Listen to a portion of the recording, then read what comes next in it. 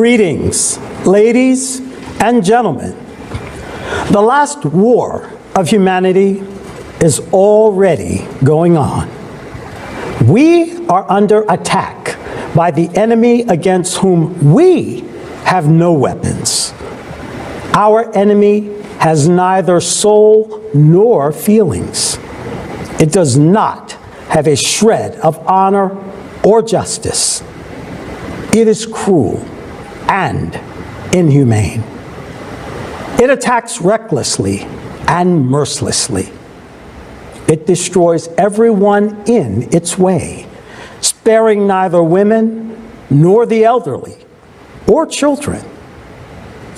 This human killer of ours is climate. And at this time, when every day the power of the enemy is growing and his attacks become more deadly, we are divided. Because we have been divided into countries, nationalities, races, social, religious, and political factions. We are artificially divided and at the same time brainwashed. We are all aware that we are constantly being zombified. We are forced to hate each other. We are even forced to fight against each other. We are being artificially driven into economic problems and shackled like slaves in the bondage of debt slavery. And this only happens because you and I now live in a consumerist format. As a result, we are destroying each other worse than animals. Look, this is Ukraine, the ruined city of Bucha. Many innocent, peaceful, elderly people, women, and children died in it. And we, people, did this. And look, this is the United States, Kentucky. A ruined city in Kentucky. Many innocent civilians died in it as well. But it was climate that did this. Yes, people did it in Bucha. But there is hope that people will stop this bloodshed, that this will end, that people will sit down and negotiate. Any war ends with negotiation and eventually peace. But you can't negotiate with the climate, and it will never stop. My heart aches for the innocent people in Ukraine. They are dying and suffering because someone's stupidity, tyranny, and impunity. The war in Ukraine has shown that whether you are rich or poor, it doesn't matter. Everyone found themselves in the same conditions, in basements, without water or food. But even in this difficult case, people do have a chance. There is a chance that a few will come to an agreement and stop playing the lives of millions. But what about the climate? No one will come to an agreement with the climate. The lives of a divided humanity are in real danger of annihilation.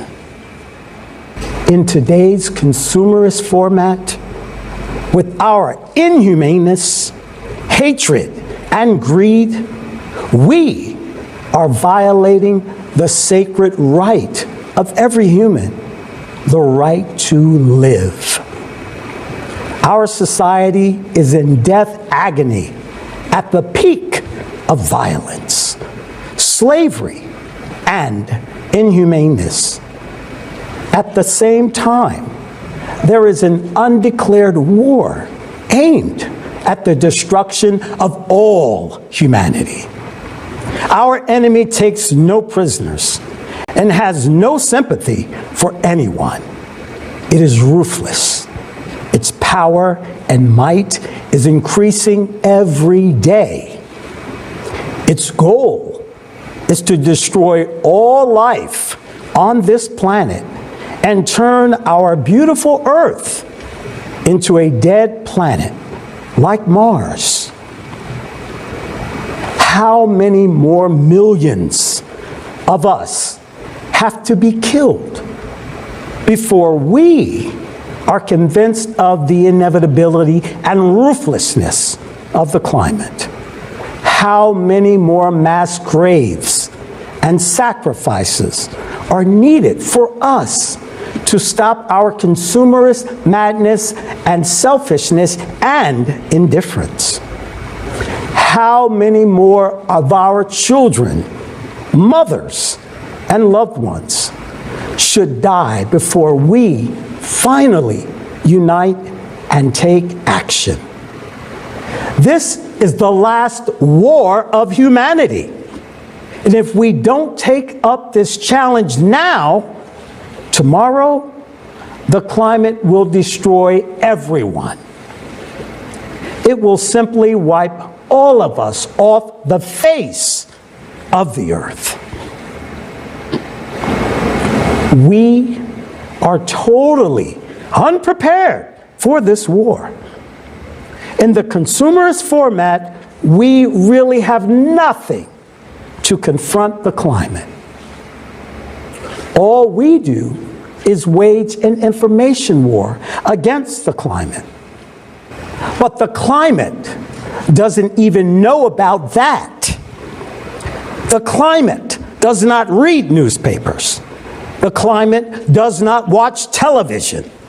The climate does not use the internet. The climate is impossible to brainwash, as we brainwash each other. All this information war is directed by the collaborationists against us, ordinary people, but not against the climate. Who benefits from these lies? Only those the collaborationists on whose orders the corrupt media are brainwashing us. And even in the conditions of war, these tyrants continue to manipulate and profit from us, hoping for their own secure future. However, the climate will destroy not only us, but also them and their offsprings, as well as ours, if we do nothing right now. The enemy destroys us physically and ruins our homes, cities in the blink of an eye. Meanwhile, we listen to the collaborationists and believe them, deceiving ourselves and wasting precious time. Is this not foolish? Is this not stupid? After all, lies and fairy tales in confronting the climate will not help us in any way. The information war against the climate is not a war against the climate, but real collaborationism and betrayal of all humankind. By placing our own selfishness and short-term interest on pedestals of values instead of human life, each of us becomes a collaborationist and an accomplice of our own common enemy. In this consumerist format of society, we are all doomed because we are just at feedstock. We are slaves. Our destinies are controlled by the few who kill us by our own hands. Think about it. Just one man can kill all of humanity simply because we, like stupid sheep, have delegated our power to him and allowed him to make decisions that destroy our lives, the lives of our families. As soon as we delegate power over ourselves to someone, we create a temptation for them to take our lives. That's the way people are. It's in everyone. It's in our blood. We must honestly acknowledge all of our human weaknesses and build a world in which our weaknesses will not be able to affect the lives of other people. We must understand and acknowledge this fact. We must take this into account and henceforth prevent such a situation in society where a few individuals control the lives and destinies of billions of people. We shouldn't hope that those few will someday saturate their greed and become human beings. This is the consumerist format. Power and money is predominant here. They are like black holes that devour entire galaxies. They never have enough. They devour billions, and they never have enough. They take lives, and they never have enough. How is it that we live in a world where one person can take the lives of millions of people at will? It's not normal. Think about it. In the consumerist format, one person, being a tyrant, decides whether millions of people should live or die.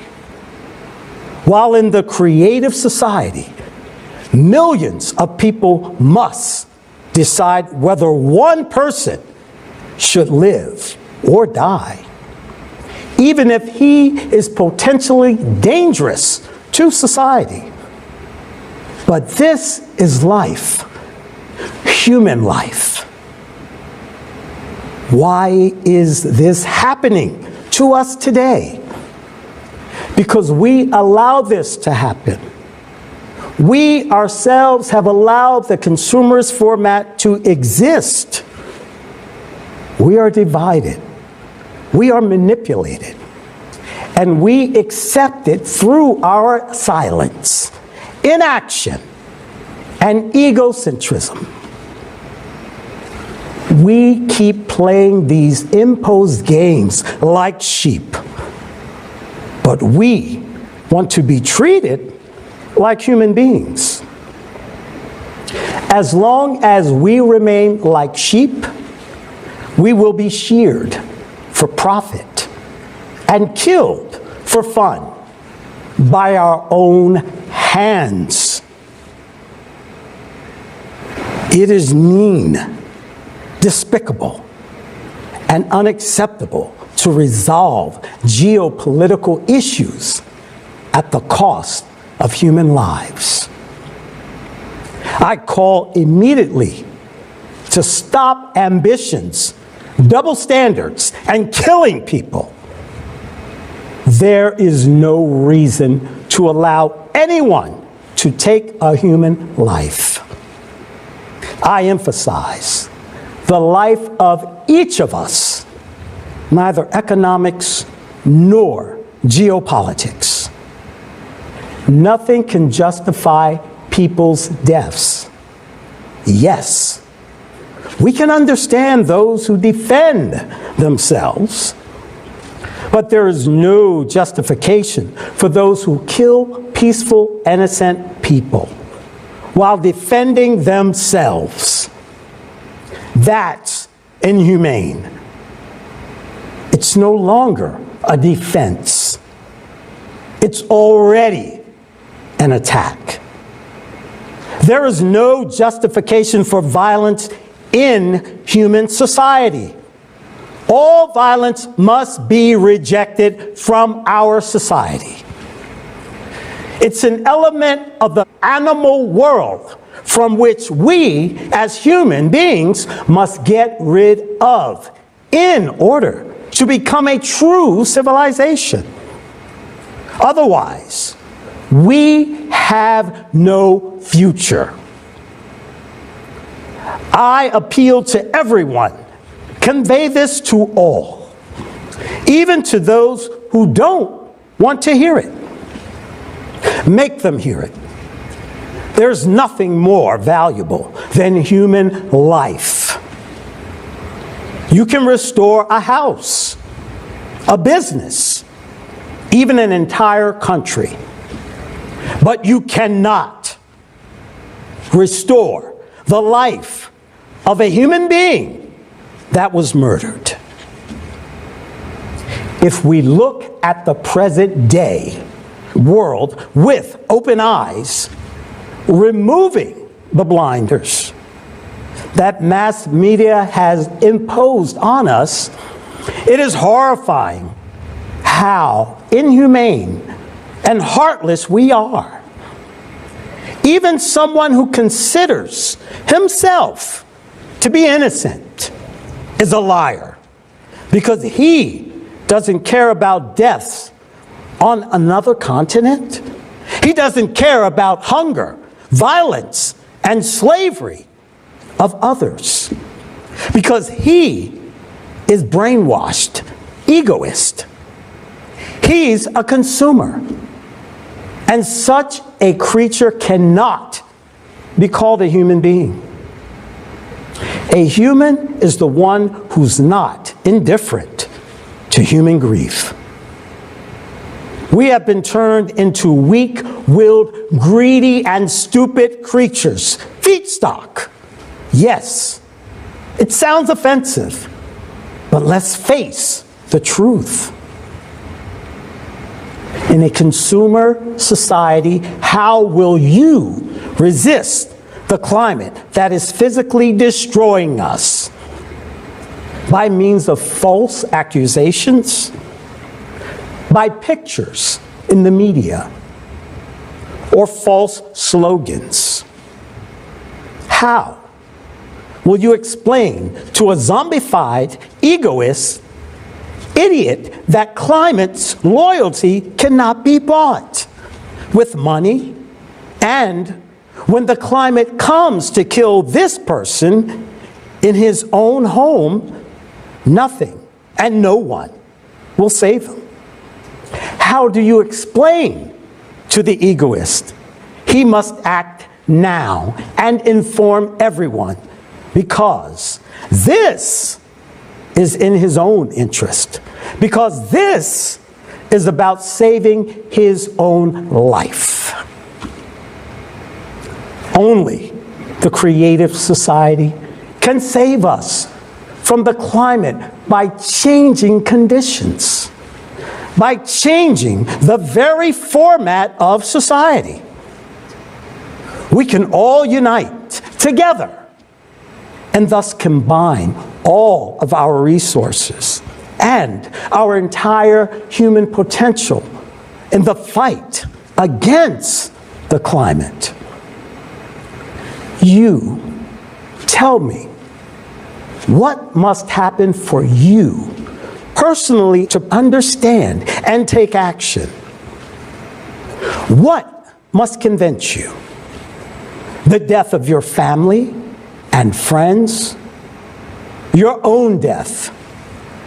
But then you wouldn't be able to do anything about it? Or should all the media on this planet get involved and start brainwashing you. Are you not capable of thinking for yourself? Are you incapable of seeing with your own eyes?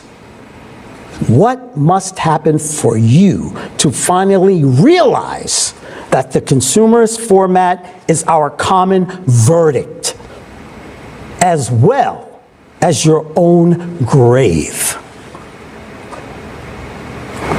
We have only two options to avoid the climate apocalypse. The first option, and the most difficult one, is to build the creative society. The second option is to sit idly and do nothing. In other words, just wait for our tyrants to destroy us in a global nuclear war before the climate does it. Tell me, what must happen for people to finally realize that the creative society is the only way out, and to start acting and building it? Yes, humanity is now in a deep pit of egocentrism, and it won't be possible to jump out of there into the creative society at once. But it is absolutely realistic to take the first steps towards humanist and unification of all of us.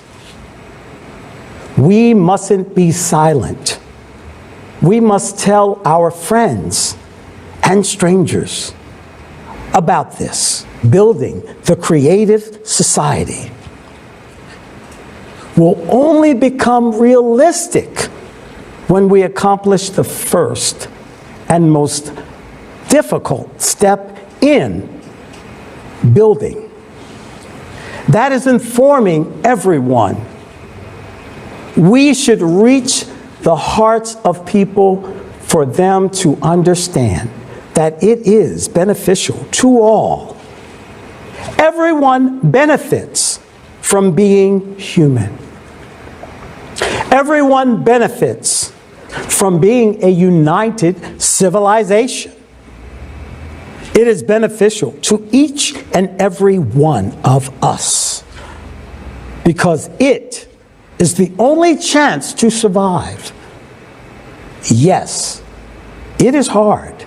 Yes, they don't want to hear us.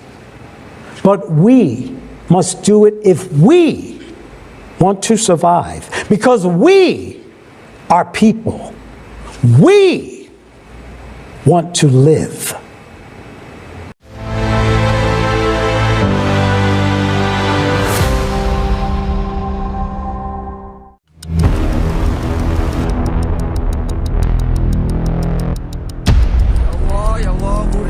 Humanity's last war is already underway.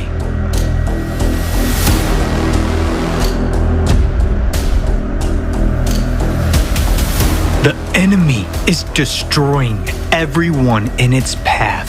At first, I thought it was a bomb explosion. It's scary. It's very scary. I honestly thought that I was going to die. What was happening was like a nightmare. Everything was destroyed. I couldn't stand to see the corpse of a mother hugging her burnt child. My heart is breaking with pain. Our enemy is climate.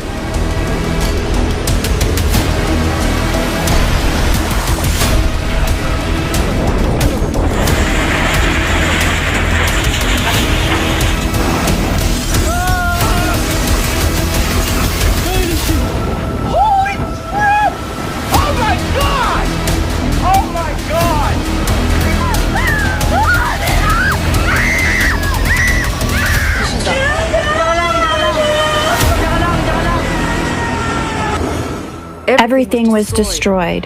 There was no warning, no advice, nothing. When I went out, I saw something that looked like a tsunami. My father died right under our rubbled house. If only I could have helped him. I thought my family and I would die because the wind and the rain were unbelievably strong. I'm looking for my wife and I need her. I want to be strong, but I can't hold back my tears. When we realized that the water had invaded the house, we only had time to get people out of the house. There was no time to grab anything, and I lost everything. And these are just its first attacks. It won't agree on humanitarian corridors. It won't sign a peace agreement. It doesn't need time to regroup. And it won't run out of missiles. With each new attack, the enemy only gets stronger. What can we oppose against this enemy? Can we, humans, survive this war? If meanwhile, instead of carrying out planetary mobilization and creating a united front, we are killing each other. I don't want to die. I want it all to be over as soon as possible.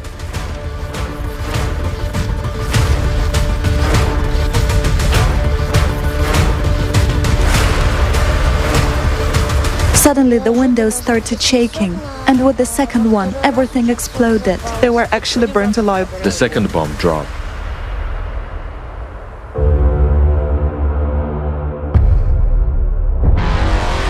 We're killing the planet that is our only home. We are investing billions of dollars in pseudoscience and the business of a few. Instead of providing for life to billions, we are being artificially divided.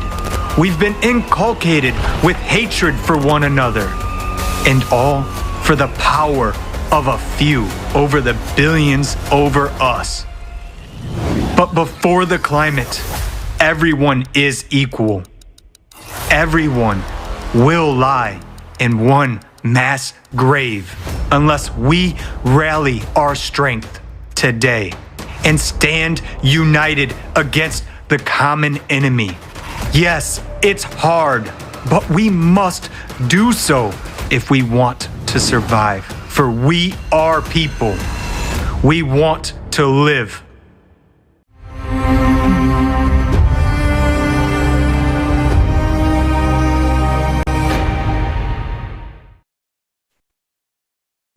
Greetings. I would like to welcome everyone to this unprecedented international online forum, Global Crisis. We are people. We want to live.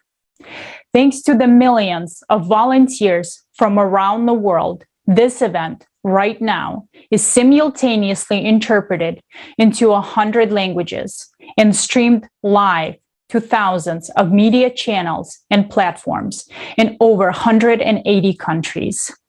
Multiple vital topics will be presented today that concern every single person in our society. Some might be difficult to watch, to the point of unbearable at times. But if you fail to hear the truth now, tomorrow may be too late. The vital information and facts we are about to present will not be covered by the mainstream media. This forum is created for the people, by the Creative Society volunteers from around the world, because we are confident that if every single person understands that there is only one real enemy, climate, we have a chance not only to win the last war, but also to come out of these times with maximum benefit to ourselves and future generations. Throughout this forum, you will learn about the Creative Society format and why it is our only solution. We will show what a deceitful, dead-end, inhumane format of society we live in now, and why all attempts in the current consumer society to make any positive changes were unsuccessful. You will come to an understanding about how critical the climate crisis is and why we need to take immediate action towards the creative society. Each word that you will hear today has a deep meaning. All the information and facts have been carefully collected and cross-checked by numerous people around the world. This event is the product of months of hard work of volunteers, each driven by the desire to live. It took millions of people to bring this information to you. Now it's up to you to make sure this information reaches the 8 billion people on this planet. The future depends on the actions of every single person today. And now, it is our deepest honor that Igor Mikhailovich Danilov and Zhanna are present with us today at this international forum. And it is my pleasure to pass the floor to Igor Mikhailovich and Zhanna.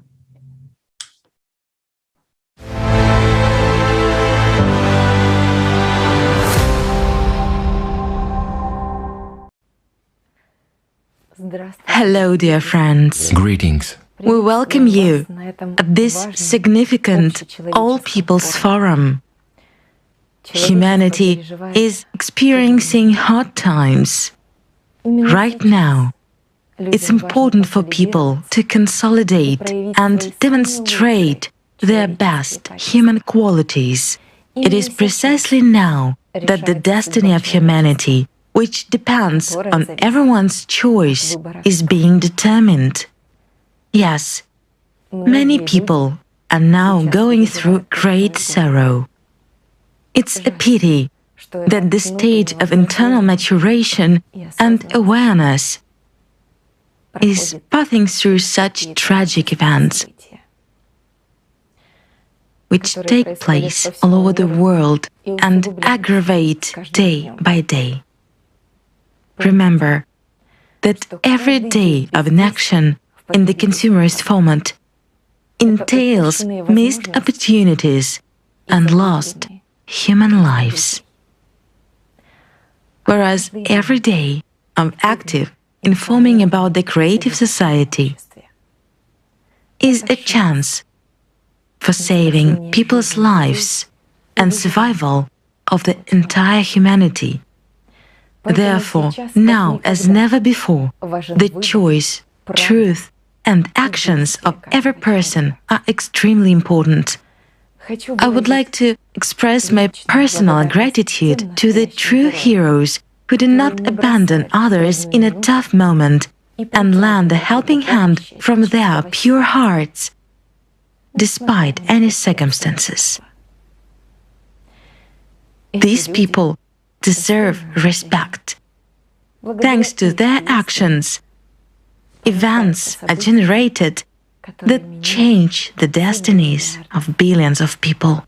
Thank you so much, friends, for what you are doing. The time has come to become a true human.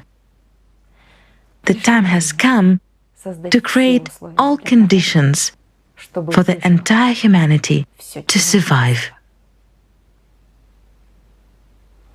Hello, dear friends.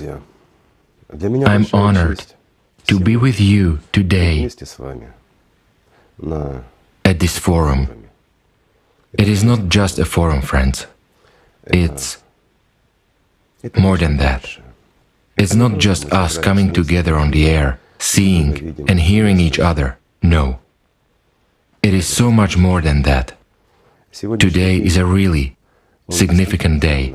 Why? Because today's event lays the foundation for our future, our common future.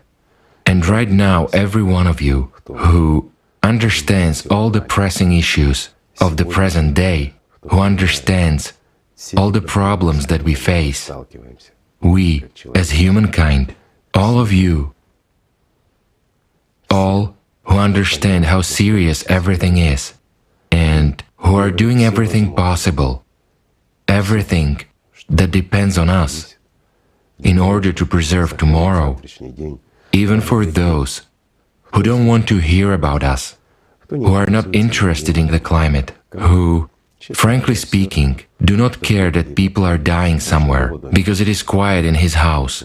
So, friends, today you are fighting even for them, even to them, to those who don't want to hear about the problems which already exist and which will exist tomorrow. It is you, friends, who are trying to bring the message to them, to those who don't hear us and don't want to hear us, to those who, frankly speaking, don't like us very much, because we are disrupting their lives. We prevent them from living well. We disturb their peace by telling the truth. They like staying in an illusion, the illusion of their consciousness. But it is you, friends, who awaken them and tell them what awaits them. And you tell them about the opportunity, the unique opportunity to build a creative society that can save all of humanity. In fact, this is the only format and the only chance for all of humanity. I heard what Leslie said, and he said it right. His words should reach everyone's ears so that everyone understands that either we will be destroyed by a couple of tyrants in a nuclear explosion, or we will be destroyed by the climate. To be honest, I would be disappointed if it were either this or that way, but with the same ending. It's not right.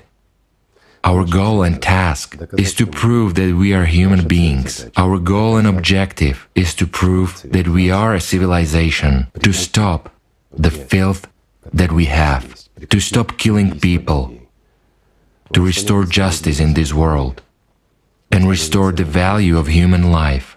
This is our task, the task for which we are here fighting right now. Each of us. Thank you. Thank you, friends, from the bottom of my heart.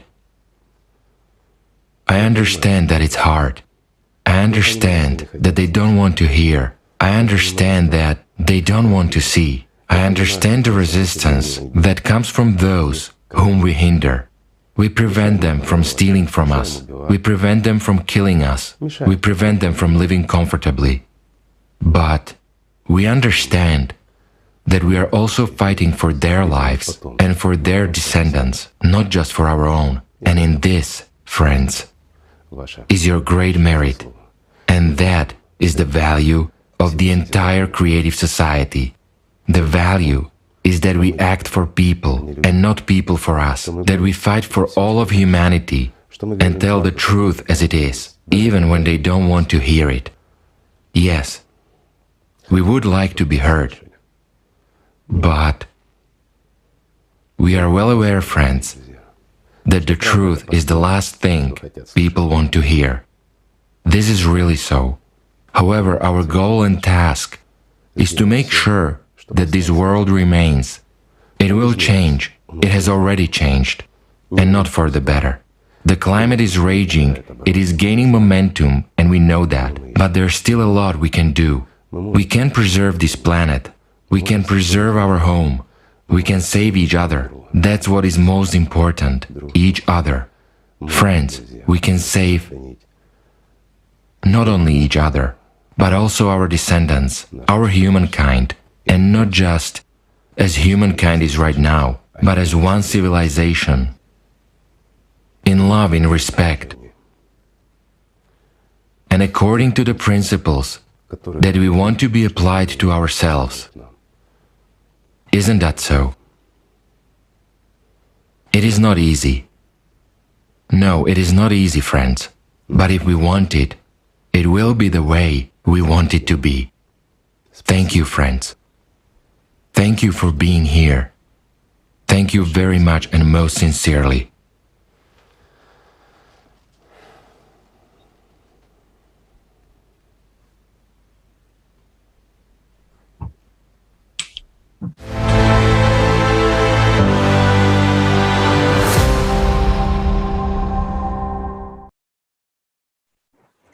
Igor Mikhailovich and Zhanna, thank you very much for your continuous support, for your love and care. and for always giving us an example of how not to give up and to stay on the side of the truth. Thank you for being with us and for believing in us. Thank you for all the encouragement and motivation.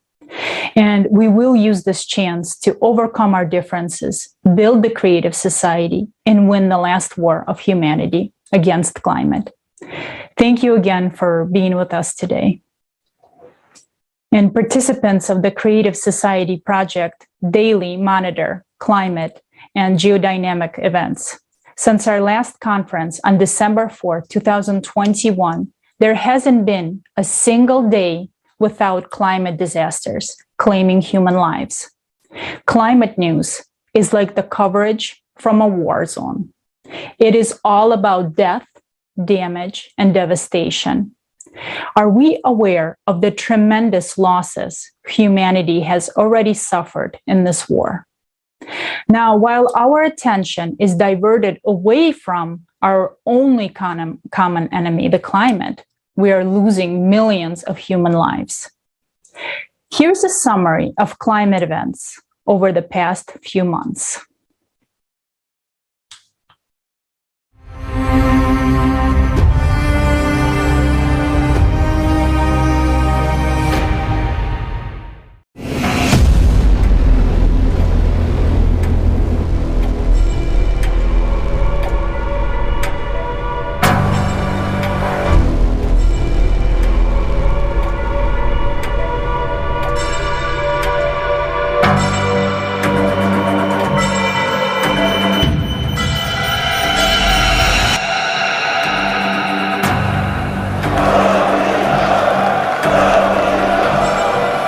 Any war ends with negotiation and peace. If people start a war, people are to finish it. But climate is the only enemy with which it is impossible to negotiate. No matter what concessions we would make, the climate will take everyone's life. It has already taken and continues to take our territories, our homes, and our lives. It's impossible to arrange a truce with the climate. It is the most ruthless enemy our civilization has ever faced. And we have nothing to oppose it.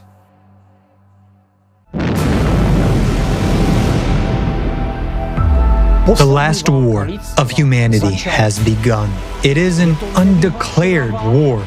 For the first time in history, we humans are facing the most powerful and ruthless enemy. Brazil, December 2021.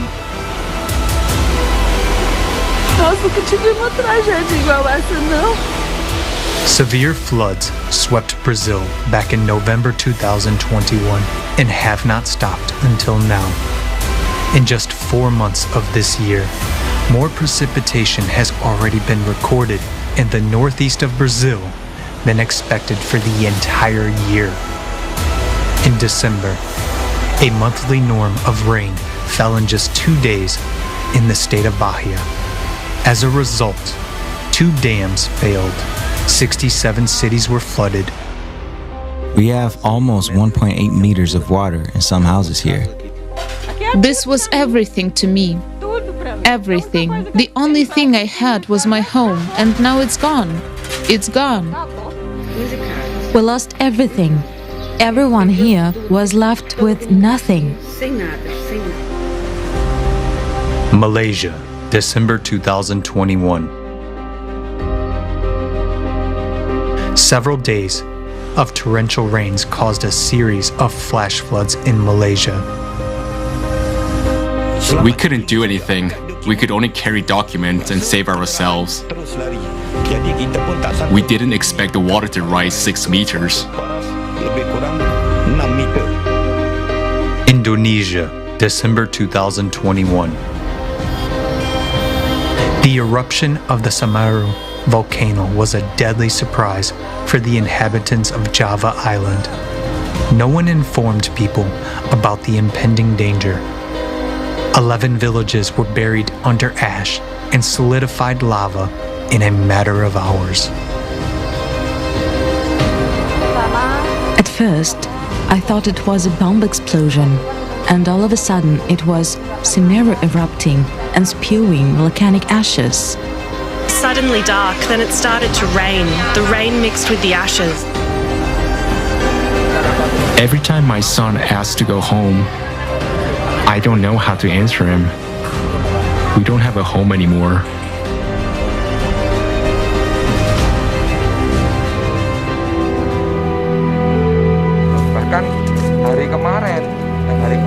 I feel very sorry, especially when I try to imagine the hot ash falling, imagine the feeling and screams of a mother who tried to calm her child by hugging him.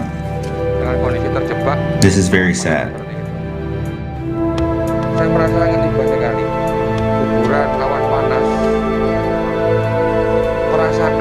I couldn't stand to see the corpse of a mother hugging her burnt child. It was really sad. Even yesterday, we found a mother holding on to her 2 children. I can't imagine what they went through when they were trapped and surrounded by the hot ashes. Cataclysms have reached a new level. Their synchronization is observed everywhere. Because of this, the impact of the forces of nature becomes super powerful. In December, after a deadly eruption, floods, landslides, an earthquake, and a powerful hurricane hit the residents of Indonesia. Streets were flooded, houses were destroyed. People were left one-on-one with their misfortune again. The Philippines, December 2021. Good morning, world. It is the day of Storm Odette passing over the island. Whoa, this is definitely the worst storm we've had here so far, isn't it? Oh my goodness, this is the worst storm ever.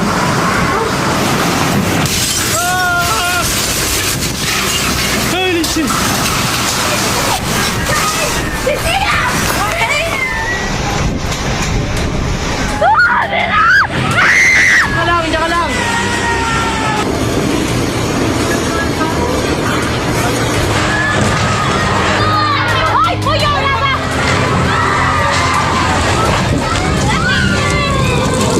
On December 16th, Super Typhoon Rai hit the residents of the Philippines.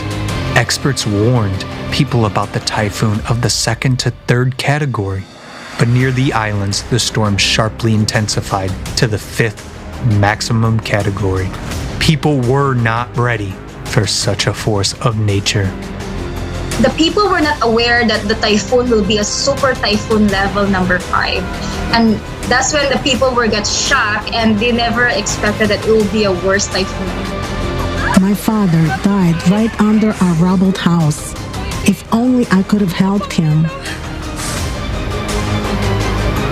One typhoon and 3 million people were left homeless. The strength and duration of hurricanes are increasing. Over the last 5 years, the number of 3 to 5 category hurricanes has increased by almost 30%. USA, Kentucky, December 2021. Hold on, I have to call my husband. Take shelter right now. Right now? Right now. Okay.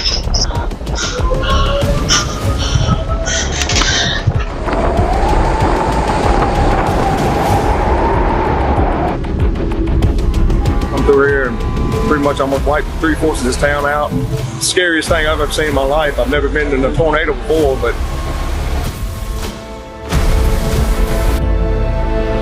where were the babies? Right here. One was in this arm and one was in this arm. I never saw my 3-year-old because my face couldn't turn that way, but I did see the baby, and he cried and then he just stopped. So at that time I thought he was sick.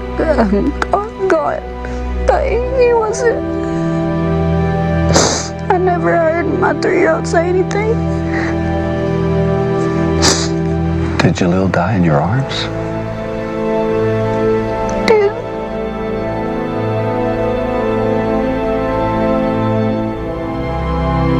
The tornado made an almost 400-kilometer-long path For the state of Kentucky, it was the most destructive in its history. December is not a typical month for a tornado, especially of such strength. But in 2021, the number of December tornadoes broke all records, exceeding the average by 8 times. The last war of humanity is underway. We have shown only part of the disasters that occurred in December. But the scale of the ruthless attacks of our common enemy, the climate, is immense. It acts in sync, cascades, and grows stronger with each attack. Ecuador, January 2022.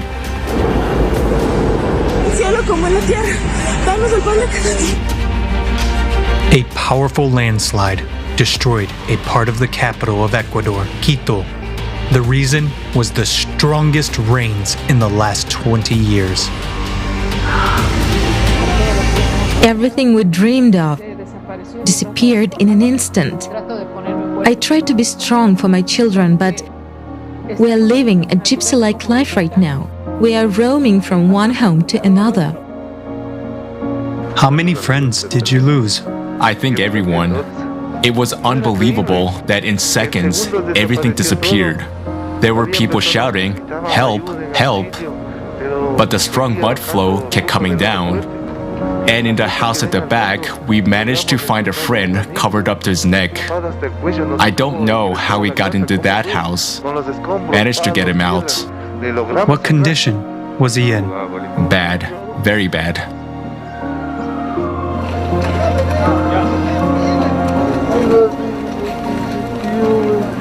Africa, January 2022. A house and my kitchen collapsed as a result of heavy rains. It collapsed while I was still inside, and we are now at the camp. We have nowhere to go. We had to come here. Our children have fallen sick. We have no money at all. Hunga Tonga, Hunga Hayapai, volcano eruption, January 2022. The volcano is erupting. It keeps erupting. Get up! It's still far from here. On January 15th, the Hunga Tonga underwater volcano exploded. The power of the volcano explosion was 500 times greater than the force of an atomic bomb explosion. Third now is clean drinking water. These people had nowhere else to go. The 15-meter waves you've heard went from one side of the island right through to the other side. Were people warned in advance of the coming disaster? No. Were people given the help they needed? No. And the enemy's tactics are still the same: suddenness, powerful strikes, and ruthlessness.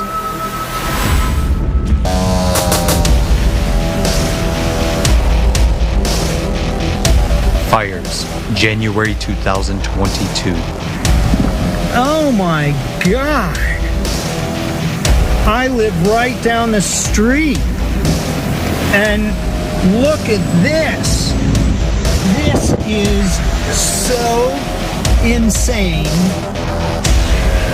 The day that it happened, I worked from home. It was a beautiful sunny day, but we live in an area that no one thought a fire was possible here where we are. I have 2 kids and they were both home. We got no warning, no alert at all. My wife happened to see this on the news. This happened so quickly. I didn't grab anything other than some clothes. You know, I've been around the area and I've been to whole neighborhoods where they're just down to rubble. There's nothing there anymore. And people were outside. I thought we would be coming back to a home. I thought it'd be a 1 day, 2 day, couple day inconvenience. You know, I didn't think that that was it. The wildfire in Colorado has become the most destructive in the history of the state. It destroyed more than 1,000 houses, leaving tens of thousands of people homeless. Experts note that now there are no peak fire seasons anymore. The fire rages all year round.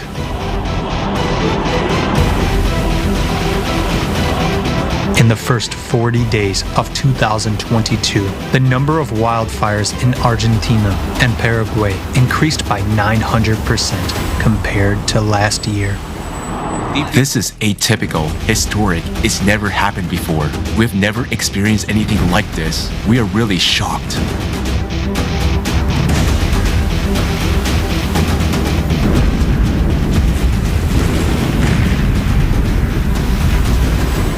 Abnormal snowfalls, January 2022. Snowfalls are increasingly becoming a high-risk phenomenon. A huge amount of snowfalls where it never used to. And the April snowfall of this year generally shocked the residents of Europe, the USA, Japan, and China with its non-seasonality and intensity. In January, the capital of Turkey, Istanbul, was covered with snow in a few hours. In some places, the height of snowdrifts reached 85 centimeters. At the same time, about 3,000 people were stuck in their cars on the highways. Social networks were exploding with messages asking for help.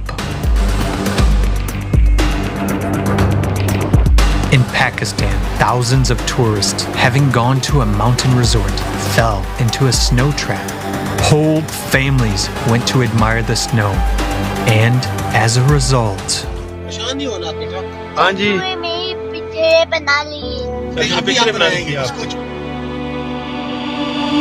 The situation in Murray is very bad. 16 people died due to lack of oxygen. There are no rescue teams. No one is coming.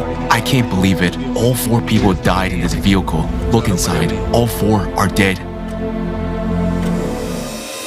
in just 2 months, an uncountable number of climate disasters have occurred around the world, powerful and uncontrolled ones.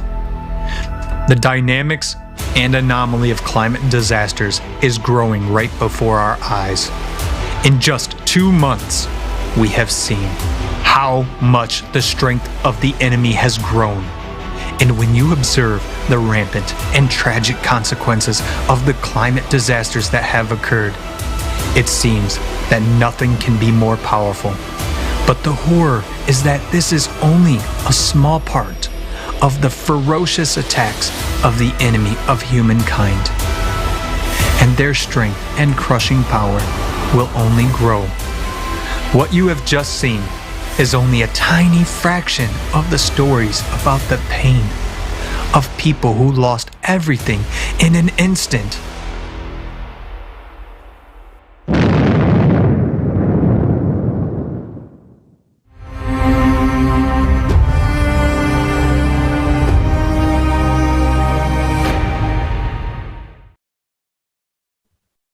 Здравствуйте. Мы сейчас посмотрели видео мониторинга климатических катастроф всего за 2 месяца. И в нем были приведены только самые масштабные катастрофы.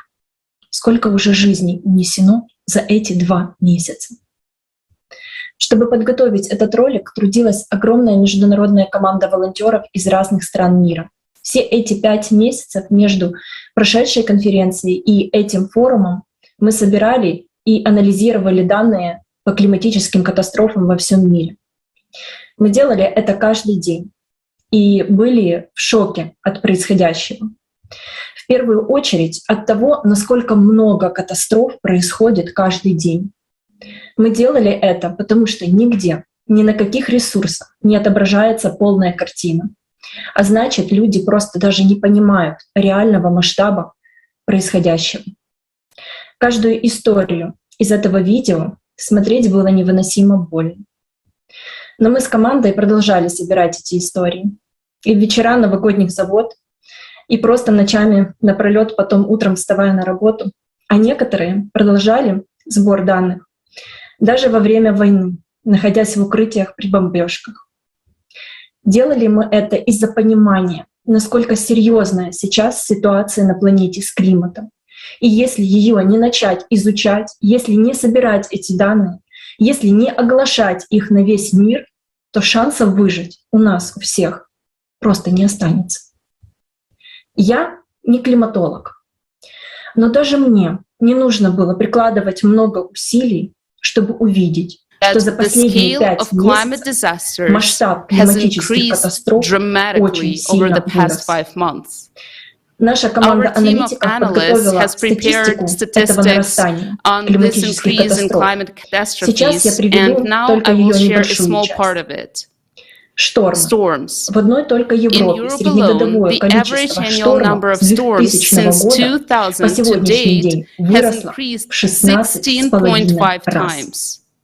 Количество мощных разрушительных ураганов 3, 4 и 5 категорий выросло на 30%. Более того, они теперь заходят дальше вглубь континента, неся за собой гигантское количество осадков. В США торнадо обычно бушуют с апреля по октябрь на определенной территории. Обычно. Но теперь нет. За последние 5 месяцев 2 несезонных месяца, декабрь и март, побили все рекорды по количеству торнадо. За 5 месяцев мониторинга, по самым скромным подсчетам, случилось более 300 наводнений в 82 странах по всему миру. И это только самые масштабные. Осадки в Боливии в декабре превысили исторический максимум 7 раз. В Испании только за 2 последних месяца осадков выпало больше годовой нормы. В ЮАР полугодовой объем осадков выпал за 2 суток. Таких контрастов precipitation fell in 2 days. Еще не было никогда. There have never been such contrasts in natural disasters. Только в The США heavy snowfalls are replaced by fires. In the United States alone, the number and area of wildfires are already well above the norm, even before the start of the fire season. There is no fire season as such anymore either. Catastrophic droughts are replaced by equally catastrophic floods. The number and duration of droughts on Earth has increased by almost 30% in 20 years. Sand and dust storms have become more frequent and, most importantly, more intense and longer lasting. Abnormal heat waves are also increasingly covering the planet. In Antarctica, minus 12.2 degrees Celsius was recorded. This temperature exceeds the average by almost 40 degrees Celsius. In the United States, for example, the temperature dropped from plus 15 to minus 14 degrees Celsius in just a day. And that is happening everywhere. И это происходит повсеместно. У всех сейчас на слуху экстремальная жара в Индии и Пакистане. И при этом, после рекордного жаркого марта за всю историю наблюдений в Индии, температура в апреле поднялась еще выше. За каждой из этих климатических катастроф человеческие жизни. Эту жизнь уже не вернуть. За каждой из них либо матери, обнимающие своих детей, так и сгоревшие заживо в лаве, как это было сейчас в Индонезии, либо целые семьи, оставшиеся под завалами своих же домов, а те, кто уцелели, без воды, еды и всего, что у них было, как это случилось на Филиппинах. Либо целые города, истребленные торнадо, когда от домов остается один фундамент, а остатки человеческих тел с трудом можно опознать. Идет реально полномасштабная война. В этой войне у нас только один враг. Это климат. Чтобы выжить в этой войне, нам нужно объединиться всем человечеством и днем и ночью трудиться над технологиями, которые смогут победить этого врага. Но прежде нам нужно открыть свои глаза и признать масштаб катастроф и то, что оттягивать дальше уже некуда. But first, we need to open Нам our уже eyes and 40 лет recognize the scale of вещают the о том, что catastrophes причина and the fact that изменения we can климата delay no — это longer. антропогенный For фактор 40 years, we СО2. have been told Мы that сотни because of миллиардов climate changes долларов and тратим на anthropogenic решение этой CO2, проблемы. we're Но spending почему не hundreds of становится billions лучше тогда? dollars to solve this Почему problem. продолжают But why умирать isn't it люди? getting better? Почему столько Why do семей people остается keep просто dying? на Why улице, are so без many families элементарных left вещей для just on the выживания, без streets воды, without без basic еды, things to а в survive, результате и without без water and помощи? food? How Как has этим our людям planetary помогла fight наша against CO2 планетарная helped борьба с these people? СО2? Да, Yes, СО2 CO2 растет. is on the Мы не rise. отрицаем We это. don't deny Но it. какое But это what имеет does that отношение have to do к with the нарастанию increasing климатических climatic катастроф? disasters?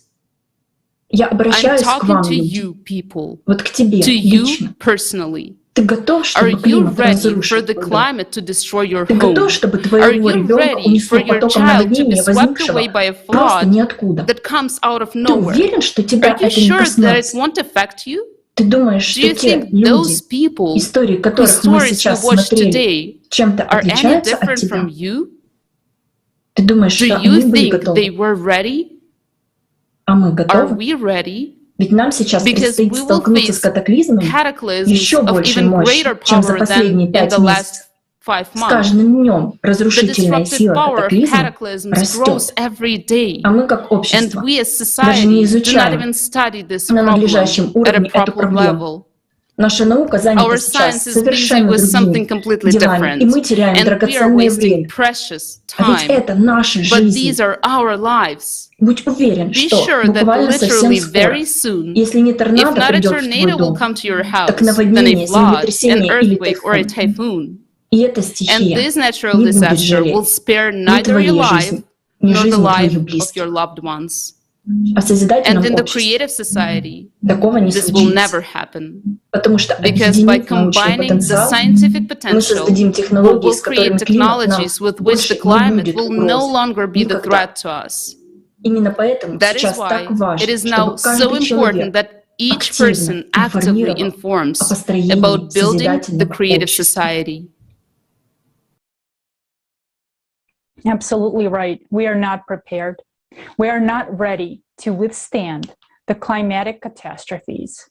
In the consumer format, instead of trying to Действительно, мы не figure out готовы, how to совсем не готовы survive, противостоять we're killing климатическим each other. катастрофам. В You потребительском have формате, probably вместо heard того, about the чтобы пытаться terrible понять, war как in выжить, Ukraine. мы It убиваем is друг друга. impossible to Сейчас convey in внимание words людей во all всем the мире horror приковано к that войне the в Украине. citizens of this country Невозможно have been передать словами весь experiencing for этот several кошмар. months now.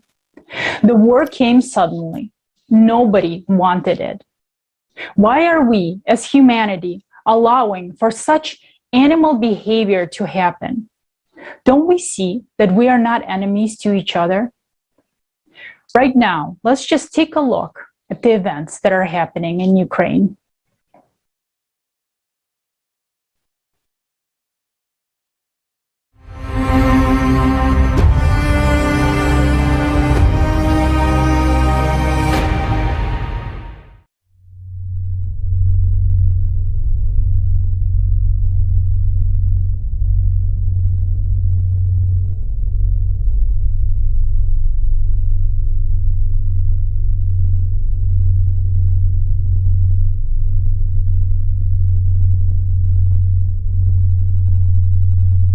Greetings, everyone.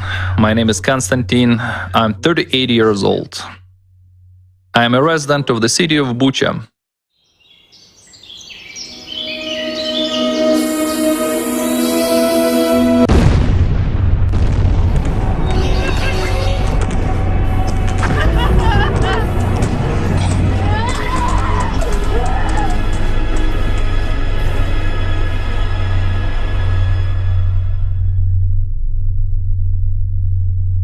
My family and I lived under occupation for 2 weeks. All those 2 weeks were a continuous nightmare, where every second we lived under constant shelling, shootings, and explosions.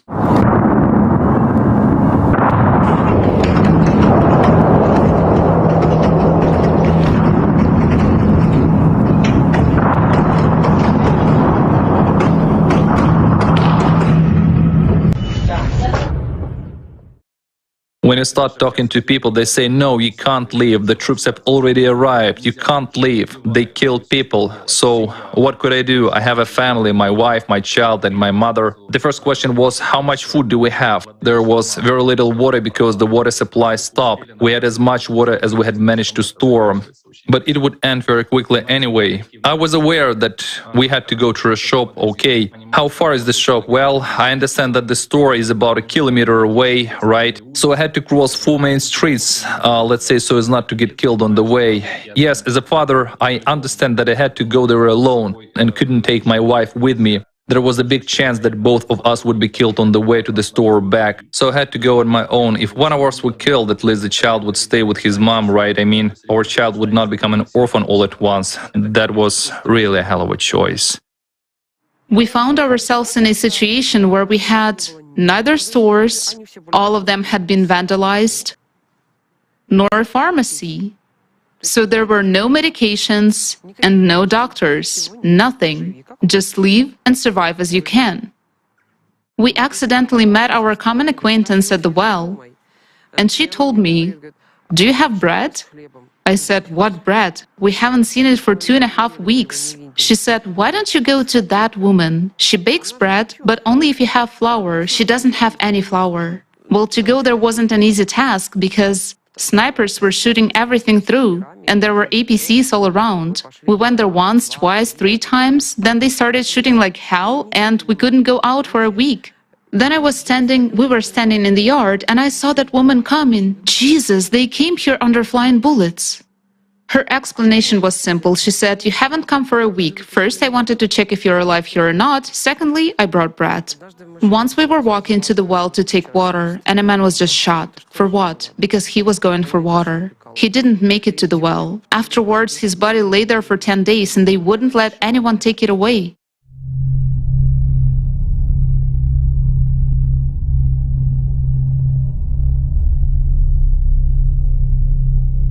There are so many human tragedies, and everywhere it is different for everyone. Someone came under fire, someone was shot, someone was driving through the city and was ran over by a tank. I saw many such cars. All the stuff remains inside the car, those body parts and everything. Violence, and it's... Do you know how many stories of raped people, how many maimed people are there? I'm trying to tell this story for the second time now, and it makes me sick even when I recall it.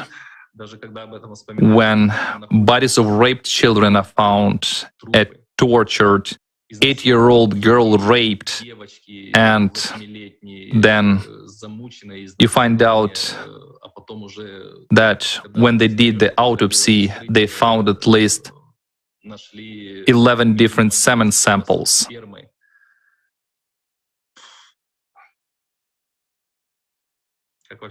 How is that even possible?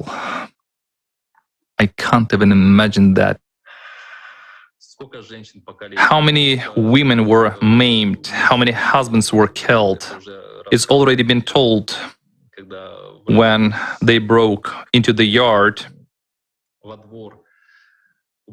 killed man, then raped a woman for several hours. At that time, the child was hiding in the next room. And sometimes a wife and a little daughter were raped together. It is such an abomination. I don't know. I heard a story about 21 roses on a man. 21 roses on a man. It's, well, there are 20 fingers, and each finger is cut so that there is a rose on the finger, while the 21st rose is respectively the male penis. It was all done by living people on a living man. I don't even I don't even know what it was done for, in order to get some kind of information from the man, in order, I don't know, satisfy some kind of bestial animal nature.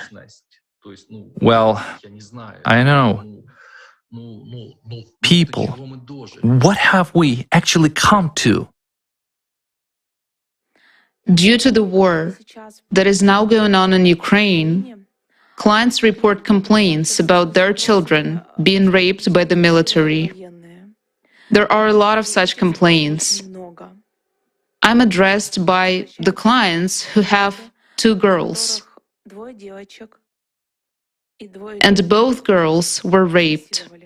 The most terrible thing was to find out how old these children are. One girl is 6 years old. The other girl is 9.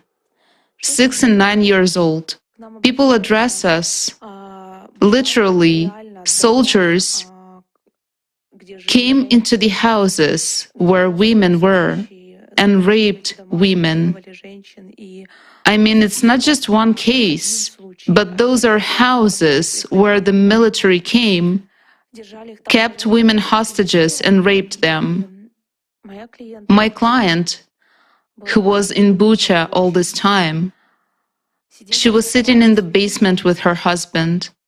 She told me that their neighbors had a young girl, their daughter, and she was abused by the military.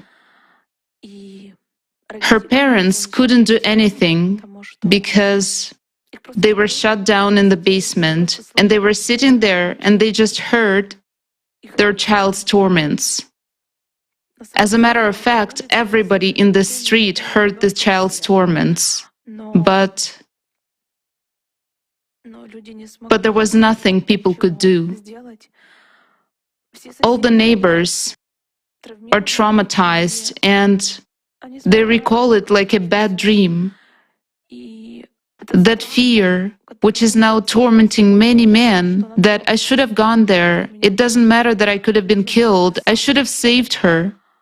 There are thousands of such stories.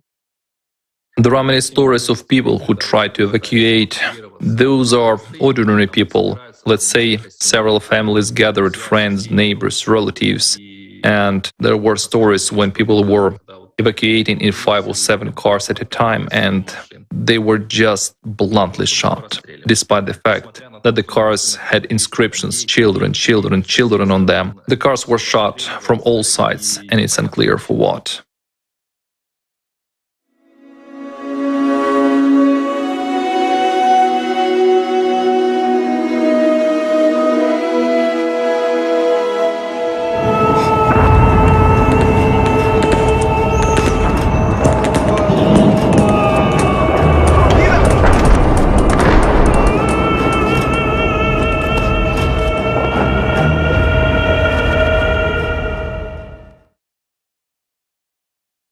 All of our cars, 12 of them, were covered with stickers, evacuation, children. But they started shooting at us. They were shooting at all the cars. In the second car, there was a 30-year-old woman behind the wheel. She was killed instantly. In my car were me and my husband. I don't know how, but by some miracle we survived. My husband had a broken rib and a piece of shrapnel in his head. But at least we can live. My mom was sitting behind me. She was 60 years old. A bullet hit her right in the neck. Immediately, before my eyes, she suffocated with blood in just 2 seconds. I couldn't save her anymore. I was giving her a scarf. They wouldn't let us help those who were wounded. They told all of us to run out and lie down on the ground. Hello, my name is Yulia. I'm originally from Mariupol, although I've been living in Kiev for the last few years. And the war caught me and my family in Kiev. For a week, we had to sleep in the underground parking lot because it was really frightening. Children were scared, and we could hear explosions everywhere. After a week, we decided to leave. But my relatives stayed in Mariupol, my mother and my aunt.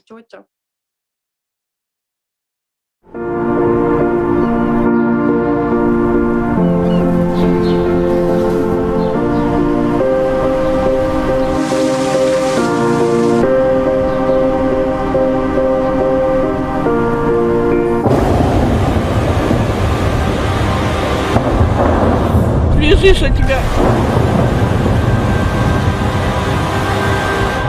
Очень страшно. Покажи.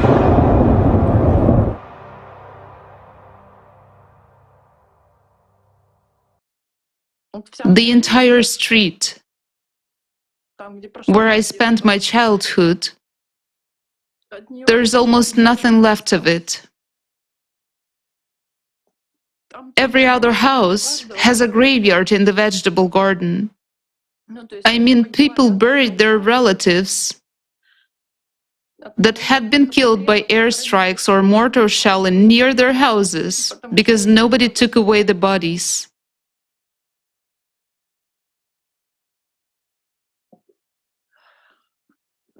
On the neighboring street, a girl buried her daughter, who was 1.5 years old, her mother, her aunt, and her grandmother. Acquaintances of mine who didn't leave Mariupol on time know a father who had to gather parts of his child from a tree. Fragments of the body, the head. Can you imagine what it felt like for a father to gather parts of his child and bury his wife and his child in the vegetable garden? People were going crazy because they didn't have water, so they would go out and get hit by mortar fire. Children were dying of dehydration. These are not just some stories. This is what was happening to my city. People who were able to get out of there said it wasn't just hell. It's impossible to convey what people were going through. They were going crazy with fear. Because when the Air Force was bombing, it felt like the ground was moving under your feet, and people were just going crazy with fear. Old people were dying of hunger and lack of water. There were a lot of bedridden people, and nobody could get to them because everyone was scared. A lot of people died under the rubble simply because they were not rescued in time, and there was no one there to rescue them because the city was under constant air bombing. More than 30,000. An entire city died. And that's not all the victims, because no one can count exactly. Official statistics, which translates human life into an empty figure, says that 3,000 people died in the city. I don't know a single person who hasn't lost someone, relatives or friends. You see, the whole city is one continuous funeral. I have a very close friend. His mom, dad, sister, and her little son came out to cook outside their front door because there was no heat, no water, no light. People had nothing since the 2nd of March. They cooked on fires next to their houses. And it hit. A shell hit them. People died in whole. Inhabitants of entire blocks died because nothing can save you from an air bomb. When people say, "Why didn't you all move out?" But nobody could move out. Already in the first days, nobody could get anywhere anymore because the railroad was smashed on the 27th of February. Many people just couldn't believe it could happen because they hoped every day that it would all stop soon. But it all didn't stop. And people were running from one neighborhood to another. While they were running, they were dying on the road. When they got to another neighborhood, they died there because there were no shelters. People were hiding in basements, and when houses collapsed, they just died under the rubble. My acquaintances who were leaving the city said that the entire street they were walking along was like a cemetery because arms and legs were sticking out on all sides. Can you even imagine that? There was a man, and everything that is left of him is his arms and legs. So many children died. In fact, nobody even knows how many children died there. People drank water from puddles because there was no water. Do you understand what this is? A person dies of dehydration, he goes crazy. Old people were jumping out of windows due to fear. There is no city anymore. There is nothing. No streets, no houses, and there are still over 100,000 people left there. Those are people who had everything, a job, a home, and a family. Now they have nowhere to live. They continue to live in basements because they're afraid to leave, because nobody wants them anywhere. If someone thinks they are safe from something and everything is fine with them today, it's an illusion. Until the last moment, no one believed that this is even possible. I didn't believe it either. And no one believed. Well, most people. Because if people knew, they would have tried to escape somewhere and save themselves. Human life is the most precious thing. You can build a city, but you cannot bring back thousands of dead people. No one will bring them back. No one will bring children back to their mothers who buried their children with their hands in the vegetable gardens. And no one will bring parents back to their children. I wish people would come to their senses before we destroy each other. A lot of people are probably wondering, what can I do alone? Or what can I do if I was given an order? But only a few give the orders, while hundreds of thousands and millions obey these orders. How can you kill someone if you cannot bring that person back to life? Why have such a sin on your conscience? If everyone decides to stop the war, it will stop. Because no one would fight. But for that, everyone has to understand this.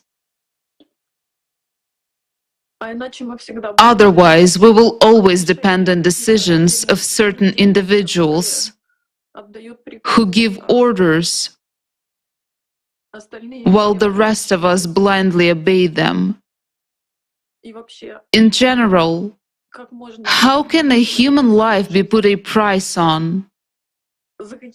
To drive people to a slaughter for whatever motives and slogans.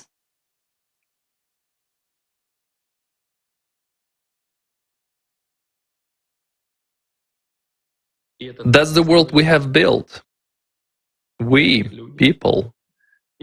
If someone thinks they're not a part of it,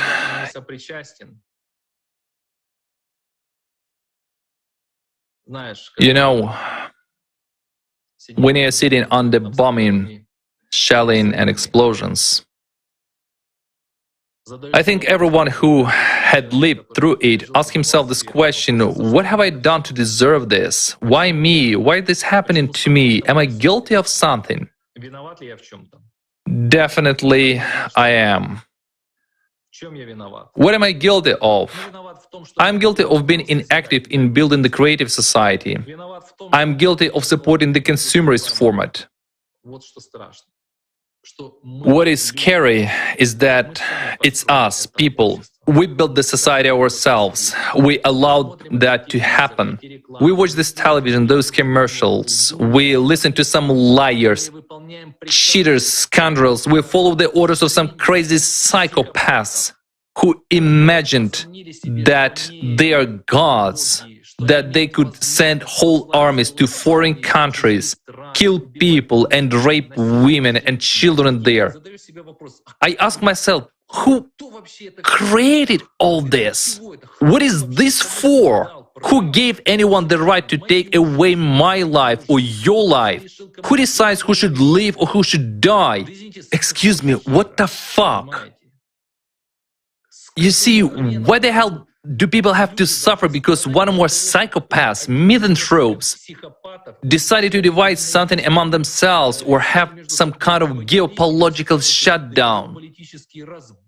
They tell us some bullshit, you know, that your neighbor behind the fence is such a bad guy, he's doing something bad, so you have to go and punish him, kill him, take away his property, destroy everything, wipe him off the face of the earth. So who gave you that right? Who gave you this right at all? You are the same mortal people, every one of you. You will just die when you are 70, 80, 90, or even 100 years old. You won't live more than 100 years anyway. Even if you live a little longer than that, you will bite the dust anyway. What right do you have to give such orders for people to go and kill other people? Who are you anyway? Who gave you such a right? You're an ordinary human. You're also in God's hands, and you cannot escape this punishment. Even if you think there is no God and it's all one life of some kind, you come and go. You should be on top of power. You should earn that power, use that power. You are merely a human. I'm telling you and everyone else, you are merely a human, and your life is just as fleeting and can be cut short in an instant, just like any other person's life. If you believe that you are God, you are very much mistaken, and you will have to pay for all your sins. You will have to. And you won't sleep because those thoughts will keep coming to you just like they come to any other person who has lived through the horrors of war. While you will get the thoughts of those thousands and millions of suffering people who are forced to leave their homes, who lose their families, their loved ones, their wives and their children. You will see it all in dreams, and you won't run away from that. You won't hide anywhere. You won't run away from yourself. And remember, you are an ordinary human. You're just a human. Do you have an opportunity to change something? Change it for the better. Build a better world for your neighbor to live well, for your people to live well, for all people to live well in the world, because each of us is a human. Each of us values and cherishes one's own life and the lives of one's family, of one's near and dear people. All of us are people. We all want to live, and everyone wants to live because life is the most valuable thing they have. If you already have everything, make this world a better place. Create conditions where everyone would feel good. When you yourself would be able to walk down the street without 100 guards armed to the teeth, because everyone wants to split in your face rather than say thank you. Why are you bringing it to this? Build a better world, unite people, then yourself you will be able to walk down the street like a common man. And you won't hear anything but thanks and gratitude. Everyone will thank you and support you. But instead, we create conflicts, we create bombs. Just imagine a bomb explodes, okay? A huge bomb, an aerial bomb. When such a bomb explodes, a person who has seen it in a movie does not understand when such a bomb explodes, dozens or even hundreds of lives are taken away. Within an instant, nothing is even left of them. What was created by generations of people, what people spent decades of hard work on, is destroyed. And people have to leave it all behind. It's all good that life has remained. A person can find some, I don't know, place to live afterward, but it's not life. It is people surviving. Why do you bring it to that? Why do you make people suffer? Who gave you such a right at all? Another year, 2 years, 10, 20 years will pass, your life will end anyway, and you will have to answer for it. And you know it. You do know it. I hope a lot of leaders around the world will hear me, and may everyone ask themselves the question, who is he? Is he responsible to this question that he is a human? Then be a human. Make this world a better place, safer, quieter, and more comfortable for other people. You cannot take with you everything you earned. There are no pockets in the coffin. And you must always remember that, always. As for taking away human life, as indicated by these events in Bucha, in Irpin, in Mariupol, in Kharkiv, in Hostomel, in any other city that survived, where people survived those horrors of war.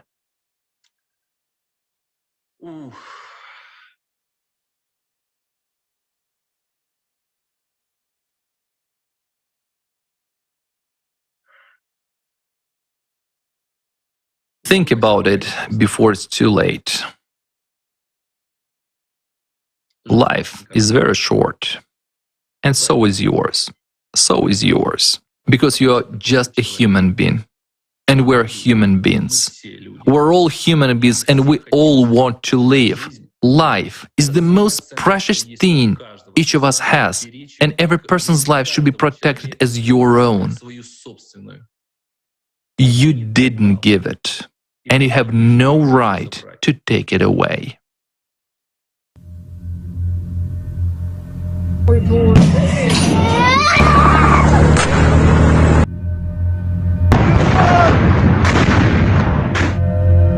Димка, трупов на вокзале насколько, прикинь!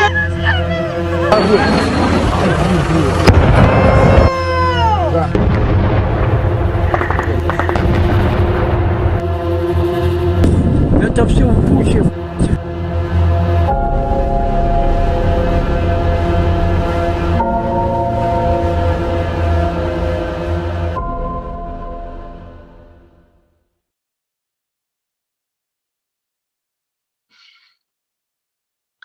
People, I want to address absolutely everyone. Let's put an end to all this crap. Let's put an end to all these wars, conflicts, all this strife. Enough of this war, enough of this conflict. I just can't even imagine what will happen when we face climate disasters. They are already happening all over the world. What will we do then? Will we flee as we were fleeing from the armed men in Bucha? Then we'll flee in just the same way from the same kind of gunmen who will loot, rape, steal, and so forth. Let's not listen to those psychopaths who are at the top of the power, who indulge in their immense power and amounts of money, and the ability to decide who should live or die. Let us take responsibility and build our own society. Let's build the creative society where we use our knowledge, our experience and capabilities to build and create. That's what our society should be like. The society where we support each other and where we live peacefully with one another. And the recipe is very simple here. We are all people. We all want to live.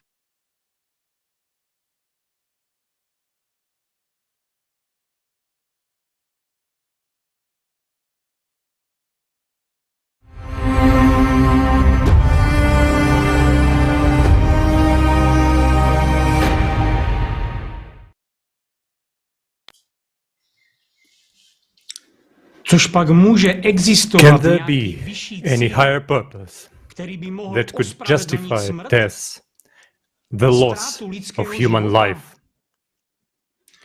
V dnešní spotřebitelské společnosti in today's consumerist society, one person decides whether thousands, even millions of people should live or die. Isn't that crazy? I don't care why he does it. He wants money, power, or he is just a sick man who has exalted himself to the level of God. Because of his large scale of thinking, a simple, normal person dies in him. It's just that this large scaleness stops at his megalomania. When a man is too rich and he thinks of himself as one to have already entered his name in history, he becomes extremely dangerous to society. When he reaches the heights he set for himself in his youth, he simply loses his humanity. He is ready to do anything to stay on that height. He does everything to maintain his illusory superiority over everyone else. So his world narrows down to one phrase: divide and conquer. And that is exactly what all the collaborations are trying to do now, to divide the people at all costs and make a profit. They're trying to make us take sides, this side or the other. But I have a question. Who is on the side of people? Who is on the side of you and me? Who is on the side of human life? Is it those bastards with inflated megalomania? No, they're definitely not on our side. But tell me, are we not bastards ourselves? If we allow this to happen, we are being killed, yet we remain silent. Why are our lies exalted while the truth is being destroyed? Every one of us is responsible for what is happening. All problems in society are the doing of people themselves. All problems except the climate. We can handle both the economic crisis and war. But how do we deal with the climate that's killing us? Do you even realize that the things with the climate are really in a deep shithole? After all, we are at the peak of the climate disasters that have occurred more than once on our planet. And these happen not due to a mankind factor, but due to astronomical processes and their cyclicity. So today the climate is building up its power day by day, and this is a war, the most terrible war. What kind of idiot should one be to fail to see this?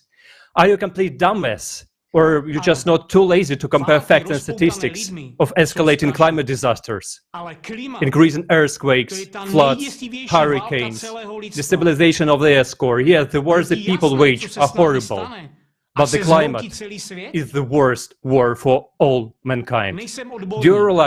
Do you realize what will happen to us when the whole world collapses? I'm not an expert, but I understand that my life and the life of my loved ones are in danger. How can this be ignored? Do you even realize that you are not immune to being torn to pieces tomorrow in the chaotic of climate disasters? After all, this consumer system, which we ourselves have created, stimulates only the animal nature in us. And because of someone else's ambition, you and I can drop dead at any moment in a slow and painful death. Are we really broken freaks to allow such things to happen in our world? How can you, who is sitting in warm and lazy ass in front of the TV, sleep peacefully, seeing this horror and do nothing? And when I see the war there is now going on in Ukraine, I want to ask, A když vidím válku, která nyní na Ukrajině probíhá, chci se zeptat, what have you co jsi dnes udělal ty, done today aby se to ti prevent nic this nestalo? from happening to you? Co jsi udělal ty, aby toto neštěstí What have you nepostihlo tvůj done to dům prevent a this dům tvého mischief from souseda? coming to your home and your neighbor's home? Nikdo nevěřil, že se to stane. Nikdo. No one believed that would Kolik happen. lidí si během ostřelování No a one. bombardování myslelo, How many people during shelling or bombing thought, mě určitě surely obejdou it won't come at me. tisíce It will go past a teď už nejsou. thousands.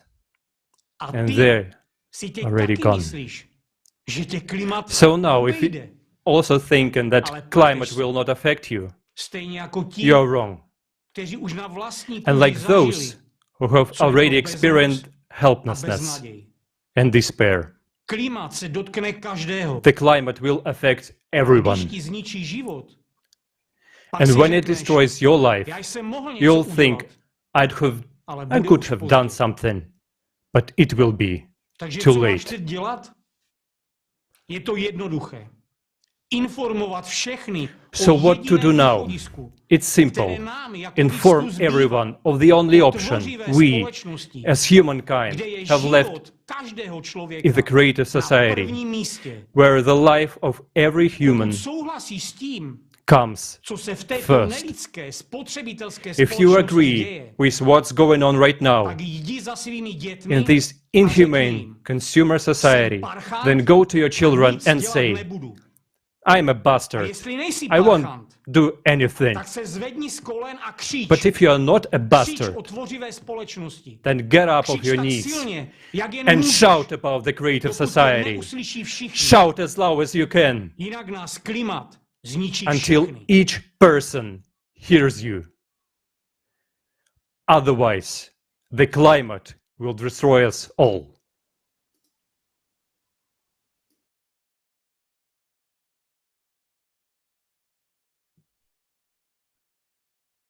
What we have seen in this video is what the Creative Society project participants want about long ago.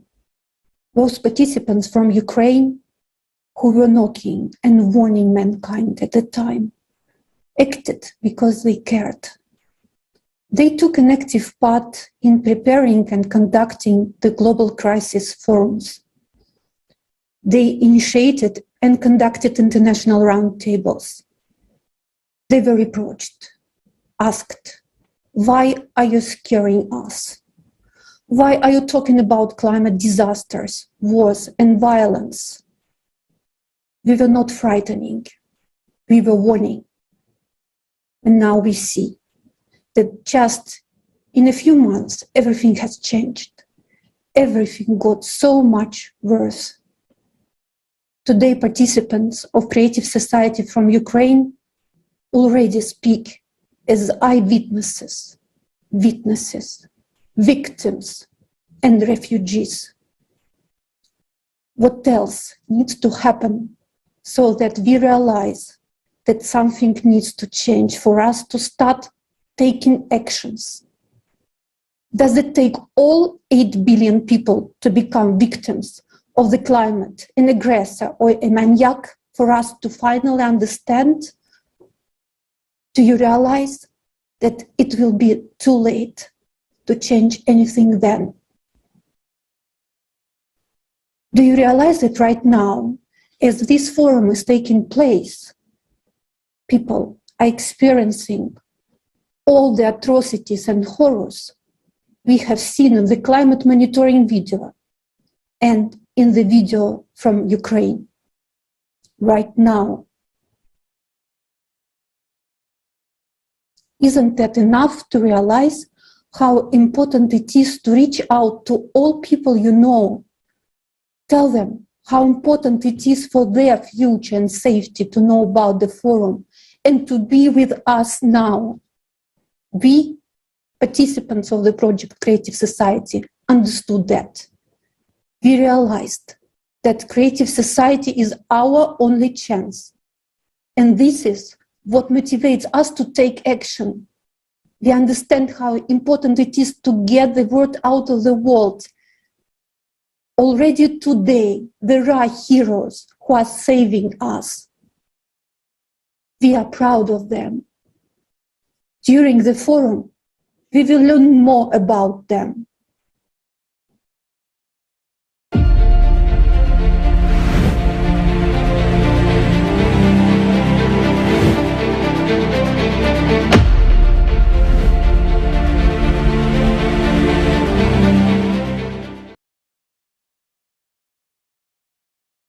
But honestly, even after everything you have seen, you have doubts about whether or not this tornado or other climatic disaster will happen to you. Maybe I will be lucky and the disaster will not come to my house. But the truth is, these events will happen. We are well aware that the climate is changing due to various natural factors, and humans have no influence on these changes. But it is precisely in recent decades that an additional, most frightening factor of climate change appeared: the 12-year cataclysmic cyclicality. During the last 20 years alone, we saw changes that we have not seen in the previous 1,000 years. These cataclysmic changes occur on the planet every 12,000 years and are caused by galactic cyclicality. But unfortunately, scientists still ignore this factor. We will discuss this topic in depth today.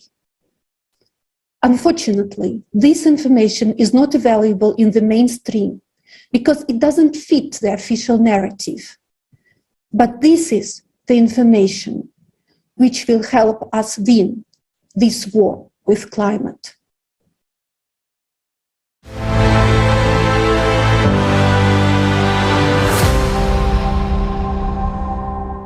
Climate change is now happening due to a 12,000-year cycle of cataclysms.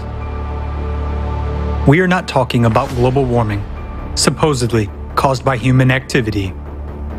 We are talking about the destruction of the planet from within and the death of all life on it. This is not a joke and not a script for a new disaster movie. It is already happening right before our eyes. Why do those who should have been the first to warn us of the impending doom keep silent? The scientists whom we entrusted with the responsibility of warning us of the disaster are divided. Instead of figuring out the real causes, they fight against each other. Some argue that climate change is caused by human activity, namely, the emission of CO2 into the atmosphere due to the burning of hydrocarbon fuels. In their opinion, this is the reason why the climate situation is catastrophically worsening. Other scientists believe that modern climate change has nothing to do with human activity. It is caused by normal variations in natural factors, just as it always happens in nature. And so there is nothing unusual about climate change on the planet right now. Yet, both groups of scientists are blind.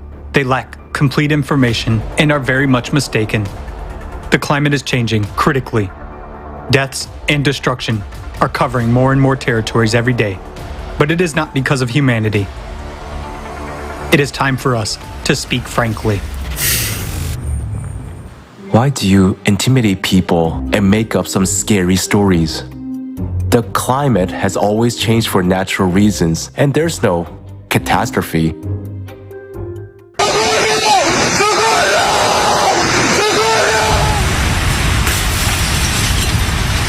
morning as firefighters try to... Just pull over, Jordy!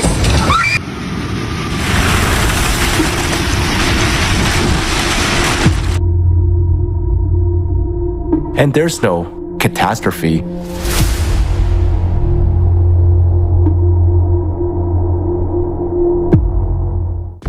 Is a person who wakes you up by knocking at the door when your house is on fire, scaring or saving you? And if it's not just your house that is on fire, but the whole planet, should you be warned about that? What is happening on the planet right now is abnormal for the last 11,000 years. Let's face the facts. Over the entire millennium, the planet hasn't experienced such a drastic climate change as in the last 30 years of our lives. Overall ocean heating has increased by 450% in the last 30 years. Evidence of heating of deep ocean layers suggests that the ocean is warming from the bottom up. The ocean warming provokes an increase in the strength and number of hurricanes. The year 2020 has broken all records for the frequency of hurricanes and tropical cyclones on the planet over the entire period of observation. Due to increased humidity and rising temperatures, the intensity and number of tornadoes is increasing. Since the 1990s, the number of tornadoes in Europe has increased tenfold and continues to grow. Tornadoes and hurricanes can destroy entire residential districts, and they don't care if people are hiding there or not. Over the past 33 years, there has been an increase in the number of storms, wind speeds, and wave heights in the oceans are rising, and a significant acceleration of sea currents has been observed. According to NOAA, the number of floods in the US has increased by about 100% over the last 30 years. At the same time, they began to occur synchronously, hitting several countries at once. Since 1998, floods have affected more than 2 billion people worldwide. The rate of loss of the Greenland ice sheet over the past 30 years has increased 20 times and exceeds the maximum rate of the last 12,000 years.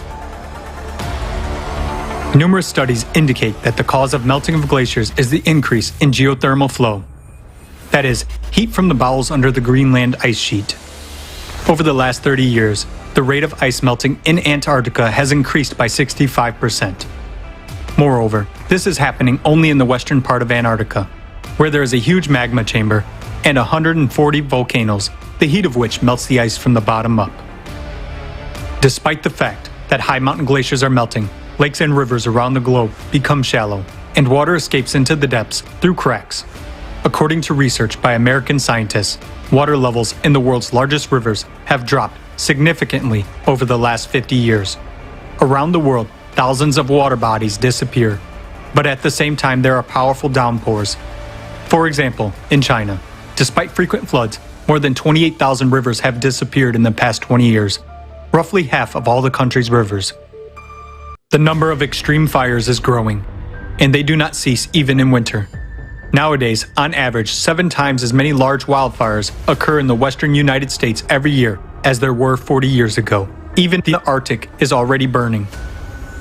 With 2019 seeing the largest and most destructive fires in the northern hemisphere in 10,000 years. Fires occur in areas where the Earth's crust is fractured and where hydrogen, methane, and other combustible gases emerge from the subsurface. Because of that, fire cannot be put out. It incinerates cities, leaving scorched areas for years. More and more often, people lose their lives in fires or suffocate from the smoke. Well, all of these things that you named, they are all caused by global warming, which is the result of the increase in greenhouse gases caused by the combustion of hydrocarbons. Humans are to blame. Climate change due to CO2 emissions is negligible because the concentration of CO2 in the atmosphere is negligible. The concentration of CO2 in the atmosphere is 0.04%, while anthropogenic CO2 is 0.0004%. How can 4 molecules per million that humans add to the atmosphere cause global climate change? The rise in carbon dioxide in the atmosphere is a consequence, not a cause, of rising temperatures. Natural sources emit much more CO2 than humans. The main source of CO2 is the ocean, heated by intense magmatic processes on its bottom. The amount of CO2 emitted by the biosphere is also rapidly increasing. Trees have started to mutate, now emitting CO2 instead of absorbing it. In the last decade, the Amazon forest emitted almost 20% more carbon dioxide than they absorbed. And in Siberia, larches also began to emit CO2 into the atmosphere in the late 1980s. As a result, for the past 15 years, forests have been supplying it just as intensely as industry. Along with the forest, swamps began to emit CO2 as well, so the accumulation of CO2 is taking place at an increased rate in a natural way. The reaction of the biosphere and the ocean is a response to activation of the planet due to the 12,000-year cycle. Abnormality of the current events is confirmed by the period of the so-called Holocene optimum that occurred 6,000 to 9,000 years ago, when temperatures on the planet were 3 degrees higher than nowadays. However, there was no such a powerful emission of CO2, mutation of plants, and growth of cataclysms. Now the heating is happening from inside the planet. I am not convinced. It's all man-made. I agree that humans have no effect on climate change. But wait, what's that internal heating about? The sun is a major factor in climate change.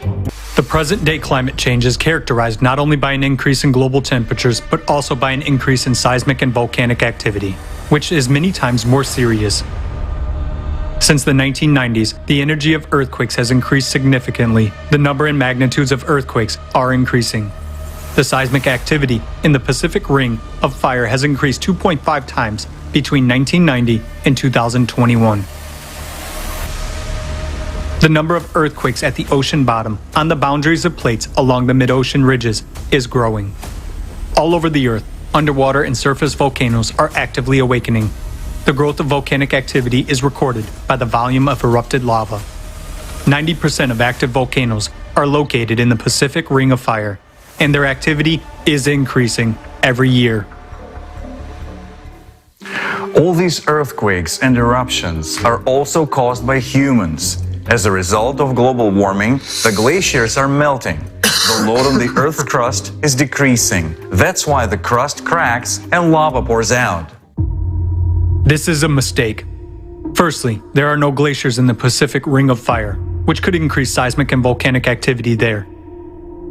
Secondly, despite their high speed of melting, glaciers have not yet melted completely. Moreover, on the contrary, they are melting right where magmatic activity is increasing, but not everywhere, as would happen due to melting from the surface. And finally, how can CO2 emissions cause deep focus earthquakes at a depth of 700 kilometers, which have disastrously increased in recent decades? According to seismologists, such earthquakes were considered to be impossible because at such depths, rocks are supposed to experience only plastic deformations. Since 2014, an increase in earthquakes at depths of more than 700 kilometers has been recorded. And in 2015, scientists detected an earthquake 751 kilometers beneath Japan, which was the deepest earthquake in the entire history of observations. Something anomalous has started happening in the Earth's mantle. Humans couldn't have affected the Earth's magnetic field in any way either. In 1995, a sharp acceleration of the North magnetic pole drift speed by 3.5 times was recorded, from 15 kilometers to 55 kilometers a year. The electromagnetic field is generated by the dynamo mechanism in the Earth's core. Therefore, it is obvious that changes in the magnetic field indicate changes in the core. I agree about the magnetic field, but regarding the growth of seismic and volcanic activity, I'm doubtful. First of all, along with our progress, the number of seismic sensors has increased. Algorithm of data processing became more advanced. That's why we see their increase. As for volcanoes, it's just that the human population on the planet has increased, so there are more of those who observe volcanic eruptions. That's an understandable point, but in this case, the increase in seismic activity is reflected objectively. According to experts, there was a significant leap in the number of installed seismic sensors on the planet approximately in the 1970s. Since then, their number hasn't changed significantly. While there is an increase in the number of powerful earthquakes, their magnitude is growing, and deep focus earthquakes began to occur. The increase in the number of sensors makes it possible to observe only an increase in the number of small earthquakes. Meanwhile, earthquakes with magnitudes over 4 are registered all over the planet at all seismic stations, regardless of where it happened in the world. Moreover, The increase in the number of strong earthquakes with magnitudes over 8 in the last 20 years has nothing to do with the way the data are processed. The same may be said about deep focus earthquakes. Since the first event of this kind was detected in the 1970s and up to the present day, there has been a significant increase in the depths and magnitudes of such earthquakes. Similarly, volcanoes have been observed from satellites since the late 1980s of the last century. In other words, since that time, all eruptions have been clearly visible from space. The world's population is growing in places where there are no volcanoes or very few of them. But where there are many volcanoes, the population doesn't grow or it even decreases. The number of volcanic eruptions is increasing statistically, and not because more eyes are looking at those eruptions. If we accept your arguments, then what caused all this?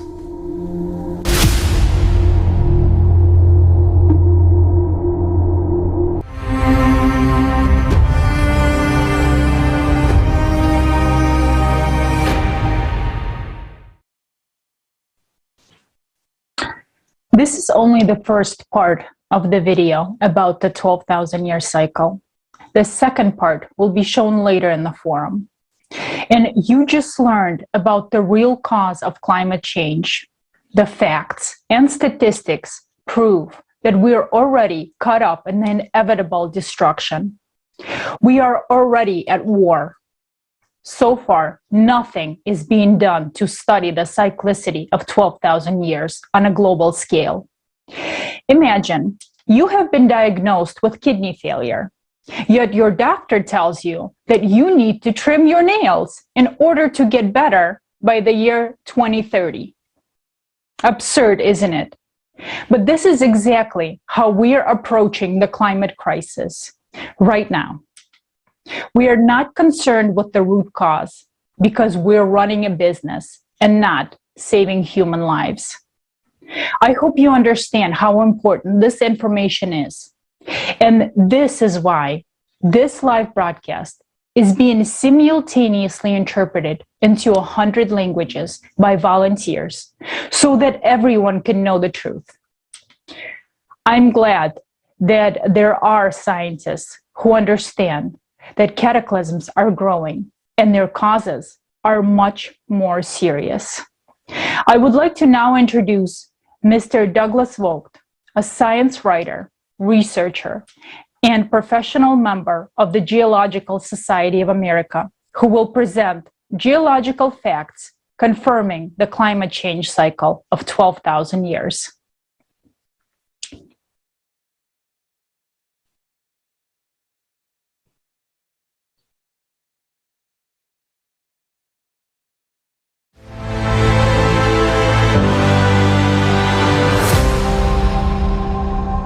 My name is Douglas Vogt, a research geologist researching the causes of the Ice Age reversal.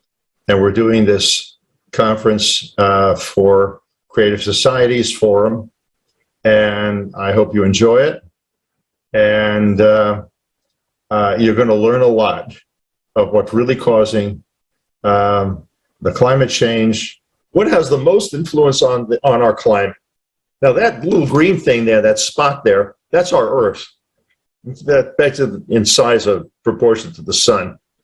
And do you think the ants on that speck of dust has an influence on global warming? No, it's the sun. This is an IQ test. If you're too stupid to understand this, instead you're thoroughly brainwashed by governments to think global warming is caused by your car, your hibachi, you breathing too much, and cow farts. You're too stupid for this discussion at all. You're going to become like the dinosaurs, extinct, and you should be. You're too stupid to survive. What you're looking at is two ice cores. The one on the left-hand side, see that black band in there? That's about 12,000 years ago. The one on the right also is 12,000 years ago. And depending on where they took the ice cores, one is in Antarctica, the other one I think may be Greenland. But you get an idea of this is worldwide, and the ice cores tell the story right off the bat. Now, in the ice cores, they say, well, there's a higher concentration of CO2. Another source of CO2 in the sedimentary layers would be also more volcanoes going off. It gives a whole bunch of chemicals, including CO2. Now, I'm going to explain why you're going to have an increase in volcanoes. So the volcanoes go off, but you're able to date material that a lahar or lava went over and then burned a log or whatever, and they find it in the sediment below. This is dating organic material that was found under lahars or lava. And again, they all group around 12,000, 24, 36,000. There's one more, 48,000 and 60,000. They're harder to find evidence like this because why bother? I mean, the scientist has so much time. Is he going to go plow through a bunch of lava flows to try to find a log that's got part burned and try to do a carbon-14 dating? Remember that I told you about a piece or a phenomena? You have to know to do the carbon-14 dating of something like this. And it costs money to have it done. Now, on the right-hand side, I'm trying to show the model of what's going on in the center of the sun, of the Earth, rather. The center modulation point. As you get closer to the reversal, you have a collapsing magnetic field, which is what's happening now.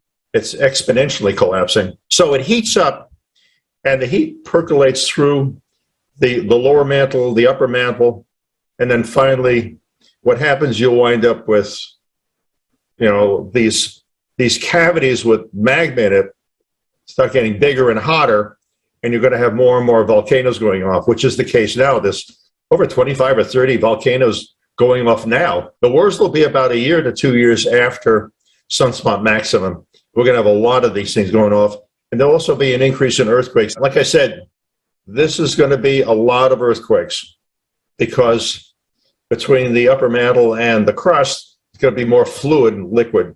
So you can have the moon on one side, the sun on another, maybe enough to release some pressure someplace and let these plates start moving more. You're going to have a lot more earthquakes. So on the right-hand side shows you the traditional model of a bar magnet in the center of our Earth. Yeah, right, sure. And but this is really what's going on right now. Now, you're going to have more hurricanes and more tornadoes, and it's all due to the output from the sun. And this is why. Sun's output increases, it's going to increase more evaporation of the oceans. Oceans heat up, you'll have more hurricanes and also storms and tornadoes, more evaporation of ocean water, more rain and storms. It has nothing to do with mankind.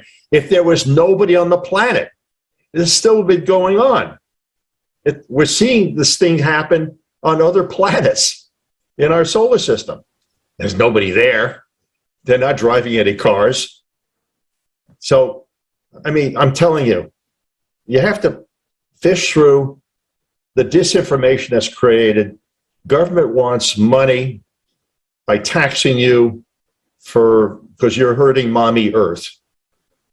Fortunately, daddy's son is going to get rid of them real fast. But by then, it's going to be too late for them, too. The bureaucrats have done something incredibly stupid that hurts themselves more than, as well as the rest of us. And I don't know what to say. It's like I woke up in the insane asylum and the patients have taken over. And taken over academia, too. Like I said, they've institutionalized stupidity for the one purpose of gaining money from government, usually, and tuition. What else do I say? I mean, this is the end of days, literally, and I'm basically trying to help people so they save their lives, so somebody can save their lives. I mean, I'm one voice. Dihol Foundation is a nonprofit science foundation. We're doing the best we can, but it's a lot of headwinds, a lot of stupid people, and people who don't want this thing to be known. And people say I'm brave in doing this. I don't see any bravery in it. Why to be brave to tell the truth or what you've discovered? What's the point? If you see something that's wrong or evil, you should say it. Tell people.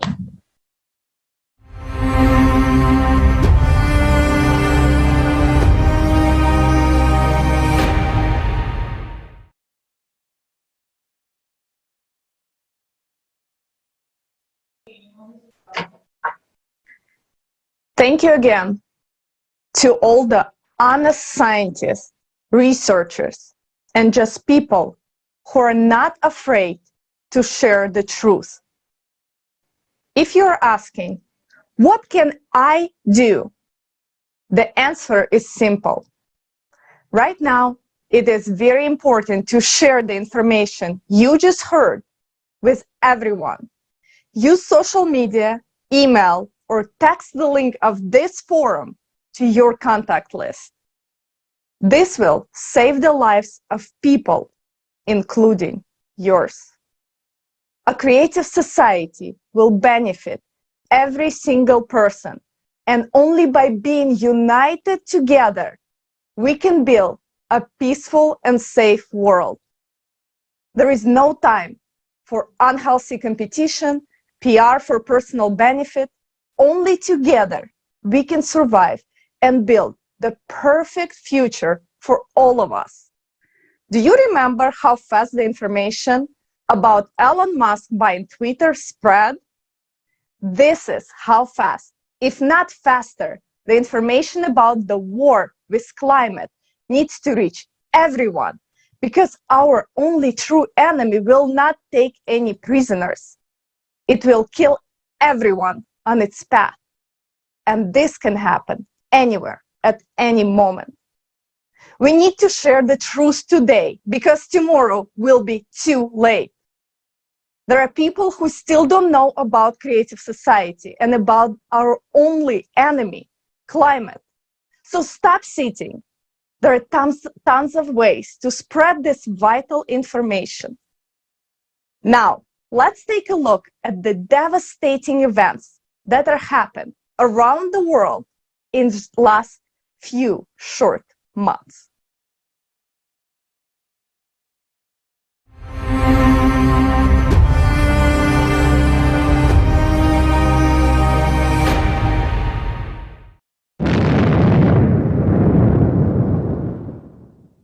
Petropolis, Brazil, February 2022. This is so terrible. My friends are all buried, all dead. Oh, my friends. The water was 2 meters high. A lot of water, a lot of water. We haven't seen anything like what happened here yesterday. I don't even know what to say. We lost everything, that's it. A complete loss. The enemy is attacking suddenly, again. People are not warned. There is no effective help.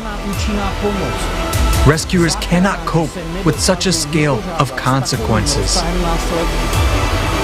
How long will this go on? The real war is going on. And what are we doing? Are we reinforcing the front lines?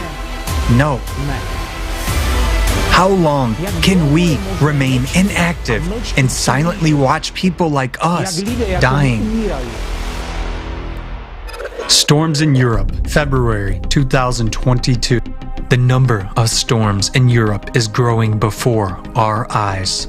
33 storms have hit residents of European countries in the last year and a half alone. This is exactly as many as over the 9 years from 2010 to 2018. For the first time, 3 deadly storms hit northern Europe within several days. There was a terrible rumble. Through the window, one could see the roofs of neighboring houses being torn off. Bricks started to fall on their heads. I'm in despair because once again, here it is, it's freezing cold in this house. It's a very cold house anyway, and there's no news. On February 18th, Storm Eunice struck Great Britain. The wind gusts on the Isle of Wight reached 196 kilometers an hour, which is an absolute record for the entire history of observations in England. The wind felled trees, tore off the roofs of houses. Millions of homes were left without electricity. Storm Eunice became the most expensive storm in Europe since 2010. Australia, February through April. Natural disasters cascade over the same region.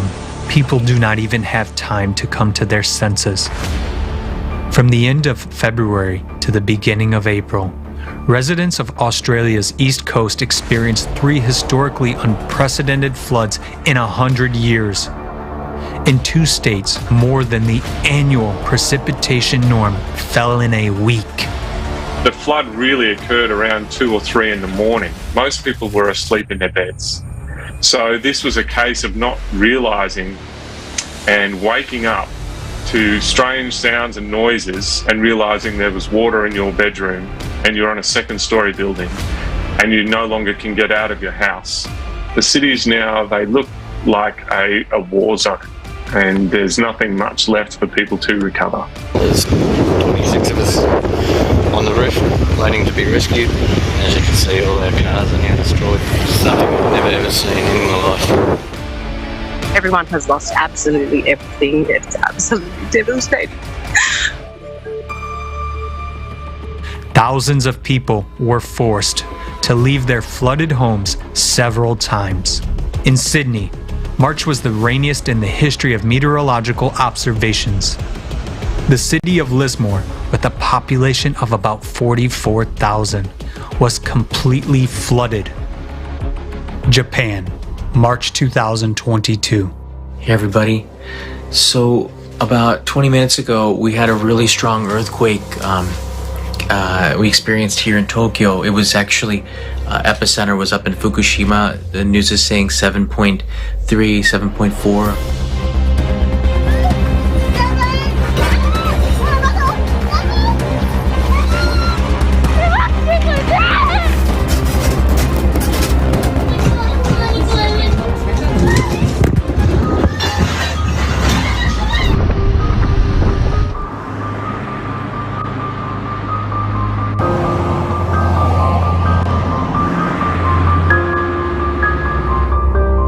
USA, March through April 2022. This is a tornado. This has got to be a tornado. Oh my gosh. March continued the frightening statistics on the number of tornadoes in the US. This month, 226 tornadoes were recorded, and this is an absolute record since the beginning of observations. And I honestly didn't think I was going to live through this one. I thought we were going to die. We barely made it into the room. 5-10 more seconds, we would have been in the hallway, which is nothing.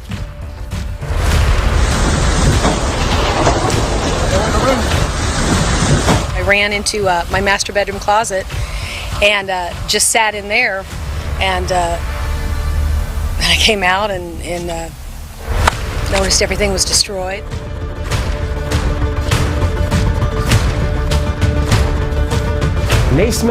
We are not blind. We see that the situation is beyond our control. The real causes have not been studied, and we have no solutions. The Philippines, April 2022. In April, Tropical Storm Mega hit the Philippines. Heavy rains have caused large-scale landslides in the Leyte province. It sounded like an explosion. We ran up to the hill to see what was going on. It was awful. We could hear people crying, calling out for help.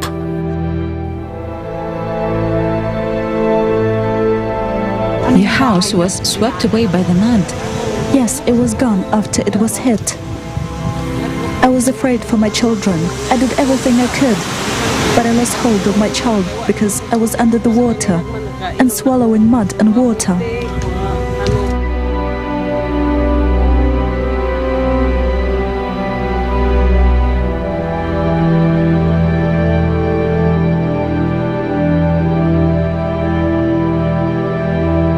South Africa, April 2022.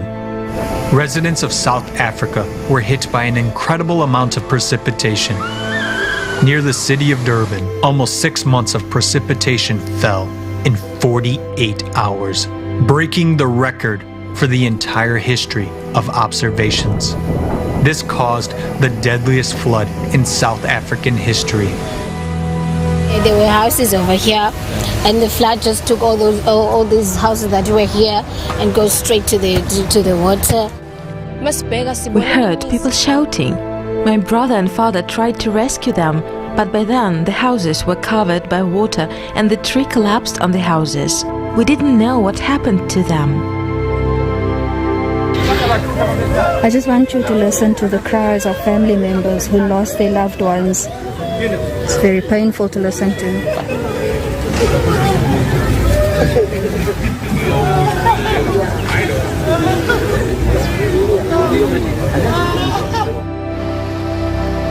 The past 5 months have convincingly shown that cataclysms are becoming more and more abnormal, unpredictable, and destructive.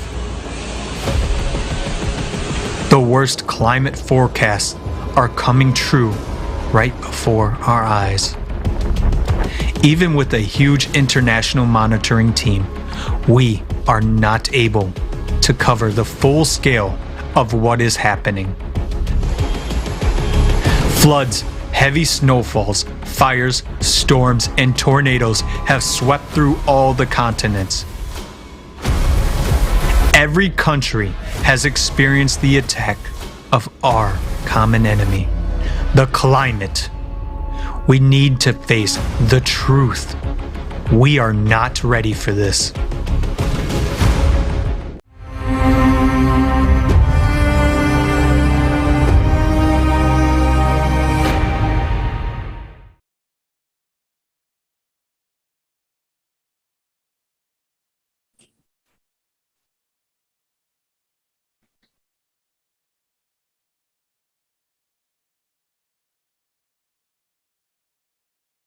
Do you still doubt that this is war? The situation is critical. Right now, right this very minute and instance, the enemy is incinerating someone's home, caving in, crushing floods, and shaking the grounds beneath their feet. Right now, someone's child is left motherless. Right now, someone has been sentenced to be a refugee. Right now, someone has run out of bread and water, and the prospect is only a painful death.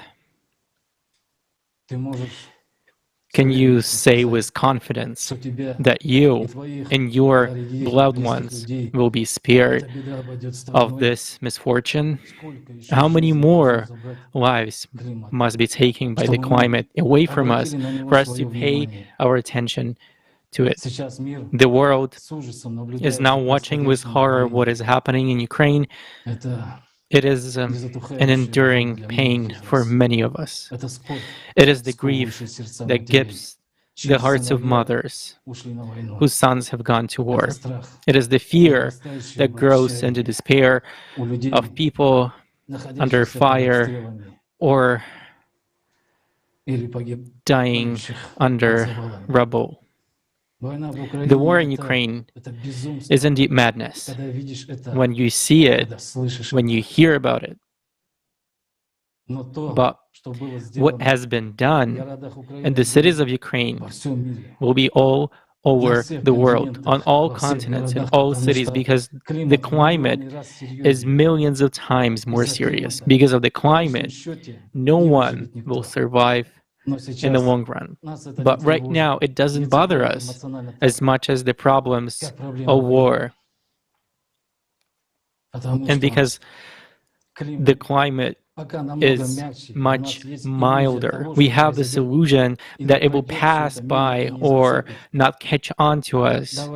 So let's ask the residents of Bucha, Irpin, Mariupol, and many other towns and villages in Ukraine who found themselves embroiled in the bloody mess of war, whether they imagined that they would be the ones who would be shot.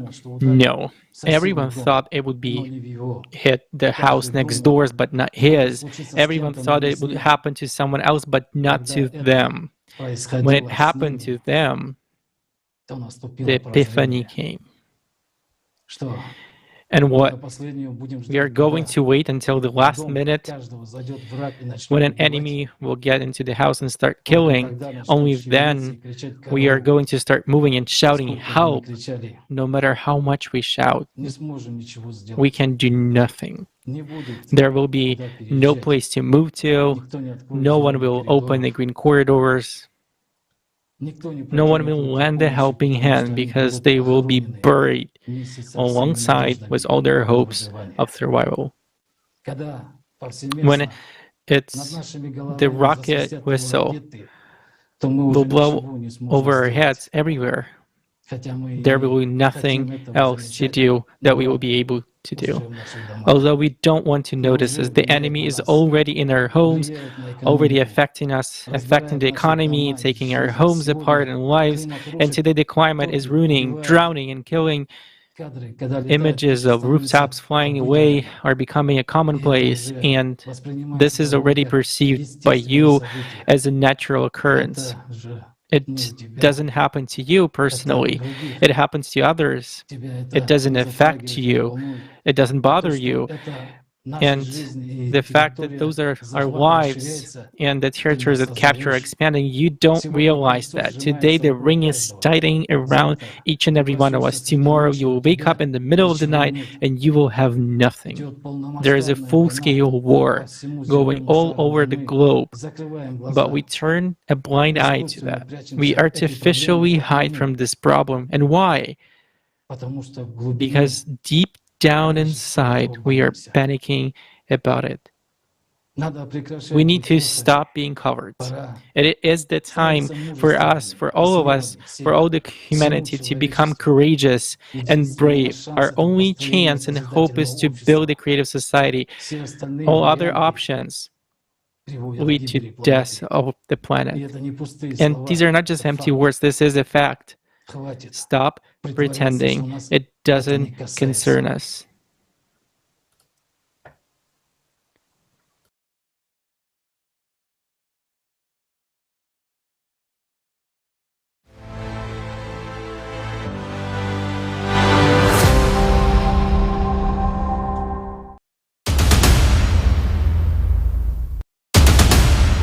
Do you know what a sudden death is?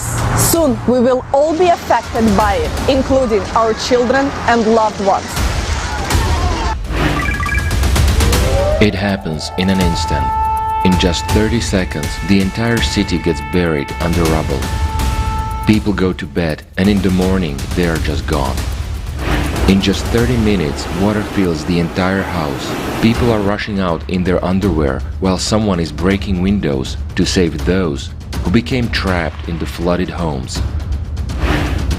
Landslides, instantly destroying everything in their way. If lucky, warning come just a few minutes before a natural disaster. It's impossible to escape within this time. None of us are prepared for such a scenario.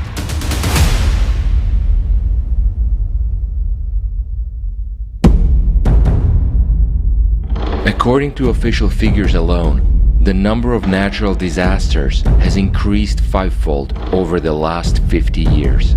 The climate causes $202 million in damage and claims hundreds of lives every day.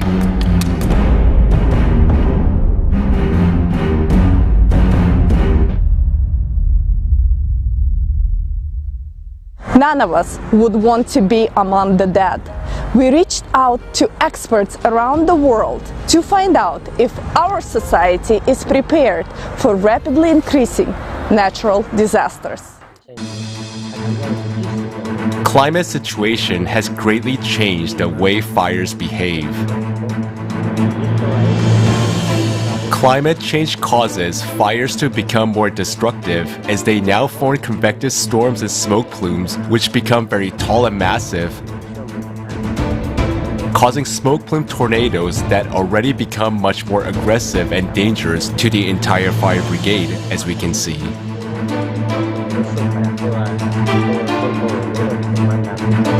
These fires require much better logistics or resources, and every day we're being tested by these unknown phenomena. But we do know that this is caused by climate change. I don't know what the solution is. I don't have one. But what I do know is that we have a problem. As for every natural disaster anywhere in the world, you know why the word disaster is connected with the natural? Because it's beyond the capacity always, and it will be. You can't have enough moisture to deal with tsunami, to deal with the drought. You can take the safety measures like where people will be shifted, what will be the relief area, and how you will be managing all these things. We are all targets and we are all victims. That is already a given reality. You cannot say, no, it will not affect me because I'm rich. That typhoon doesn't choose its path. Even the big houses here, even the millionaires' houses, or even any kind of calamity should be understood in a way that we know the effect of it. We are all at the end point of the climate, but do we know our enemy's face, its weapons, and its force of impact? How are we going to stand up in a war against climate if today we spend money not on real counteraction, but on the hypothesis that 0.004% of anthropogenic CO2 causes all the cataclysms?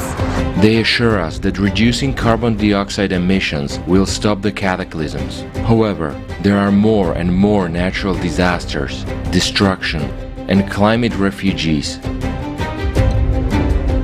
Just think about it. Over the last 11 years, more than $5 trillion has already been spent on the so-called fight against climate change, but it's useless. There are so many disasters already that the heroism of rescuers is not enough. Rescuers are heroes and they risk their own lives. But the tools they have are not enough to deal with the force of natural disasters.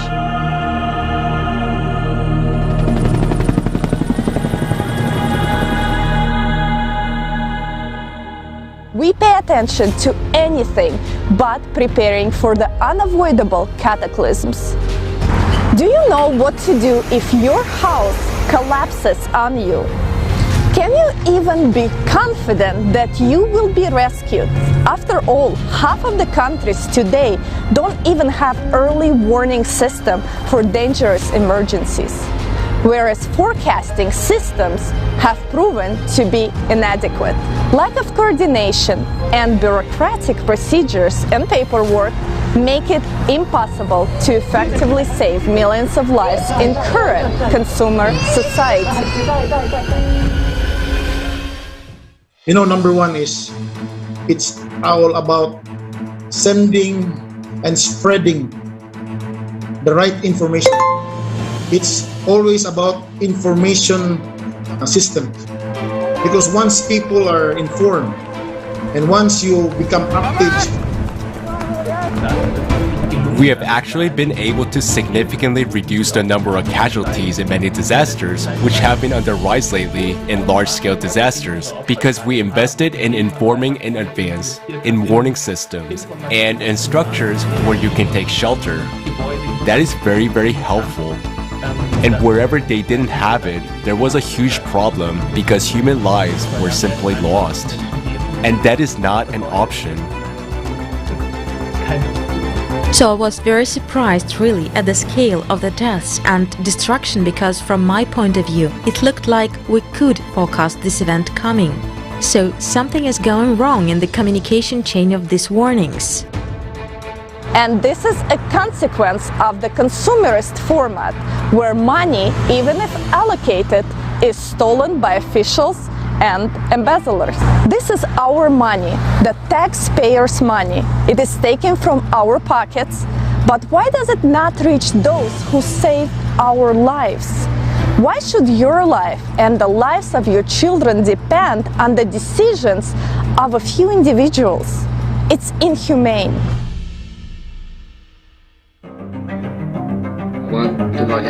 While we were going through one of the greatest tragedies in our history, our president decided to take a vacation and went for a trip to the south of the country. He provided no practical help, no help at all. If we only depend on the government is also will be also busy the time. The need for assistance must be well assessed, and there must be someone who can arrive at the site quickly to assess it. Whereas if the assessment is incorrect, then either too much or too little help will be provided. It is possible to work only by improving warning systems, having rapid reaction force units, and having local search and rescue teams. There are already some effective technologies that can help save people in emergencies. For example, a rescue drone that can be used regardless of weather conditions. Thanks to a multitude of sensors, it finds survivors very quickly. A vehicle with an autopilot can detect debris underwater during flooding, help people get out of the water, and it can deliver supplies. A snake robot and a crawler robot can detect gas leaks, and owing to built-in microphones and speakers, it can help communicate with survivors in hard-to-reach places. Developed together with NASA, Finder technology can detect breathing and heartbeat in 1 minute, even through 9 meters of concrete, and it can help find up to 5 people at once. The multipurpose complex Voskhod is a unique development. It has no equivalent in the sphere of emergency management, as it is capable of calculating the required number of rescuers and equipment, determining the required amount of funding for a rescue operation, victim support, and recovery work. This complex has a very important feature. It does not allow stealing from the budget and profiting from human adversities. Technology to save people is not being implemented everywhere because it is not a priority in the consumerist format. Protocols of diplomacy, conventionalities of diplomacy and politics, and a lack of joint logistics have brought us to the point where there is no effective interaction among emergency services in the world. We need to build our society on a system which is more resilient, which is better capable to withstand any change which is happening, either in climatic systems or even in socio-economic systems. There just has to be cooperation based on trust and also a system for distributing budget funds, which is simply growing in different countries. And that works, saves lives, and preserves livelihoods. In that sense, I very much support the idea of establishing a global rescue service, a unified organization that ensures room for opportunities, takes diversity into account, and at the same time makes use of synergies on a global level. That's exactly its value. There must be a single global rescue service for an emergency response, which will enable competent coordination of experts and rapid deployment of the required equipment to save billions of lives, including yours. All this is possible only in the format of a creative society. Currently, an important step in its building is the stage of informing. If we do not inform people about it right now, we will lose time. And tomorrow, there will be no one to inform and no one who will help you. It's important to bring this information to everyone now so that you and your family can survive tomorrow.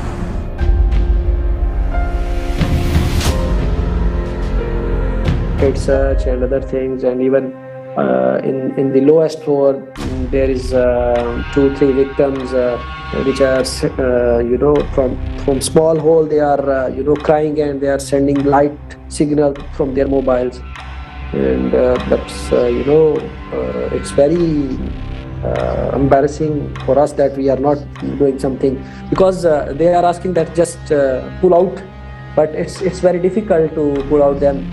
because there is a huge debris, 5-6 floor had collapsed.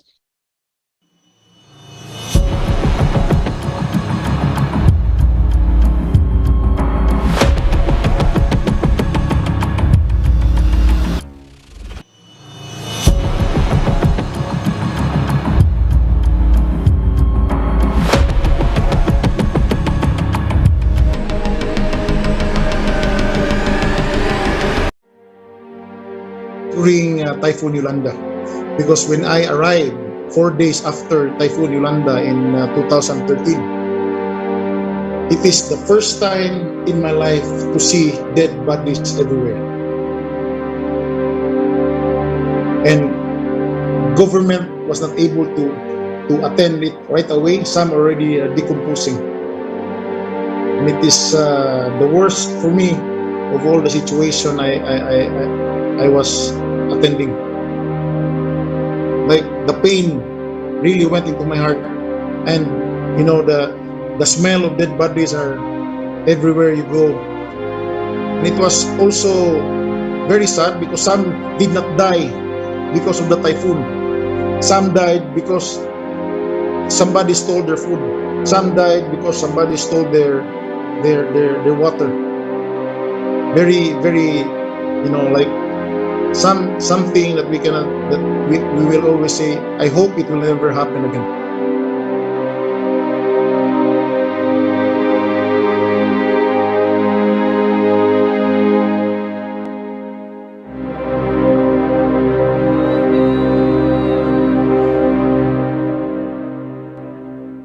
In the consumeristic format, nobody cares about anyone.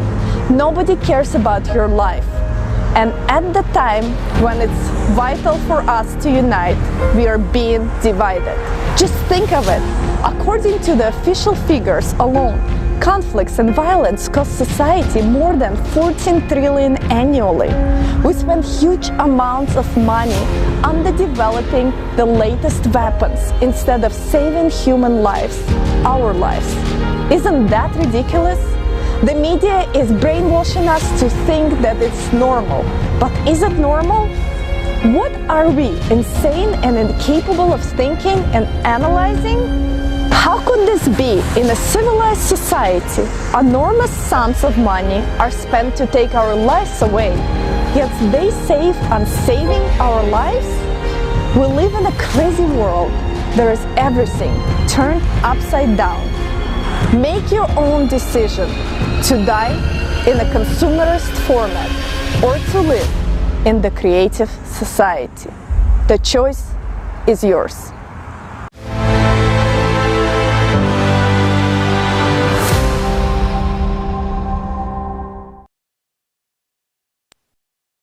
Dear viewers, in the current consumerist format of the society, nobody cares about you, but you care about your family, about your loved ones. We, participants of the project Creative Society, care about you. We created this forum for you.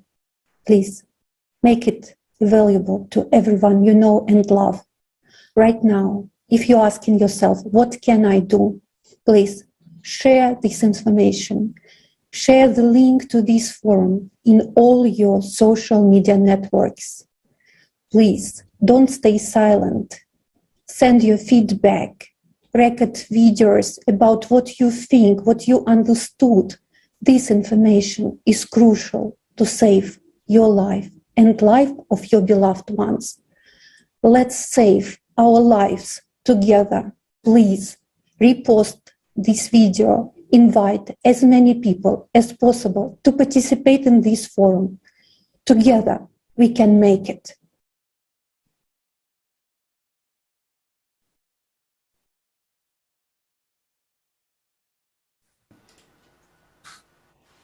Greetings. Here, we have shown the real situation now, how serious and dangerous everything is. But most people, out of habit, think if something like this happens to me, I'll definitely be saved and rescued. There are services that deal with this, specially trained people, those who are supposed to save me in any situation. And let's look at what state these services are in now. How are they trained? What technology do they use? When was the last time they were updated with those technologies? And most importantly, who do they report to? Who gives the orders to save you or not? The mayor of the city? The head of the region? And if he is on vacation in the islands when it will be necessary to rescue you? Or generally decides not to send you the emergency rescue team so as not to create panic? How many such examples have there been? How many times have you personally heard such stories? Just recently, there was such a case in Brazil. So now, please, answer the question, are you sure you will be rescued by the Ministry of Emergency Situations? What are your real chances of getting help? And remember those cases when the emergency services saved, first of all, the rich, the influential, and their property. And this is taken for granted in the consumer format today. And how should it be? There should be a worldwide, unified emergency rescue service which should not be subordinate to officials or bureaucrats. Rescue specialists themselves should make instant response decisions. One more thing. No matter what disaster occurs, no matter who tries to help, the first thing to face is a shortage of food and water. And so famine is very real today. Why? Read some smart books. Pandemic, war, famine. Doesn't that remind you of something? Look at what's going on around you. This is what people have experienced more than once. Everything is scary. Disease, war, disasters. But there has never been anything scarier than hunger. Let's watch the next video about food and water shortage.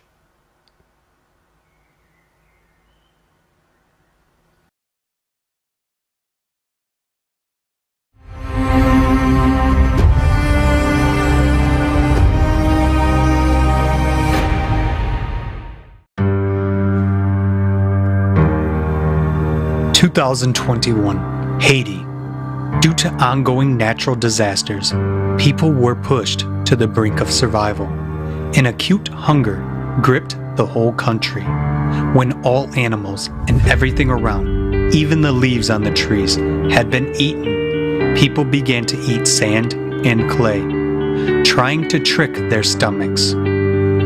2022, Yemen. The armed conflict that has been raging in the country for 8 years has led to a serious food crisis. As a result, 5.7 million people are experiencing acute hunger. 2.2 million of them are children.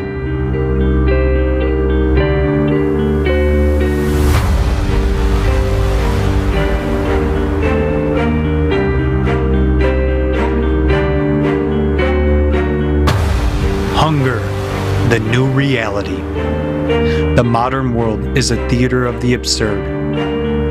While on one side of the planet people die of hunger by the thousands every day, on the other side of the planet, more than 2.5 million tons of food are simply thrown away every day before it even reaches shop shelves.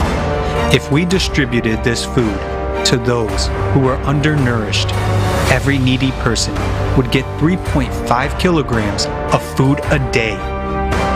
We still can afford to buy food and throw it away untouched, but that will change soon.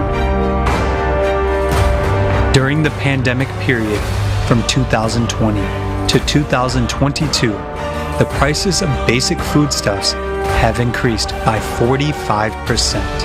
At the same time, the level of poverty around the world has also increased, even in developed countries such as the US and Europe. Many people are already experiencing it. According to the US Department of Agriculture, more than 38 million people, including 12 million children, are food insecure in the United States. In Switzerland, 722,000 people were already below the poverty line in 2020. Heat or food, electricity or dinner, rent or food, which would you choose?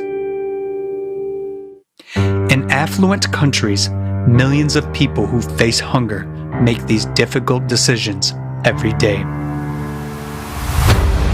But this is just the beginning.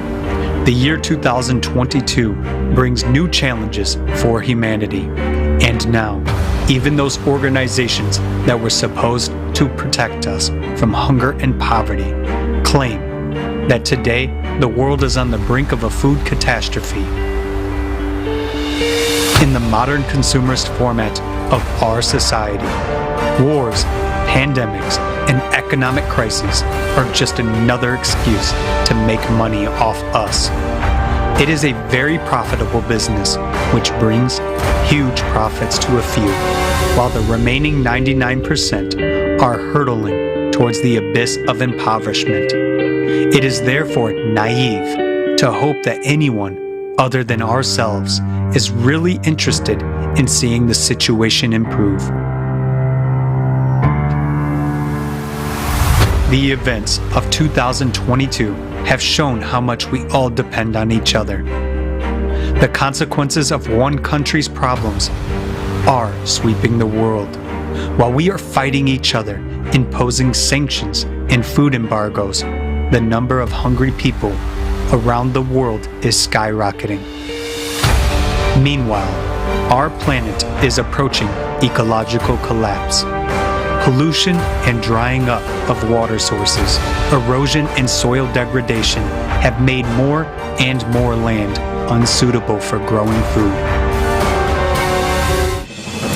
Extreme temperature fluctuations and shifting seasons have also contributed to that. Sharp frosts, heavy rains, or prolonged droughts lead to crop failures in entire regions. Meanwhile, it is estimated that by 2050 the world will need 50% more food to feed an expected population of 9 billion people. How will we be able to feed so many people under these difficult conditions? But these are only harbingers and the initial stage of climate change. Cataclysms are increasingly causing famine. Flash floods, hurricanes, and volcanic eruptions rapidly following each other not only make the soil unusable, it becomes impossible to live in these areas. Now we are so desperate for food, water, and medicine. Even money won't help us, as there is absolutely nothing to buy on the island because everything is destroyed. Many of our fishing boats are badly damaged, and some people have tried to repair them to use for fishing. Now the only thing we drink is rainwater, and so many people are getting sick and suffering from dehydration. Our world, which seems familiar and stable to us, fails in any difficult situation. We live in an illusion of security and close our eyes to what is happening in the distance. But we cannot escape inevitable climate change. A wave of cataclysms is inexorably rolling towards all countries and regions of the planet. In the years to come, every one of us will face famine, and the likes of Haiti, Yemen, and the Philippines will spread across the planet. This is the future that awaits us if we don't change anything.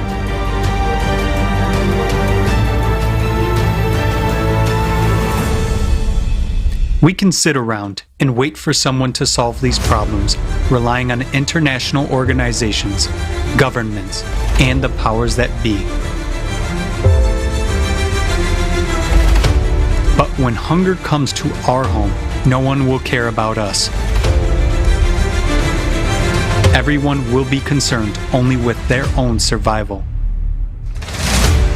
This is exactly the root of our consumerist format. We are all divided and everyone is for himself.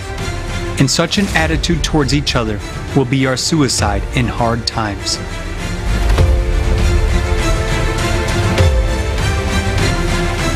But everyone who has been through difficult situations knows that help and support come from ordinary people. It is possible to solve a seemingly unsolvable problem together. And in such situations, everyone understands how important simple human relations are, as well as the life of each person around you. We are so interconnected today that it is impossible to solve global problems alone. But together, being united, we can find that only way out for all. A way out that will allow all of us not only to survive in the future, but also to build a different world and a different society. A society where human life will be the main value, and where we will never allow hunger, poverty, or wars. That is the creative society.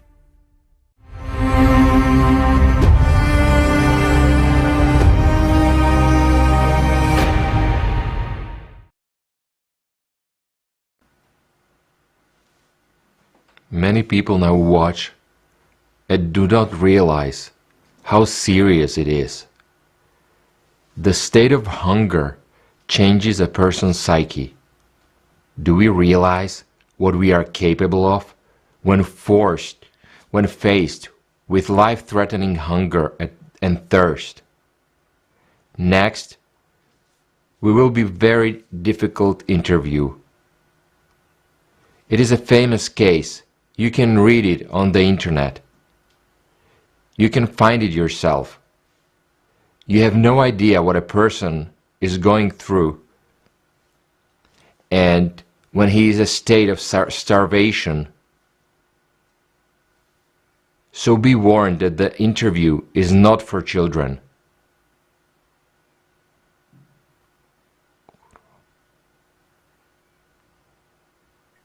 My name is Gustavo Zerbino. I am one of the 16 survivors of a disaster that occurred in the Andes in 1972. I was 19 years old. I was going to play rugby in a team called El Cristians. We were flying on vacation from Montevideo to Santiago de Chile, but unfortunately, we never got there. At a speed of 600 kilometers per hour, we crashed into a volcano, the one in the center of the Andes Mountains. The plane broke into thousands of pieces, and we fell into a valley called the Valley of Tears at a 4,400 meter altitude. We had to live and survive for 73 days and 73 nights, surviving temperatures of -30 and -40 degrees Celsius, -40 degrees, without clothes, without food. Each of us lost 10 kilograms or so in just one day. During one night, the body goes into a hypercatabolic state in order to maintain its temperature of 36.5 degrees. First, the fat is burned, then the muscles, then the bones. It's like a deflating balloon. In other words, since we didn't die and continued to live, the body was still burning calories trying to raise the temperature above 36.5 degrees, because under 36 degrees, you get hypothermia and die. At that altitude, there was no grass or lichen growing. We had no food. At first, each of us drank a scoop of wine, ate one peanut and chocolate, a small piece of chocolate. We also ate cream, feminine hair fixer. We tried everything, and we were so hungry that we had to choose between life and death. And we decided that we wanted to live. We made a deal that we were a team. And we said that we were willing to sacrifice the body of our dead comrade so that his friends could live on. And when we all agreed on this, we started discussing how we were going to do it. In order to make a decision, you first have to overcome psychological taboos, religious taboos, physiological and emotional taboos. So when we were ready to do that, saying that was a one thing, but doing that with our own hands was quite another one. The body was frozen in sub-zero temperatures.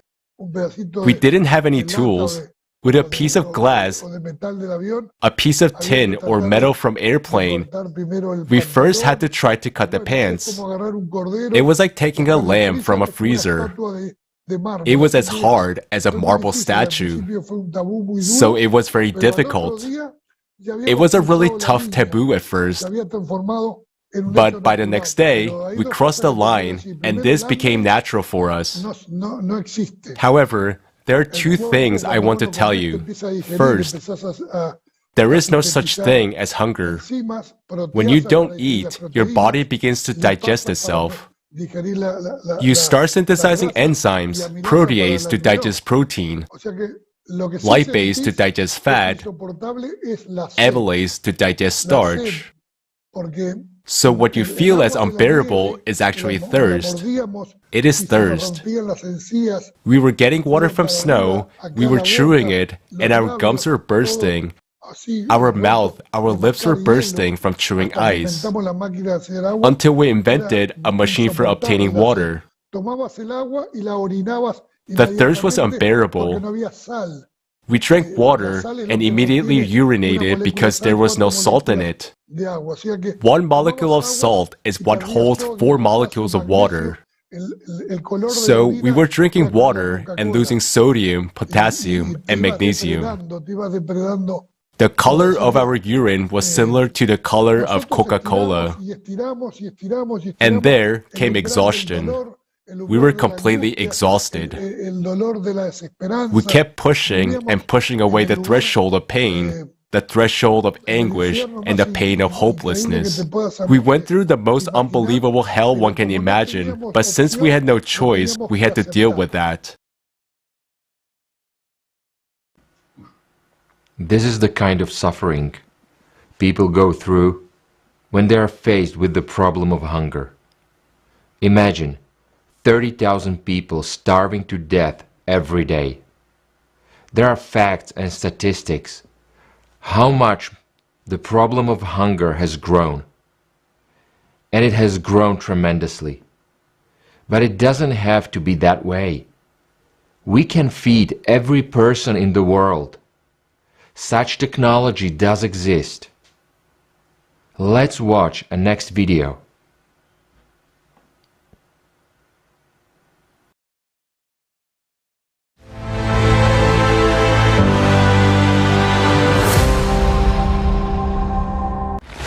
Every night, 811 million people go to bed hungry, and already 38 countries are on the brink of starvation.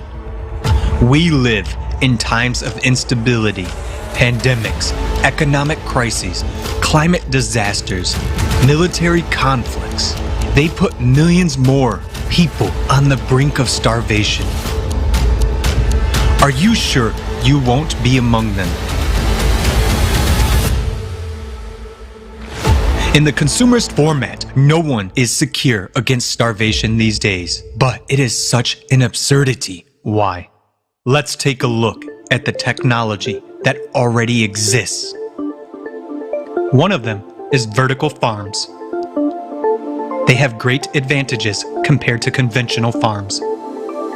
They produce 300 times more food and up to 30 yields a year. They consume 95% less water and 80% less soil. They make it possible to grow various crops all year round without using pesticides. They don't depend on weather or location and require minimal logistics costs. Harvesting is possible even in Antarctica. Aquaponics. It allows simultaneous breeding of fish and cultivation of vegetables in a single closed cycle. Fish waste fertilizes plants, speeding up their growth by 40%. It is environmentally friendly and can operate in a virtually waste-free way without polluting water bodies. It doesn't involve pesticides and consumes 10 times less water. Yields from 1,000 square meters of land by this method equal to yields from 2 hectares of fields and 20 hectares of ponds. It can be applied in the tropics or an arid desert, and even on the roof of a skyscraper. Humanity has already learned to print food on a 3D printer and to grow fish and chicken meat from cells. Even food made of air is no longer science fiction. A Finnish company is building a factory to produce flour from air and has won the first stage in a competition to provide food for space missions to other planets. We have shown only a few examples of technology, but even they can already resolve the problem of hunger once and for all. Development and introduction of such technologies in the infrastructure of cities will provide people with food everywhere, regardless of crises and disasters. It will make the process of growing food products independent of climate, weather, location, soil fertility, or even logistics. In consumer society, hunger is a prospect for everyone. In the creative society, not a single person in any country of the world will go to bed hungry. It will be up to us, people, to jointly decide which scientific discoveries to implement first, while openness and transparency of information in the creative society will make it possible to ensure reliable control over implementation of our decisions. We really want to live in the creative society. And what about you?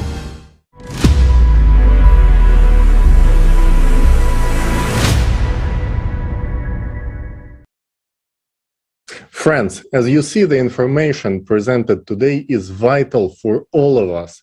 If you do understand the importance, please share your thoughts online and send us your feedback on creativesociety.com. Друзья, эта информация очень важная, поэтому, пожалуйста, снимайте видео, присылайте на почту info@creativesociety.com.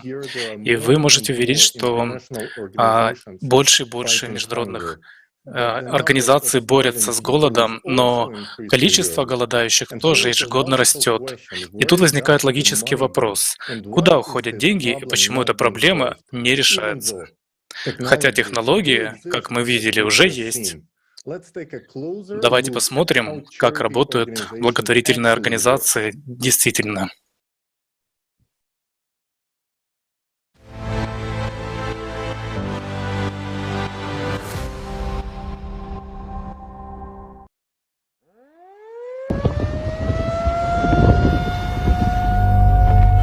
Perhaps you may think it will never happen to you. While those people have been given all the help they needed and they are now safe. And indeed, there is now a huge number of organizations and foundations dedicated to helping people. The largest of them, the United Nations, is positioning itself as the guarantor of peace and security of humankind. For decades, we have been hearing beautiful slogans and promises from high rostrums.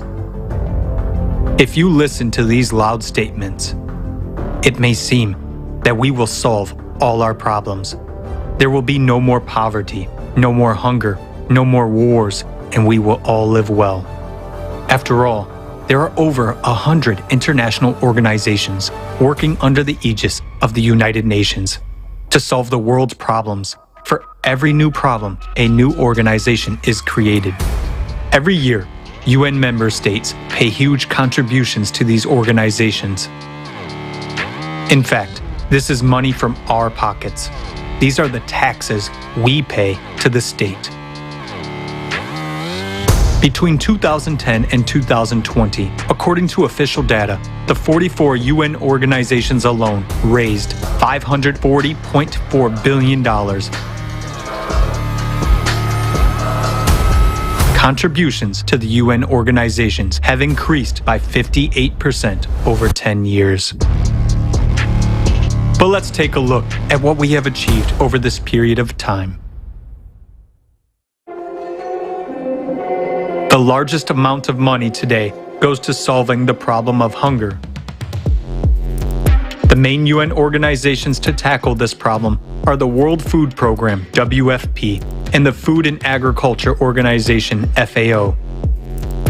They have raised $79.8 billion over the last 10 years. Current estimates are that almost 690 million people are hungry in the world and 750 million people are severely food insecure. The Food and Agriculture Organization itself predicts an even greater increase in hunger by 2030. 841 million people. So, the World Food Program is projecting funding needs for 2022 already at $13.9 billion. So they say, there will be more hungry people, so they need more money. It is a legitimate question. How is it that, with ever-increasing funding, the problem itself is only becoming worse? Let's look at another problem, the refugee problem. The number of refugees has doubled over the past 10 years, comprising 82.4 million in 2020. The United Nations High Commissioner for Refugees, UNHCR, deals with refugee issues. Over the past 10 years, funding for the organization has increased by 56%, reaching $4.8 billion in 2020. Let's look at what kind of help they provide to people. One area of refugee assistance is shelter. On their website, they state, "The main part of our protection mission is to guarantee access to proper shelter in humanitarian emergencies. We provide tents, distribute plastic sheeting, and develop strategies, tools, and guidance in emergency situations, and provide emergency assistance to those who need it most. On cold nights or hot days, our help can be the deciding factor between life and death. In an emergency, tarpaulin tents are an adequate short-term measure, but people live in such tent camps for years in inhumane conditions with no hope of the future. Due to the lack of even basic sanitation conditions, people die of infectious diseases.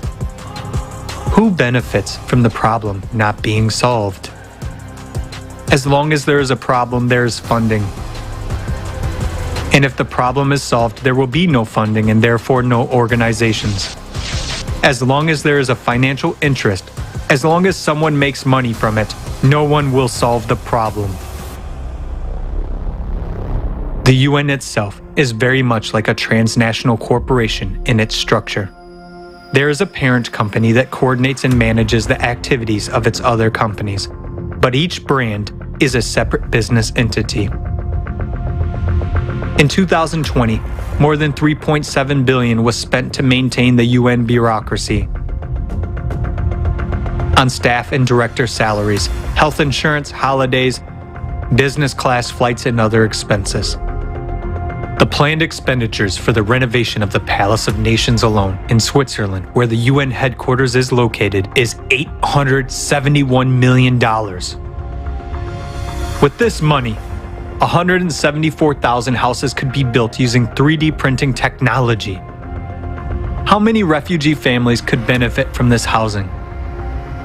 But alas, building homes for those in need is not a priority for their aid. What do we have in the end? Numerous organizations that we have entrusted with the responsibility of solving serious problems of humanity turn out, on closer examination, to be merely business structures. It becomes obvious that there is a direct interest in the growth and aggravation of problems. In other words, it is beneficial for someone that people starve, struggle to survive, and make wars with each other. And that is the cynicism of the consumerist format of society, Creating the illusion of solving a problem without the real goal of eradicating it is a principle of the consumerist format.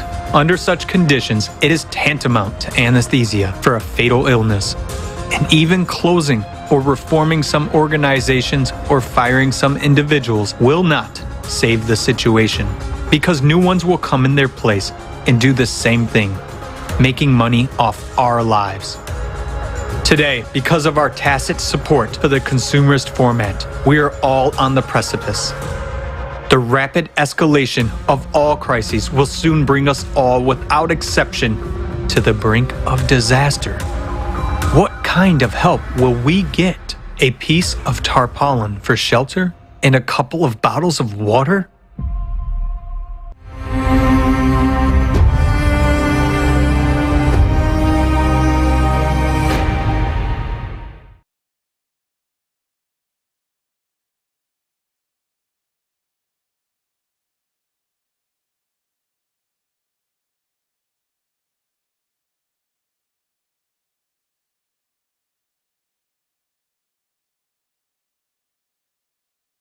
Are not an altruistic group of volunteers with a noble vision, but businesses with an ever-expanding budget and a matching payroll to meet.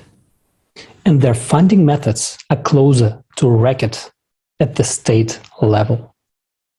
We pay taxes to the government, and our governments pay hefty contributions to these organizations. Ultimately, we are already taxed by these organizations, yet they are still asking for more. Billboards, letters, internet ad campaigns, all these to make you feel guilty and accountable and willing to donate to such charities, selling you these narratives. It is a very effective strategy on their part, as mixing a combination of fear and guilt is the most powerful motivator to get people to open their wallets, thinking they're going to help someone in need.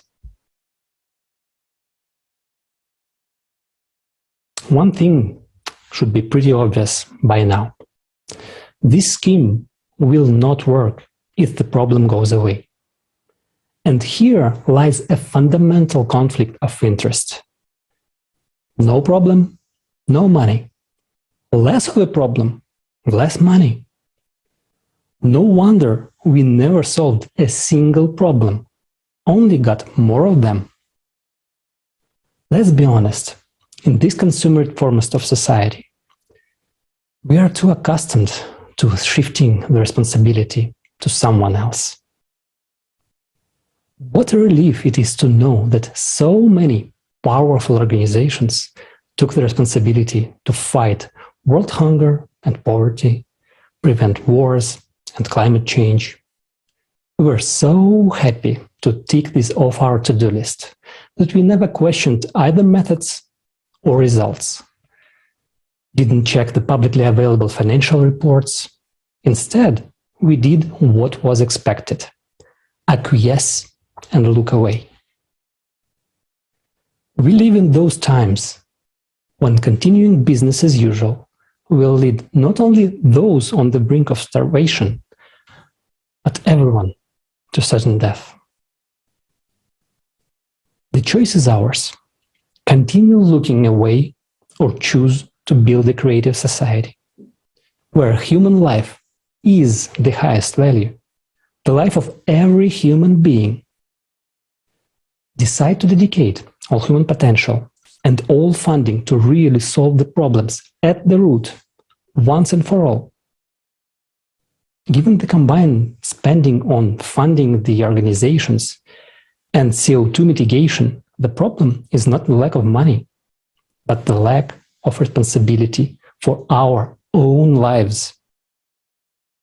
Now, let's hear on this topic from our dear friend, one of the world's most famous business consultants and top communicators, Dr. Ichak Adizes.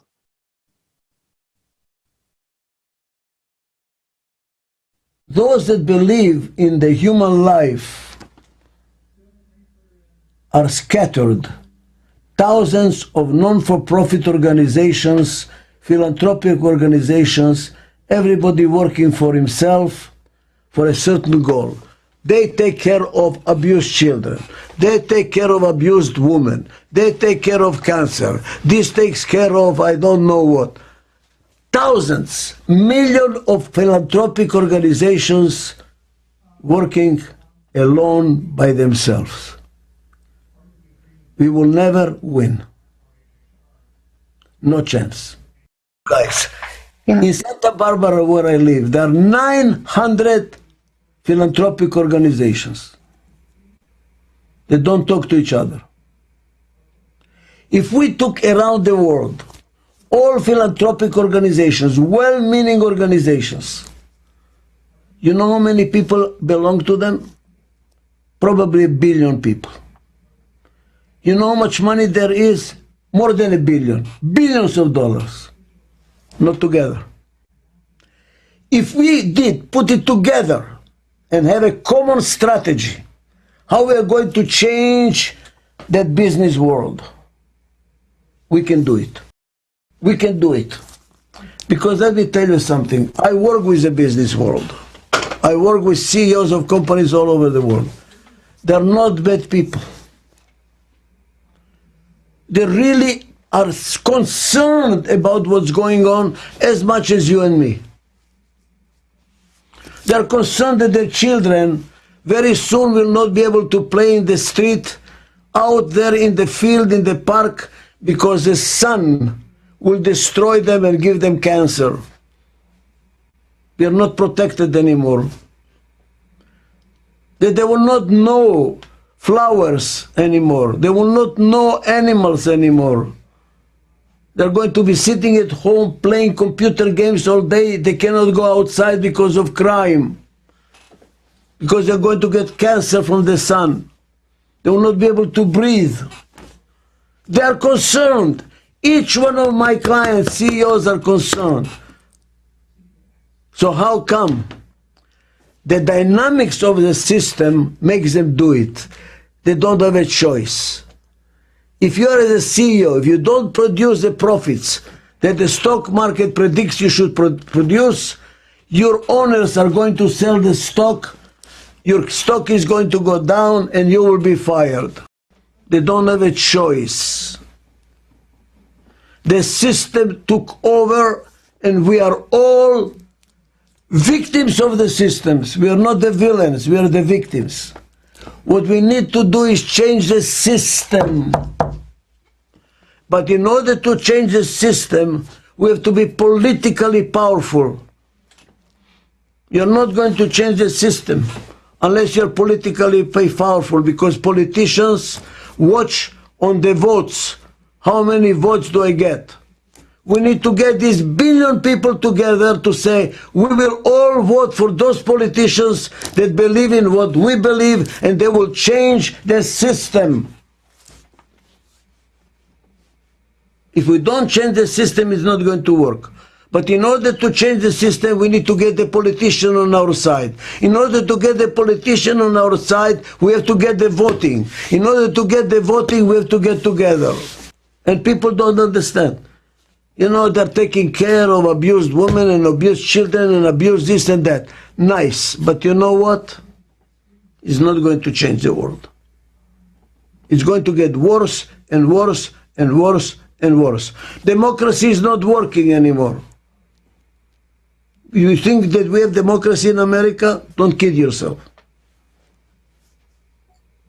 The business world, through the lobbying, are doing everything. We are just playing games.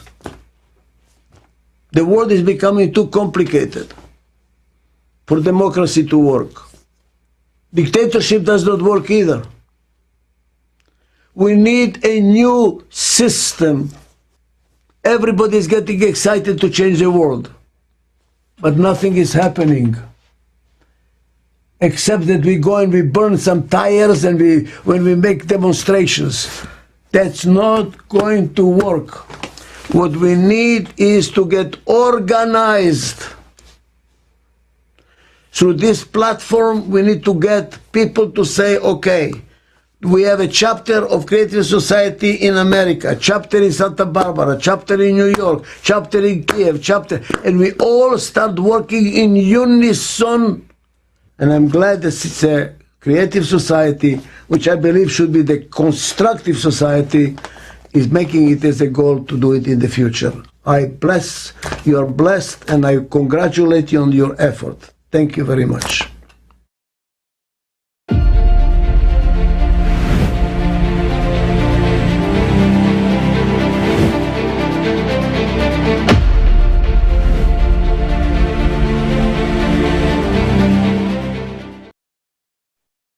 Thank you, Dr. Adizes.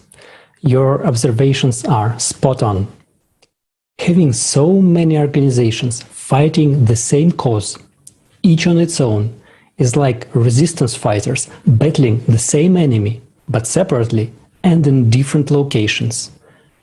Will they succeed? Well, of course not.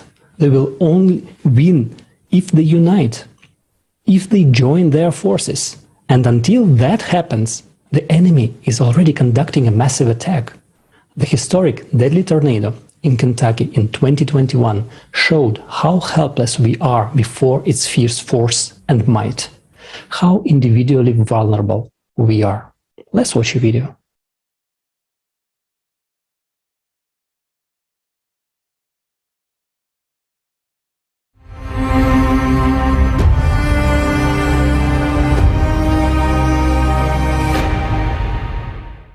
On the evening of December 10th and the night of December 11th, more than 50 tornadoes passed over 8 states in the Midwestern United States.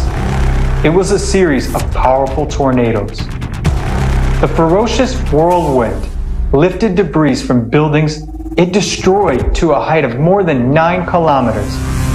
And its path across the surface of the earth is first estimated at nearly 400 kilometers. An all-time record in U.S. observation history. Kentucky was the hardest hit, where the tornado was the strongest in the state's history.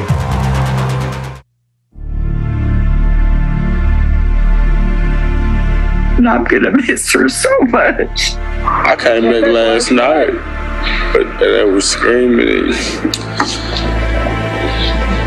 A lot of people lost their loved ones today. And I'm looking for my wife, and I need her. There were people everywhere, lots of children, people with lacerations, broken bones. I mean, they just kept coming in. We were using different parts of the hospital for triage, and we were suturing people up normally where we pre-op people before surgery, the ER. I mean, it was kind of crazy. The sounds that I was hearing was like a war zone. People crying and begging for help. One was in this arm and one was in this arm. I never saw my 3-year-old because my face couldn't turn that way, but I did see the baby, and he cried, and then he just stopped. So at that time I thought he was God, he wasn't. I never heard my 3-year-old say anything. Those images, just like last night, I was in my daughter's house and trying to sleep, and I couldn't because I was still hearing the sirens and the people begging for help, and the images of the lady with the baby in her arm, dead. You know. Everything was so calm outside. I mean, literally, you could hear a pin drop. No wind, no nothing. And then all of a sudden, you could hear from a far distance what sounded like a train. Everything started just, the wind and the sounds started just, it went from being so silent to being just like a bomb had been dropped. You can see in the sky this dark funnel cloud. And I'm screaming at my kids, get down, get down, get down. All of a sudden, the pressure in my ears, you could hear the windows pop out in my house. My house started shaking. And I was like, oh my God, I didn't even know if we were going to make it.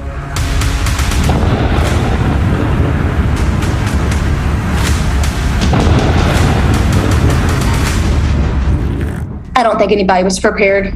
A lot of people I've talked to said they were not prepared. I don't think the city was prepared. I don't think the people who lost their homes were definitely not prepared for that.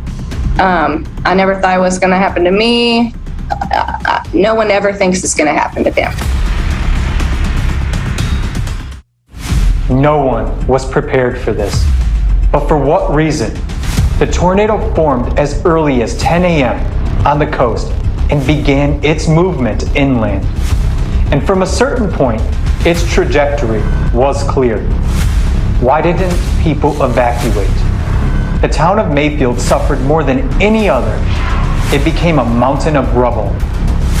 One of the terrible tragedies is the story of the candle factory. Even after getting the signal that a tornado was coming, the factory continued to operate. People weren't allowed to go home. And on December 10th, I was out there at the candle factory, and this monstrously huge building was reduced to a flat land of rubble that you could just kind of crawl up on top of. There were people inside that we were trying to get to, and of course, if you walked in certain places, they would yell, "You're making the roof come down on us more, you're making the ceiling come down on us more." And so you had to watch where you stepped. Additionally, you had to watch the men that were working with the cranes had to watch if they lifted metal on one section trying to get somebody out. Sometimes it would put pressure on people in another area, a pocket where, they were trying to stay alive, and it would put pressure on them, forcing them to be screaming out so that we would have to stop. And that was a very painful and emotionally draining experience. Close my eyes and all I see is people hollering and screaming for help. So I'm not doing good at all. You're messing with a person when you see that and you can't help anybody. You're trying to help yourself get out. And there were people that had been amputations based on the events that had happened, and the broken bones and the crushed, mangled bodies that came out that were screaming will be something that will stay with me forever. Climate. This terrible enemy is killing us. Its power is immense. Its attacks unpredictable. And this is only the beginning. While we are not prepared to defend ourselves, tell me, are we satisfied that all we do is sort through rubble on the battlefield and walk around each other? The climate comes when it wants and takes whatever it wants. It takes us. Our lives are not valued in a consumerist society. The first week after this happened, I was with a search party looking for Nissa. She was a little girl that was friends with my daughter. I knew her family, and her whole family was killed in a tornado. All 7 of them. The kids, the grandmother, the mother, the father, they were all killed. And after the tornado, they found everybody but her. So for several days after this tornado happened, me and my kids went to search for her. We started at where she lived at, and we walked and moved things and moved debris. And the day after that this happened, we were still finding bodies, like finding people. And then when we found the little girl, her body was literally wrapped around a tree. And I'm like, it was one of the hardest things that a person would ever have to go through, is to literally, you're out searching for someone and you're begging, God, please let me find this person alive. But then you find them and they're wrapped around a tree.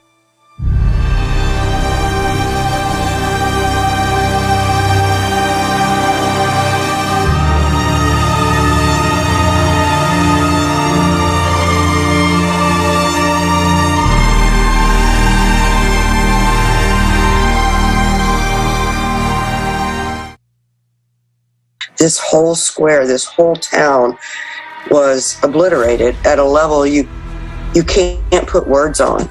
People are walking around trying to find a safe place to go. They have blood on them.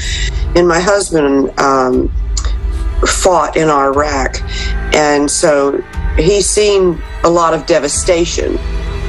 And he agreed. He felt like he was standing in a war zone. It was just catastrophic beyond all you can imagine, and the pain was almost bigger than any one person could bear inside your soul if you were human. It's sad. It's heartbreaking. I wish I could tell you and explain to you how painful this is to see, and to see how lost people are. I'm sorry. Sometimes I get thinking about some and it gets a little hard. I apologize.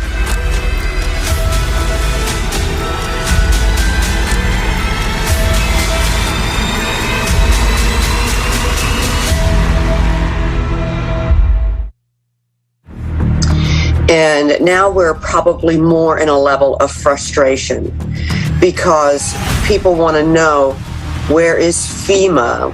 Where is this help? Where is the Red Cross? Where is this help? How do I get money? And I'm sitting here and I see on the news all the time how there's all this money with the Red Cross, the United Way, FEMA. But where, excuse my language, where the hell is it at? We're not seeing it. We're not seeing any of that money.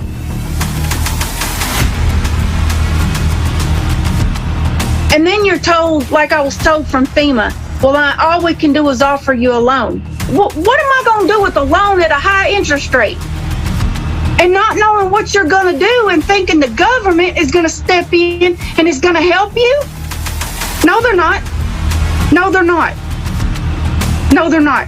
They're only going to help the people who they're going to be able to pick and choose a few different ones who they can get the photo ops with. They're not going to help everybody. There's like 5% of people out of 100% that have received any kind of help since the tornado. The other 95% of us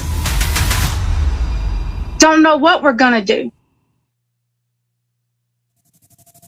Once the news press pulled out of town and the big, I guess you could say, hoopla of the tornado had passed, then the people became more forgotten in a way. I'm sorry, I know I'm giving you a lot of information, but it is a lot. It's so much. It is more than your mind, if you're standing in the middle of it, can take. It really is. Many people that I know are going through a really tough time right now. And I want people to know all around the world, you are not exempt. You are not covered by some bubble that this can't happen to you, because it can. At any time. At any time. And it's only getting worse. From what I have seen with the whole climate change situation, it's getting worse. Way worse. So, and the government doesn't care. They don't care. How many lives are lost? How many homes are lost? How many people are destroyed?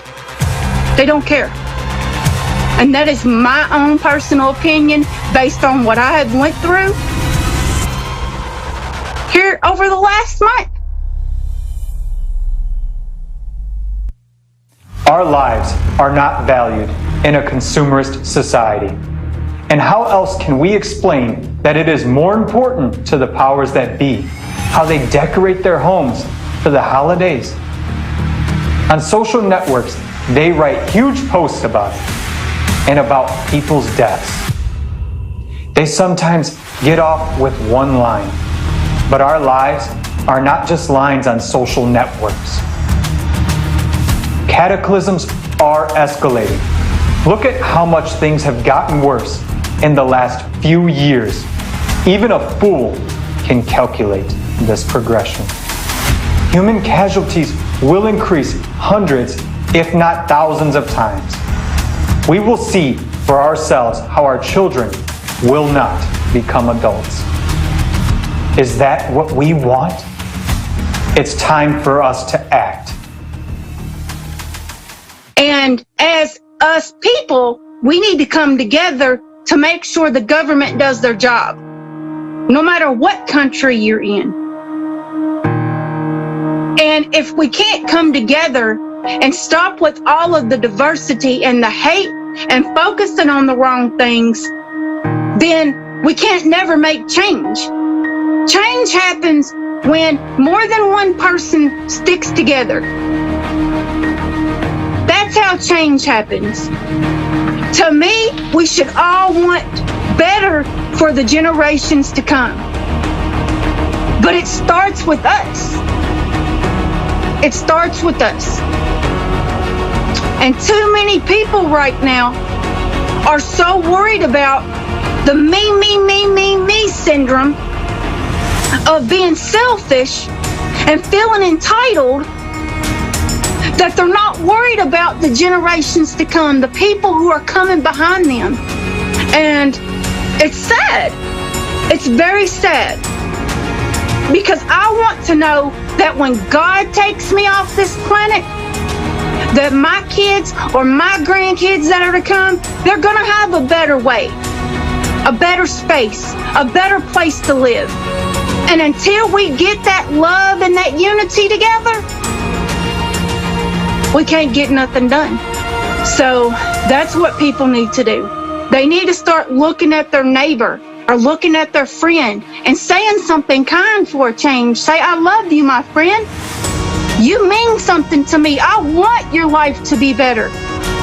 I want you to have a better tomorrow. Instead of worrying about their life and what they're going through, care about other people. Love other people. Kindness is for free. Kindness don't cost a thing. Kindness is for free. What I would say is our earth is ever changing. And for you to believe for one moment, no matter where you live, that you are safe from a natural disaster, you are lying to yourself. You're lying to your family. It is not true. Many countries, including where I sit right now, we sit on fault lines. We could have an earthquake at any time that could shake this whole community and suck half of it in. We definitely know now that we can have tornadoes like this again. Even if it's just simply high winds, people don't understand how high a wind can get. And if you don't take what we've learned and what we're still learning and apply it to your life, then you're setting yourself up for maybe a loss that you have to face someday. And you think, well, I could have done something. You need to learn about the earth. You need to learn about climate. You need to learn what you can do to help, how you can put yourself forward and make the conscious action to be proactive. How many more disasters need to happen before we finally realize that we need to unite, that we need to build a creative society?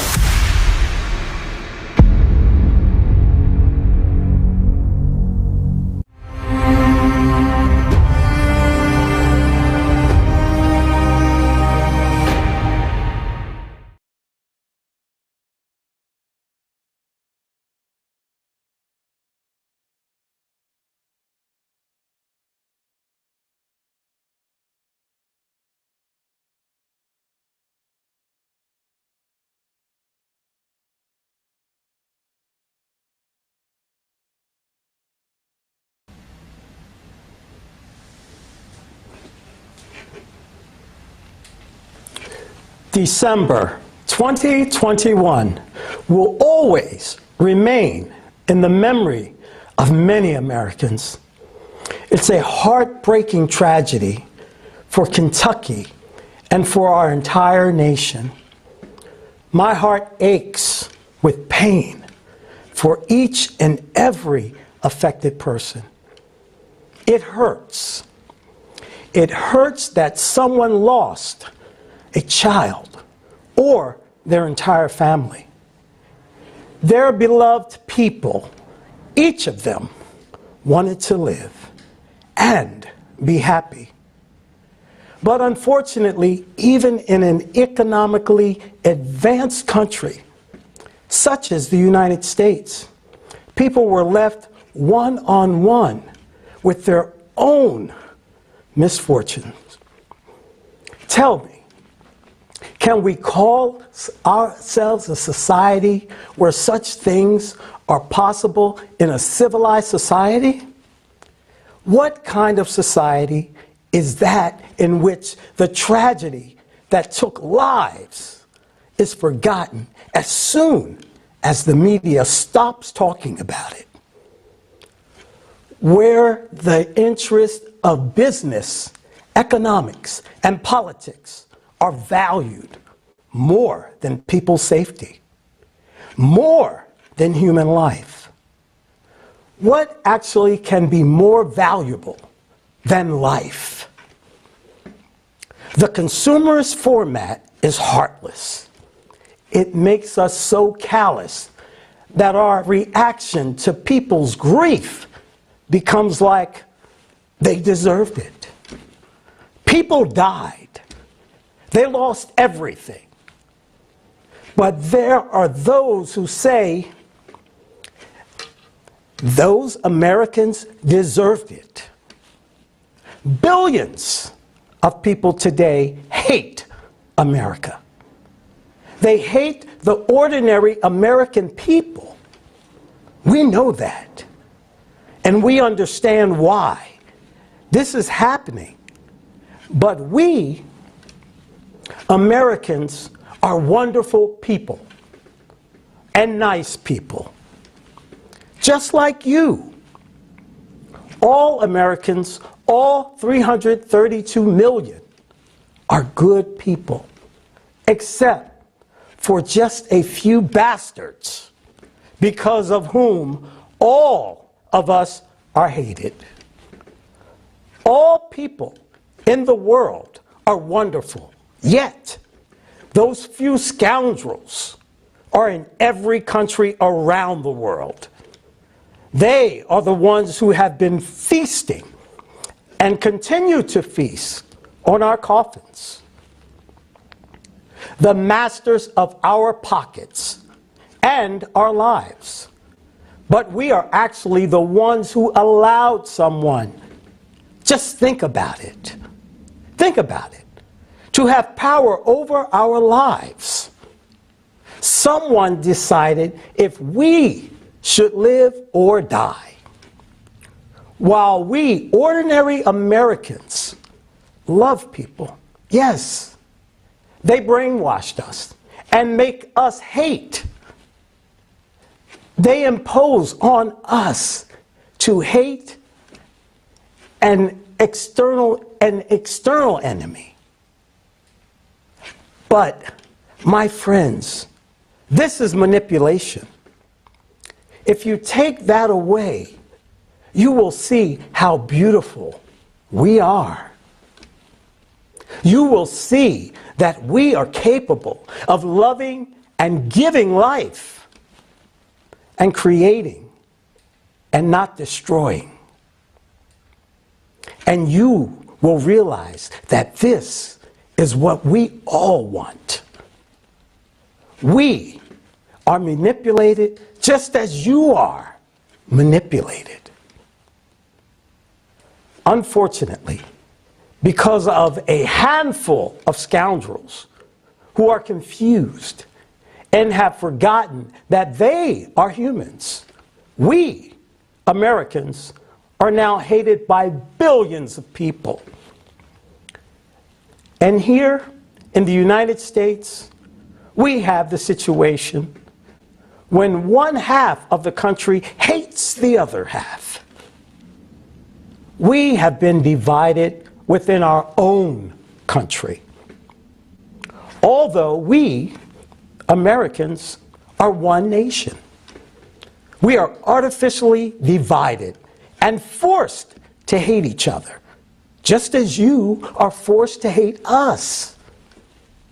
And in order for this to stop, these billions of good people should simply unite among themselves.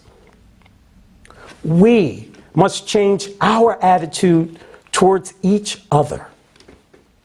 We must realize we are not each other's enemies.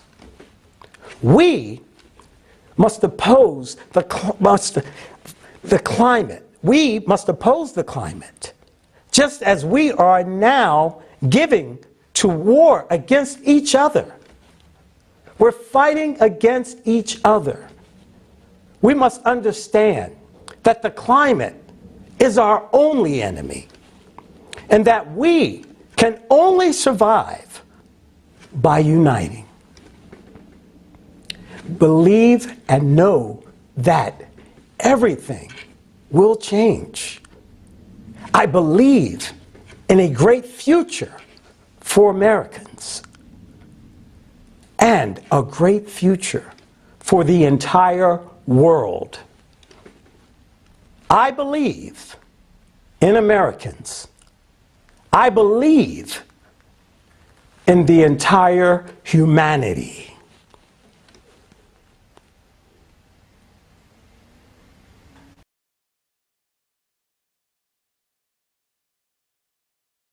Yes, Leslie, we are all good people.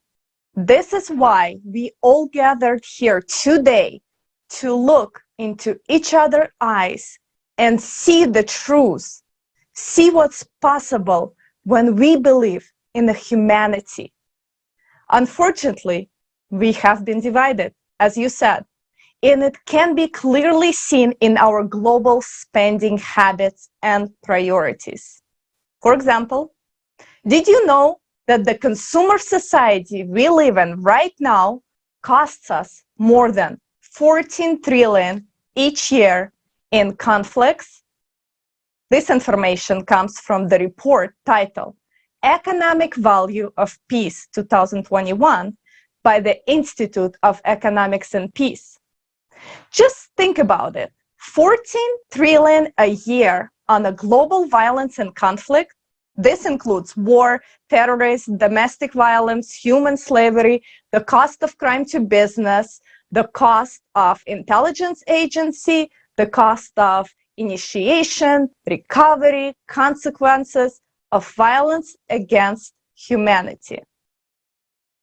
So how much is 14 trillion?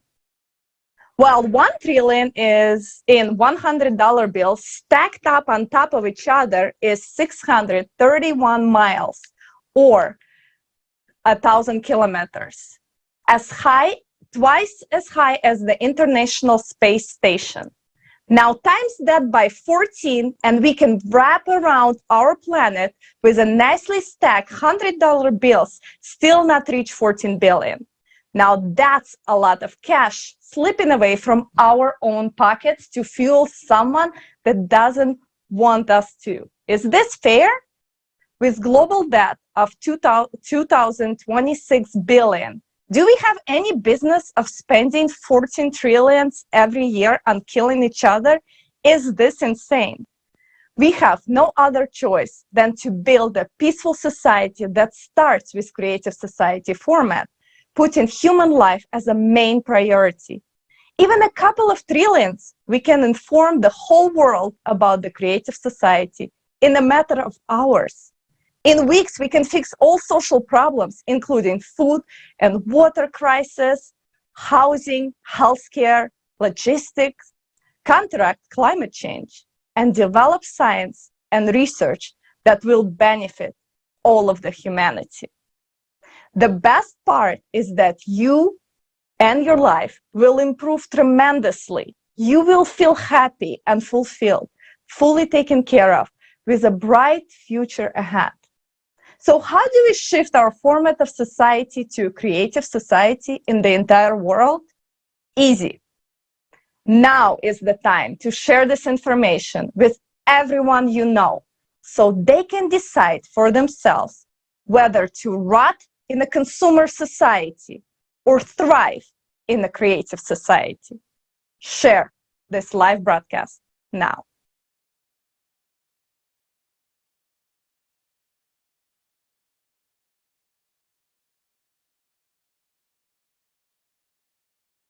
Do you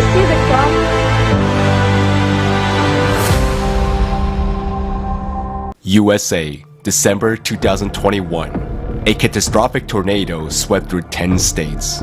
15,000 buildings and trailer homes were destroyed. The property damage amounted to at least $3.5 billion. Many people were warned about the tornado 5 minutes prior to the disaster. The Philippines, December 2021. Instead of the expected moderate storm, there occurred a Category 5 hurricane. Typhoon Ray affected 10,800,000 people in 11 regions. More than 2 million homes were damaged. 427,000 homes were completely destroyed. 3 million people were displaced. The material damage amounted to more than $420 million. Haiti, August 2021. 7.2 magnitude earthquake. 690,000 people were affected and more than 137,000 homes were destroyed or damaged. Infrastructure damage amounted to about $2 billion. Malaysia, December 2021. 11 states were hit by severe flooding. More than 125,000 people were evacuated from their homes. Total financial losses amounted to almost $1.5 billion. Indonesia's National Disaster Management Board recorded 5,402 natural disasters in 2021. Climatic disasters occur in this region every day, making the area uninhabitable for people. All the countries of the Pacific Ring of Fire now find themselves in a similar situation. Over the past 10 years, climate disasters have caused nearly $3 trillion in damages. 220 million people have become climate refugees within the same period. Since 2010, weather emergencies have forced around 21.5 million people a year to move on average. In 2020, official figures alone put the number of climate refugees at 30.5 million.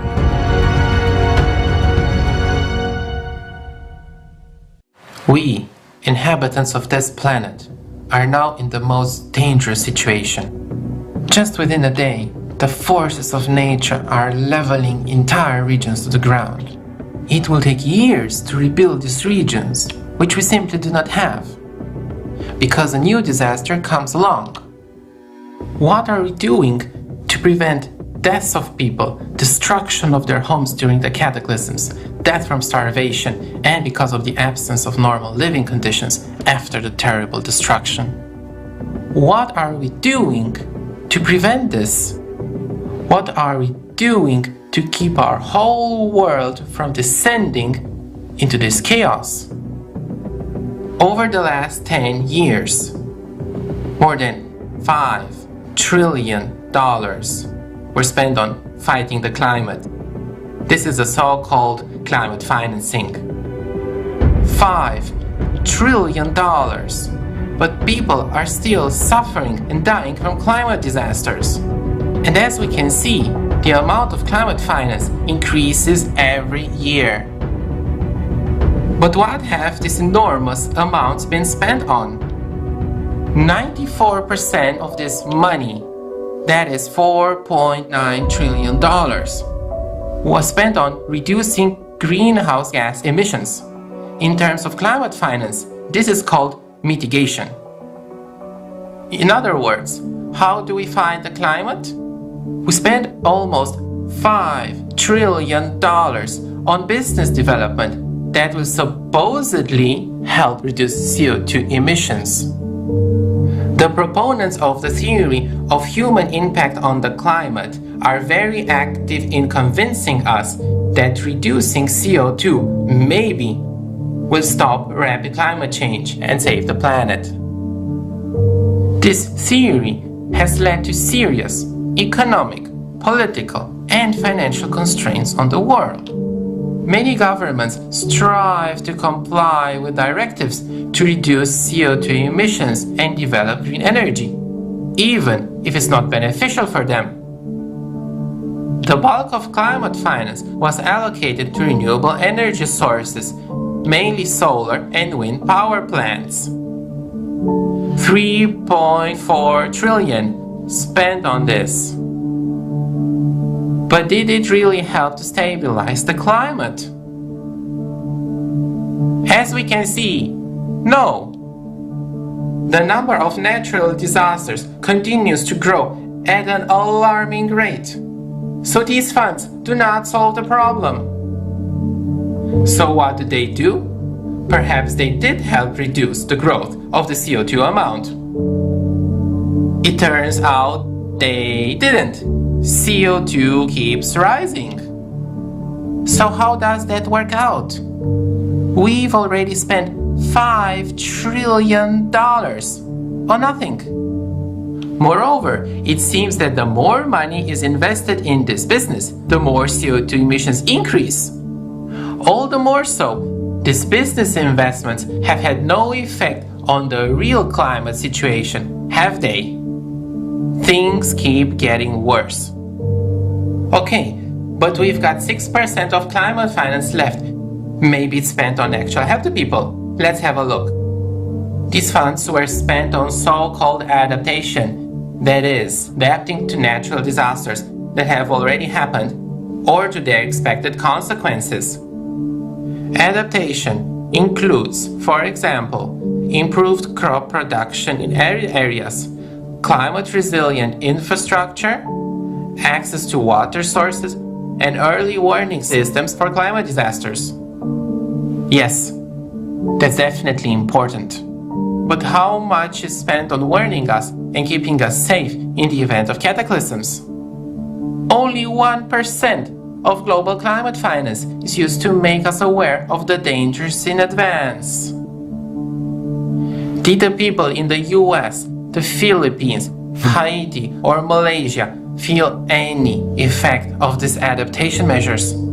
Have they been warned of the coming climate cataclysms? Our world is not prepared for the rapid escalation of climate disasters. Not only in developing countries, but even in developed countries such as Germany and the US, there are no effective warning systems. With an increasing volume of climate finance, we do not see climate stabilization, but we can see growing businesses and increased profits.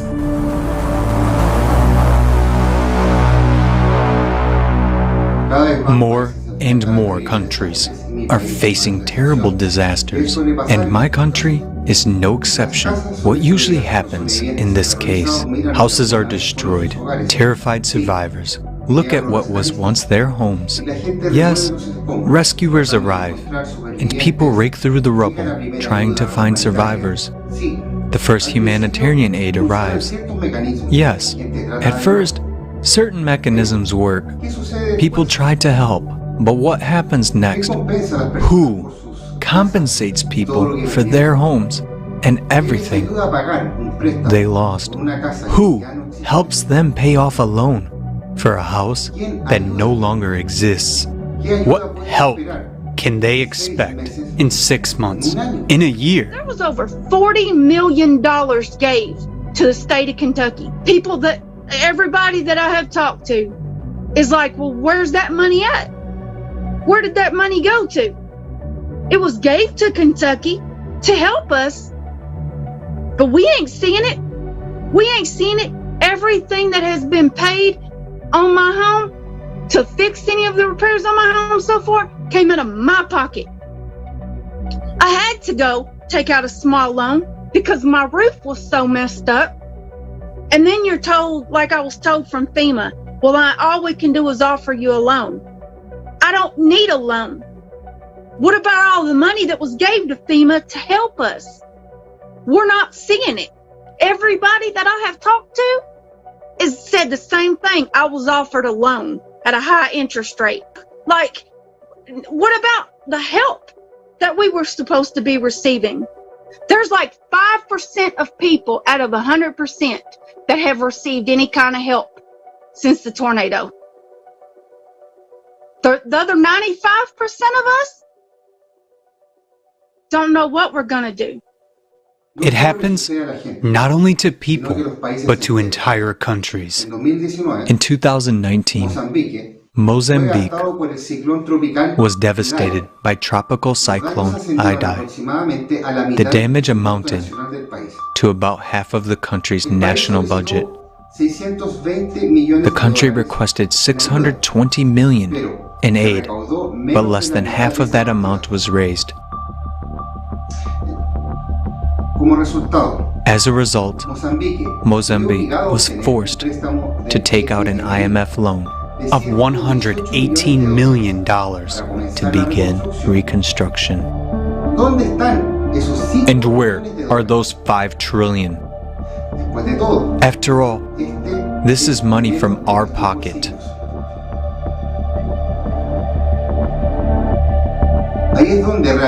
That's where it is really needed for temporarily resettlement of people, rebuilding homes, restoring infrastructure, compensating for what people have lost. But alas, climate finance does not provide for that.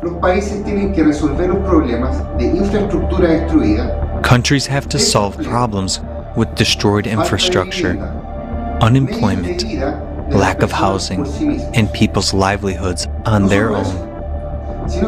Not only that, but they also have to pay the interest on the loans they took to rebuild after climate disasters. No one is going to rebuild their homes for free. People are left poverty-ridden and unprotected with no money, no housing, and no future. Can you imagine what people's lives look like 2 or 3 months after the natural disaster occurred? The whole world has simply forgotten about this country and these people. What is their fate? What are these people doing now? No one cares any longer about that. Would you like them to forget about you and leave you alone when you are in dire need of help?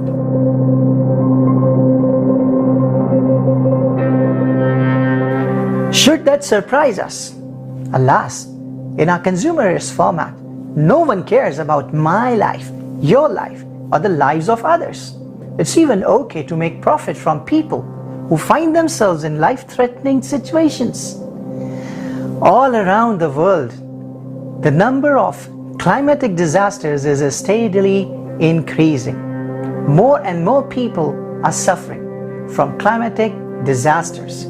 Survivors are losing their loved ones, their homes, and everything they had. Meanwhile, from high rostrums, we are told that by the year 2030, the climate finance needs to be increased to $4,350 billion a year. That is 6-fold. And by 2040, up to $6 trillion a year. That is 10-fold. And in their theory, it would probably lead to some observable changes only after 2040. In other words, investments totaling over $90 trillion over 20 years, which is the size of almost the entire world economy in 2021, may or may not yield results. But we already know that not a penny of this money will be spent on actual help to people. That is, until 2040, we are offered to sit and watch our children die until we die under the rubble too. Just consider that figure. No, we are not being offered to invest this money into science, to build houses for the victims, or to help countries recover from the disaster. We are not being offered to build the climate resilient cities, to resettle people there from dangerous areas. We are simply being asked to put this money into business for the profit of a few.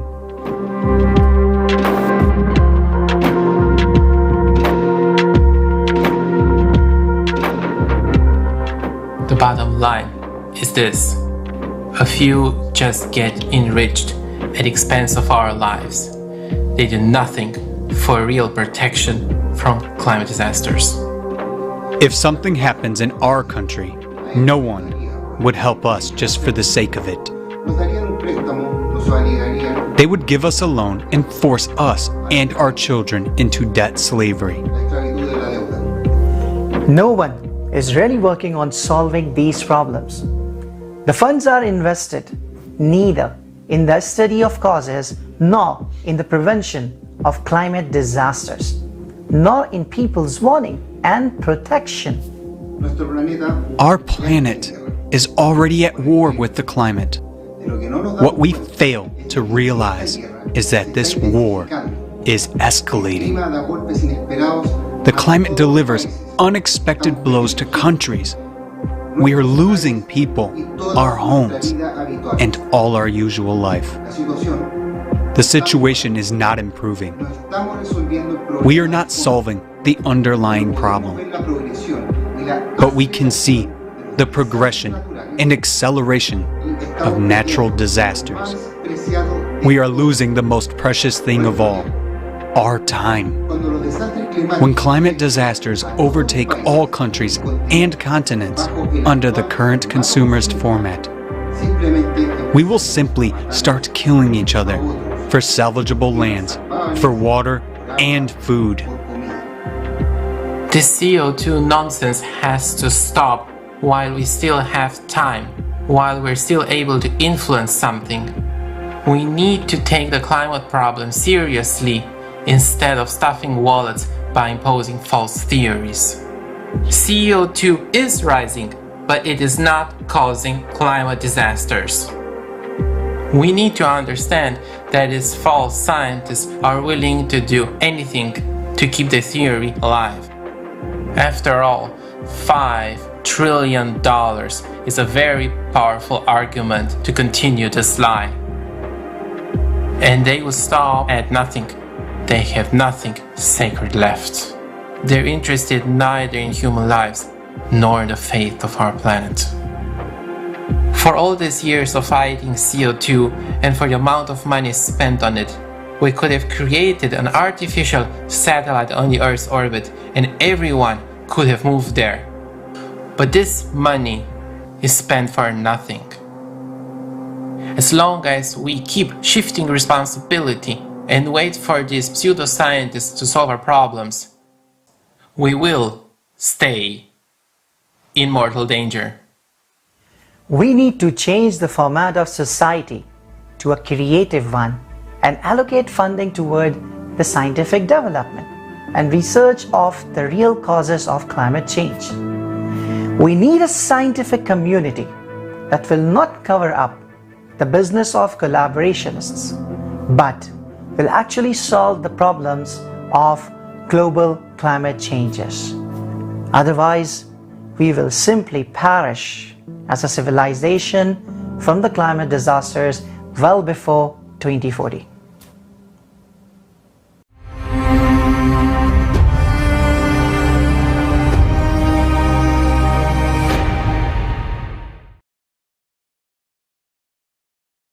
Do you see the crime and corruption that happens right in front of your eyes?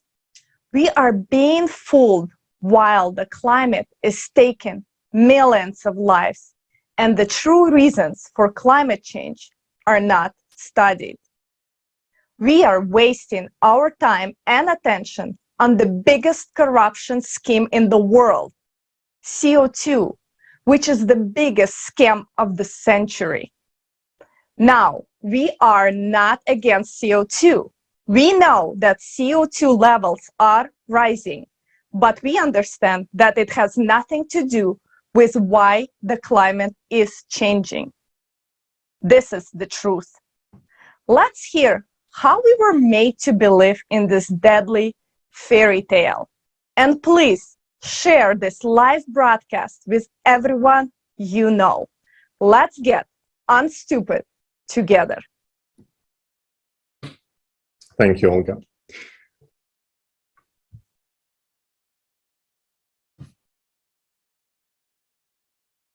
When I started looking into what was actually behind the CO2 hysteria, I was simply shocked by how the lies is being told straight to our faces on this very vital topic, while at the same time they are stealing money from our own pockets. And it wouldn't be a big deal, but it can cost our lives. We have all seen today how serious climate progression is. And the question is, why do we tolerate these lies about CO2? After all, the truth is really on the surface. All it takes is just to look into it a little bit. Please understand us correctly. We are not against CO2. We know that CO2 is growing. What is not true is that this tiny amount could affect climate. But let's take a look. In 2001, the IPCC, Intergovernmental Panel on Climate Change by United Nations, published the hockey stick graph, according to which the climate has not been changing for centuries until the 20th century, when unprecedented warming has begun. This graph, presented as consensus of scientists, became the main justification for spending tremendous amount of money to fight anthropogenic CO2. But was there really a consensus? Since the early 90s, some top-level politicians have been pushing to implement a money-making scheme on carbon taxes and CO2 emission quotas trading. The problem was that the study of climate history, paleoclimatology, has hundreds of researches showing that the climate on Earth has natural variability and is constantly changing. Therefore, the rise of the temperatures in the 20th century is a natural return after the cooling period of little ice period to the level where it was earlier in the medieval warm period. This was also reflected in the first IPCC report in 1990. But by the end of the 1990s, especially with the signing of the Kyoto Protocol in 1997, there was a strong political demand for scientific ground to the anthropogenic theory, and demand creates its own supply. In 1998, the Nature magazine publishes an article by Michael Mann, a young researcher just starting his career.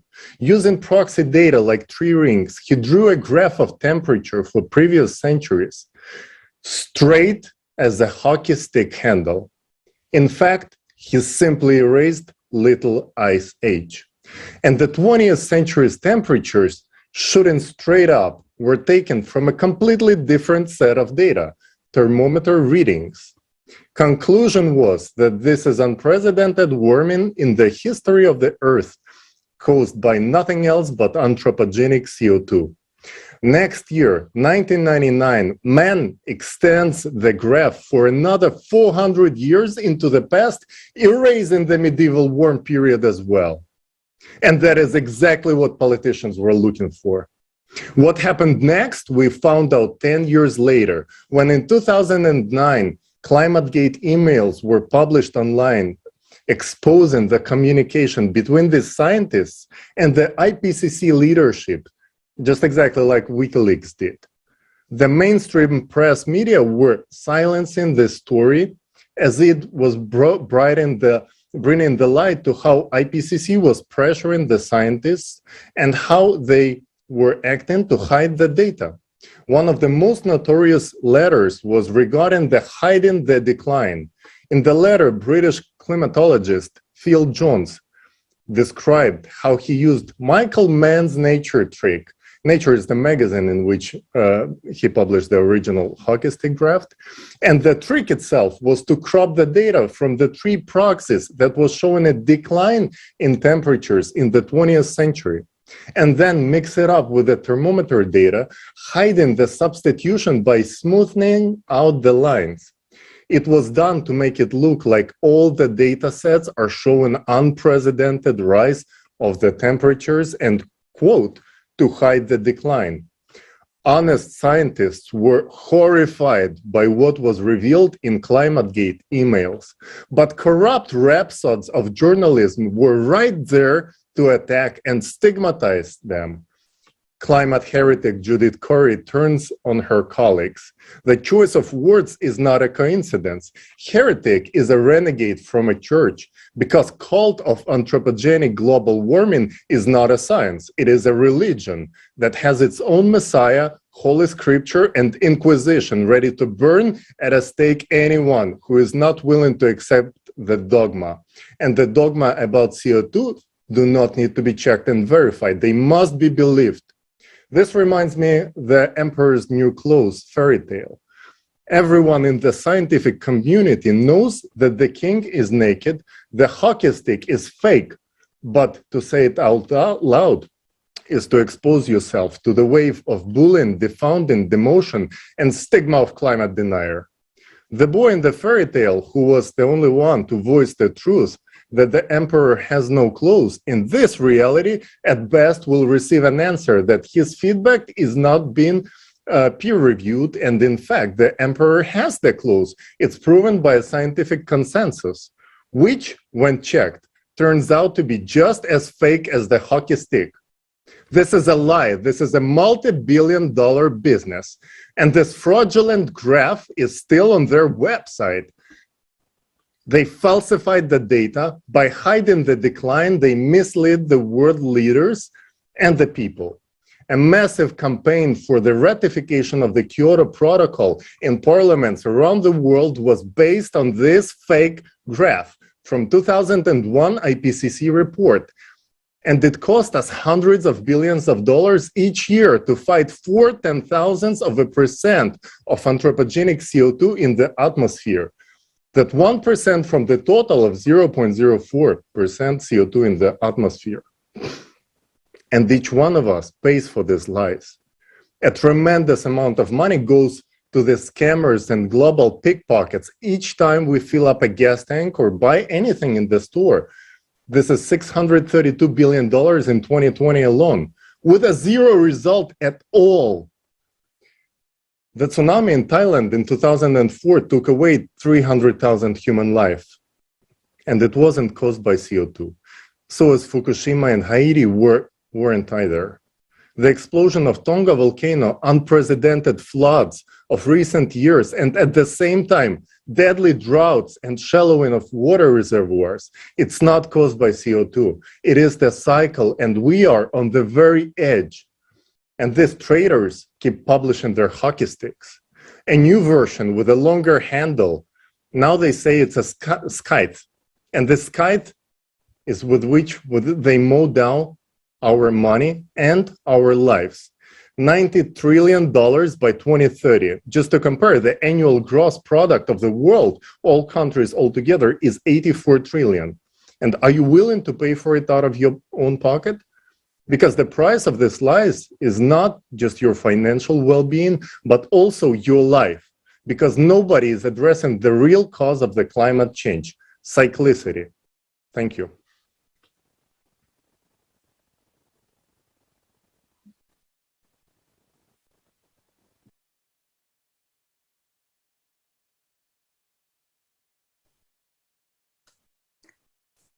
Добрый день.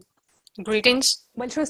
Thank you very much, Dali, for your journalistic investigation of the falsification of the hockey stick graph. I'm sure you have a lot more to say, and we'll hear more details of the hockey stick scam on the post-forum roundtables. Those who continue to defend anthropogenic climate change after exposing hockey stick graph have no right to be called scientists. Their titles and ranks are worthless if they cannot see that the causes of modern climate change have nothing to do with CO2. There are hundreds of thousands of times more normal scientists and sane people, but they keep quiet because scientists who dare to speak the truth are silenced. Their articles are not published. They are deprived of scientific titles, fires, and some of them even beaten half to death. The real heroes are those who openly state that anthropogenic climate change is a lie. It is our duty to support such scientists and convey truthful information information to the public. In preparation for international conferences and global crisis forums, volunteers of the Creative Society Project have interviewed dozens of honest scientists from around the world. These include climatologists, meteorologists, atmospheric physicists, astrophysicists, geologists, geophysicists, oceanologists. These are representatives of the scientific community of the USA, Great Britain, Australia, Germany, Norway, Czech Republic, Belarus, Ukraine, Russia, and other countries. You can see these interviews on the Creative Society website. In the communication with scientists, we have deeply investigated the arguments, checked ourselves all the facts and evidence that CO2 does not affect climate change. If you want to study this issue as much as we did, the interviews on the website will be useful to you. And I'll tell you the most obvious facts right now. Carbon dioxide, it's a trace component. Its concentration in the atmosphere are negligible. According to official data, CO2 concentration are now 419 ppm. What does this mean? ppm, parts per million, is 1 millionth part in the volume unit of air. How to imagine it? It means 4 CO2 molecules for every 10,000 other molecules in the atmosphere. These are 4 molecules that's supposed to trap and transfer heat to the other 10,000 molecules. Look at them. How will they hit the other molecules? There is no way. It is clear, even to a first grader. How much of the CO2 did humans produce? The amount of carbon dioxide emitted by humankind since 1750 during the entire industrial era is estimated by various researchers to be from 1% to 12% of all CO2, that is, humans have added from 4 to 48 molecules per million other molecules of the atmosphere of the entire time. The degree of absurdity is increasing, isn't it? You don't believe that humans emit so little? Look at the facts. The most obvious proof is the killing curve, the curve of increasing CO2 concentrations. When the COVID-19 pandemic hit the whole world in 2020, business shut down, people stayed home under quarantine, and the air in cities cleared of exhausted fumes. Do you know what the CO2 growth curve did? It didn't flinch. The concentration of carbon dioxide in the atmosphere continued to rise just as it did before. All the rest of the CO2 is not produced by humans, but by natural sources, such as plants, forest fires, volcanic eruptions, and the oceans. Plants start emitting more CO2 than they absorb. Wildfires increase, volcanic activity increases, and the ocean heats up at the bottom. About 95% of the Earth's total carbon dioxide is dissolved in the ocean's deep waters. The oceans is what control the amount of CO2 in the Earth's atmosphere. Only incompetent experts would argue that the oceans is warming because of the CO2 released by humans. The ocean transfers heat up to the atmosphere, not vice versa. It's simple, high school physics. Instrumental measurements show that the ocean waters are warmed first, and only after 11-12 months, the concentration of CO2 in the atmosphere increases. CO2 emissions are the consequence, not the cause of heating. Undoubtedly, the main greenhouse gas is water vapor, which evaporates from the surface of the world ocean. Its contribution to the greenhouse effect is 5 times greater than that of anthropogenic CO2. Now, water vapor is rising because of the intense heating of the deep layers of the ocean, and we'll talk about it later in the forum. Look at the screen. This cube is how much CO2 is released into the atmosphere by humans. The other orange cubes are the CO2 emitted from natural sources. The purple cubes are water vapor. The blue and green cubes are the rest of the atmosphere. The cube examples should be clear, even to a 3-year-old child.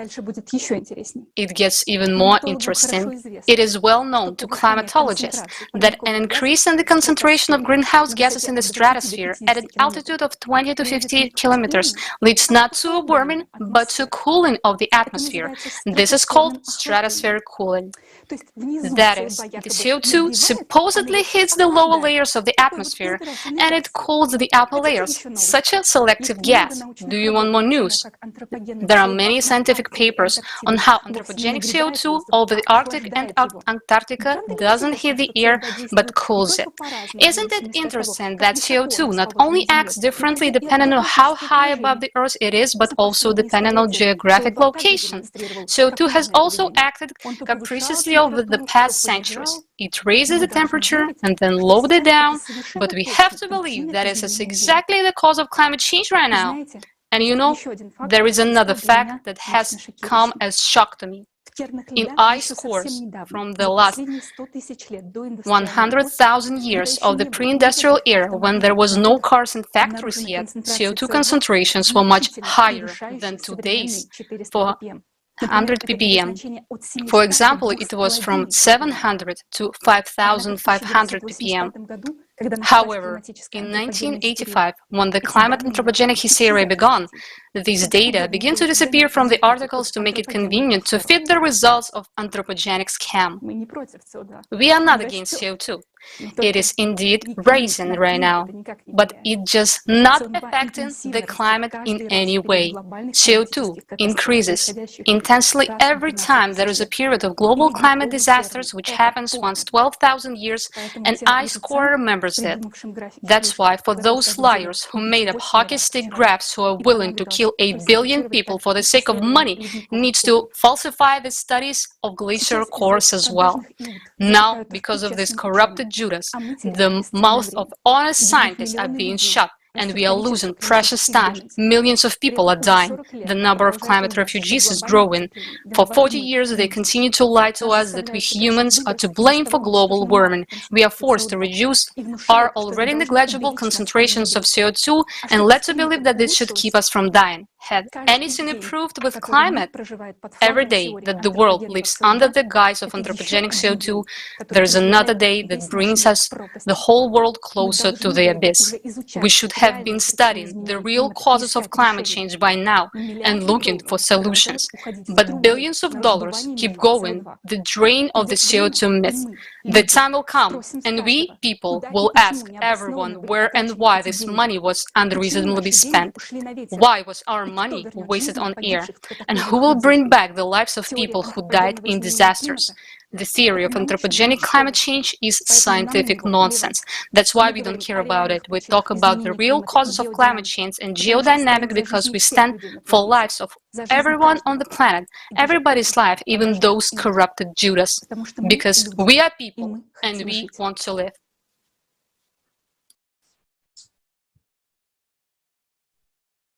Yes, there is no doubt, Elizabeth, that the theory of anthropogenic influence on climate change contradicts not only common sense, but also the laws of physics.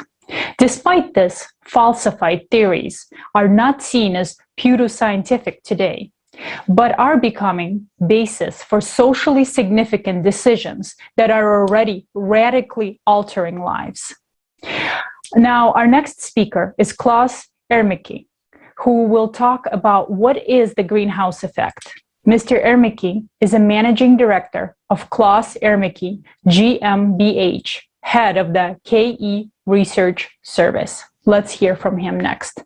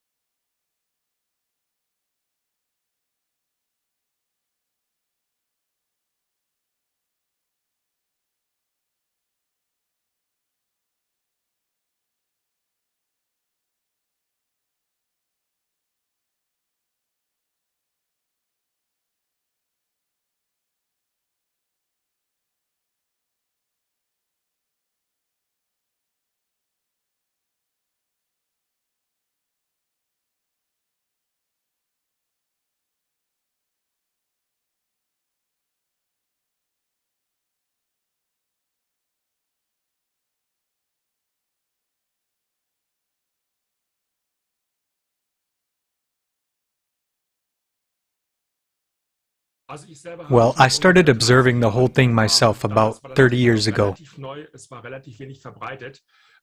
And at the time, the topic was still relatively new and uncommon. I thought it was incredibly strange that CO2 in the air, which is only present in negligible amounts, could suddenly change the world's climate. So, because it is our basic working method, we gathered a group of experts and consultants who specialized in this topic. There are professors in atmospheric physics, professors in meteorology, and other scientists, and they supported us in exploring this topic and putting together what we then published and presented to decision makers in politics and economics, as well as concerned citizens. One relatively well-known term is the so-called greenhouse effect. There's supposedly a relationship between the CO2 content in the atmosphere and the temperature on Earth, and supposedly the CO2 content in the atmosphere raises temperatures on Earth by 33 degrees Celsius in the natural way. So, the assumption is that it would be 33 degrees warmer because we have infrared active gases in the atmosphere called greenhouse gases. It is also called the natural greenhouse effect. That's complete nonsense. So we've put together everything that leads to the transfer of solar radiation from the sun to the Earth. This energy is accumulated in the atmosphere or on Earth's surface and is then redistributed without actually increasing or decreasing the total amount of energy. Because the Earth can't absorb energy all the time. If the amount of energy had been constantly increasing, it would have become hotter, and at some point the Earth would evaporate. And obviously, this has not happened for the last 4 billion years. This means that energy must be constantly emitted back into outer space. But in reality, Earth is cooling due to radiation, and that's because the Earth is cold, not hot like a star, and can only emit infrared radiation, which is in the invisible range. But this energy radiation is very high. The atmosphere is what actually cools us down. The atmosphere radiates into space. Now we're in for an unexpected point. Let's take it one step further. Let's think about what's actually in the atmosphere that might be radiating out there. 70% of Earth's cooling is caused by infrared active gases. And now we can ask $1 million question. What is another name for infrared active gases? It's the greenhouse gases. The term greenhouse gases doesn't exist in physics at all, nor does it exist in chemistry, which classifies the substances. In fact, it was invented much later, after the research foundation about the function of these gases had been made available, in order to construct a certain political message out of that. This is just a contradiction, because at one point, the genius of propaganda invented the term greenhouse gas. He should have been awarded the Nobel Prize in marketing for it, if there was one, but it has nothing to do with physical reality. Interestingly, if we go back to the early history of science, we'll find the fact which has been known for over 100 years, that infrared active gases actually cool the Earth, not heat it up. The first paper that attempted to quantify energy fluxes in the atmosphere was written back in 1917 by a British meteorologist and engineer, William Henry Dines. So this basic knowledge has been around for a long time, and the question is, why has it changed somehow? Why have more and more people started to back, willingly or unwillingly, that greenhouse gases should now be only called greenhouse gases, not infrared active gases? The fact that we're creating a whole new doctrine, a whole new world of thought, that they're now dangerously overheating the planet, has to do with money and power for the saviors. That's why they constantly use children. Municipalities hire climate managers who make their way into the last nursing home to preach the doctrine of dangerous greenhouse gases. And what are the consequences? As a result, energy taxes and energy levies have been imposed under the guise of saving the planet, when in fact they are only meant to fill empty government coffers. A lot of what needs to be researched costs a lot of money. Meanwhile, the so-called climate researchers are being showered with money, especially the computer models that are being done all the time. They're incredibly expensive and they're completely pointless because it's impossible to simulate the atmosphere, the chaotic processes that go on in there. If something has been falsified, has been proven to be untrue, it means that in the normal scientific process, those hypotheses should be excluded from further consideration. What we're finding out now. I would like to thank Klaus Ermicke for voicing this shocking information that greenhouse gases do not heat up the atmosphere at all, but cool it down. So where did the money go then? The main reason why this system does not work is corruption. Human nature is such that it makes no sense to replace one person for another just to change people in the office. In the consumerist format, we will always come to this very same result: money and power. So how to build a creative society under these conditions? We already have a solution and the unique toolset. Yes, Tali, indeed. So data plays a crucial role in our daily lives in this digital age, even if we are not aware of the details. The entire world can be viewed as a digit in information technology. Every person is a digit. Every tangible object, like a building or a car, is a digit.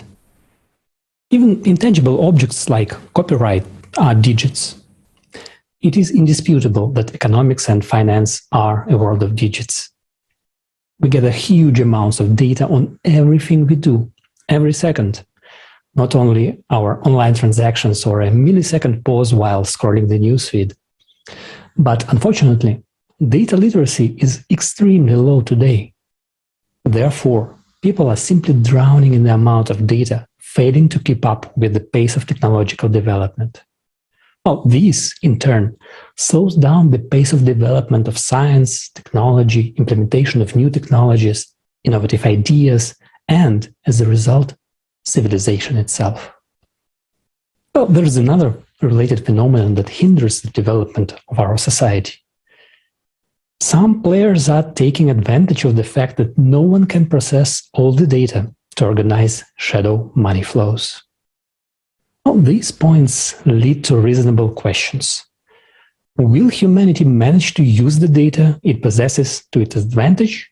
And can we put data at the service of civilization? But do we even have companies that serve humanity as a whole and aspire to improve the life of every living human being? I mean, profoundly change our lives for the better without seeking profits. Well, let's be honest.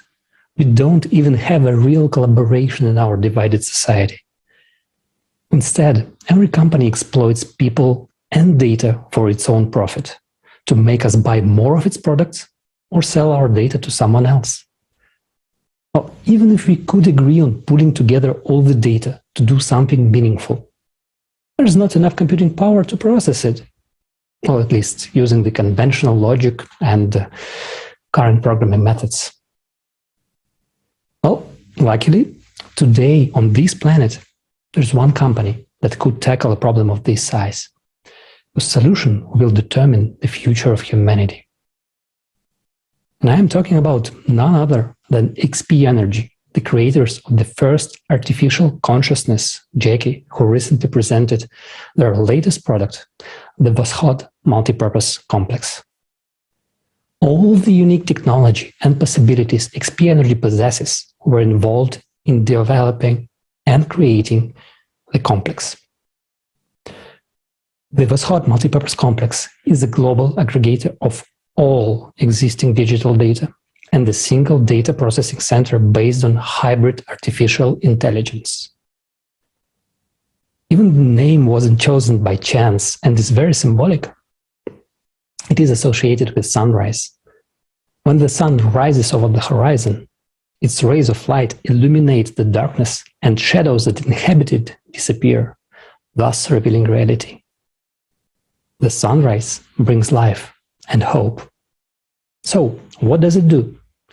The complex was created to solve a range of problems and objectives, both existing and those that humanity is yet to face in the future. For example, during the transition phase to the creative society. It includes many systems and subsystems, each designed to solve a specific range of tasks. In particular, the complex includes a total financial monitoring system that performs, among others, such tasks as global anti-corruption monitoring at all levels and constant monitoring of all economic entities. Let's look at how this functionality can be used at the state level.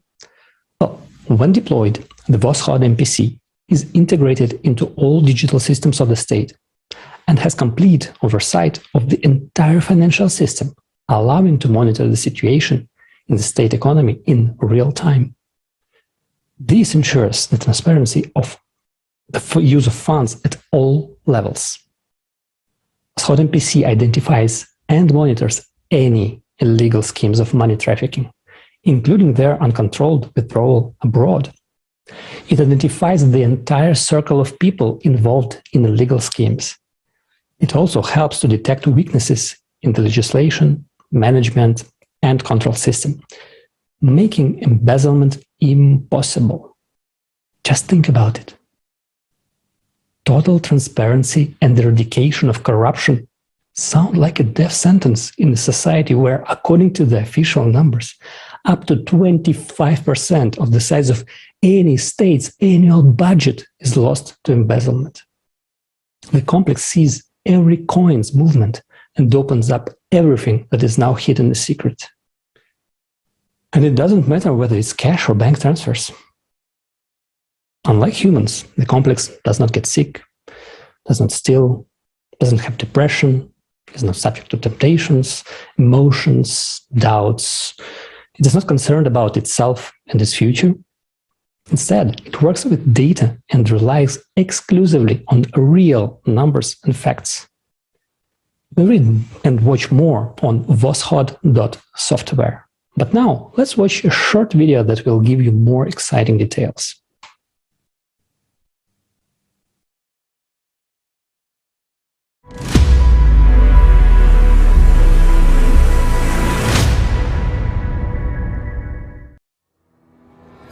Voskhod MPC in the state.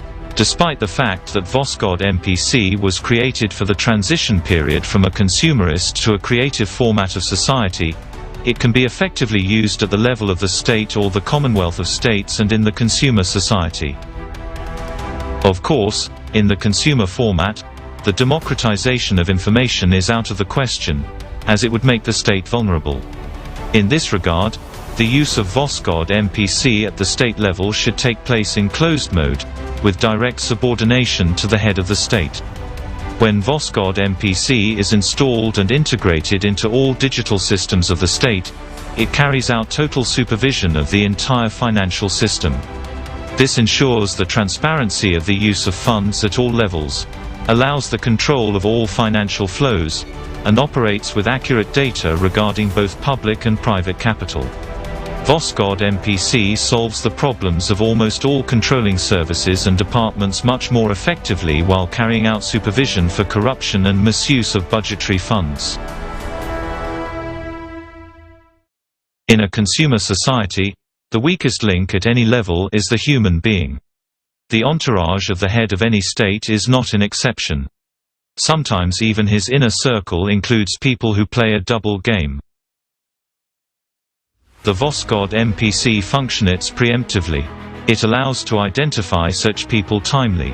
With precise information from the initial source, the first person of the state can always be sure of the loyalty and reliability of his team. It is enough during the report meeting with official to compare the reports provided by him with the real data given by Voskhod MPC. According to our calculations, for the secret department which will use the Voskhod MPC to be the most effective in such a state as China, for example, 12 employees would be enough, 3 IT specialists and 9 financial analysts, plus the head of this secret department. The complex is flawless. It is designed to be invulnerable to hacking. It is equipped with an internal audit and control system to identify unreliable employees who have access to it. The only vulnerable link when working with the Voskhod MPC in a consumer society are 2 people: the first person of the state, who decided to use the complex in the state, and the head of the secret department, who will operate and manage the Voskhod MPC. He will not be able to enter false data into the complex deliberately. This is impossible, but it is he who will provide reports to the first person of the state. State economic benefits. In economics, the Voskhod MPC makes the basing state practically out of reach of other states. The complex is capable of optimizing costs, bringing in huge profits by building accurate forecasts and financial models. It is also capable of significantly improving the economy and the well-being of the people. It will increase the level of trust for the government and strengthen the authority of the first person of the state. If we are to put into numbers the benefits of a single state from the usage of the Voskhod MPC, only on the optimization of budgets, personnel, restructuring of government services, the United States can save up to $2.5 trillion of the budget funds annually. Having the initial data on all the spheres of state life, Voskhod MPC predicts with maximum accuracy volatility of the economy.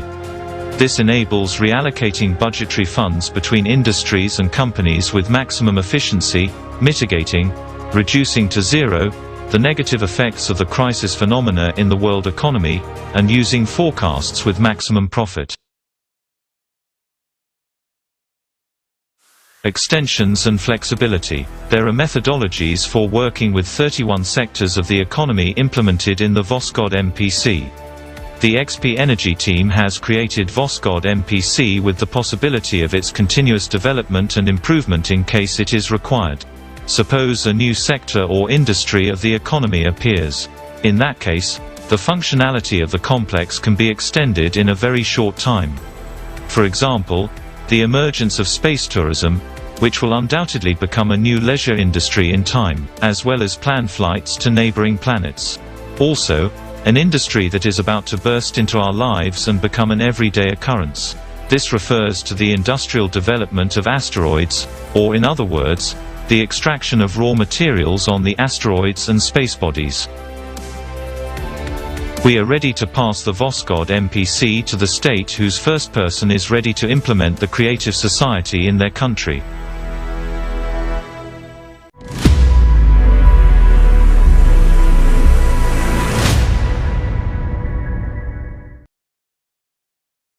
Amazing, isn't it? And this is just one of the functions of the Voskhod multipurpose complex. So imagine just how many possibilities will become our reality when the Voskhod MPC starts operating. But let's not forget that this is just another tool that we can use to drastically improve our lives, or it can become a weapon if it falls into the wrong hands. With all the information presented earlier in this forum about insane amounts of money spent on unsuccessful and never-ending battles with the world's biggest problems, if used for good, the Voskhod MPC would allow us to finally be able to see how the funds are actually spent and redirect all our resources, all human potential to build the creative society, not only to survive, but become a civilization and prosper.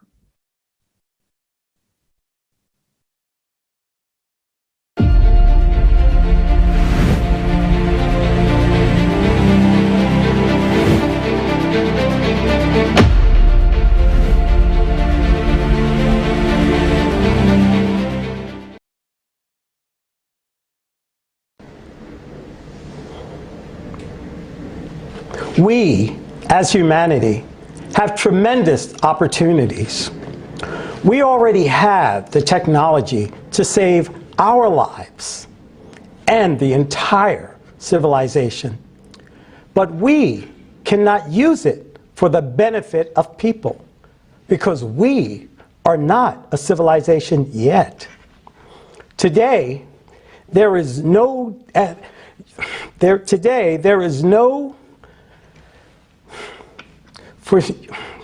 for humanity, for uniting. There is no system today for uniting humanity except in the format of the creative society.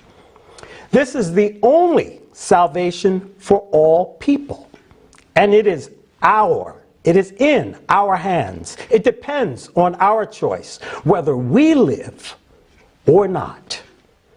And that's right now. Facing the global climate, and we cannot afford to wait for leaders and the powers that be to build the creative society. They will not be able to break the system, to stop the wheel of the consumer's format, which is rushing with us into the abyss at full speed. as long as we humans are alive, they will use us in their own schemes and their games. They will do anything to keep their wealth and power over us. They will kill us with our own hands, as long as we justify these murders by blaming each other. What is happening now is the degradation of human minds. It is the complete devaluation of human lives. It is a very frightening that we, humans, even in our own heads, allow and accept that there can be any excuse for deaths. They say, you have chosen such a government for yourself. It's your fault. This phrase is now used to justify deaths in the Ukraine and in other countries. But what is the people's fault in this case? In any country, people vote for what politicians promise them and not for what they do when they get there and do afterwards at their own will. We people have no means or mechanisms to remove them. We cannot stop what they are doing and make them do what they promised us. Yes, we humans may choose the wrong politician, but none of us choose death. People are being deceived. Politics is the art of deception. Let's face the truth. Let's just face the truth. The worst things that were created here in the world against people were created by politicians. This applies to every country. And in every country, there are a handful of bastards.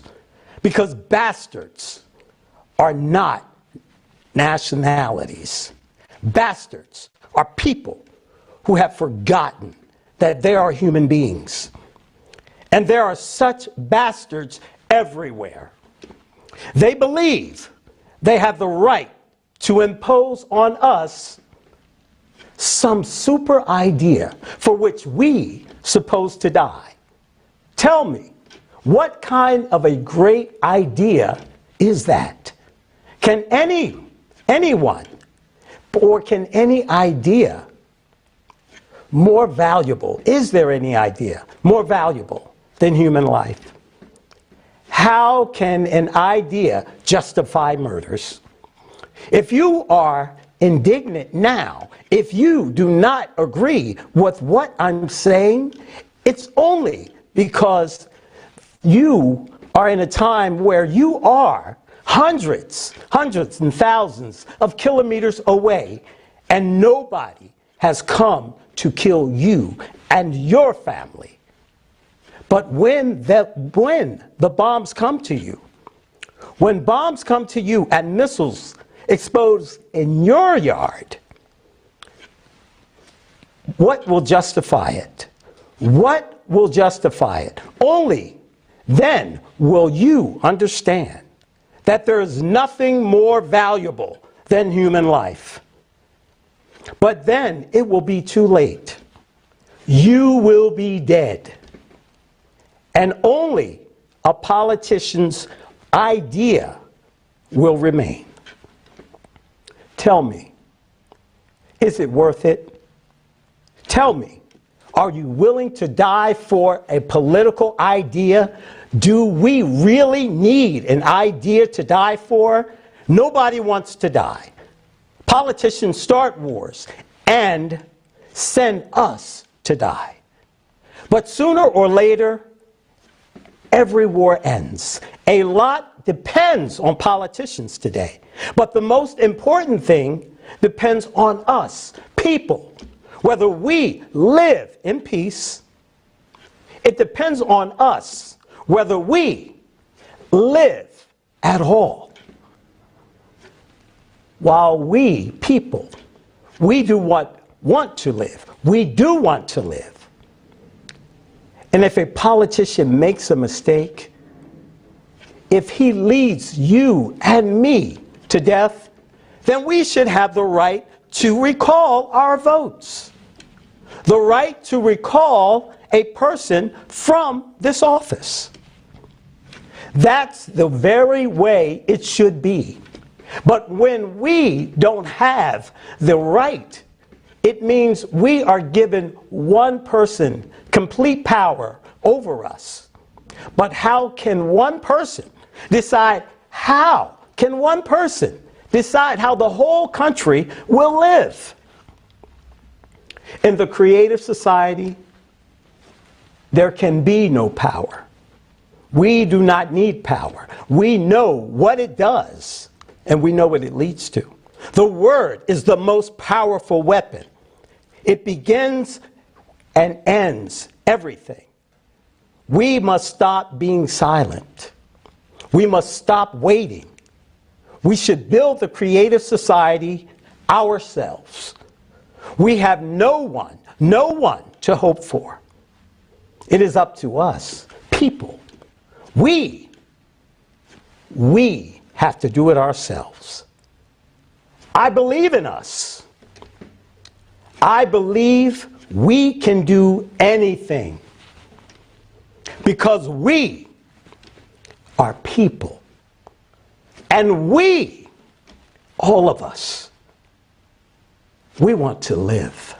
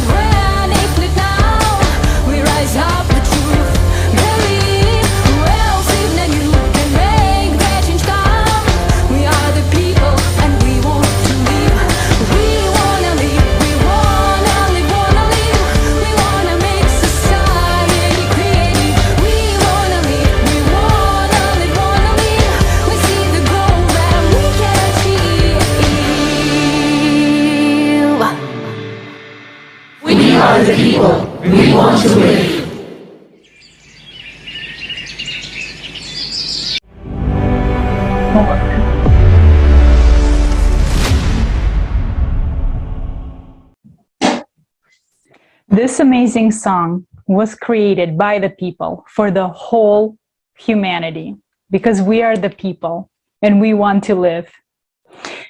And next, I would like to introduce Jeff Monson, ADCC wrestling champion, 3 times world jiu-jitsu champion, member of the American Top Team. Let's watch Jeff.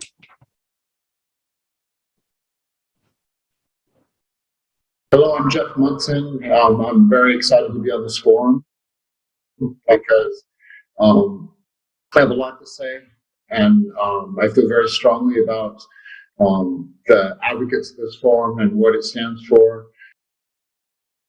So the first thing I want to say is that in this political climate now, where we're having war, where we're having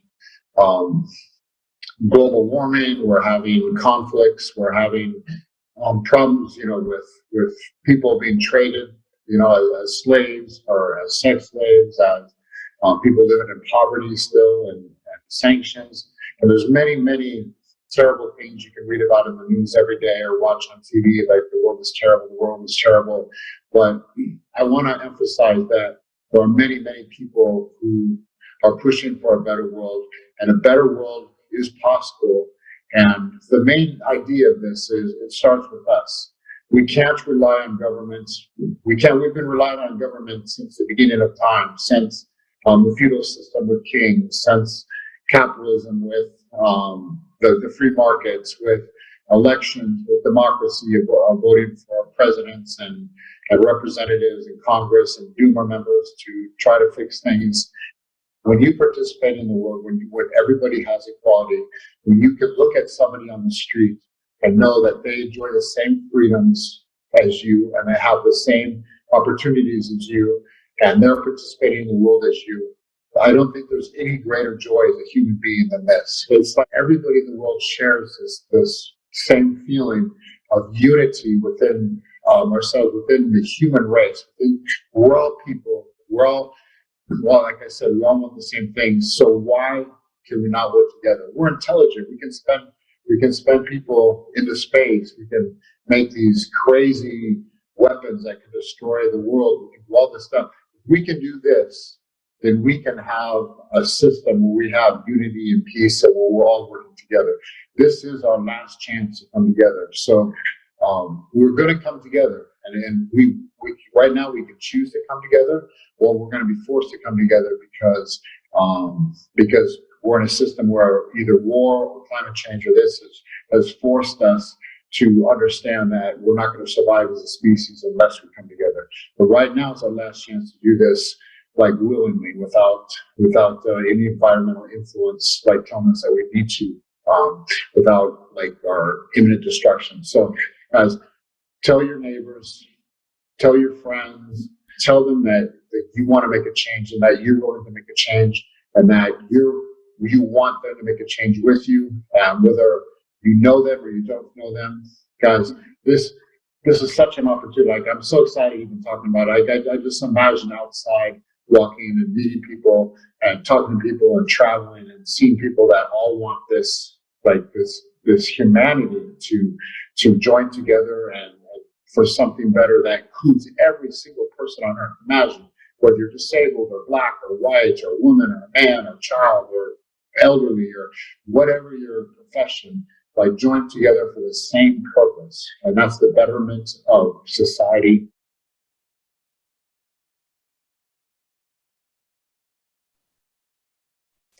Thank you, Jeff, for your sincere understanding of the importance of unification. It is truly the only way we can survive. Dear viewers, I would like to thank you for being with us. This broadcast was brought to you by volunteers from all around the world. Hello, I'm Jeff I would like Munson. to thank you. I'm very excited to be on this forum. Yeah. Because Yeah. I have a lot to say, and I feel very strongly about I think I can hear something. the advocates of this forum and what it stands for. So the first thing I want to say is that in this political climate, is it better now? Yes, thank you. And this broadcast is organized by volunteers from all around the world. I would like to thank each person who participated in making this event real. Right now, this event is being translated into more than 100 languages. And dear viewers, please share this broadcast with everyone you know. Please help us to make this event available for everyone in this world. This event is the time for the truth, and we are changing our future right now. We would like to receive your opinions, your feedback. Please record videos, send us emails. Let's be together, because what we are doing right now is so important. We don't yet understand how much the truth is changing the world. And in the next block, we will find out why the issue of ecology will never be solved in the consumer format of the society.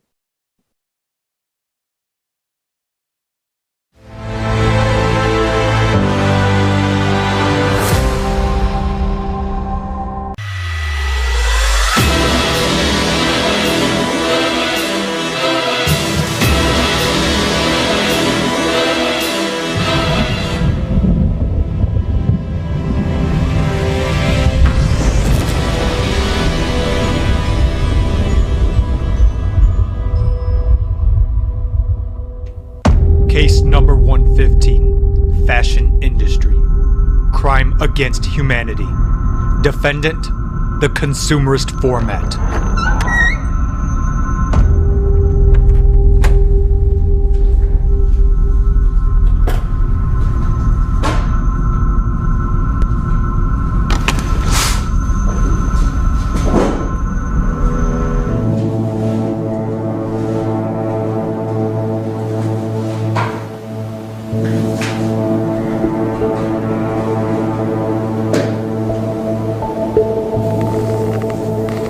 Aren't you gonna anything to say? Then I'll start. Bangladesh, the year 2013. I suddenly felt, am I in a war zone? I was hearing the scream from the rubble, someone saying, chop off my leg and pull me out. Save me, brother. Please, save me. Brother, I want to live. Haven't you remembered? Then I'll continue.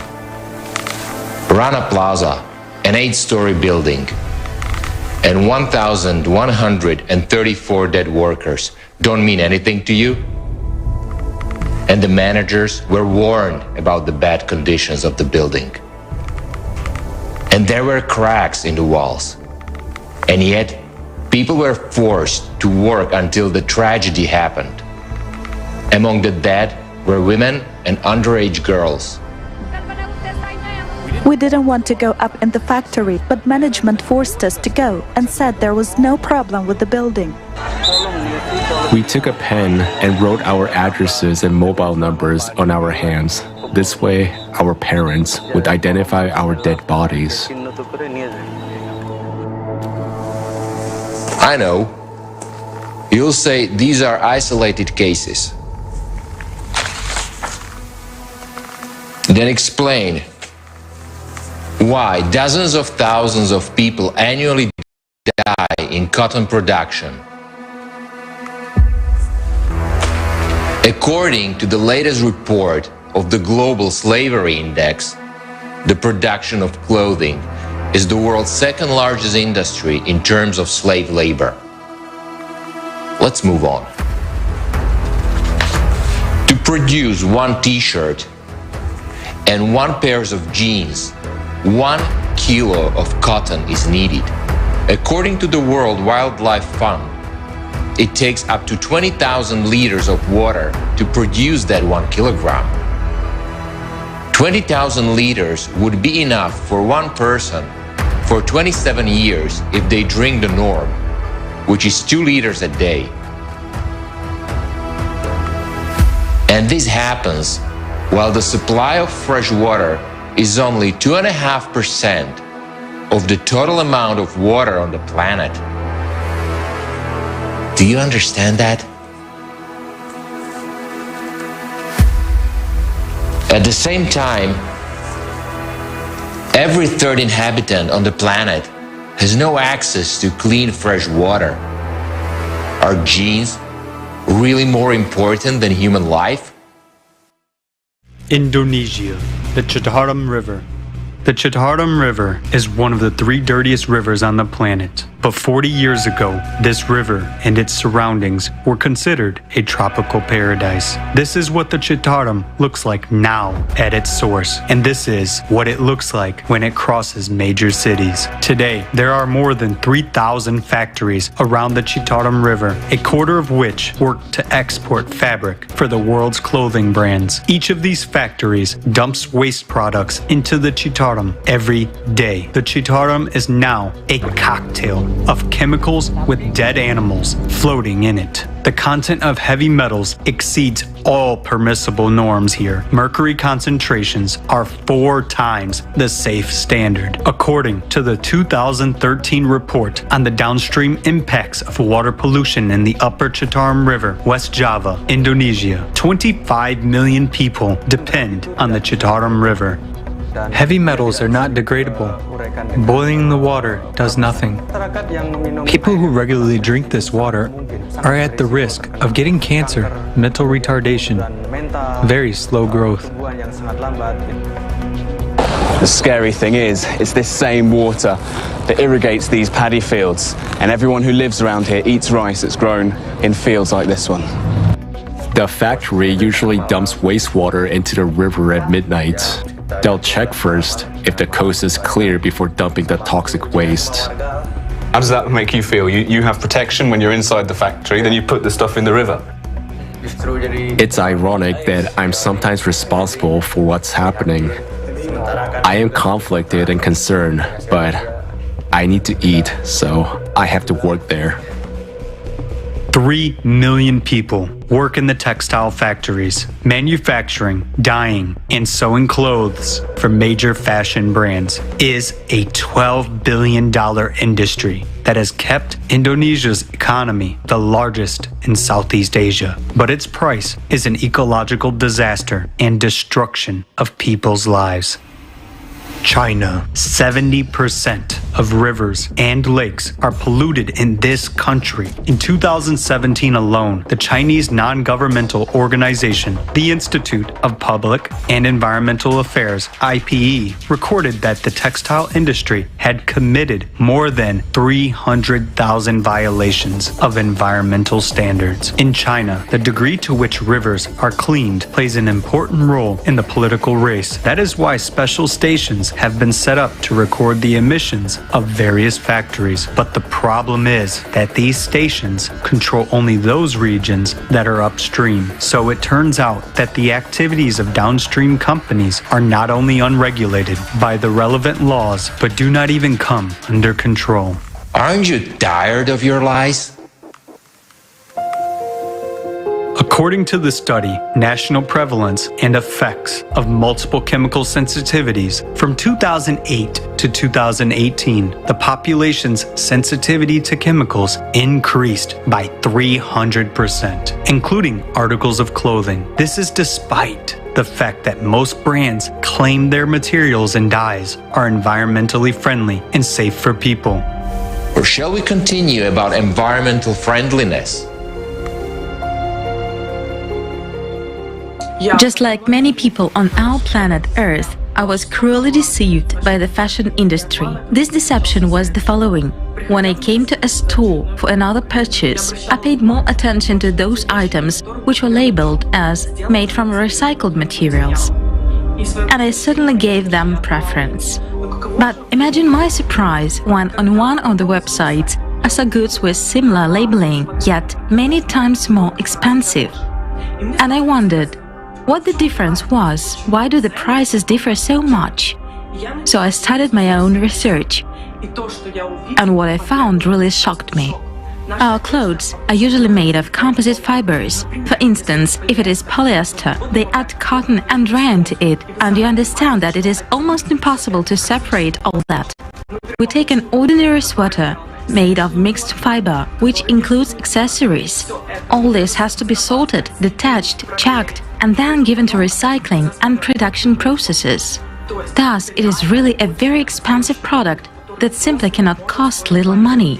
What shocked me the most were sneakers manufacturers who claim that their sneakers are made of plastic. Yes, they are made of plastic.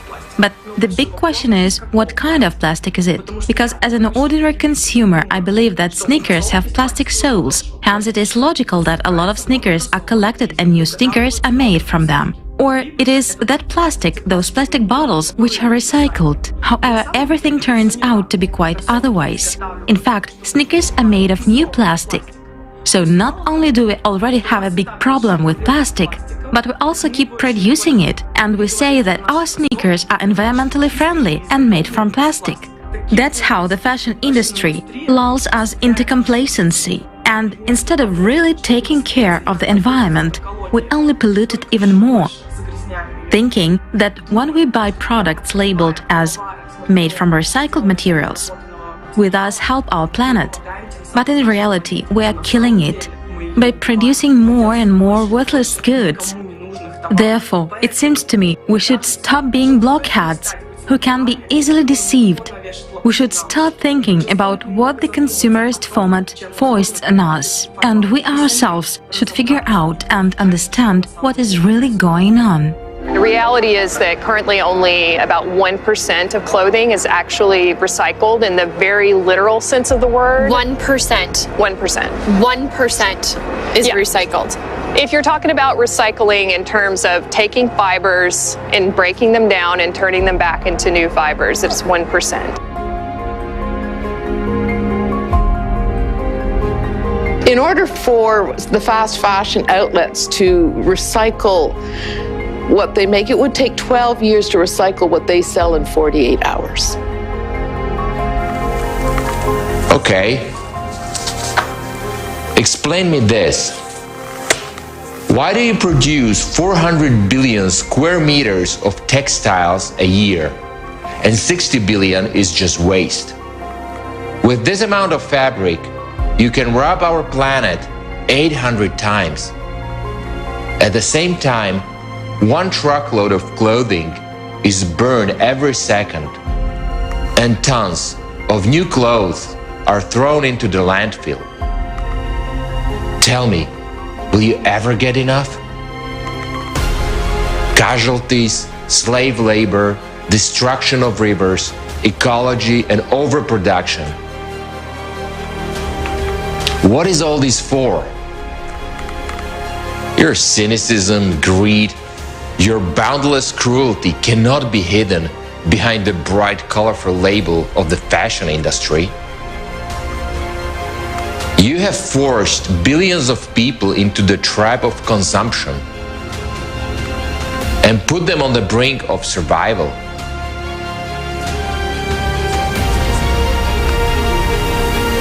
Are you going to keep silent? I'm so tired of you.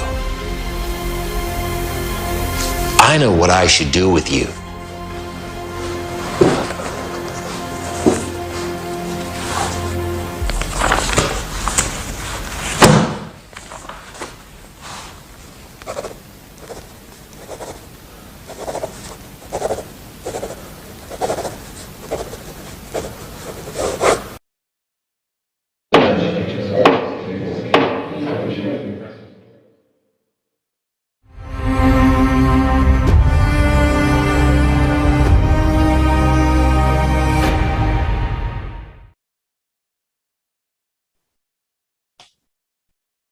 I was truly shocked by the information we saw in the video about fashion industry. How cruel and absurd is the consumer format we live in? Why is it allowed to manufacture products dangerous to the environment and human beings? Why unsafe technology being introduced? The answer is obvious. Because there is too much money at stake. And after everything we have seen and heard today, it's obvious that the consumerist format is simply killing us and our planet. And how could it be otherwise in the world where money is more precious than human life? And the only thing which can be changed by ourselves. We can be the change.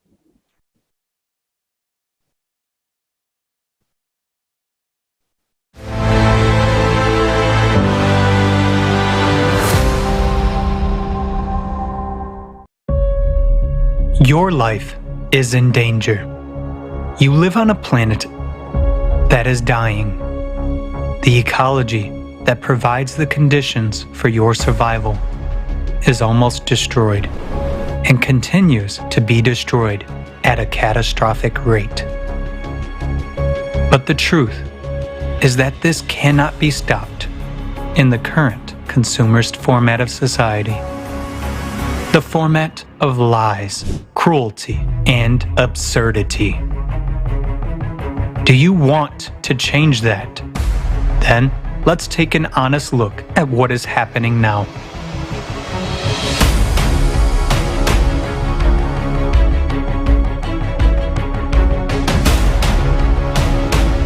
We are massively destroying the forest for timber, cutting down centuries-old tropical forest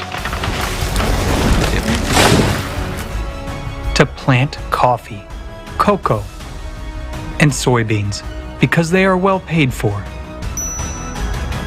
We are recklessly clearing land for grazing,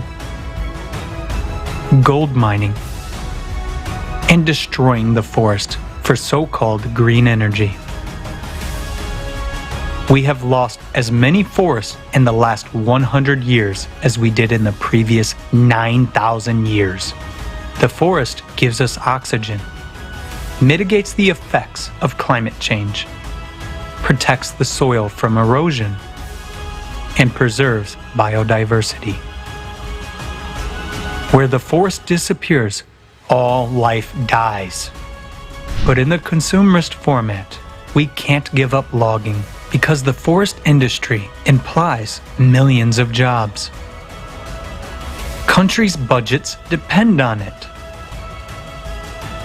It turns out that in order to survive, we must destroy what gives us life. The consumer society is a society of absurdity.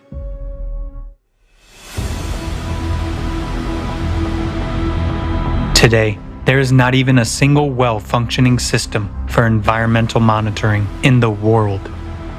Its absence allows almost uncontrolled dumping of toxic waste into the environment. For example, 80% of the world's wastewater is returned to the environment untreated.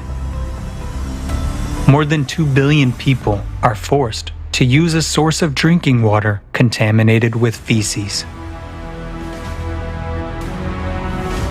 Even in a highly developed country like the United States, tap water of every state contains impurities of hazardous substances such as arsenic, copper, and lead.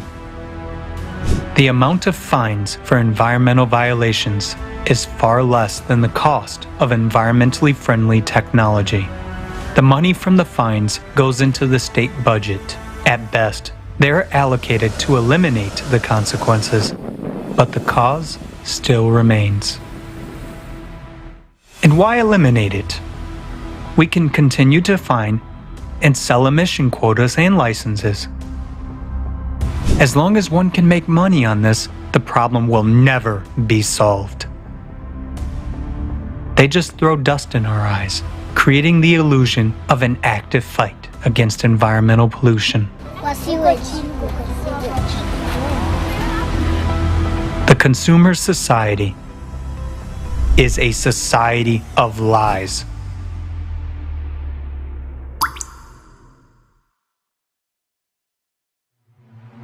Only 0.3% of all the water on the planet is available to people as fresh water. It is a single resource that belongs to all people. Now, 1 in 3 people does not have access to clean drinking water. To solve the water shortage problem in the 140 countries where it is particularly needed, $114 billion a year is required. Is it a lot?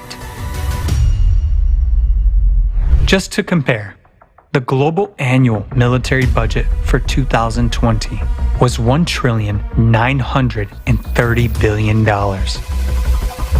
That is, if we give up spending on the war for just 1 year, we can provide clean drinking water for all of these countries for almost 2 decades to come. In a consumer society, fostering hostility and fear is more important than caring for one's neighbor and future generations. Consumer society is a format of inhumanity.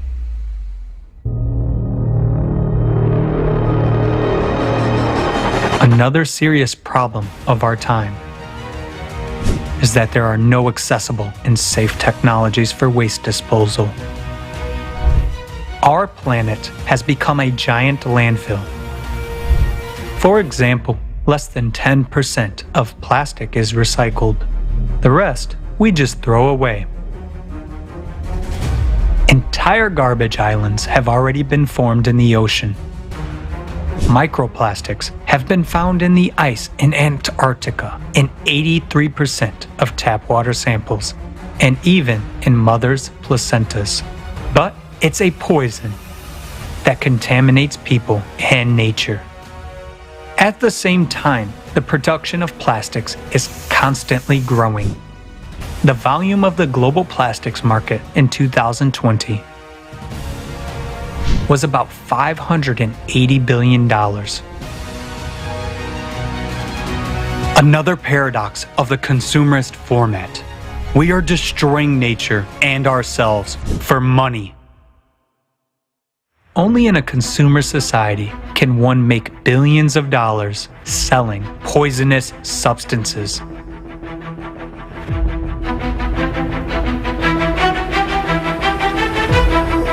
The largest pesticide manufacturers in the world derive over 1/3 of their income from the sale of products that are a serious threat to the environment and human health, causing mutations in the body, cancer, and reproductive disorders. Because of the proven harm, most of these harmful substances are banned from use in developed countries. But in order not to lose profits, manufacturers continue to sell them to third world countries, ignoring the fact that we all live on the same planet. And air masses and sea currents do not respect political boundaries. In the consumerist format, financial interests take precedence over human life. Anytime any of us publish a paper saying chemical X is bad, the chemical company comes after us. And they can be quite vicious. So it is a struggle sometimes for scientists to advocate or say something in a public forum out of fear, because the intimidation is real. And most scientists, we don't make a lot of money. We're not getting rich doing this, we're barely hanging on. But these companies have huge amounts of resources, and if they want to come after you, they'll come after you. I mean, the glyphosate story is really illustrative of that. They went after journalists, they went after scientists. So I commend all the scientists who speak at a forum like that, because I'm sure they're all experiencing tremendous challenge, and in some countries they may even be risking their life, like some journalists are. So I can imagine the emotions are quite high when talking about some of these high stakes things. We're in a moment of I don't even know what we're in the middle of. Misinformation, complete untruth. In a society ruled by money and power, where real scientists cannot speak honestly about big problems, we will never know the truth. In such a society, it is impossible to implement technology which can solve environmental problems, and that means we are doomed. To save your life and life on the planet, it is necessary to build the creative society, a safe, fair, sensible society in which the main value is the life of every person. Obviously, the creative society is our only chance.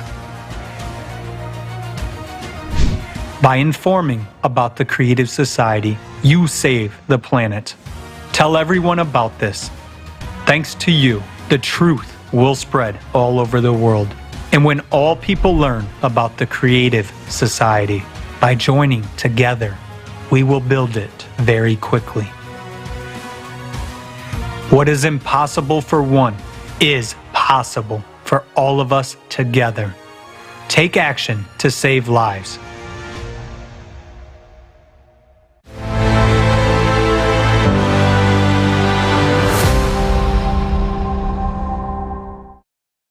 Greetings. My name is Anna. I'm an ecologist. And everything that is said in this video is a terrible truth. And it's getting worse day by day. Because we are increasing logging and pollution. I got engaged in environmentalism because I wanted to change all that and stop the destruction. But in fact, I now see that this is impossible in our consumerist format of society. And it hurts that those people who genuinely want to save the environment cannot influence anything. Because this is how the system of consumer society works. While in the scientific world, they distribute grants based on personal interests and make decisions at international forums to save the environment, these decisions aren't binding and have vague deadlines. And at this very moment, our planet is dying. And we are on the brink of ecological disaster. It is important to understand that there are three stages of ecological destruction. The first stage is when the ecology can recover on its own, and we have already passed this stage irrevocably, even if we stop throwing waste into the environment and destroying everything in our path right now. Even in this case, the ecosystem will no longer be able to recover on its own. The level of destruction is so great that it is only possible to save nature with the direct and active help of people themselves. And this is the second stage we are now at, the stage where emergency resuscitation is needed. We must undo all that we ourselves have done to our Earth. Because if we go to the third stage, this is the point of no return. Our planet is close to not being fit for life. A period of the sixth mass species extinction, as rapid as the period when the dinosaurs went extinct, has begun on Earth. After all, humans are a biological species as well. So why do we think that if everyone around us is dying, we will definitely survive? If most of us don't even realize the danger we are in right now, we still have a chance to change things, but time is running out. Dead zones in the world's oceans are increasing at a catastrophic rate. These are areas in which any form of marine life is dying due to declining oxygen levels. Just think about it. The first dead zone was discovered in 1970. There were 146 dead zones in 2004. and in 2008 there were already identified 405 of them, and their number is increasing every day. Dead zones tend to be formed near populated shores, as their formation is largely triggered by sewage and the chemicals they contain. This has led to the fact that one of the largest dead zones is now about 70,000 square kilometers in size. The ocean is dying, and therefore we are dying with it. After all, the ocean gives us oxygen and protects the Earth from overheating. Currently, dead zones are a reversible process, but no one is paying attention to solving this problem. Because economists claim that reducing pollution to zero is inefficient, as the cost of this reduction will exceed the benefits. So it turns out that in a consumer society, acting to save life is simply not profitable.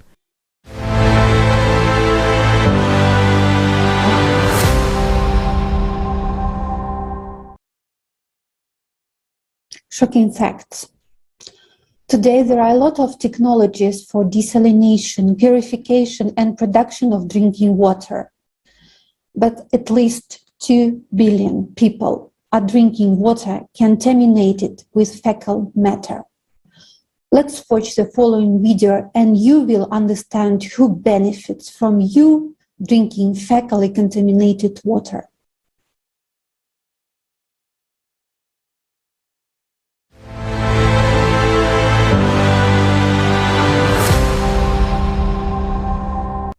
The world is already divided into those who are desperately short of water and those who still have it.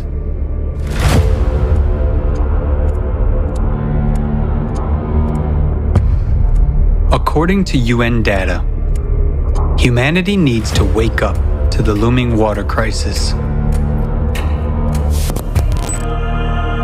And this is despite the fact that nowadays we know how to extract water even from the air and even in the most arid region. Water from fog. In one of the world's largest capitals, Lima, located in the desert, fog is collected in huge nets and used to produce drinking water. Morocco has one of the largest plants, which produces up to 6,000 liters of drinking water a day from the fog. Its operation costs practically nothing and does not require external energy. Water from the air. Atmospheric water generators allow you to extract up to 3,000 liters of drinking water per day, and it can be increased up to 1 million liters. Can be mobile and stationary. They can operate from any energy source and in any climate, even in the arid desert, are used for the needs of the military in some countries and well proven in emergency situations.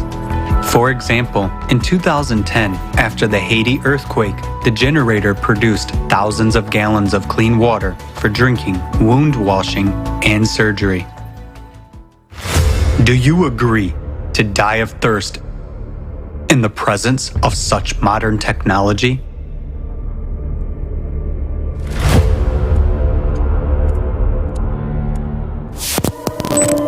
Water desalination units.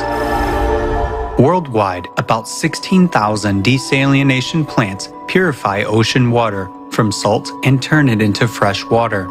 They can produce millions of gallons of fresh water a day and supply 300 million people. Innovative developments already allow desalination plants to be environmentally friendly, work even on the energy of ocean waves, and not to harm the ocean. In the water, they can retain the minerals needed for irrigation of fields and extract minerals from the remaining brine. This is ultimate cynicism and cruelty. When millions of people die of thirst in countries located on the ocean coasts, while such technologies are available. And this is the essence of the consumerist format of the society in which we live. Water retreatment. The technology has passed many tests. The water is safe even for drinking, and its quality exceeds World Health Organization standards. Meanwhile, every 2 minutes, one child dies from a disease related to contaminated water. 2 billion people in the world use drinking water sources that are contaminated with feces. By 2025, half of the world's population will live in areas with water scarcity. In just 3 years, it will be every second person. Actually, we don't have even these 3 years. Due to climate change, the situation on the planet is changing rapidly every day. And trouble comes where no one was expecting it. So, what will you personally choose? To die of thirst?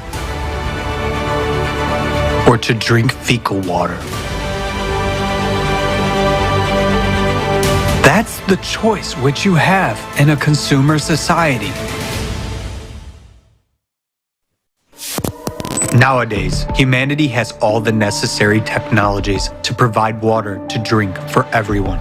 But in the consumerist format, trillions are spent to kill people, and saving our lives is way too expensive. By our inaction, we support this cruel, dead-end, and absurd format of the consumer society. The format in which these problems will never be solved, because our survival for the consumer society means earnings. Nowadays, profit is more important than our lives, and our deaths are just dry figures. The only way out is to change the format.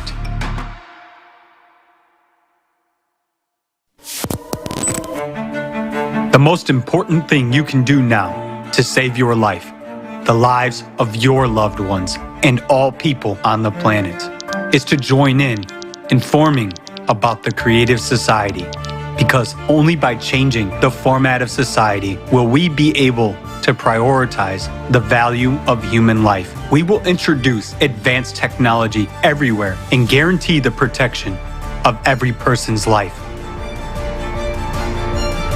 Act now. Inform about the creative society.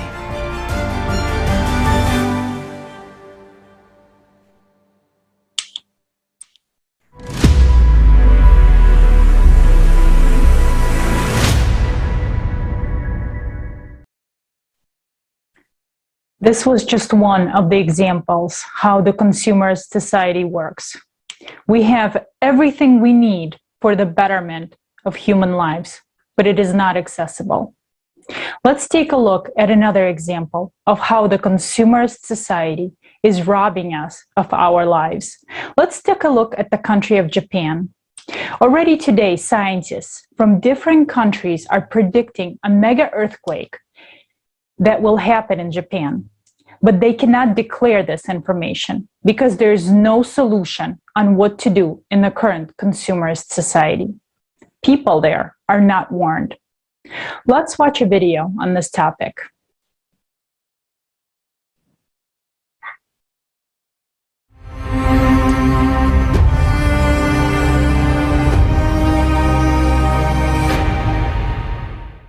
A mega earthquake could destroy all of Japan and nearby regions. Why? Japan became an archipelago about 12,000 years ago at the end of the Ice Age, and before that, it had been part of a continent. Every 12,000 years, global cataclysms and tectonic shifts occur on Earth and change the face of the planet, flooding some continents and raising others.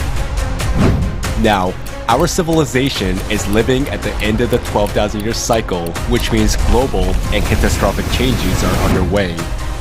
Japan is one of the countries that get into the thick of climate events. Alexei Lubushin of the Schmidt Institute of Physics of the Earth predicted the 2011 Tohoku earthquake 3 years before the event by analyzing seismic noise. He estimated that this quake was only a foreshock, an earthquake precursor to the Great Japanese Catastrophe. He predicts a magnitude 10 earthquake in the vicinity of Japan in the coming years.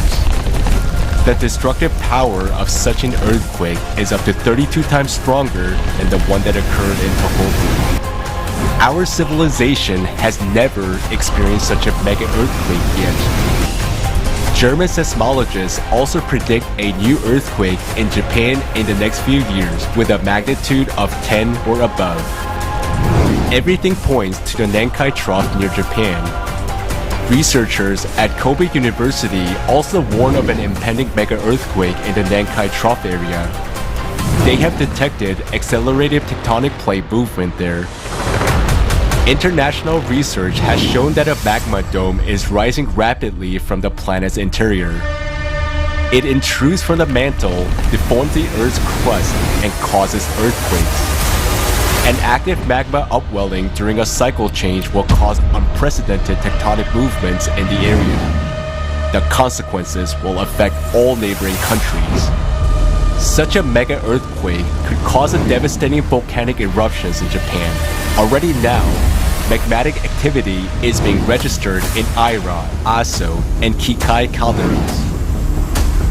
An earthquake in any of the supervolcanoes would threaten the entire planet with a volcanic winter and an ice age.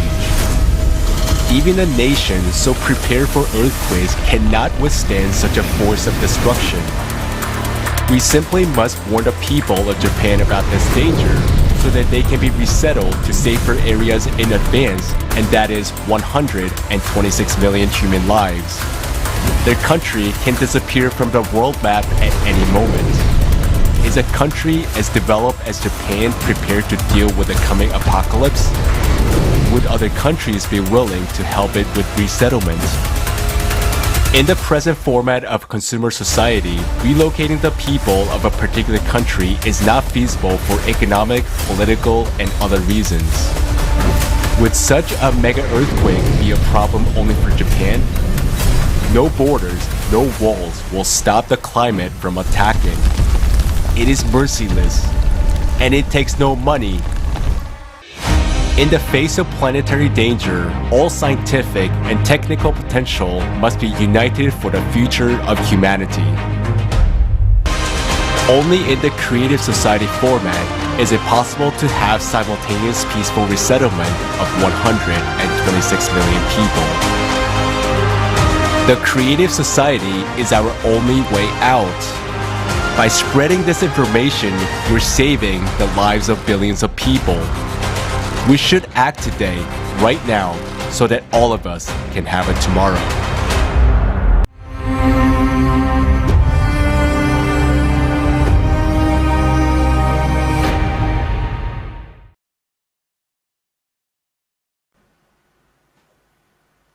Greetings, everyone.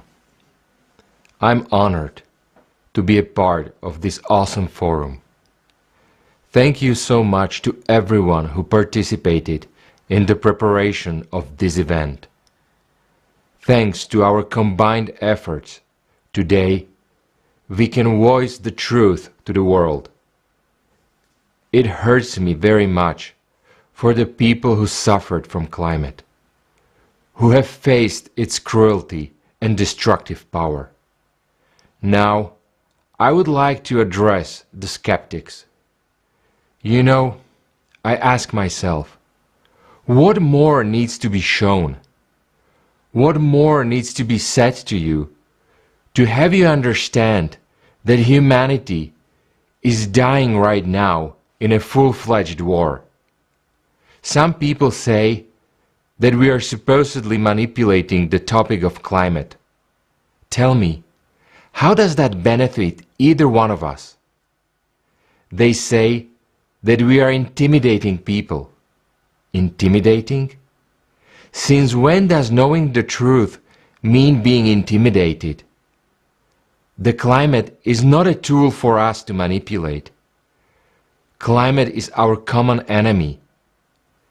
We have been staying up nights for months so that you could know the truth, to save your lives too. The lives of those who don't believe us. Tell me, what's the use of us spending lots of resources? What's in it for us? It's time to turn on the brains and think about this. We live on the same planet. This is our only home. And climate disasters will affect everyone, even though they may be occurring thousands of kilometers away from you now. Every disaster is evidence of climate change all over the planet, and therefore also outside your window, even if you don't see it just yet. Truth is, when you face the power of climate, it will be too late to do anything about it. The only benefit I'd like to gain is to save my life and the lives of other people, because I'm a human and I want to live. That's why I speak the truth openly. And now, I would like to address the clergy. Climate is killing us all. Why are you silent? Why aren't you telling the truth that the only way out and salvation for humanity today is the creative society? This is not something to be silent about. You can warn people and save the lives of the people of faith all around the world, those who listen to you. Why aren't you doing that? The Epistle of James says, "So whoever knows the right thing to do and fails to do it, for him it is sin." Don't you know that? By our silence we are killing each other. For our silence about climate change is equivalent to killing innocent people who sleep peacefully, not knowing what awaits them. The first sacred precept of Buddhism forbids harming and killing human beings. In Islam, the greatest sin is to kill an innocent person. So why are you silent? I appeal to the few real clergymen of all religions who truly serve God and not Mammon. Remember why you came to your religion. If you truly came to serve God, for the good of people and not to be a freeloader, then don't be silent. Speak up the truth. Speak about the creative society. Thank you.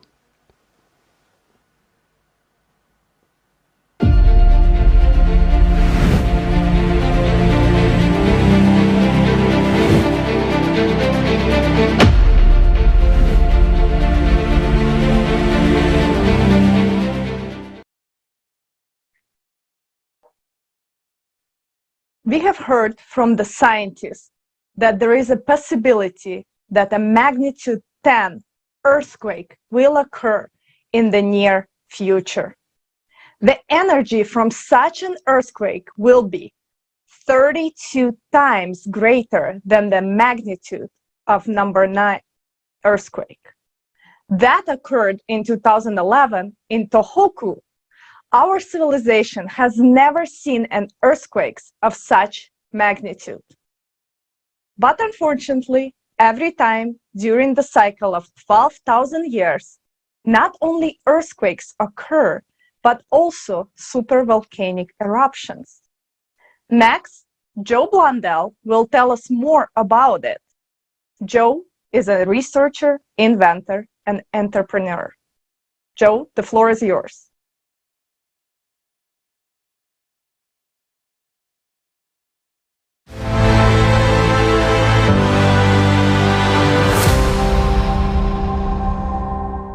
Greetings.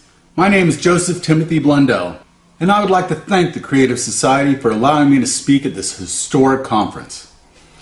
A lot of people don't know this, but the Greeks and the Hindus all have their stories about the cyclical catastrophe cycle. A lot of people have wondered why these cyclical disasters seem to give rise to civilization and the ultimate destruction of. And it's actually a really simple physics principle. You see, the Milky Way galaxy has a giant northern magnetic field and a giant southern magnetic field. And where those two fields meet, create a waveform oscillation. We spend 12,500 years on the southern waveform and 12,500 years on the northern waveform. No big deal, right? Well, where those two waveforms come together represents a 3% region of space that we will be going through for 200 years. If you follow that 3% region of space back to the galactic central object, that's the place where stars are continually being spun out. So the enormity of energy in this region of space can't be understated. And of course, it's because of that magnetic mixing and the magnetic induction that our planet goes through for that 200 years that gives rise to the cyclical supervolcano cycle. And you can see it like clockwork. Exactly a half a great year ago, 12,500 years, Campi Felgari off the coast of Italy. Supervolcano, boom. Exactly 1 year, one great year ago, 24 to 25,000 years ago, Taupo in New Zealand went off. Exactly a great year and a half ago, Campi Felgari went off again. And exactly 2 great years ago, that region of space has a lot of debris flying around in it, so we're also susceptible to meteor impacts at that time. And that's why you find the Cannon Diablo meteor hit exactly 48,000 years ago. And I would be remiss not to mention the most catastrophic recent super eruption, and that was Toba, 76,000 years ago. Exactly 3 great years. And what you find there is a supervolcanic eruption that went off so big and so powerful, it took humankind down to about 8,000 people. 8,000 of us left. These things end civilizations, end entire species. The reason the Neanderthals are no longer here is because Campi Felgari went off exactly 8 great years ago and wiped them off the planet. So the enormity of power I'm talking about, just to illustrate it for you, a supervolcano going off is like setting off 1,000 Hiroshima-style atomic bombs every second. So if you took all the nuclear weapons we possess in the entire world and set them off, you would have the first 6 minutes of a supervolcanic eruption.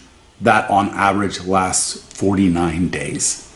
So with the enormity of disaster that is coming towards us, how do we prepare?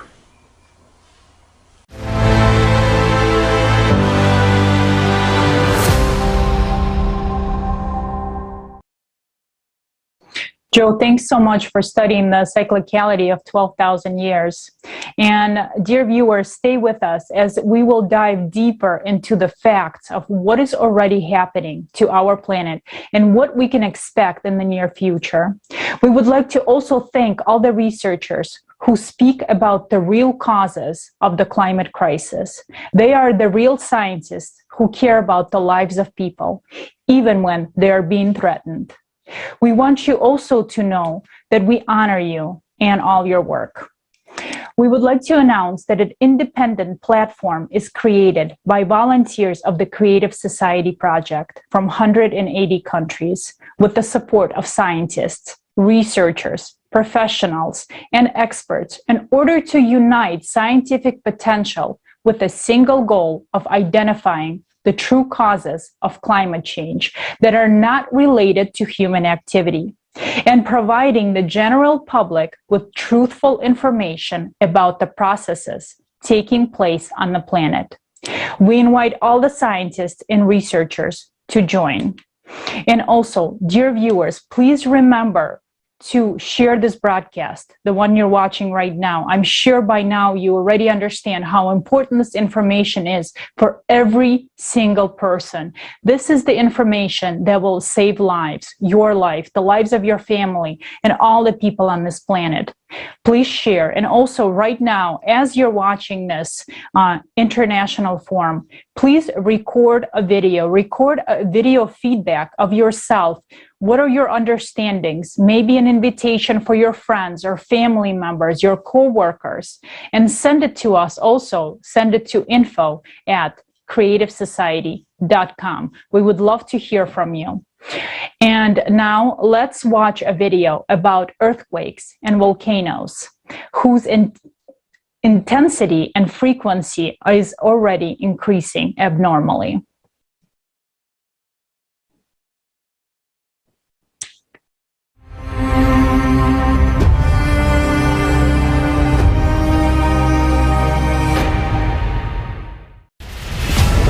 Earthquakes and volcanoes. The power of the Earth's interior manifests itself unpredictably on the surface, causing colossal damage and destroying all life around. In the recent years, these emissions of planetary energy have been growing exponentially in gigantic leaps. Something inexplicable has started to happen.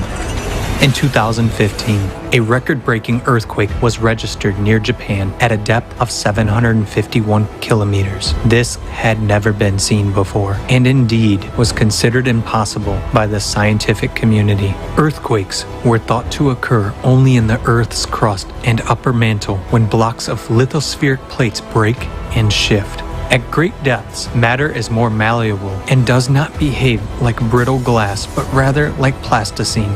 There is nothing breakable there, but earthquakes do happen, and that is a fact. The horrible part is that their number and magnitude are increasing.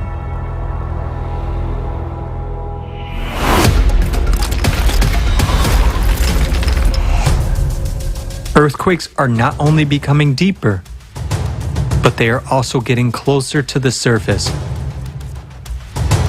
which means they are becoming more destructive.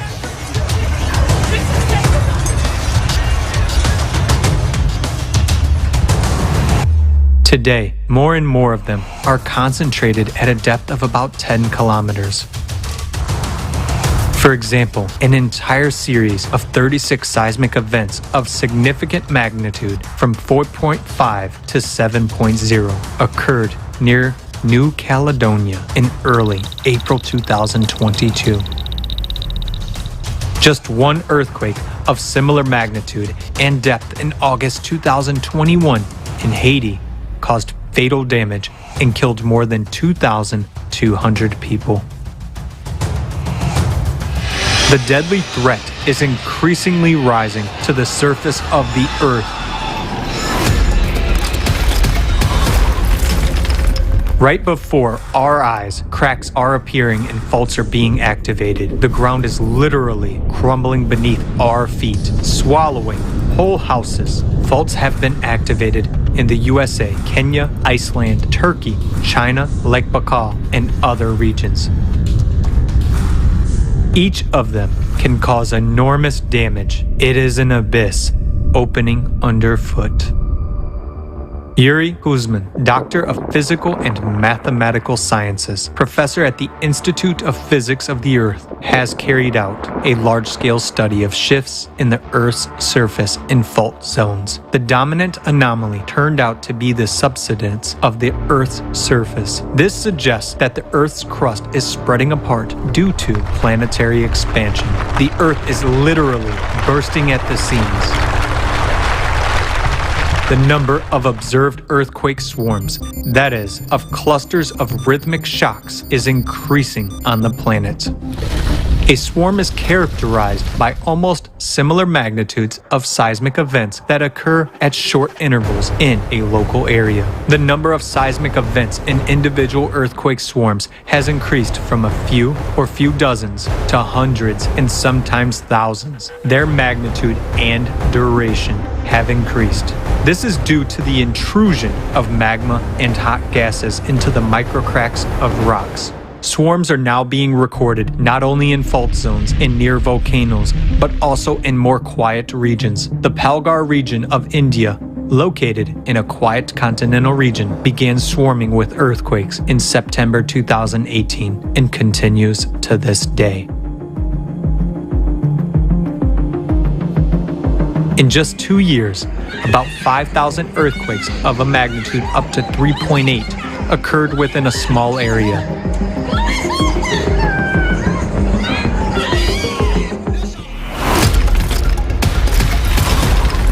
And what has been happening since August 2020 in the Bransfield Strait off of Antarctica has been described by scientists as a huge magma intrusion.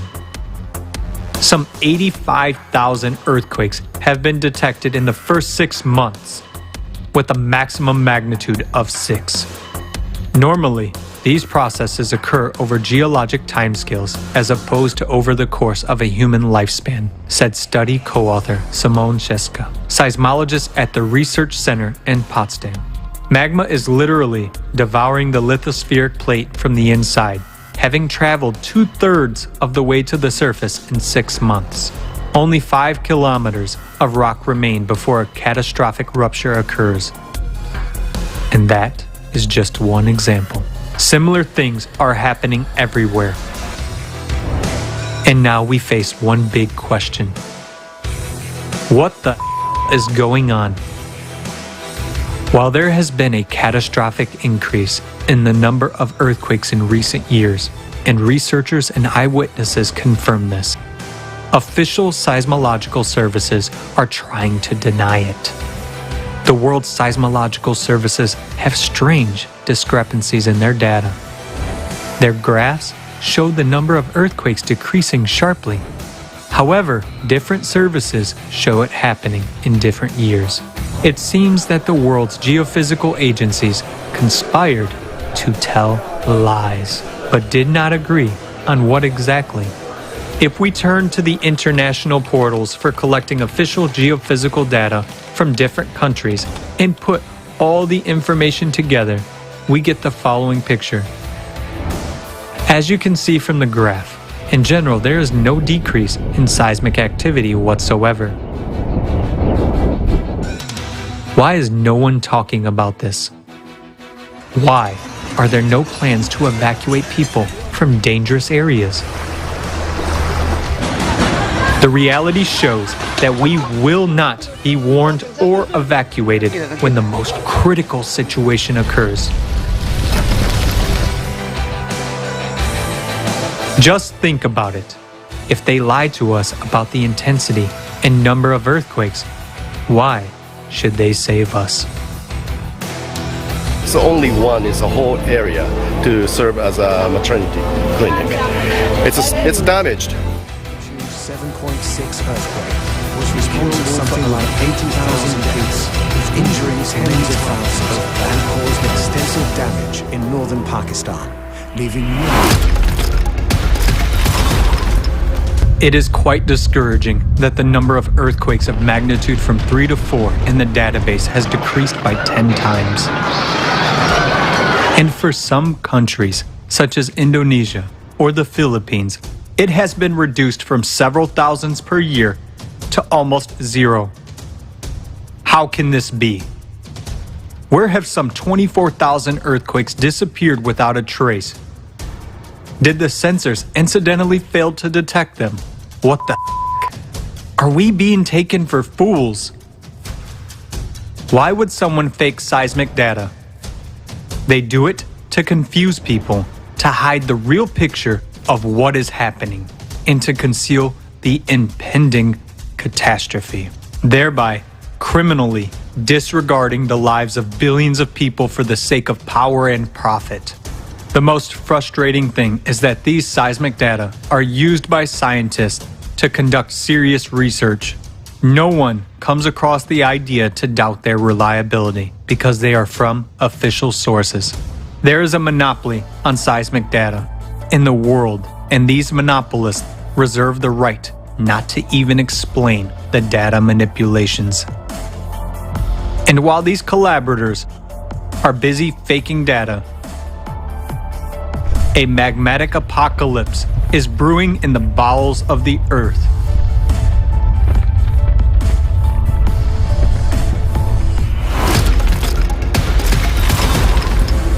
In recent decades, the Earth has been accelerating its rotation by leaps and bounds, which means the centrifugal force is increasing. As a result, at the equator, the planet is expanding and increasing in volume. This causes the Earth's crust to crack and geological faults to activate. At this time, processes similar to blood cavitation occur in the Earth's interior with magma. Blood cavitation during Kyson disease is a life-threatening phenomenon known to divers during rapid ascent to the surface. Due to the sudden drop of pressure, the dissolved gases in the blood are released instantly, causing the blood to boil. The resulting gas bubbles destroy the walls of the blood vessels. In the Earth's interior, sudden pressure drops are associated with an instantaneous increase in centrifugal forces during a sudden acceleration of the planet's rotation. This causes magma to rush abruptly towards the Earth's surface. Lithospheric plates are destroyed by cavitation, microbursts of active gas-saturated magma. Just as the walls of vessels are fused by the bubbled blood of a diver, this process accelerates itself, affecting deeper and deeper layers of the mantle. That is why we are seeing ever more powerful and deep earthquakes and seismic swarms. The proof that this process is increasing and accelerating can be seen in the massive double-deep earthquake in Peru. Meanwhile, the expansion and intensification of the pressure on the crust due to the cavitation of the magma serves to intensify the erosion process. What does that mean for us? Soon, we will see eruptions and earthquakes of a magnitude that our civilization has never experienced before. The countdown of the clockwork mechanism of the magma bomb inside our planet has already started. Under the onslaught of a massive attack from the Earth's interior, the thinner oceanic crust is already giving up its position. The ocean has so far restrained this power, but eruptions are moving into the terrestrial phase. Tonga is vivid proof of this. It has the highest number of deep focus earthquakes, and the eruption of the Hunga Tonga Hapai volcano on 15 January 2022 alone affected 80% of the population of the surrounding region. If one volcano can do that, what can we expect from a massive eruption of terrestrial volcanoes? After all, already now, we observe their synchronization. The thicker continental crust is holding the line for now, but it won't last long. This threatens to bring on a volcanic winter and a new ice age. The magma's violent power has already awakened volcanoes that have been dormant for hundreds and thousands of years. Our planet is looking more and more like a minefield, where shells are beginning to detonate like a chain reaction.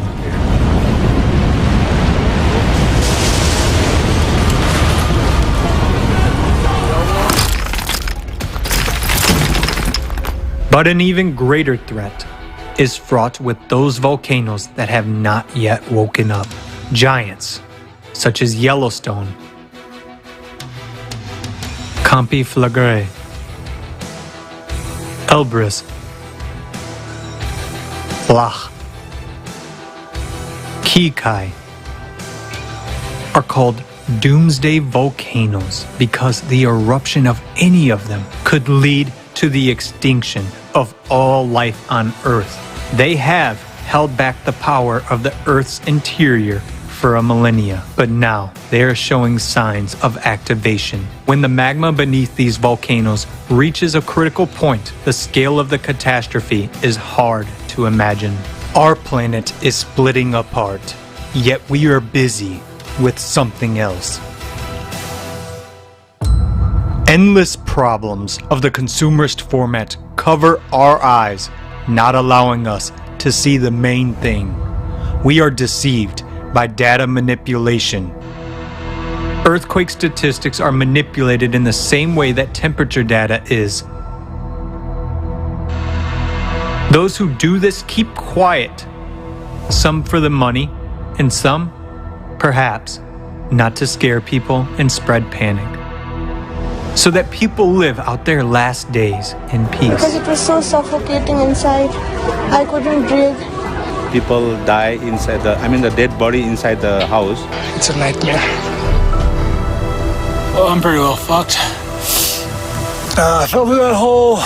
So that we go straight to the precipice with our eyes closed while someone knows but deliberately hides or is afraid to voice the truth. But we still have a chance. And so we just have to tell the truth. We will be able to withstand cataclysms if we unite our scientific potential. But in order for climate control to become our reality, it is important for scientists to unite in the common goal of keeping all of humanity alive. This is only possible in the creative society. Decide. The choice is yours. Your life is at stake.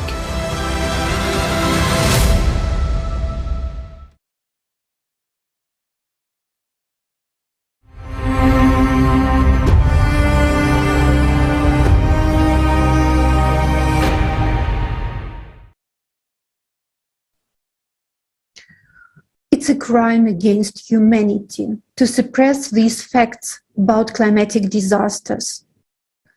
You may ask, why are these facts suppressed? Why are they being hidden? To prolong a peaceful existence while the consumer society continues to consume each other and our planet? And I want to ask, why are we silenced? Do we think we will live more peacefully if we ignore the truth? We will, but not for long. By this attitude, by lying, by silencing the truth about climate crisis, we deprive ourselves of a chance for a future. Because then people see the truth about climate. They know it's our enemy. They know it's the last war of humanity. They will mobilize to confront it. No victory is possible without united and well-organized resistance. Now those people, those scientists who see what is happening to the climate and our planet, they understand how dangerous it is for us people, but they don't know how to solve it. And here is the answer to your question. Why do we need the creative society? To find a way to confront the climate. We need to bring together the efforts and funding of scientists around the world. They should have started working together yesterday to save people and the planet. But this will not happen in a consumer society. In a consumer society, the money which is allocated was disappearing and will continue to disappear in an unknown direction, or rather in the known, in someone's pocket. And seeing all this, it's hard to imagine how these collaborationists we were talking about earlier in the forum, what are they hoping for? Are they planning to pay a volcano or an earthquake with the money they get for falsificating data? Their actions are absurd because in a panic, they are trying to plug all the holes through which the truth leaks out. And their empire of lies is falling apart.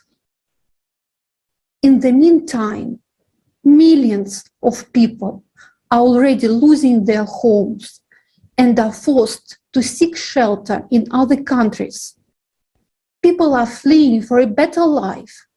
But in the consumer society, they become a commodity. You will learn more about the hardships of refugee life below.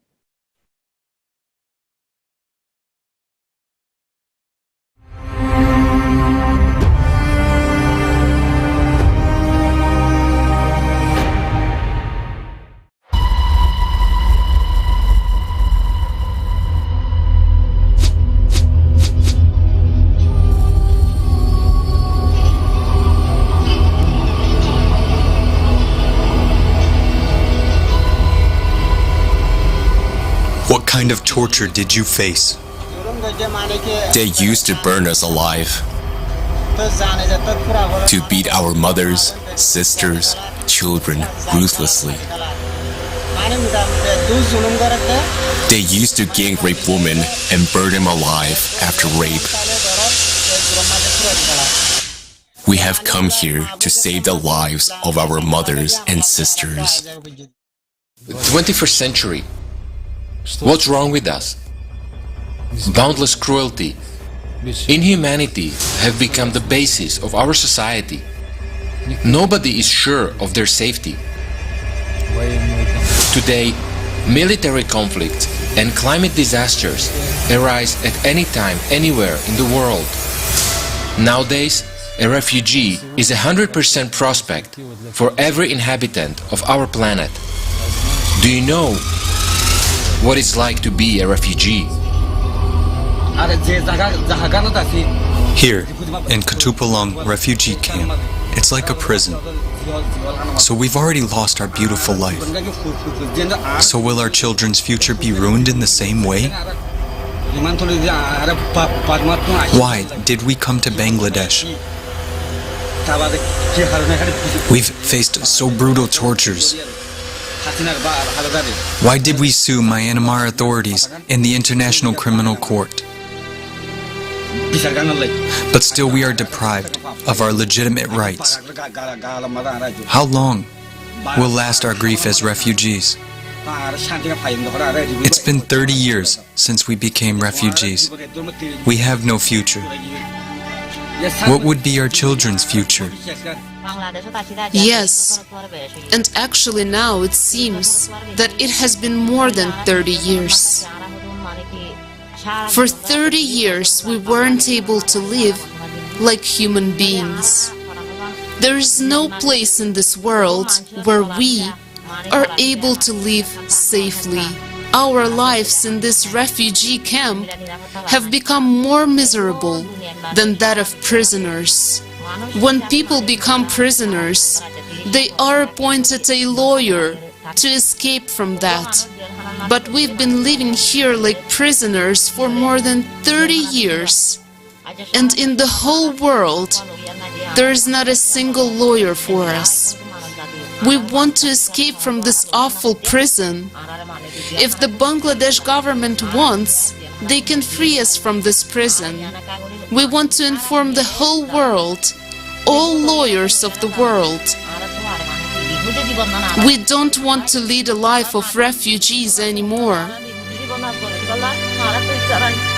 We don't want to see our future generation as refugees. We would have committed suicide if we had known beforehand the misery of a refugee life. Today, refugee camps are death camps and concentration camps. And this is the result of the work of the UN and other organizations meant to help refugees. These are the realities of the consumerist format of society in which we all live. It is the format of inhumanity, indifference to one another, extreme cruelty and irresponsibility for what is happening. No change of these or those representatives of power will improve the situation unless the conditions are changed. In order to change this situation, it is necessary to change the format of relations between people and society as a whole. We need the format in which the value of human life, its security and safety will be guaranteed for everyone.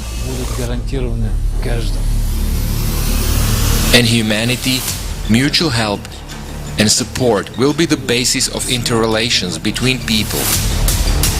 The only solution is to build a creative society. If nothing is changed now, tomorrow each of us will find ourselves in this concentration camp. And that's the best prospect for you as a refugee. Condition there is terrible and so bad. The people living like each camp maybe 110 or more than it, or under the 100. Between the 110, it is no space, safety space. Last visit for the camp, I saw a lot child, some children without shoes under the snowing, and some children didn't care about the cold weather, and some father wake up all the night to protect the children from the cold, because not heater there, and hard to take heater for all the night, because it is just tent and dangerous. So the problem, I think that all the NGO should focus about how improve the situation more than how give him help for 2 weeks and end. A lot of the NGO just provide and give him food kit, clothes, and we need it. But the problem it is why we every years in the winter have this problem. So just the NGO what doing? Keep everything, and every winter provide the same help.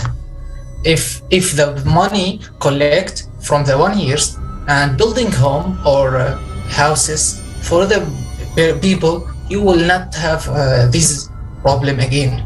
You can focus about another thing and building the economic there. So why is the existence of these camps around the world beneficial? What prevents this issue from being solved once and for all? The answer is obvious. Refugees are a business, shady business, where the goods are people. You are a commodity. Refugees are easy prey. They will not be sought. No one needs them, neither the state from which they are fleeing, nor the host party.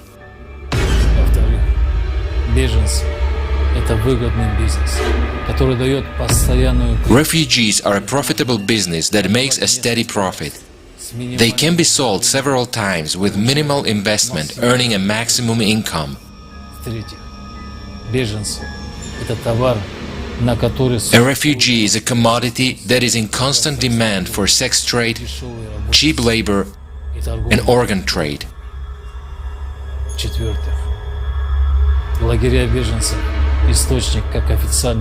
Refugee camps are a source of both official and unofficial income for those who work in the camps themselves and to those who work for international organizations.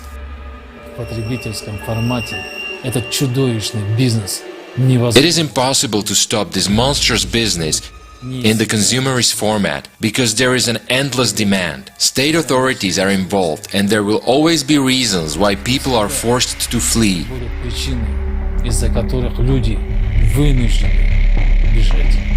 In this business, there are a lot of poachers, there are a lot of stalkers, there are a lot of hunters, and these people grab the thing. So the government is also aware about it. The customs are aware about it. The coastal guards are aware about it, like which boat is moving from where and to where. So from point A to point B, yes, it is a business. And everyone is involved again. Because of war thing, in most of the countries where people need some place to move around, there are many scammers who are in the market, who say that, okay, you pay me so much amount, I take your family safe and sound and well. If the scammer is a butcher, then you know the family is devastated. And you never know if the family is all together, because their intention is just to take the subject. So either the family is dead or something like that. Human trafficking is an epidemic that is global, and it's not just a certain nationality or you come from a different region. We have heard of young girl as young as 8 years old being pregnant from these refugee camps. We have those that have been missing part of these refugee camps, where people are picking them up by the van load and transferring them to somewhere else. And this is not going to stop anytime soon. As you look at these refugee camps and how people are coming in. Refugee camp, it sounds very absurd, but understand this is how it works. The refugee camp doesn't have all the good-looking girls or all the good-looking boys. I'm emphasizing on boys and girls because the young boys are also in good demand. Understand this. So even the boys are not safe. The more white, the more better. The white skin is in demand in the flesh trade. I'm serious. The refugee camp kids, they are just like peanuts. The reason I compared them to peanuts is they are on the top filling. So it is just filled. If the batch is incomplete, okay, we fill some more. Take them from this refugee camp. Hundreds of thousands of people die in military conflicts and millions become refugees. As long as society is based on the principle of divide and rule, as long as there is a constant struggle for resources, confrontation, and division of spheres of influence, no human will be safe. Most of the organizations are suffering from the shrinkage of funds to support the refugees. Why? Also, the political issues play a role here. The duplicity. Deal with your political issue with each other, but there are refugees and IDPs here. They need shelter, they need food, they need the health care, they need a lot. And no, we are not interested there. The humanitarian work is being politicized now, literally. Our country is involved in war for the 40 years, maybe 45 years, but no solving, it is not solved in a result. We are also human. We are also have the same dream to get education, to have all the facilities of life. Politicians, they are creating armies so that they can kill people in order to get their own benefit. So when there is political stability and good governance, then people will not flee from their country. Here, there's also some refugees who come because of hunger, because of some economic issues. Not only they come because of like war, but even due to economic issues like drought. A refugee is a human, fleeing from mortal danger, but death awaits him ahead. The border now is like action movie.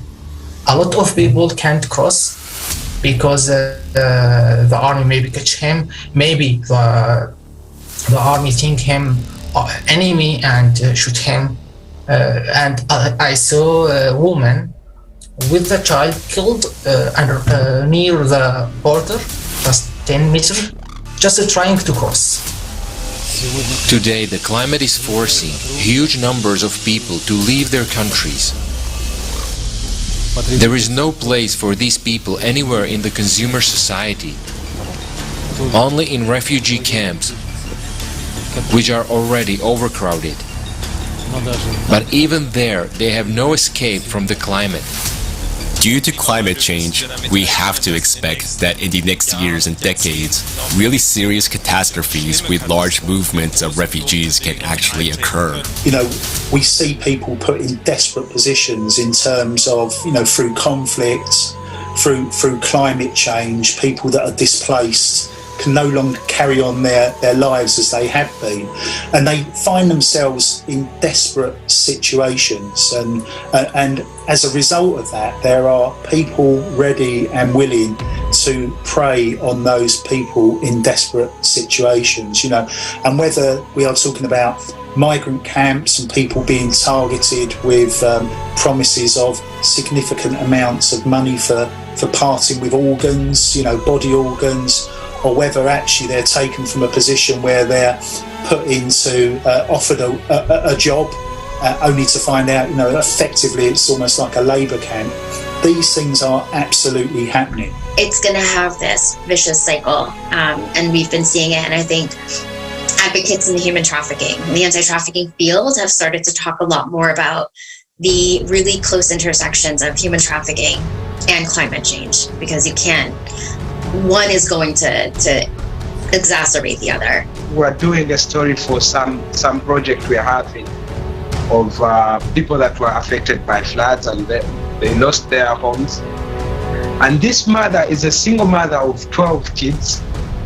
So she was telling us how she had struggled to make a living with her status of being a single mother. And then after, out of nowhere, these floods came and took all her property, destroyed her house, and now she's homeless again. So she was telling us how she has always had suicidal ideations. This tells you how real climate change is impacting, negatively impacting not only the well-being, but also the physical and mental well-being of the person, of the people that are affected. And then the second, of course, which is more obvious, is loss and damage. These people had their property, their homes, and then now floods come, landslides come. They're taking away all this property. The situation with refugees clearly reflects the essence of our society today. In the consumer society, no one wants to solve other people's problems. Everyone is focused on themselves. Hypocrisy and hatred are everywhere. We literally devour each other. No problem can ever be solved in the consumerist format. Such a society has no perspective. It's a dead-end society and it's doomed. There are modern concentration camps, refugee camps, in the various parts of the world. Some of them have existed for over 70 years. Generations of people become eternal prisoners in these concentration camps. The solution to this issue has become impossible because refugees are a lucrative billion-dollar tax-free business.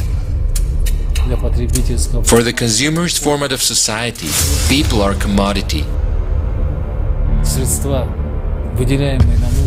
Funds earmarked for refugees are pocketed, and the result is tarpaulin tents in the freezing cold instead of normal living conditions. Electric heaters without electricity, buckets of ice-cold water outside instead of normal showers.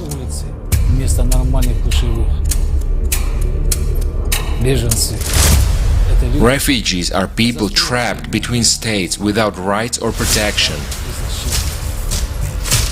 They become easy prey for traffickers. Children are in demand at organ market and as sex slaves. This is why no one will do anything to help people. Because a refugee camp is as lucrative as an oil rig, only it's not black gold that it's being pumped, it's human life. The situation with climate and constant military conflicts will lead to the fact that all of us will become refugees. And what will happen? We will end up in concentration camps where we'll gobble each other up for a sip of water and a piece of bread. If we don't change the consumerist format, that will happen. And it won't happen in decades, it will happen in the coming years. Everyone who remains alive will be caught in this meat grinder.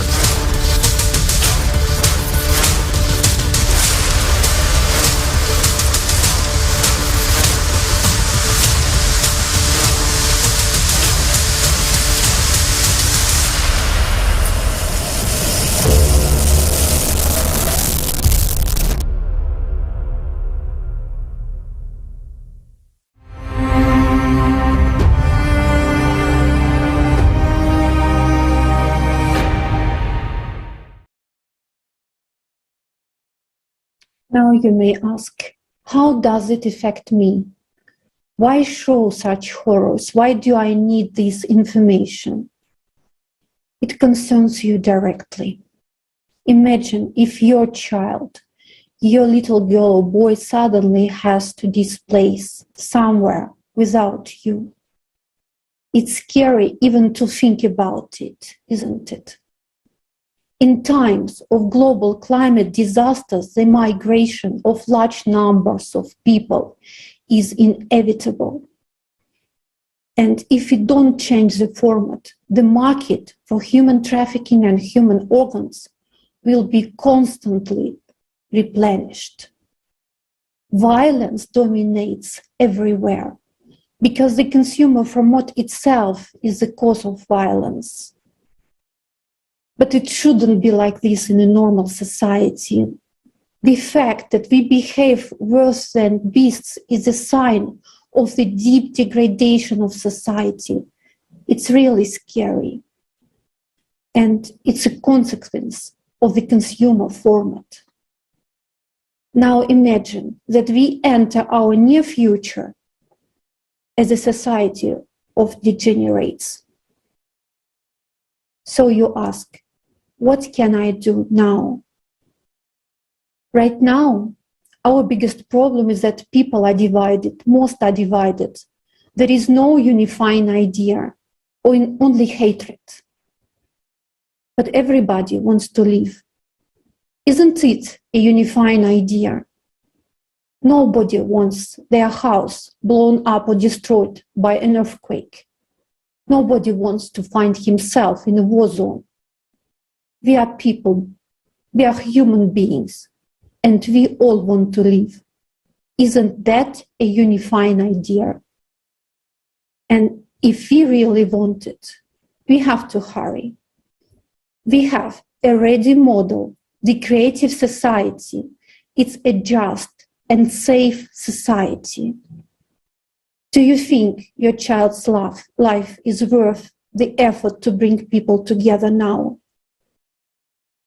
I have decided for myself that my children's lives are worth it for me to take this last chance. And now I want to pass the floor to Vesa Solange.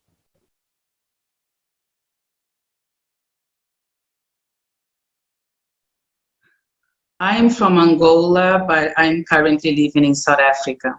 And in South Africa, one of the biggest cries is about children, women, and men disappearing daily without any explanation.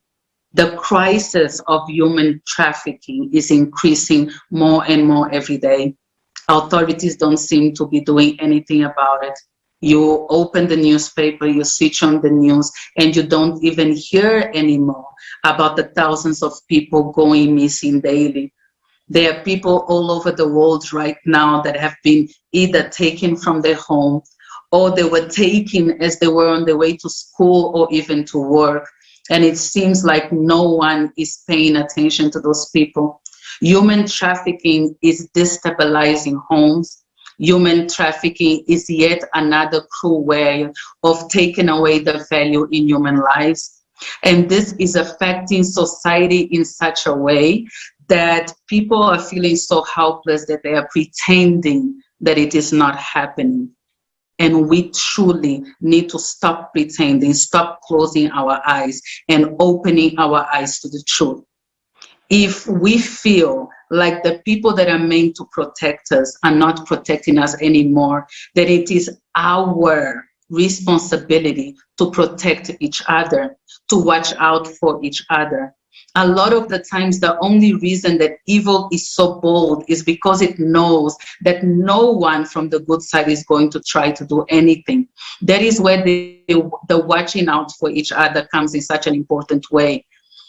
It is so sad to live constantly in fear when you see a family member leaving the house, not knowing if they are going to be able to return safely, and not knowing if they don't return, who truly is going to help you. If we do not want to live in a society filled with fear, we are the ones that need to come together and start implementing these changes. We need to report, we need to rally together, and we need to make sure that more lives are not destroyed through human trafficking. It is very easy to blame governments. It is very easy to blame big companies that are gaining monetarily from all of that. But that would not be possible if we did not contribute to that. That would not be possible if we decided to take a stand and say, I will not be a part of this anymore. And that is my message for everyone that is watching right now, is that the change has to come from within. We have to start looking at each other as brothers and sisters again, independently of the color of our skin, of our nationality, of our beliefs, of our religions. We have to understand that the only way that this world still has a chance of changing is if we come together and we start working towards each other. I truly believe that it is possible to have a society that puts value in human life. Human beings, the value of a human life keeps decreasing every day.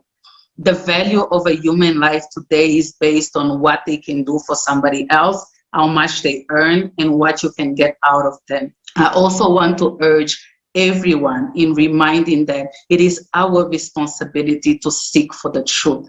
And this is one of the things that I appreciate and I respect the most about Creative Society. In my opinion, Creative Society comes as a solution, first of all, by bringing the correct information to the people. A person cannot change unless they have the tools to change. The first tool of change is information. The second tool of change is strength in numbers. The only reason that I will join something, an organization, an ideal like Creative Society, is if I believe in what is being told. And Creative Society has been standing with the truth from the very beginning. So for me, it's joining, being a part, bringing the correct information onto the platforms, and then together using the collective mind in order to be able to bring these solutions. There are way too many problems in the world for us to be able to solve it as individuals. We all know that by now. But let's say that Creative Society brings together the greatest minds in the world, your greatest scientist, your greatest researcher. Let's say the Creative Society, with its right information, is able to bring back the notion of I am because you are through people from all over the world. All of a sudden, you have people that have the power to change a system that all have the same ideal. And this ideal comes from one source, which is Creative Society. And that is how I truly believe that solution will come about.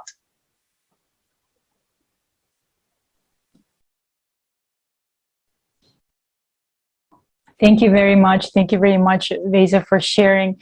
I absolutely agree that today Creative Society is our only solution. And from this, I have a question for everyone that's watching us right now.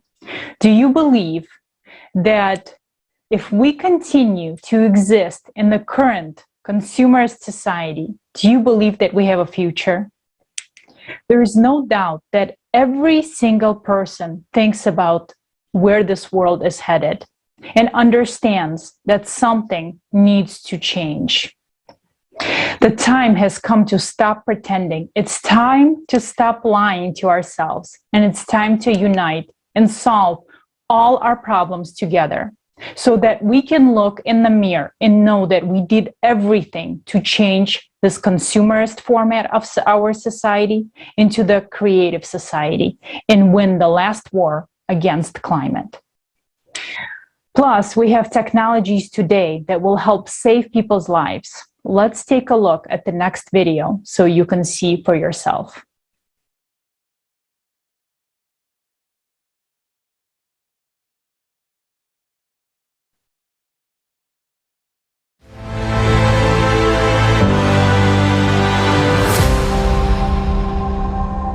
Millions of people around the world die waiting for their turn to get an organ transplant.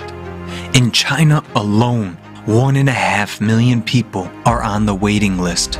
In the US, about 17 people a day die waiting for a donor.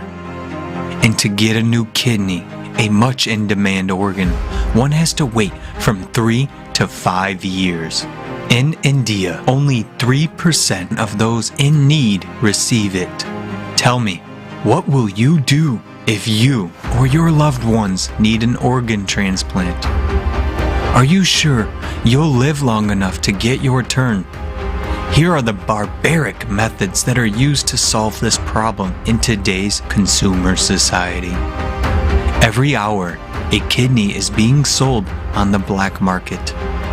Children are dismantled for spare parts like a construction set in order to earn up to 1 million euros on organs. Are you unworried today when your child is outside? Teenage girls are forced to bear children on human farms in order to sell them. There are kidney villages all over the world where each resident has already sold one kidney. Parents are forced to sell some of their children in order to feed the others. Organ theft can occur even during a surgery, and the person does not suspect that he woke up without a healthy organ. This is despite the fact that there is already an effective solution that can save lives of these people. Today, the technology of 3D printing of organs is rapidly developing. The following organs are successfully transplanted: bladder, cartilage tissue, printed cornea, pancreas, blood vessels. In a development stage, kidneys, skin, heart, liver, lungs, stomach. A 3D bioprinter has already become part of the scientific equipment on the ISS. What was once a plot for a science fiction novel is now advancing our scientific research, says Taylor Crouch, Organovo Holdings Incorporated. 3D bioprinting will save millions of lives through timely transplantation, will reduce mortality from chronic and age-related diseases, will end clinical trials of drugs on humans, including children. The black market of human organs and the sale of people for organs will disappear forever as a monstrous phenomenon of the consumerist format of society. These technologies will literally not only save, but also protect the lives of millions of people. The advantages of this technology: printed organs are cheaper than donor organs. They are printed from the patient's own cells and are not rejected by the immune system. A printed bladder was successfully transplanted over 20 years ago. But has this technology come to your hospital? Is it available to everyone in need in your city? In the consumerist format of society, there's always something more important than our lives. There is no way to solve this problem in a consumer society because organ transplantation is a profitable multi-billion-dollar business, a business built on the health and lives of people. In the consumer society, it is much more profitable that you suffer and die. The most monstrous thing is that we have agreed with this. Today, everyone needs to make a decision in which society he wants to live. What kind of society will our children live in? In a society where, instead of saving your life, you'll be a number on a waiting list for those sentenced to death, hoping for your salvation at the cost of the health or life of another person. In a society where you will be dismantled for parts for someone else's benefit. Or you will build the creative society where advanced technologies ensure the protection of your life and the lives of your children. The society where there will be nothing more valuable than human life, your life. The choice is yours.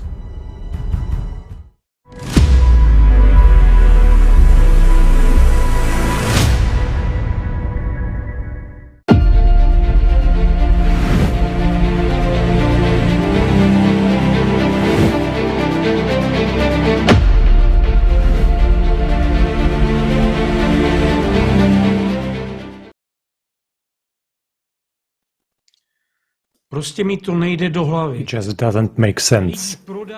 People are sold like cattle. Billions of dollars are made from human trafficking in human organs. Children are being dismembered for parts. Trillions of dollars are spent killing people instead of funding breakthrough technologies to save lives. Have we all lost our minds? Have business and money made us also blind, deaf, and inhumane? Made us helpless, consumer-format invalids who tolerate any kind of abuse? Just think about it. There is a market for people in our civilized society today. Are you a commodity? Is your child a commodity? If not, why does such a market exist? Are you sure that you and your loved ones are immune from such a fate in this animal society? The consumer format today will offer you either the role of a butcher or a sheep. Exactly a sheep that will go under the knife itself. But what are you? A trembling creature or a human being? Stop living in a stall and bleating when the perverted consumerist format tears apart all living things. You are a human being. You deserve to live a human life. And what does that mean? It means, first and foremost, a guarantee of the value of your life. Creative society is the only format that guarantees the safety and protection of every person's life. And today, each of us makes a choice of the future for ourselves and our children. The choice between the creative and consumer format. The choice between life and death. Thank you so much, Dusan. Yes, indeed, it's a question of life and death. And to start acting towards life is so simple. Simply write a comment under this video, put thumbs up, take this link and post it on your Facebook page, on your Twitter account. Record a video feedback about it, post it on your Instagram and TikTok. Follow Creative Society and please go to our website, creativesociety.com, write us a letter, send us your video feedback, and let's take action together. The first step is yours. And now I would like to introduce to you a person who already made a tremendous step towards building the better future by exposing the consumerist format. It's Mr. John Perkins, best-selling author and international speaker. He is an activist who's best known for his unique, amazing book, Confessions of an Economic Hitman, about highly paid professionals who cheat countries around the globe out of trillions of dollars. It shows the consumerist format in which we all live, a system of corporatocracy and greed. Please, Mr. Perkins, the floor is yours. It's great to be with you guys. I feel very privileged to be on your show. Thank you. The military one, enslavement by military, has been pretty prominent throughout a lot of human history, at least the last 2,000 or 3,000 years of human history. But after World War II, and especially for the United States, after our defeat in Vietnam, there came the realization that the military wasn't necessarily our best option. So debt became the real driving force. And this is when I stepped into the scene as an economic hitman. My real title was chief economist. And, you know, my job was really to identify countries that had resources our corporations want, like oil or many other resources today. There's a lot around lithium and cobalt and sort of high-tech industry minerals.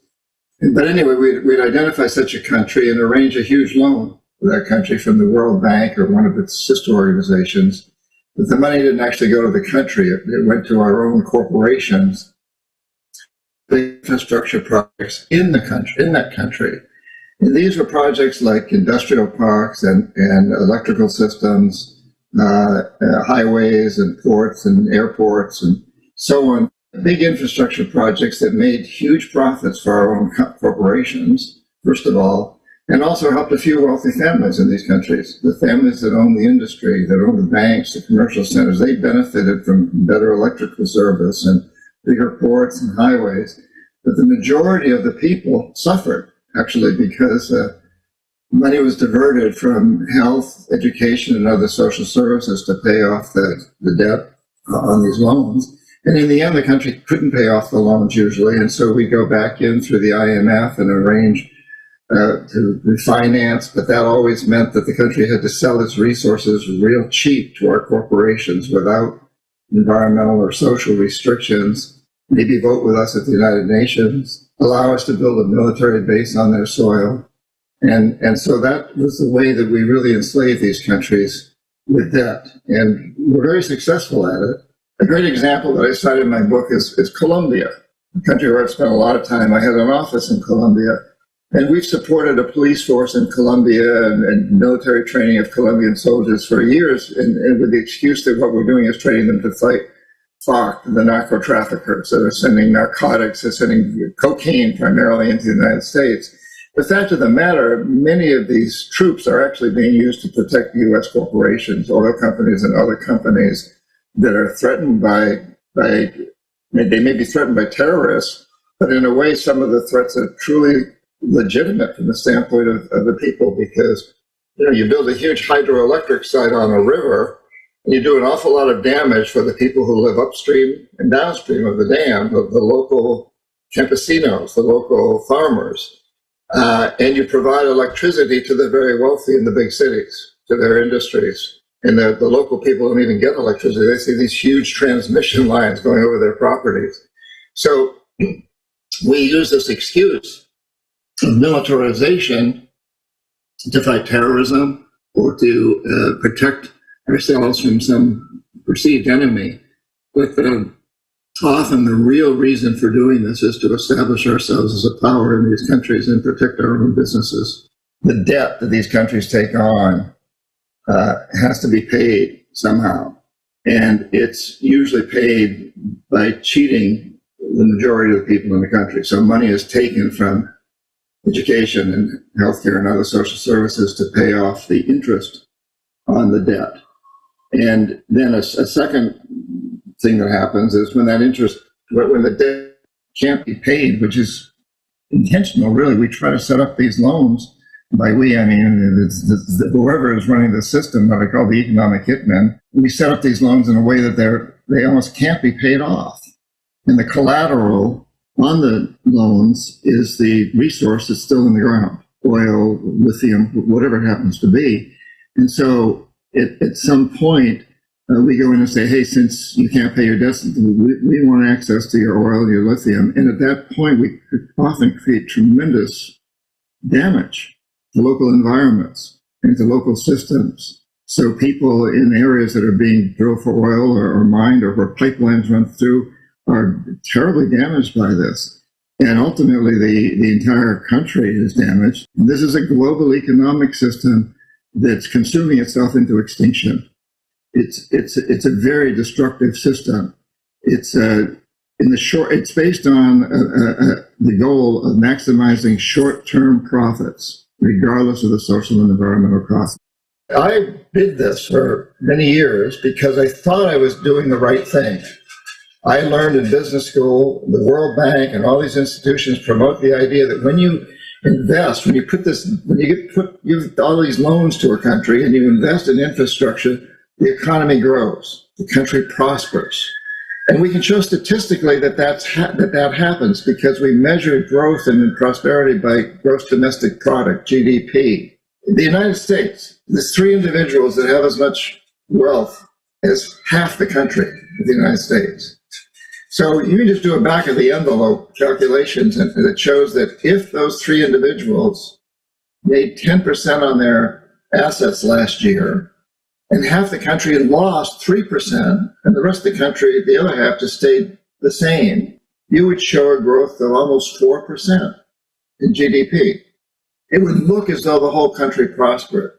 But in fact, only three individuals prospered. Everybody else either remained the same or was worse off. And if that's true in a country where three individuals own as much wealth as half the country, what do you think about many of the countries in Africa and Latin America and elsewhere where three individuals own as much wealth as 90% of the population or 95%?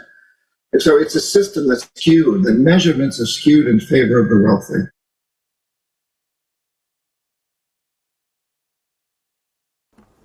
Thank you so much, Mr. Perkins, for an honest look and all the details on how the consumerist format is destroying our well-being, leading to the enrichment of a few at the cost of poverty of millions. This is the way of our enslavement and self-destructions, and we are on this path today. The only way out is to change the format from the consumerist, where money is the highest value, to a creative format where human life is the highest value. Let's hear more details about how exactly we can do it from our next speaker, Dr. Robert Kennedy.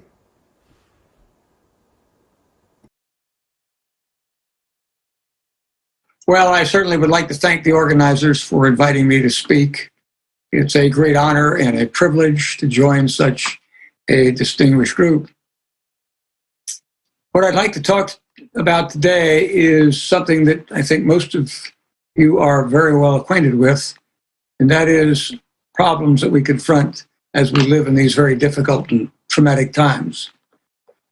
We confront challenges that grow each day, challenges which not only threaten our well-being, but perhaps the very existence of this planet.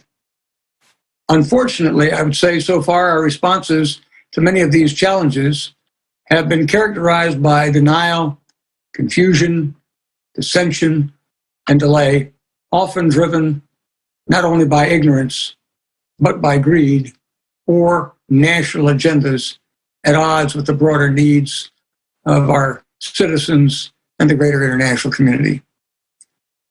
In the short time that I have, permit me to mention two challenges that I think also need to be addressed, along with the many others that you will be addressing in this program or have addressed in this program already. First, I'd like to mention the continued proliferation of weapons of mass destruction.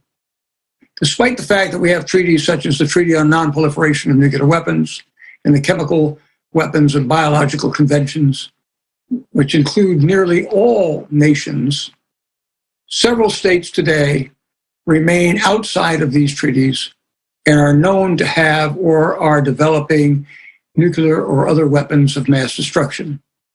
And we know terrorist groups are seeking fissile materials and other components needed in the production of such weapons. Furthermore, one of the principal parties to the Treaty on the Non-Proliferation of Nuclear Weapons has recently threatened to use nuclear weapons and is suspected of having used or is preparing to use chemical weapons in its unprovoked invasion of another country. Thus, the prospects, in my view, of a deliberate use of weapons of mass destruction or a use arising from escalating tensions and miscalculation are a very real and present danger, with massive casualties and long-term effects on the planet that cannot easily be measured. However, it is within our grasp to alter the current trajectories that limit human potential and threaten our existence.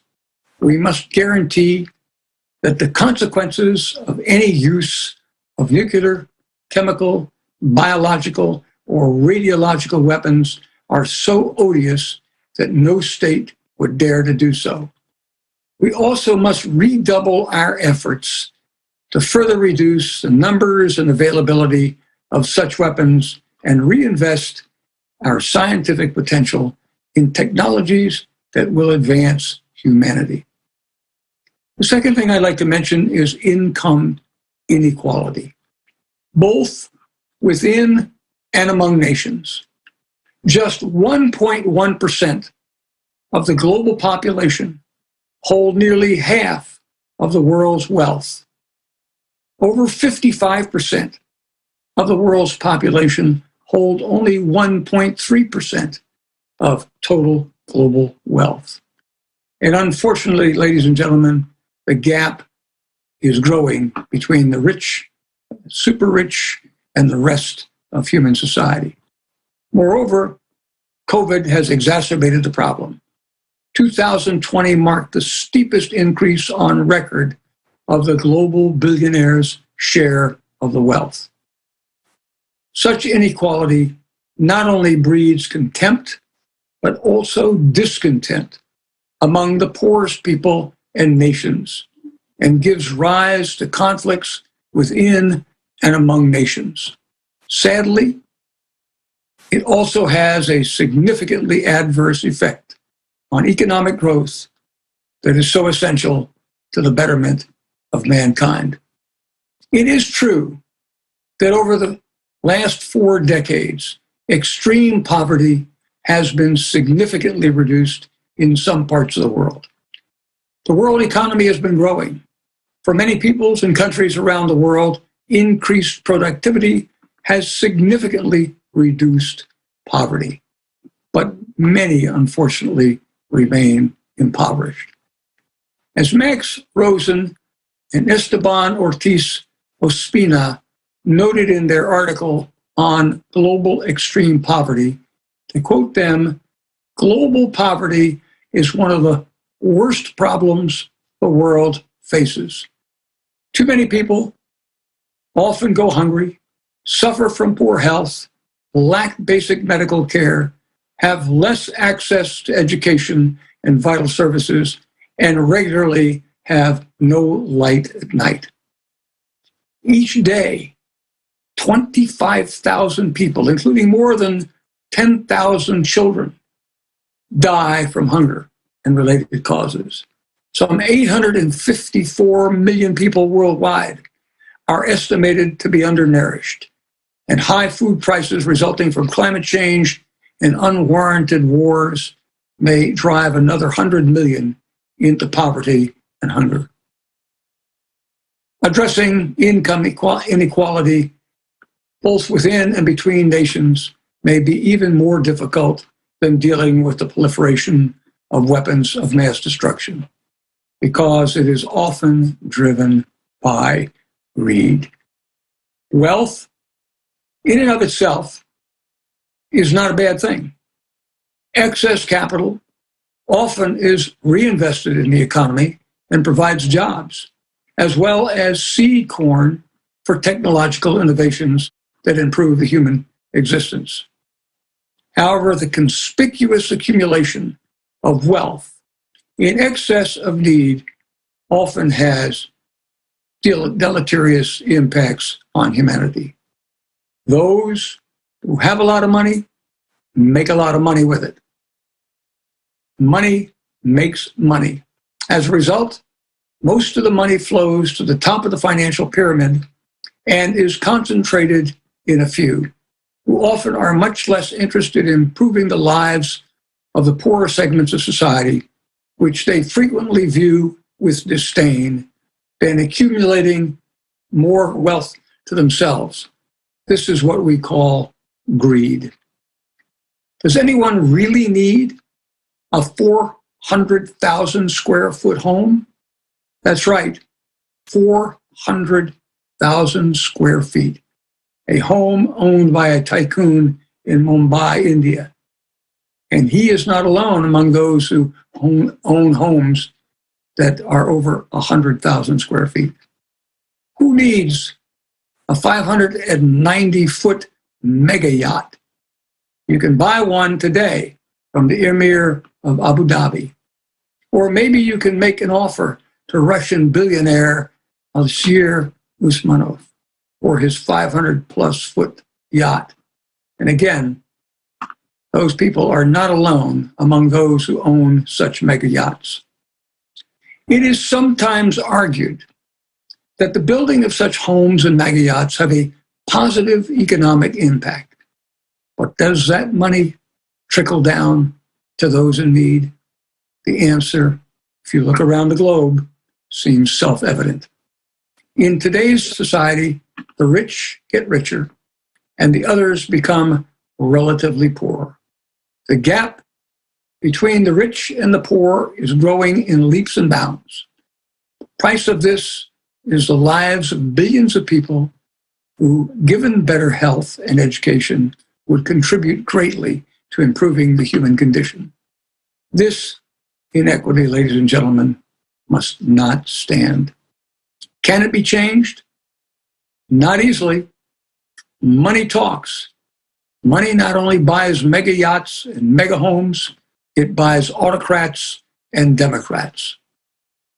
The latter, often through legally authorized massive donations in support of campaigns, which then get those people elected to office.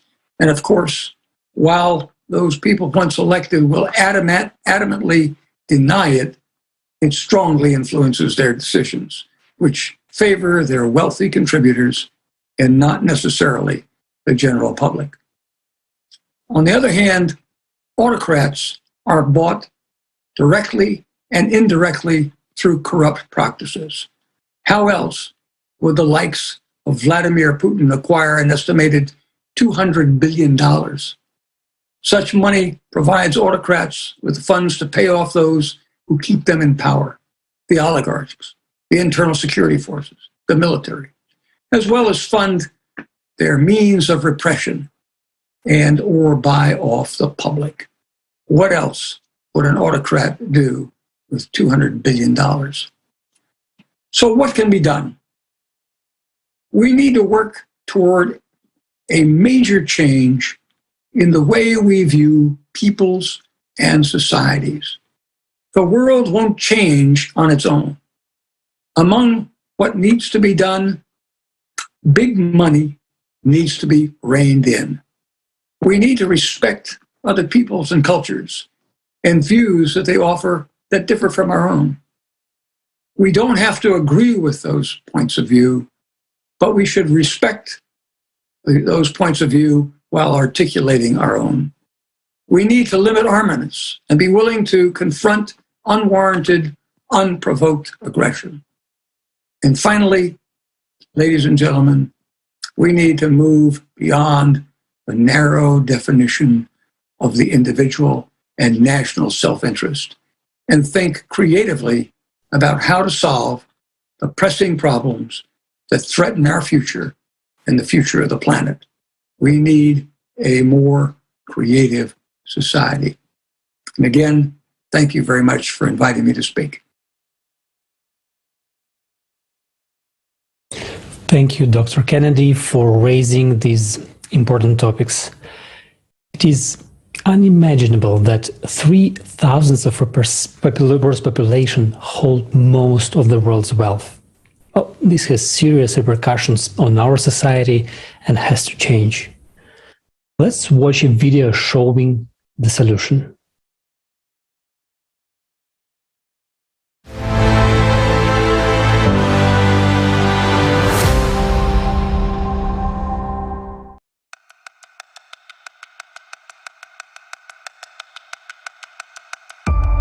Did you know that almost all of the planet's resources are concentrated in the hands of a small group of people?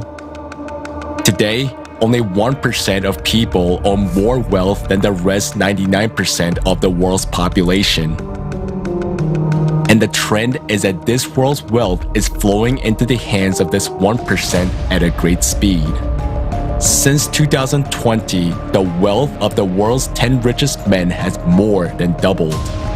Their wealth during the pandemic increased at a rate of $15,000 per second, or $1.3 billion a day. Meanwhile, the vast majority of the population was only becoming poorer. the number of beggars living on less than $2 a day has increased by 160 million.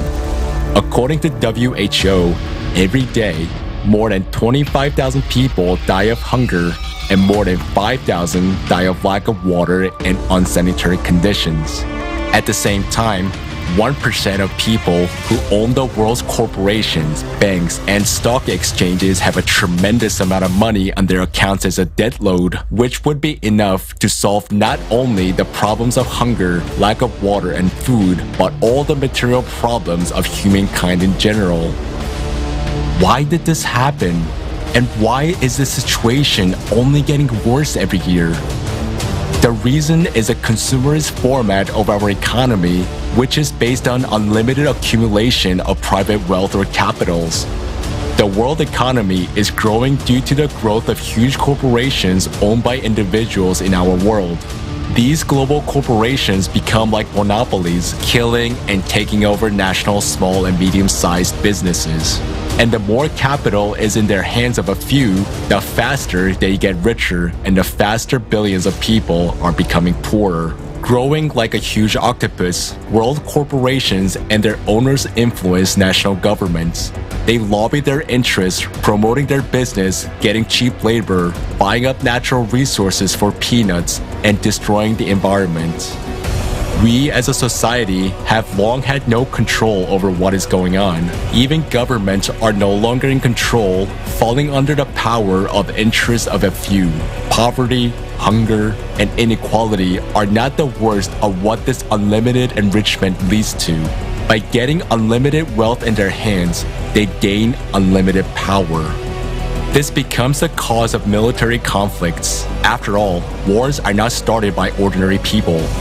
The cause of wars is a competition of big capitals for spheres of influence, resources, and markets.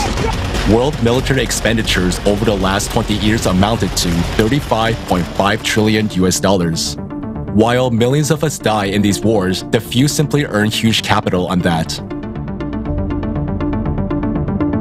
In the consumerist format, wars have always been and remain a profitable business. This format is so inhumane that human lives have become just a means to make money. It's just business, nothing personal. And each of us understands that this is not normal. It is monstrous. No one wants to live in a world where their life is worthless, where there is no stability and security, where we have to survive but not live. Today, we're all hostages to the conditions of the consumerist format because we are all divided, silent, and inactive.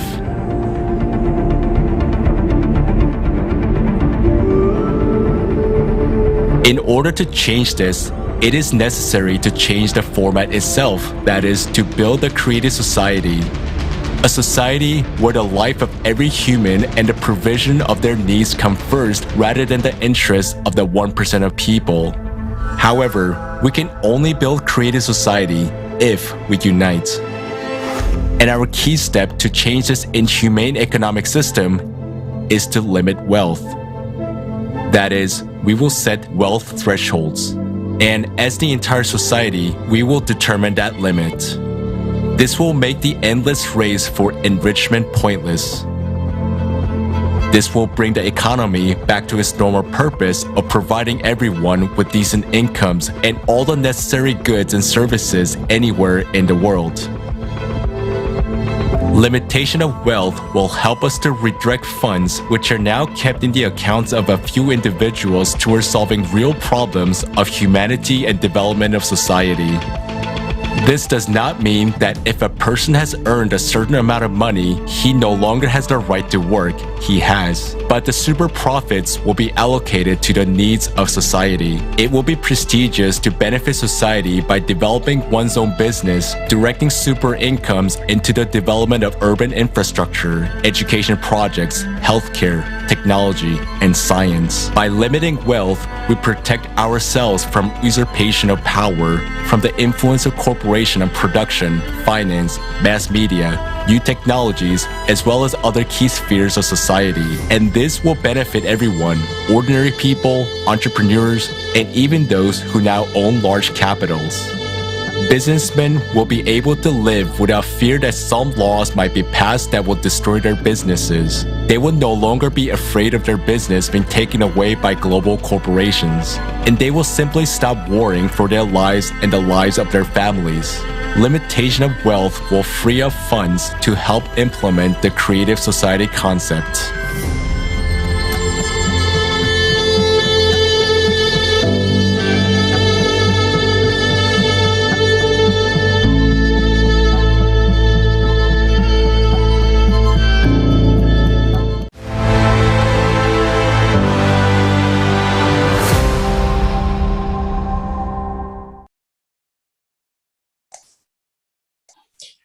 Dear viewers, our current economic system is a theater of the absurd.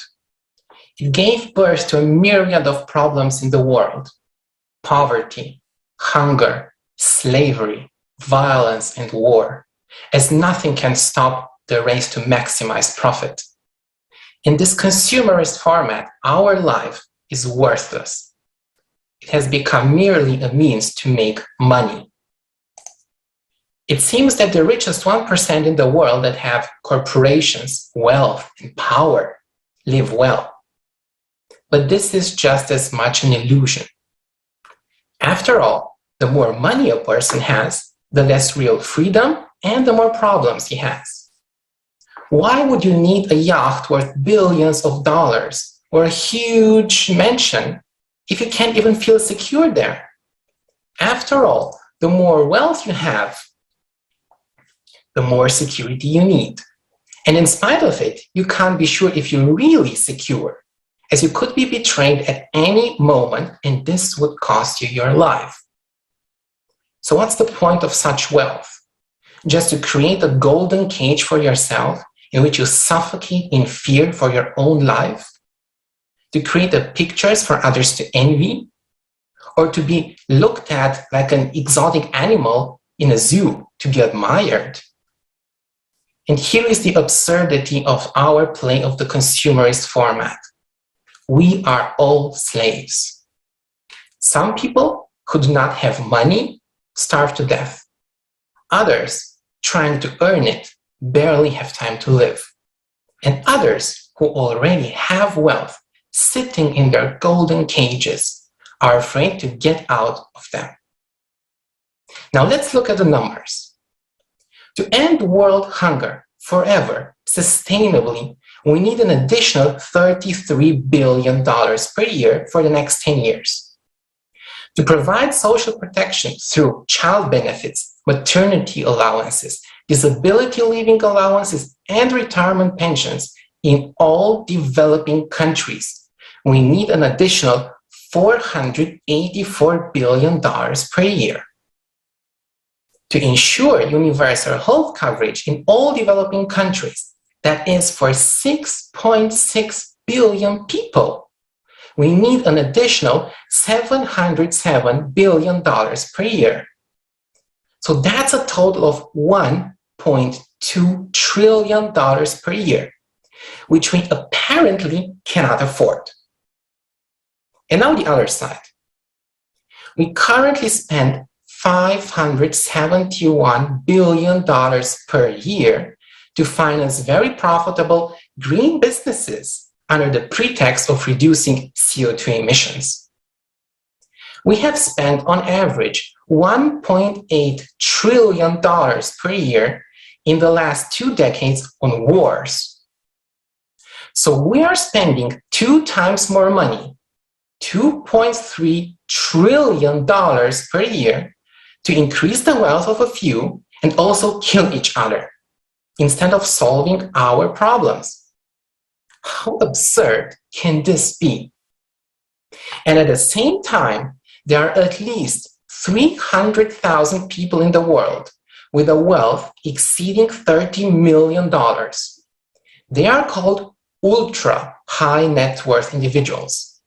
Their total wealth amounts to at least $35 trillion. So it turns out that we have more than enough money to solve every problem on the planet. But we're not doing this. because large capitals have long run governments and dictated their terms and conditions. To increase profits, corporations use child labor, slave labor, and destroy the environment. And the worst of all, they are the driving force behind wars. The consumerist format and this economic system have long been deadly for us. But a few wealthy individuals are not able to stop this deadly race. They're hostages of it. Only we, together as a society, can stop it. And the key step to do this is to limit wealth. To what amount? Let society decide. The limit must be determined by us, by the entire society. So how could this work? Excess wealth would be distributed for public projects around the world. Wealth owners would be able to choose and participate in these projects, coordinate and practically implement them. Instead of a golden cage and an endless pursuit for fantastic wealth, they would feel free and comfortable everywhere. Moreover, people would be grateful to them as they would be improving the life of everyone. This is another world, a humane, peaceful, healthy, secure world, a creative society where human life is the highest value. Limiting wealth will help create a healthy economy. This means, above all, price stability, optimal use of resources throughout the planet, a convenient world currency, a stable financial system that supports the real economy, healthy and fair competition leading to improved goods and services. However, the cornerstone of the creative society is the absence of power. All its institutions and mechanisms are completely transparent and controlled directly by the people themselves. So is it possible to build such a creative society from an economic point of view? Yes, it is possible. And money is not a problem. We have more than enough for this. We can clearly see that building such a society is not at all expensive. In fact, it is cheaper than this inhumane and unprofitable system for us. We must stop this nonsense as soon as possible and limit wealth. This is the only real solution to our most pressing problems. And then thrive as human beings, as one humanity in a creative society.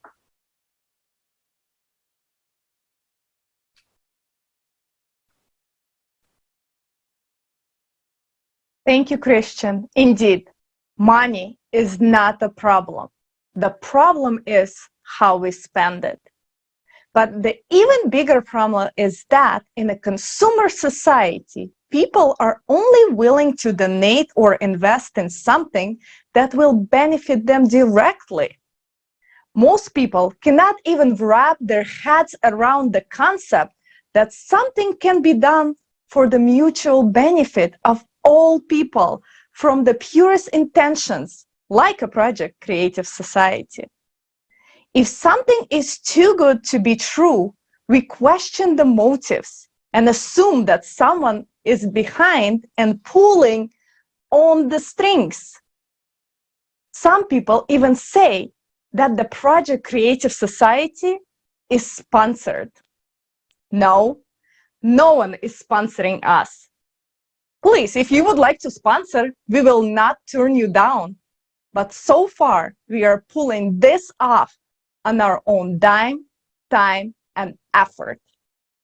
The reality is that today's sponsors are ready to fight grasshoppers, develop protection against cow farts, any nonsense whatsoever.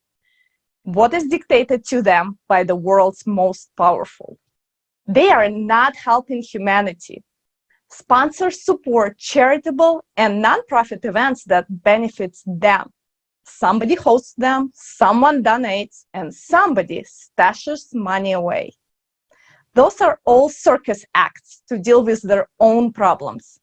All big-name charities have hidden agendas and are very profitable. What if you did something just because, from the heart, without expecting any benefit? Let us be brutally honest here. True humanity and service are deemed strange in a consumer society where profits and personal gain are the only things that matter and make sense. Could a rich person stay rich simply by donating money from the heart? No, of course not. That would mean he would remain poor. Please, the richer a person becomes, the more he is forced to save every penny. Otherwise, someone will overtake him and become richer. When the goal is to be admired, to be envied, it is an endless race that no one wins. Let's return to creative society. Of course, there are good people who help the project, but those are only a few, and those who really understand it deeply and are actively participating. As you can see, we are not elite of the world.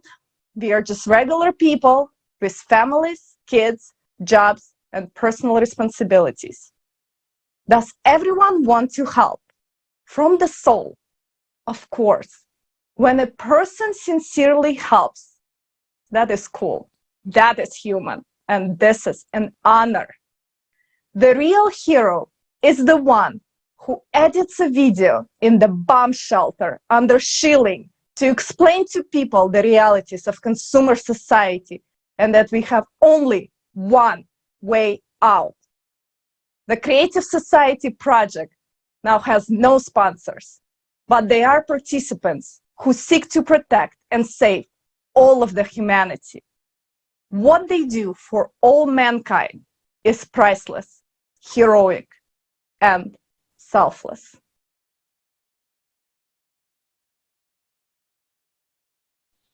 Friends, we've reached one of our goals. Mainstream media started talking about the Creative Society. After months of investigation, the BBC published a lengthy article about the project and our two previous global crisis conferences.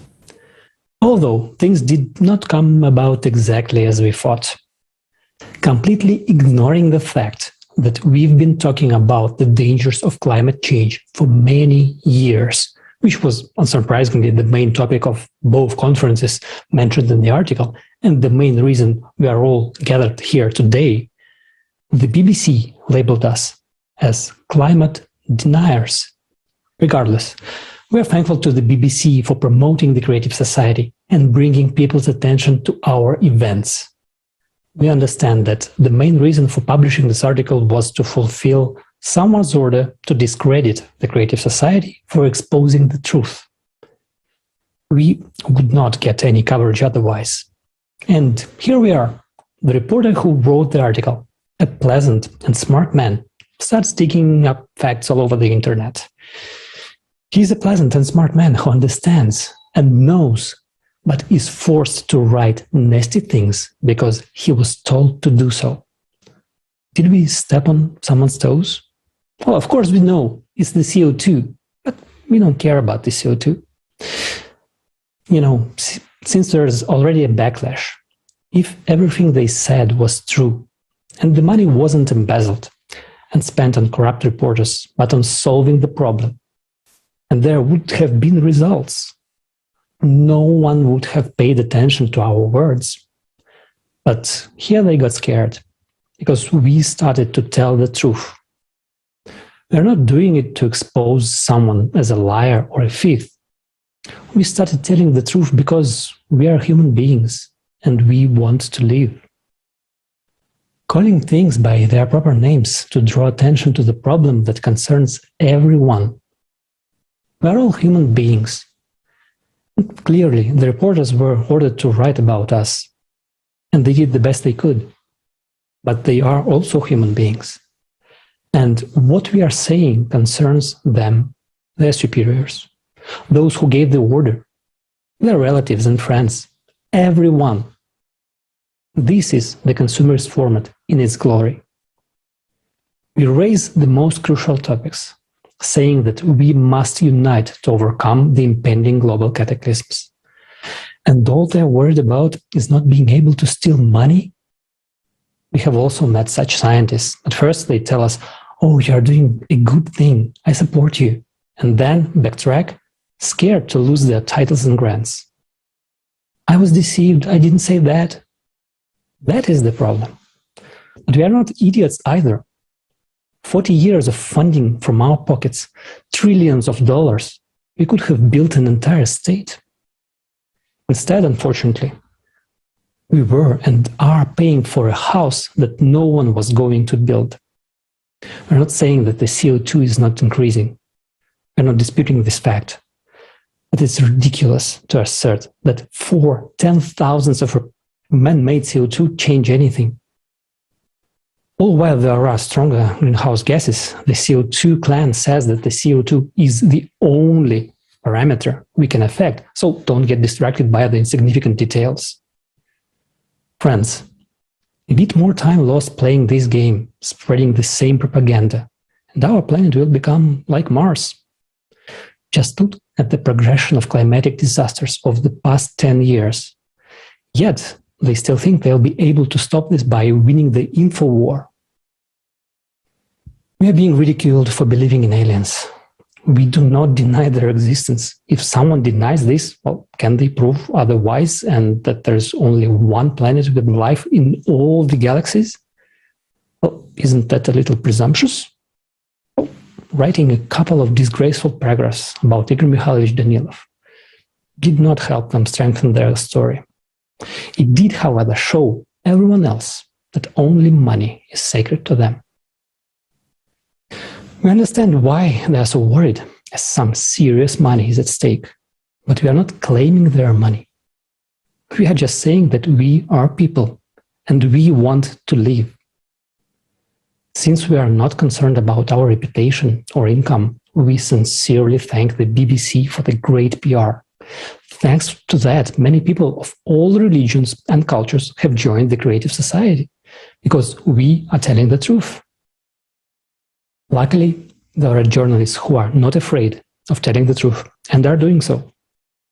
Next, we have Mark Morano, Executive Director and Chief Correspondent of ClimateDepot.com. For 20 years, he has been investigating the topic of climate. Mark is the award-winning producer, writer, and the host of the Climate Hustle documentary. The film was shown in 400 theaters in the United States. He interviewed many scientists, conducted a journalistic investigation, and found that the CO2 is not the cause of climate change, and that it is pure manipulation, a tool in the hands of politicians, and in particular, the notorious Green Deal, which eventually leads to the destruction of the economy and stable energy carriers. Mark, the floor is yours.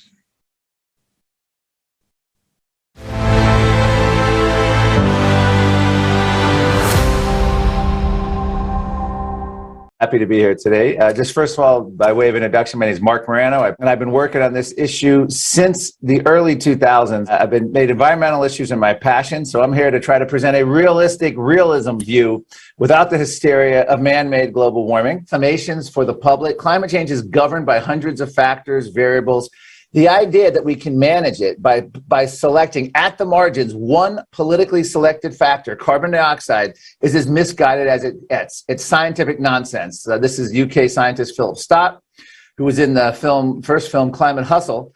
And this explains it, because it's not about it's CO2 is going up, we're all doing. No, CO2 is counteracted by literally hundreds of other factors. Even the climate activists, scientists admit this. Another study actually started with 10,000 plus scientists survey, whittled it down to 77 anonymous scientists. We don't know their names, their affiliations, their views. They asked them two questions that many climate skeptical scientists would agree with, and that came out to the vaunted 97%. Keep in mind, 97% of scientists in this instance wasn't even 97 scientists. It was 77 anonymous scientists. 1 billion people don't have running water and electricity. estimated, and the United Nations is doing everything possible through the Climate Fund and through repressing fossil fuel projects to keep them poor. In fact, I interviewed a South African development activist. This is at one of the UN climate summits when they had it in Durban, South Africa. They're always in nice exotic locations. And he said that the United Nations is going to pay the governments of the world who are best able, those governments will get the most climate funds who are best able to keep their citizens locked in poverty. One has to free oneself from the illusion that international climate policy is environmental policy. It has almost nothing to do with environmental policy. Gee, why don't you tell that to Greta and all the high school kids and school kids skipping class, that this is all bull bleep. This is what the UN's real agenda is. This is shocking. Should everyone have their own personal carbon quota? Calls grow for emission allowances. Fight climate change with every swipe. A new debit card monitors your personal sustainability score. New monitoring card enables tracking of carbon footprint on every purchase. MasterCard and the United Nations have joined forces. The World Economic Forum loves this because this card will monitor and cut off your spending when you hit your carbon dioxide max. Climate lockdowns. The Net Zero report urges behavioral changes to fight climate. A, quote, shift away from private car use, upper speed limits, and thermostat controls, limits on hot water. Does this sound like a world you want to live in? It's choosing deprivation for yourself. UK-funded report, Absolute Zero urge aversion to climate lockdown. Stop flying, no new roads, airport closures, stop eating beef, lamb, stop doing anything that causes emissions. And here's the kicker. Regulate carbon dioxide. Humans, we inhale oxygen, we exhale carbon dioxide. Regulate CO2 similar to asbestos. British Medical Journal calls for meat and dairy hikes to fight climate change. Meat consumption in North America must fall 80%, substantially fewer journeys by car. You're hammering people. This is what the climate goal is. Force them at home, force them to essential travel, make meat, hamburgers, steaks so high they'll have to eat the fake processed meat that they've been cranking out. Canadian Magazine, shift away from relying on private vehicles entirely. This is the UK transport minister. Owning a car is outdated 20th century thinking. We must move to shared mobility to cut carbon emissions. Electric vehicles won't save us. We need to get rid of cars completely. New York Times tells us critical thinking can only lead to misinformation. You think, I want to think for myself. No, that's a rabbit hole of misinformation. Forget critical thinking. It's not helping, because we're getting misinformation. Forbes magazine, you must not do your own research when it comes to science. Just trust the experts. The United Nations, trust them. They'll tell you what the deal is. Don't question authority. We're not like that anymore. We just need to be obedient. Slate magazine, it's time to give up on facts. If all the other stuff I mentioned fails, then just give up on the facts. At least do it temporarily. How about 2 weeks to give up on facts? They say lay them down temporarily because of a more useful weapon. Emotion. It's hard to imagine a better control lever than carbon dioxide to essentially control society. You're trying to control everything from your transportation, how you live, what you eat, how you fly, your mobility, down to every last detail. So I welcome you to do continued open research, interview scientists, professors. We should never shut down debate, no matter how implausible or no matter how someone else says that can't be or that's not valid or something. Because what we've learned from ClimateGate scandal and the whole UN, they are gatekeepers. They keep out anything that's against their narrative. Climate Depot, about the intimidation of all these scientists, how they were essentially deplatformed, canceled, stripped of anything for dissenting, for having the daring to speak up. And one of the key things on that is we see that happen in real time, and you can't even read about it on Facebook or Twitter or see a video on YouTube anymore. It's not allowed unless they follows the government narrative. It's just frightening, but this is the world in which we live right now. But if you look at the amount of energy produced from fossil fuels versus green energy, it's just green energy is just a fantasy at the moment. I'm not discounting that there may be some breakthrough in solar technology or breakthrough in wind technology down the road or breakthrough in a battery technology. But I think it was Bjorn Lomborg who just today who did the analysis. In Europe alone, battery backup for solar and wind power is enough, I think, to power Europe for a minute and 29 seconds, or like a minute and a half. That's all the battery. And then after that, you have to go, when the wind's not blowing and the sun's not shining, you have to go to fossil fuel backup, diesel generators, gas generators. So it's just an illusion, this green energy. There's many cycles, longer term, shorter term. And this is the kind of research that gets suppressed in the climate community, because you're not going to get money to study natural climate cycles. This is what's we need a lot more of, and we need a lot more voice to these studies and a lot more prominence, and we need academia to take them seriously, but there's no money in it. As I said, who decides who gets the money? Bureaucrats in Washington, politicians, academia, and they're going to get the money that's going to get them published. They're going to get the money that's going to say carbon dioxide is the problem. I used to go on ABC News and CNN and debate regularly climate, energy. It wouldn't even be an option now. It's not even on the table. They would never allow it a debate. They've actually stated publicly that anyone who dissents from the man-made global warming narrative of the United Nations is essentially akin to a Holocaust denier. So their goal is just to demonize, deplatform, and get rid of us. And it has worked. We no longer exist in the mainstream media. And what I mean by we is climate skeptics. Anyone who dissents no longer exists in the mainstream media.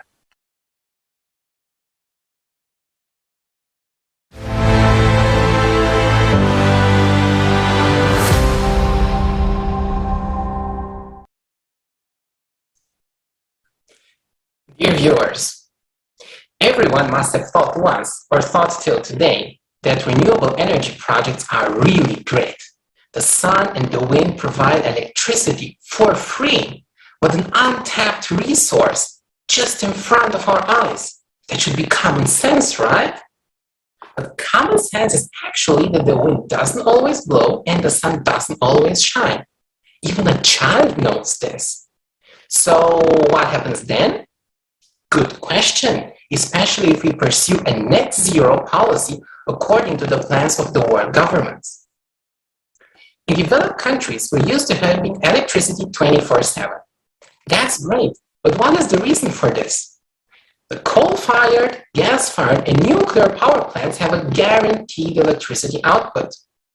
It doesn't matter if it's sunny, cloudy, windy, hot or cold, day or night. These power plants produce a controllable and therefore quite constant amount of electricity, matching our demand.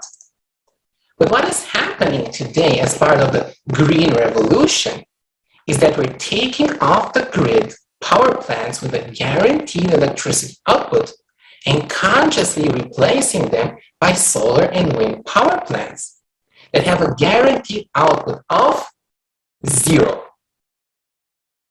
Yes, renewable power plants have a guaranteed output of zero. Actually, this should not be a surprise. Can anyone guarantee the weather forecast? So what does this mean? If we generate electricity only from renewable energy sources, solar, wind, hydro, we become totally dependent on the weather. If the sun is shining today, we can use the fridge and wash our clothes. Tomorrow is very cloudy, but no wind, no rain. Bad luck. So we cannot cook our meal or heat our home. This sounds ridiculous, but can you imagine living a day or a week without electricity? Especially in the winter? Not being able to charge any of your smart devices or use any of your household appliances? In addition, not knowing when the weather will change? The renewable energy sources are just like the weather, unpredictable. They can produce anywhere between 0 and a very high amount of electricity. Their output can fluctuate immensely. The problem is, as of today, there are no technologies for storing electricity if there is an overproduction on the good days in order to compensate for the blackouts on the bad days. Because of renewable energy, the electricity grid is already becoming unstable. For instance, in January 21, there was a huge electricity gap in Germany as many nuclear power plants have been shut down and replaced by wind and solar power plants. In order to compensate for this gap, coal-fired power plants in Romania and Bulgaria were used, but a very high amount of electricity flowing from Southeast Europe to Northwest Europe led to a collapse of an electrical substation in Croatia. This resulted in a serious disturbance in the European electricity system, minor blackouts in several European countries, and we were literally on the brink of a major blackout all over Europe. In September 21, the wind stopped blowing in Great Britain. So to compensate for the very wide electricity gap, gas was used, leading to an extreme increase in gas prices affecting several European countries. And due to climate change, the weather will become even more unpredictable and extreme weather phenomena will sharply increase. This will make the renewable power plants useless. Green energy is not only absurd, it's also very expensive. Renewable power plants are very expensive, so they're heavily subsidized from our pocket through green surcharges on our electricity bill, carbon taxes at the gas station, and so on, that we pay, we all. In Germany alone, end consumers pay 22 billion euros per year from their very high electricity bills to guarantee the revenues of green energy companies. So, think of it. We pay extra high electricity prices in order to risk blackouts. And because of the mismatch between the supply and demand of electricity, even higher electricity prices in the future. In addition, we do not make electricity more available in developing countries. On the contrary, we force developing countries to produce expensive electricity. Instead of making electricity more reliable and more available, we restrict it. Instead of conducting scientific research and developing new technologies for the generation of electricity and move forward, we move backward to basically using windmills, an old technology. Moreover, green energy is also named clean energy in contrast to fossil fuels. But, in fact, it is far from being clean. In the manufacturing process of solar panels and wind turbines, fossil fuels are irreplaceable. During operations, they have a negative impact on the environment, the soil, the fauna, the coastal marine life. And when their useful life ends, they cannot be recycled, so they're simply toxic waste. Last but not least, by switching to green energy, the impact on the total CO2, not only anthropogenic CO2 in the atmosphere, is close to zero, as we have seen in the previous videos.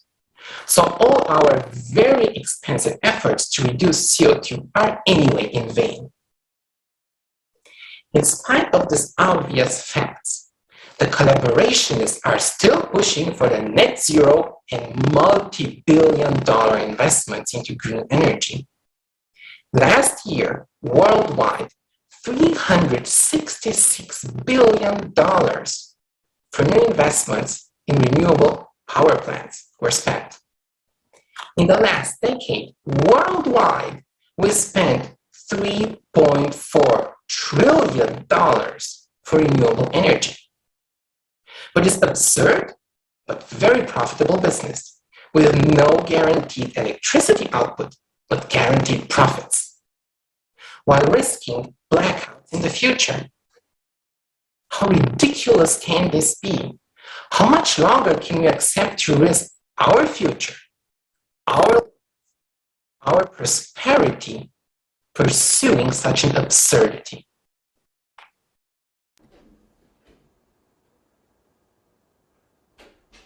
That's a very good question. Really, Christian, thank you so much for these observations.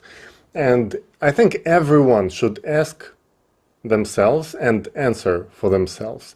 There are so many lies that we are being fed in our consumerist society daily. And nobody but us can stop this. You are the one who can really stop it, and start with a small step. Share this video on your social networks. The more we share this information, the more people become aware and the fewer left uninformed. Creative society benefits everyone, and the chase after consumerist leadership disappears. There will be no place left for unhealthy competition for personal benefit at the expense of many.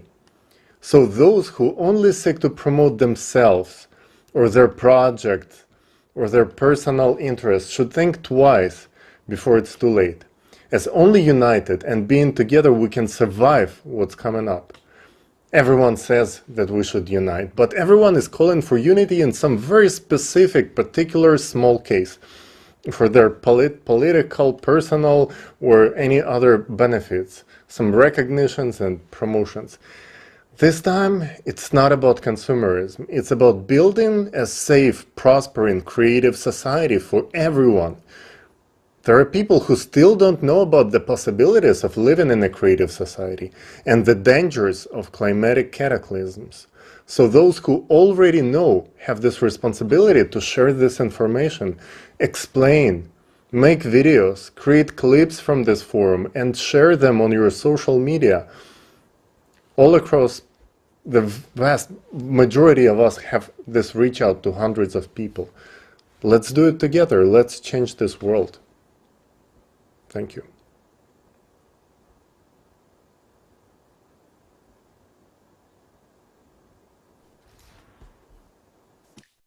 Большое спасибо, коллеги. Thank you so much, colleagues.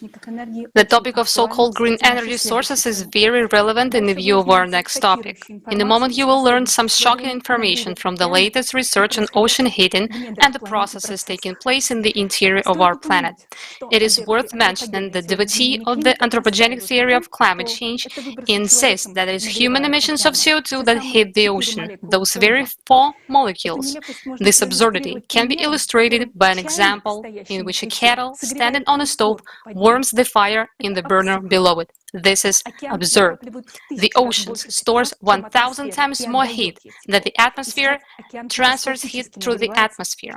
And now the oceans is warming catastrophically, which accelerates the circulation of currents in the ocean, with one exception. The yellow press says that if the rate of man-made global warming is accelerated, that can lead to a complete stop of the Gulf Stream. The world-leading oceanologists are concerned that the weakening of the Gulf Stream is accelerating. In their well-paid opinion, this is due to the melting of the Greenland glaciers, which are desalinating the water and stopping the current. You may ask, what's so terrible if the Gulf Stream stops? Well, because it will lead to a new ice age in Europe and North America. The Gulf Stream is the furnace of Western Europe. Its northern part will be covered by glaciers, while the southern part will turn into a tundra. Average annual temperatures will drop from 10 to 12 degrees Celsius. The continent will become uninhabitable and you can forget about agriculture. In geological history, when the Gulf Stream stopped, but the glaciers almost reached the Black Sea. At the same time, the halt of the Gulf Stream will affect not only Europe and North America. The redistribution of heat will intensify hurricanes in the southeastern United States and lead to deadly droughts and famine in Africa. And now let's see what actually stops the Gulf Stream. Greenland meltwaters has nothing to do with stopping the current. According to the calculation of sober-minded scientists, the Gulf Stream is 20 times stronger than the counter-moving Labrador current. It's like spitting at water coming out of the firefighting hose and trying to stop it. It is impossible. But it does stop, and with it, do the other currents of the Atlantic meridional overturning circulation. The mystery of the Gulf Stream stopping has a stunningly beautiful and at the same time terrifying geological explanation. In a moment, you will have a clear picture of it. This observation was made by geologist James Camis. In the spring of the summer and the summer of 2009, researchers recorded several occurrences of earthquake swarms along the mid-ocean ridge in the North Atlantic. Swarms, a series of earthquakes of small magnitude. Starting from the summer of 2009, over 200 earthquakes were registered in the region of Iceland, and by the spring of 2010, the occurrence of more than 1,000 earthquakes. These quakes were precursors of the well-known Untitled volcano eruption, which paralyzed all air traffic in Europe. And 2 months later, in May 2010, a blob of abnormally warm water was registered off the coast of Greenland.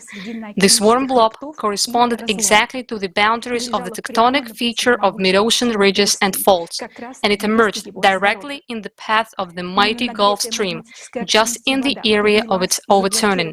It was the water, heated by magmatic activity, that rose and blocked the well-known current. If you look at the models of changes in the surface temperatures of the Atlantic Ocean, it is in the 1000th part of Greenland that the heating over tectonic zone manifested itself in the most glaring colors.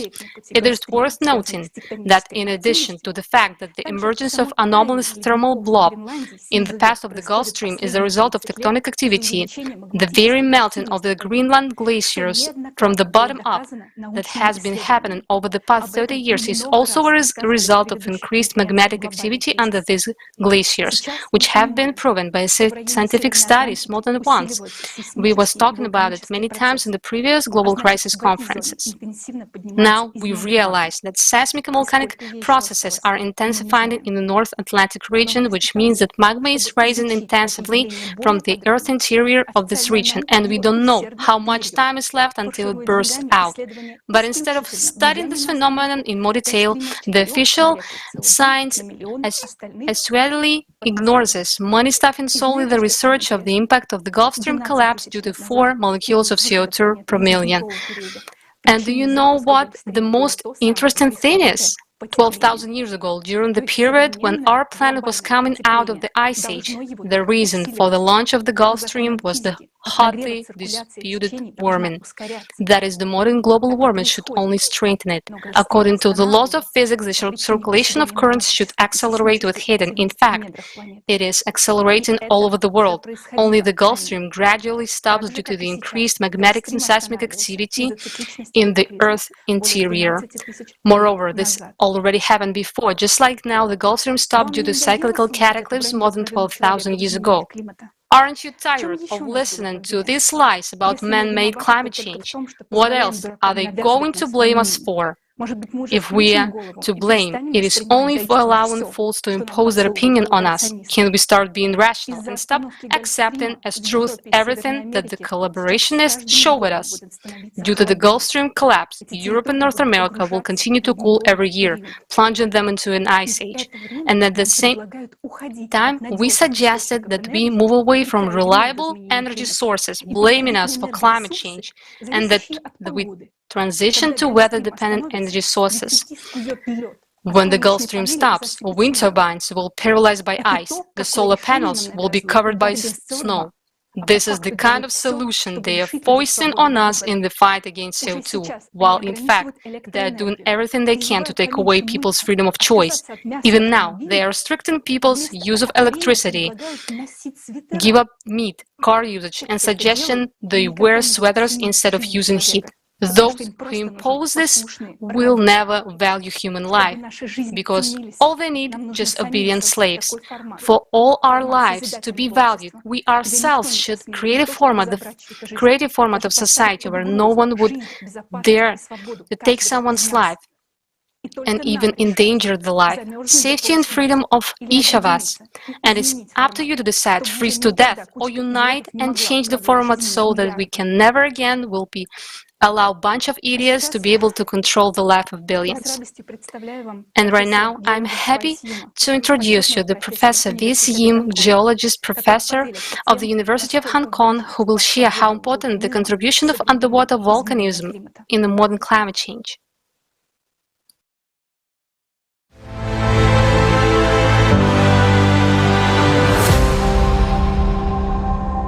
My name is V.S. Yim. I'm a retired professor from the Department of Earth Sciences, the University of Hong Kong. I taught there for 36 years until I retired. Then I took on part-time jobs in local universities to continue my teaching and research in Earth systems science, especially volcanism and climate change. And I led all these results point to the fact that we are missing something in terms of climate change, and that is the input of heat, geothermal heat from submarine volcanoes in warming the oceans. And this is one of the major interests I have, to try to change the society to start considering. So global warming is not just due to carbon dioxide. In fact, the role of carbon dioxide is much smaller than, for example, regional warming of oceans due to submarine volcanoes. And this is one aspect that I would like to drive home. Thank you very much. What is the order of importance of all these factors?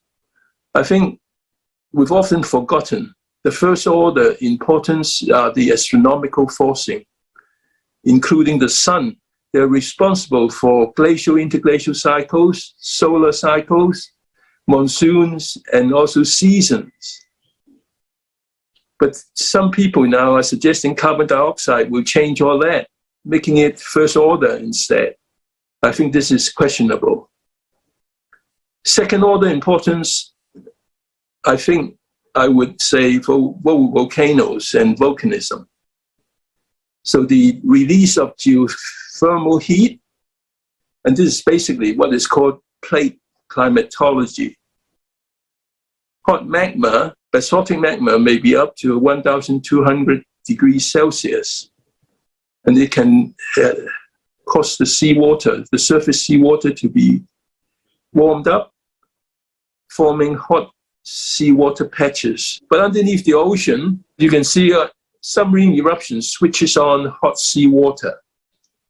Because of the lower density, they will come up to the surface. So sea surface temperature will rise, and they may well interfere with the normal ocean circulation, which is driven by the sun. Circulation change will be obvious, and this will cause hot seawater patches to stay put for some time at different locations. Continental warming, severe weather events, including hurricanes and cyclones or even typhoons in this part of the world, will become more frequent. Some statistics on submarine volcanoes. Total number must approach almost 1 million. The number rising in size to 1 kilometer above seabed is 75,000. The magma output were approximately 3/4 or 75%. And the number of active volcanoes, about 5,000.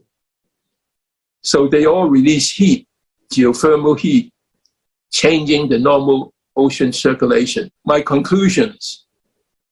Volcanism is an underestimated natural cause of ocean heat waves. Right? So it's a regional cause, not a global cause. All 4 cases of regional ocean heat waves were caused mainly by the release of geothermal heat.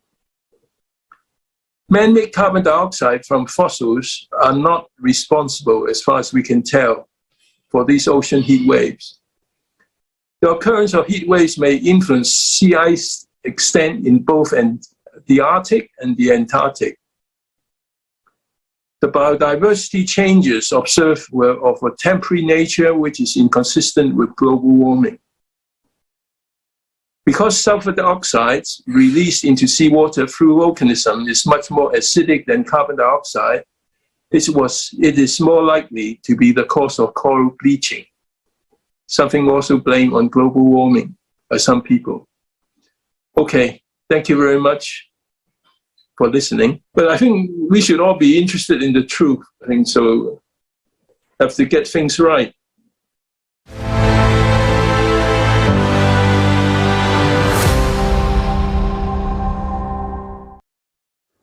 Thanks to true scientists like Professor Yim, it is becoming known that the ocean is warming for natural reasons.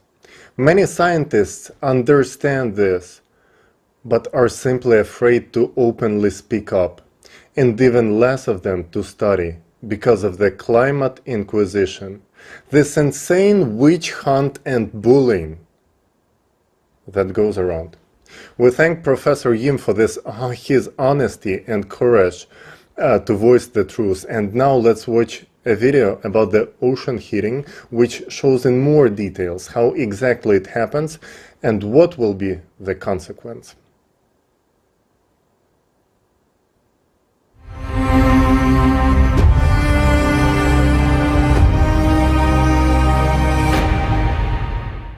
Welcome to the forum here on May 7th. I'm happy to present the results of my research as it relates to global climate change. My name is Art Tudorito, and I'd like to introduce you to some of the research that I've been doing on climate change. And my most recent paper on the subject has been 1995, an important inflection point in recent geophysical history. And the paper builds upon previous research. I've done looking changes in underwater seismic activity. The ocean is the source of life for the entire planet, and for us, humans. Thanks to the functioning of the ocean, we can live, but it ceases to be the source of life. It is about to become the source of our death.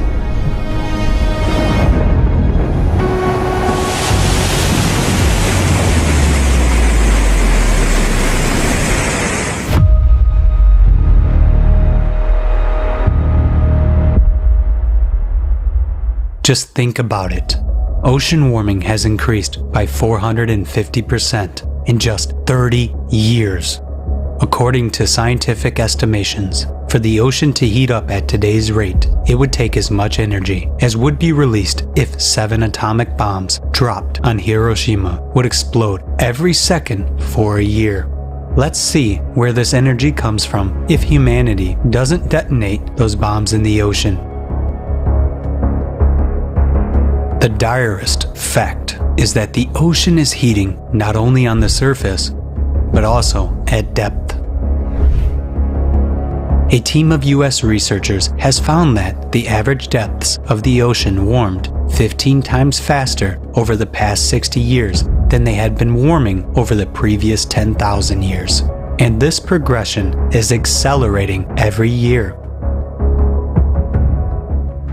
At the moment, science has no explanation where this amount of heat comes from. The only theories being considered are that the oceans are warming from the sun and from human emissions of the greenhouse gas CO2. But they can only explain heating of the upper layers of the ocean to a depth of up to 200 meters, because sun rays do not penetrate deeper. The water can be maximally heated by the sun up to 700 meters as a result of agitation. How can we explain the numerous facts of warming of the deep ocean layers?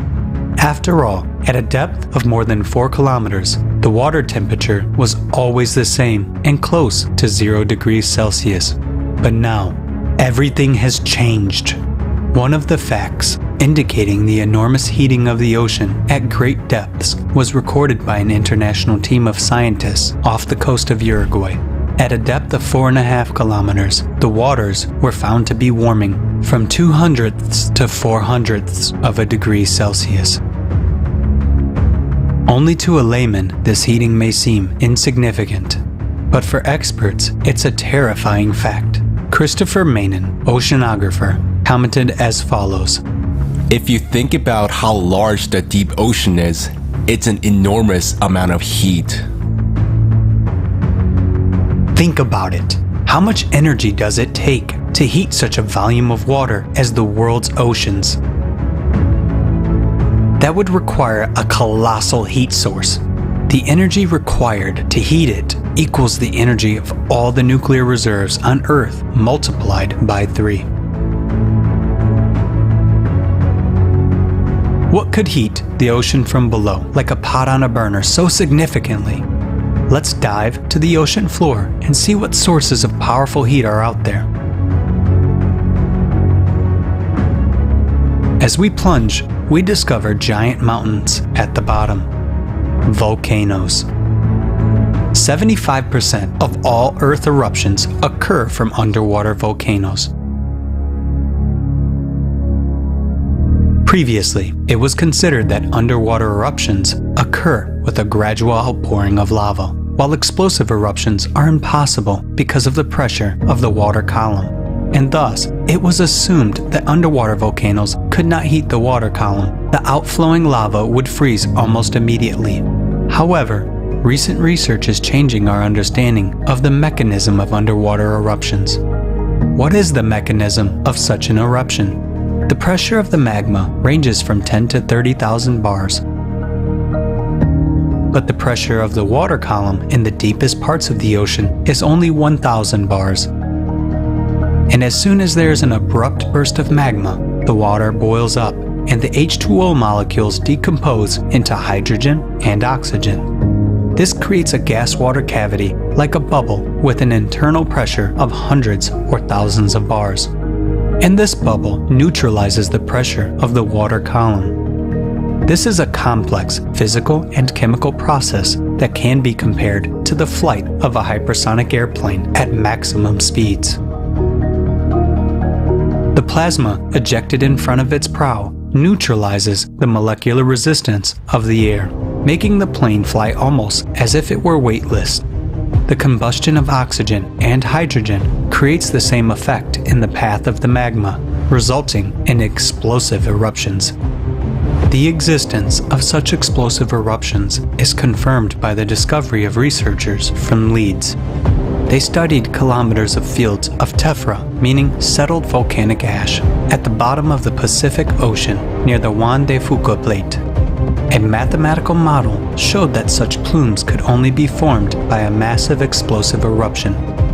In addition to the spread of heat, volcanoes during explosions burst out of hydrotherms, hot jets of water. Studies have shown that the volumes of ejected boiling water can be tremendous, about 40 million Olympic swimming pools, and they are quickly formed during eruptions. The contribution of explosive eruptions to ocean heating is confirmed by Bernd Zemanowski from Julius Maximilian University in Bavaria. With submarine lava eruptions, the thermal equilibrium currents in the oceans are disrupted locally or even globally. However, given the size of the ocean, the energy of even such strong underwater eruptions is not enough to heat it up.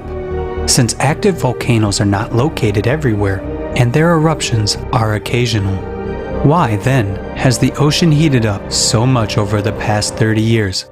What has happened in recent decades?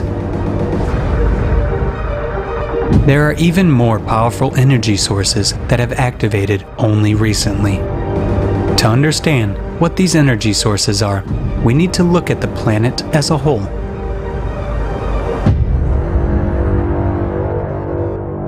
For the past few decades, Earth has been entering a phase of cyclical cataclysms with a period of 12,000 years. In 1998, a jump in the Earth's core was registered. The displacement of the center of mass causes a jump-like acceleration of the planet's rotation and an increase in centrifugal forces. As a result, magma rises sharply from the depths, in which a cavitation effect occurs due to pressure release. Because of this, magma boils and expands in volume. Its pressure on the Earth's crust increases. The expansion of magma pushes the Earth's crust apart, causes the number of cracks in it to grow rapidly, and increases volcanic and seismic activity throughout the planet. Due to the fact that the oceanic crust is thinner, it is more vulnerable to the onslaught of rising boiling magma. This uplifts the Earth's crust, causing it to crack and break, and magma rushes into the resulting cavities, rising higher and higher to the surface. This is happening in a broad front all over the ocean floor. The ocean is warming, and this disaster will only intensify.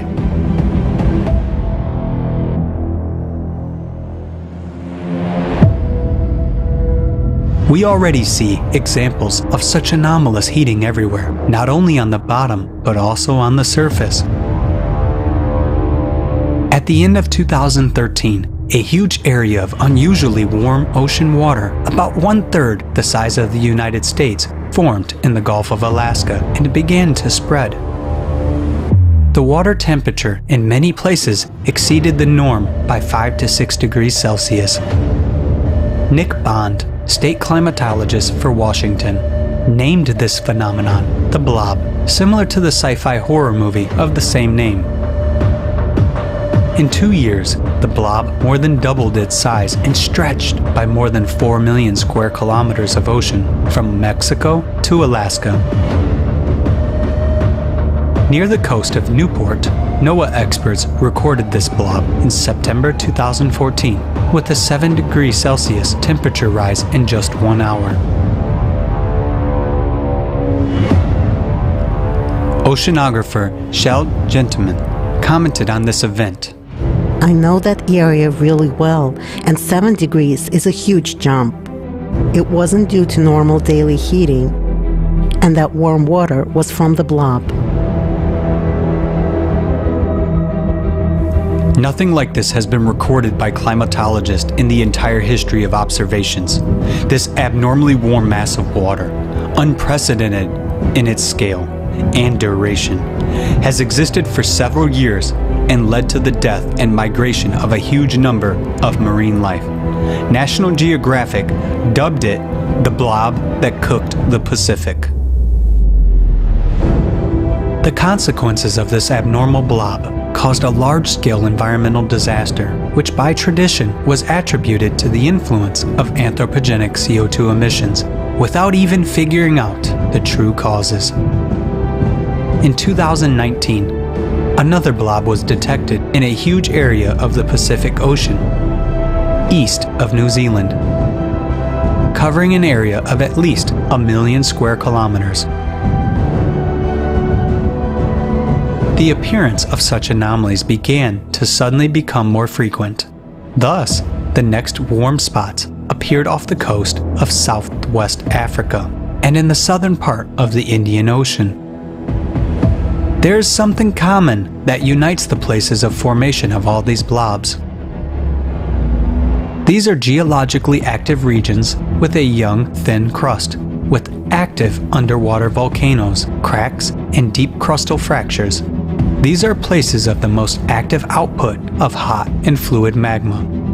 But the factors of magma uplift are not taken into account in the explanation of the causes of ocean heating by the worshippers of carbon dioxide fighting.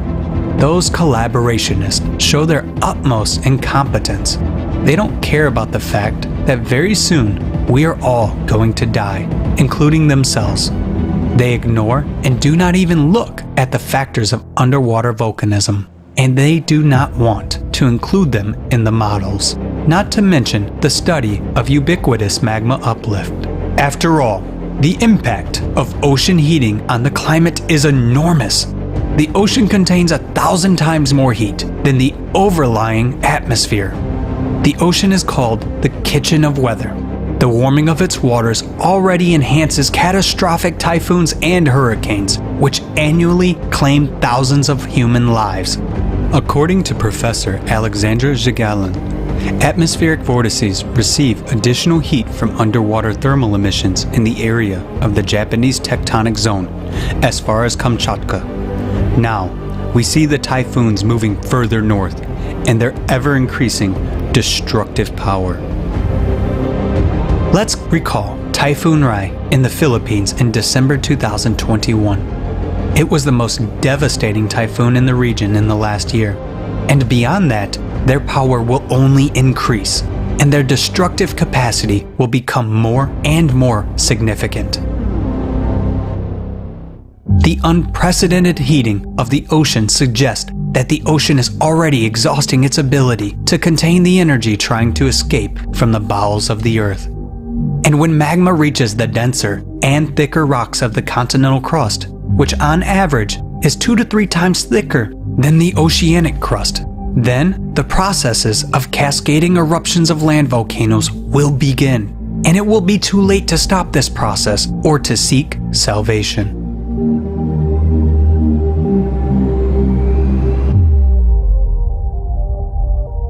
Now, The last war of humanity is underway.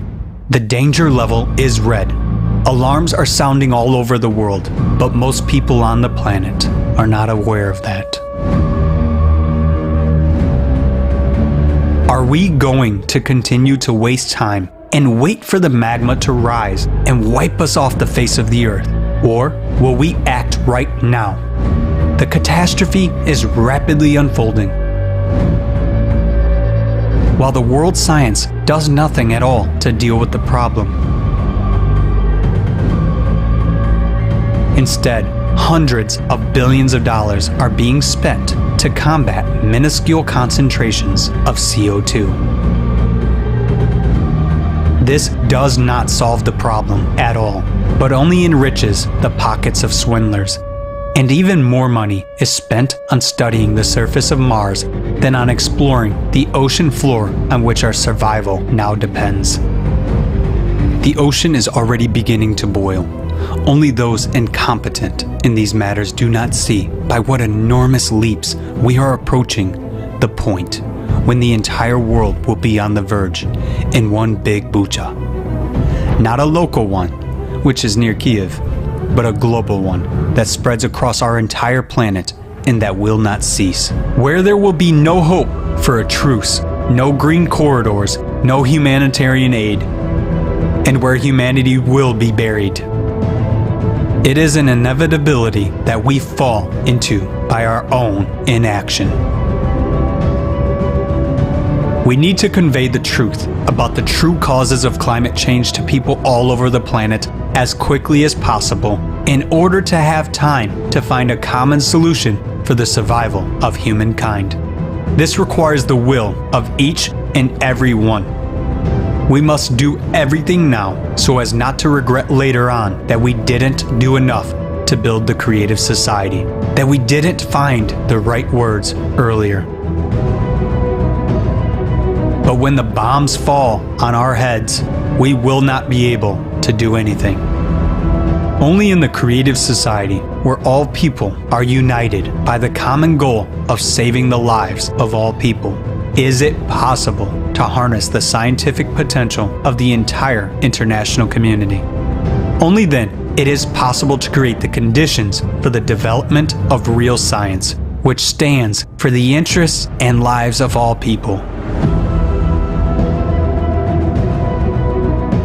We can build the creative society only together. The participation of every person is important. Take action before it's too late.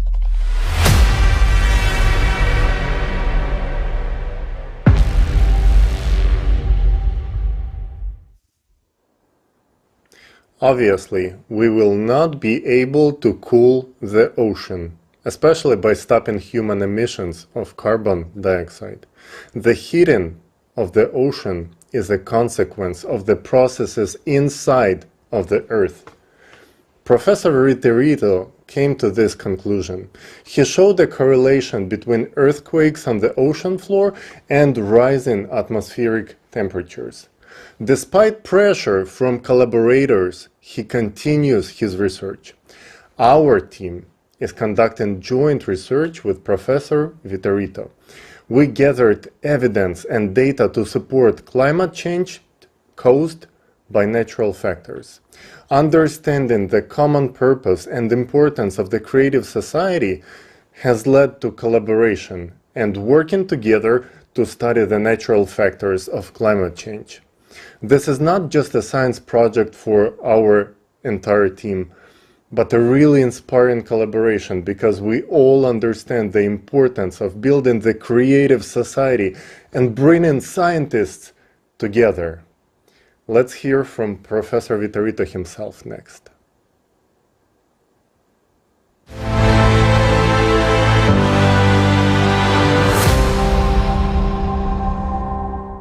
Welcome to the forum here on May 7th. I'm happy to present the results of my research as it relates to global climate change. My name is Untitled, and I'd like to introduce you to some of the research that I've been doing on climate change. And my most recent paper on the subject has been 1995, an important inflection point in recent geophysical history. And the paper builds upon previous research. I've done linking changes in underwater seismic activity and global temperatures in a 2016 paper titled The Correlation of Seismic Activity and Recent Global Warming. I established a link between seismic activity along what are called the mid-ocean ridges and global temperatures. The rationale is that more earthquakes equals more geothermal heat release. This is well established in the literature. And what this does is the release of geothermal heat from the ocean bottom intensifies what is referred to as the thermohaline circulation. The net effect is to transport more heat into the Arctic, and what this does is it kicks off a sequence of events that amplifies the warming in the Arctic. And we call this the Arctic amplification. And this intensification has been a hallmark feature of the global warming that we have seen recently. And the cascading effects lead us to conclude that much of the recent warming is caused by this thermohaline intensification. We saw a sudden jump in global temperatures in 1997, 2 years after there was a corresponding jump in mid-ocean seismic activity. We tie in the 1995 jump in mid-ocean seismic activity with a number of other geophysical processes. What we see here is a correlation graph that looks at this mid-ocean seismic activity with global temperatures. So the mid-ocean seismic activity is referred to as MOSIA, which stands for Mid-Ocean Spreading Zone Seismic Activity, and GT is the global temperatures. And we can see, going back to 1979, that the curves have matched up very, very nicely. They have a very, very high correlation. The correlation is 0.7, and this is statistically significant. And this tells us that there is a link between these two phenomena. In putting this together, there was a review of literature from a variety of geophysical specialties to include seismology, marine geology. We saw a rapid shift in what is called the AMO, which is called the Atlantic Multidecadal Oscillator. This tracks sea surface temperatures in the North Atlantic, and we saw that there was an almost instantaneous shift from negative to positive. That is, North Atlantic temperatures suddenly warmed up in 1995. We also saw a rapid increase in North Atlantic hurricane activity and the accumulated energy from these North Atlantic hurricanes. This is called the North Atlantic ACE. We saw a significant change in the dynamics and the variability of the El Nino Southern Oscillation and in the Northern Hemisphere summer monsoon. These also shifted very rapidly. We saw sudden changes in the spring and fall Arctic temperatures, followed by a large jump in winter temperatures. We saw sharp sea ice declines in the Arctic and the subarctic, accelerated ice loss for the Greenland ice sheet, an abrupt decline in cloud cover over Greenland during the summer months. We also saw sudden changes in the rate of movement of what is referred to as the dip pole. That's the Northern Hemisphere magnetic pole. And finally, we saw a directional shift in Earth's geographic or true North Pole.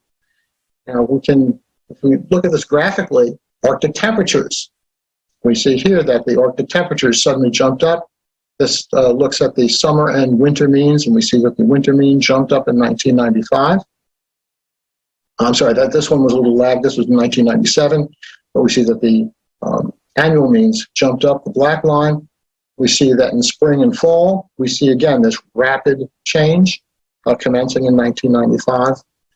And we also saw a decline in Northern Hemisphere sea ice area. All of this cannot be coincidental.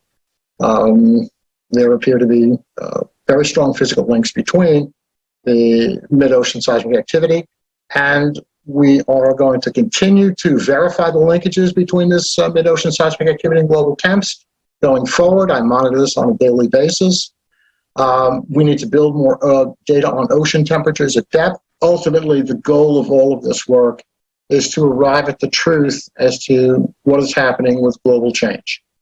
I believe that there is a lot of misinformation and disinformation about this, The latest report from the IPCC, the Intergovernmental Panel on Climatic Change, I think has done a very, very poor job representing us and ultimately understanding the truth. For future plans, I am doing some collaborative work with the Creative Society. We're currently working on database construction. There are a number of databases that need to be constructed and assessed. We ultimately strive to get to the truth of things.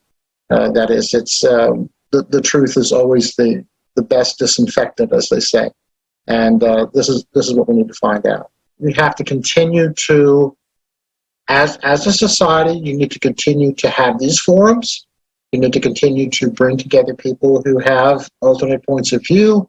You have to make those points of view public. That's the best that we can do. And now we really do want the truth.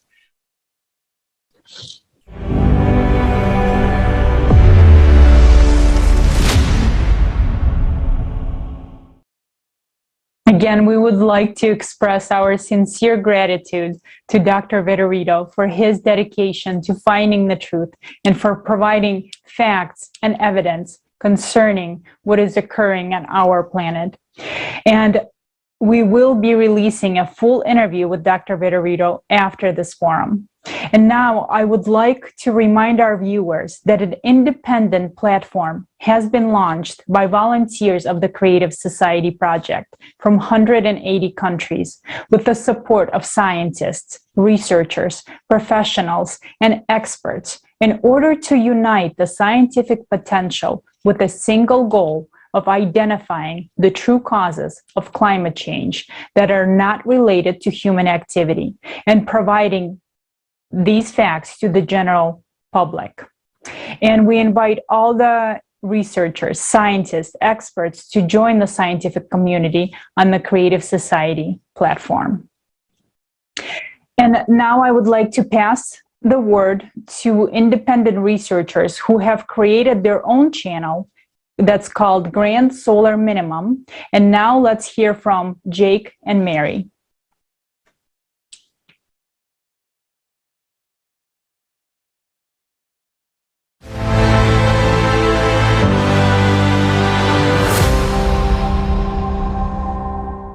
The number one thing that we want to relay with people about our topic is natural climate change.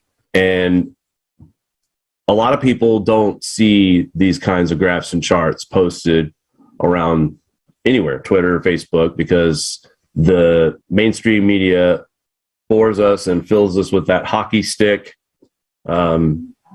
temperature graph and how we're having runaway global warming. I believe that we have just experienced a brief modern warming period. And I think since 2016, just based on how we have correlated things with solar activity, we feel like that we are indeed cooling. This is a graph of the last 400 years of sunspot activity.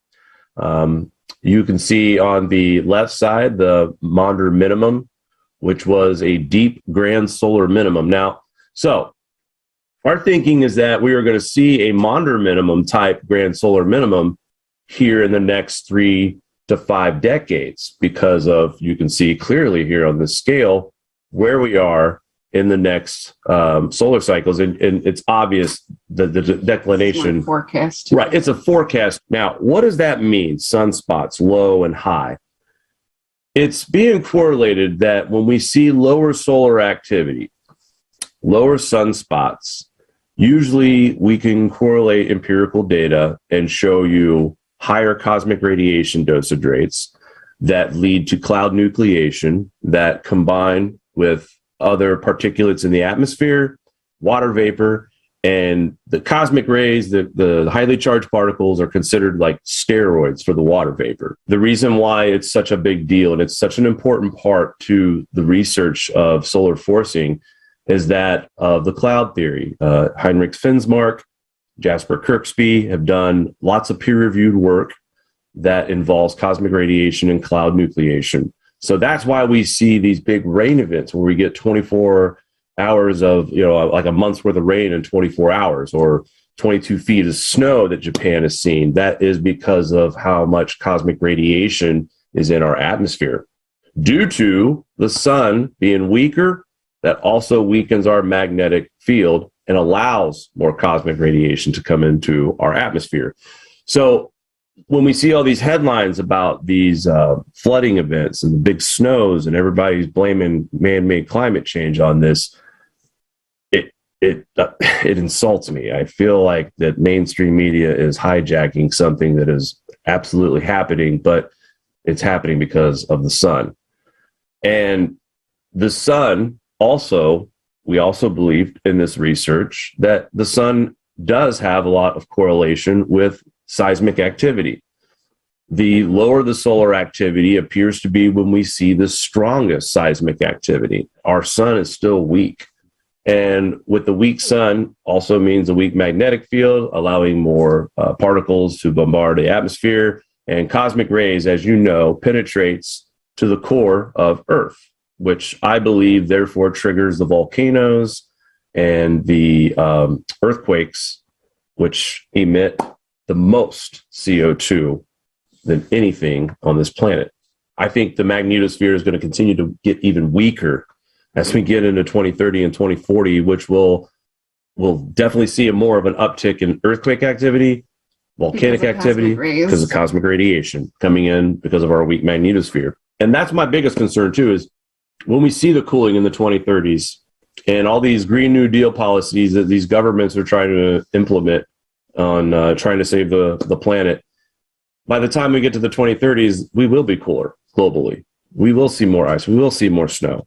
And the world governments are going to celebrate, we did it. We stopped global warming. Our laws and taxes and increased pricing and telling you what to do change the climate. And that's going to open the door for anything the government wants to do to its world population. Governments want to stick out their chests and say, I'm going to save you all from disaster and climate change. And it's time we wake these people up, because we're going to get resources taken away from us when we need them the most. When it comes to heating your home or getting yourself power, or even just the ability to drive a car anymore. I'm a mother. I have kids. And the messaging, like in the school systems, the indoctrination that it's CO2, it's your fault, and the kids don't really conceptually grasp that.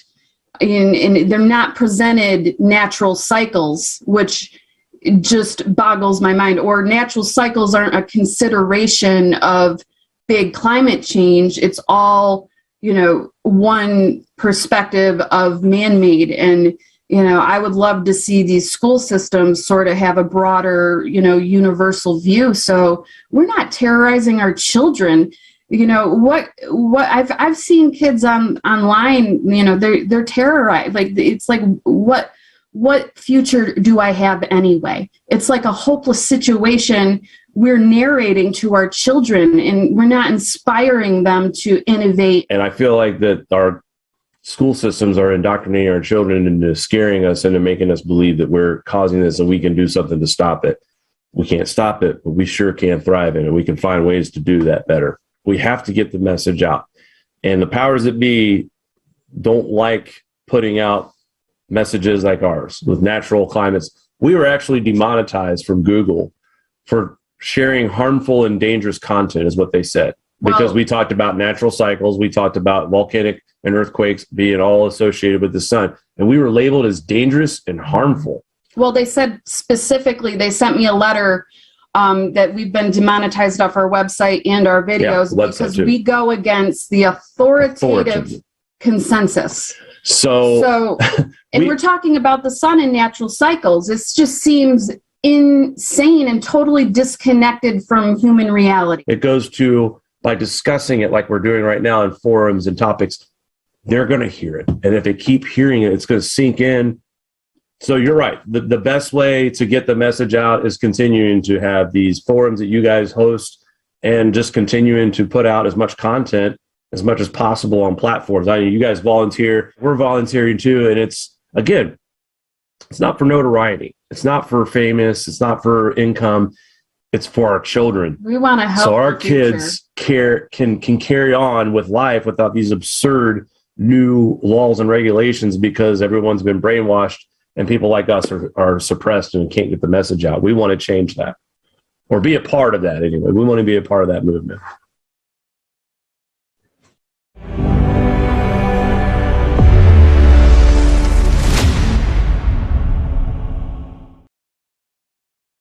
Thank you, Jake. Thank you, Mary. Thank you for coming on this forum. We really appreciate having you here with us.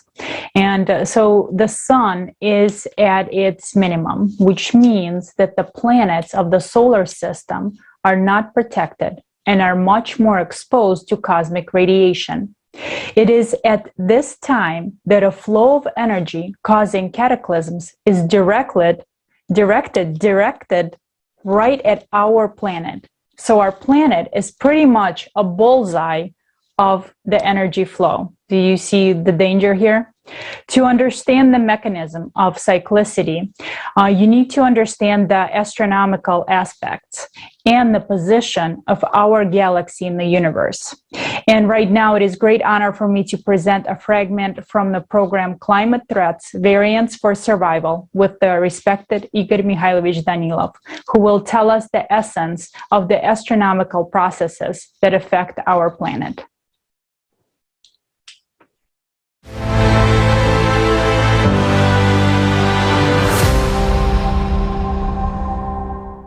Igor Mikhailovich, you said that we're entering the 24,000-year cycle, and the consequences of entering this phase are much more complicated than in the case if humanity would enter a 12,000-year cycle. They're certainly worse. In what way? What explains this? Well, we actually explained it more than once, but let's explain one more time. Let's try to explain in a simple and understandable way. Well, let's try to explain in an abstract way. Just imagine, let's say, a clock dial. This clock dial is our galaxy. Above it, there is the entire universe, a major part of it. Well, below, there are already galaxies. Well, they're towards the edge of the universe, so to say. And there is 12 o'clock and 6 o'clock on the dial.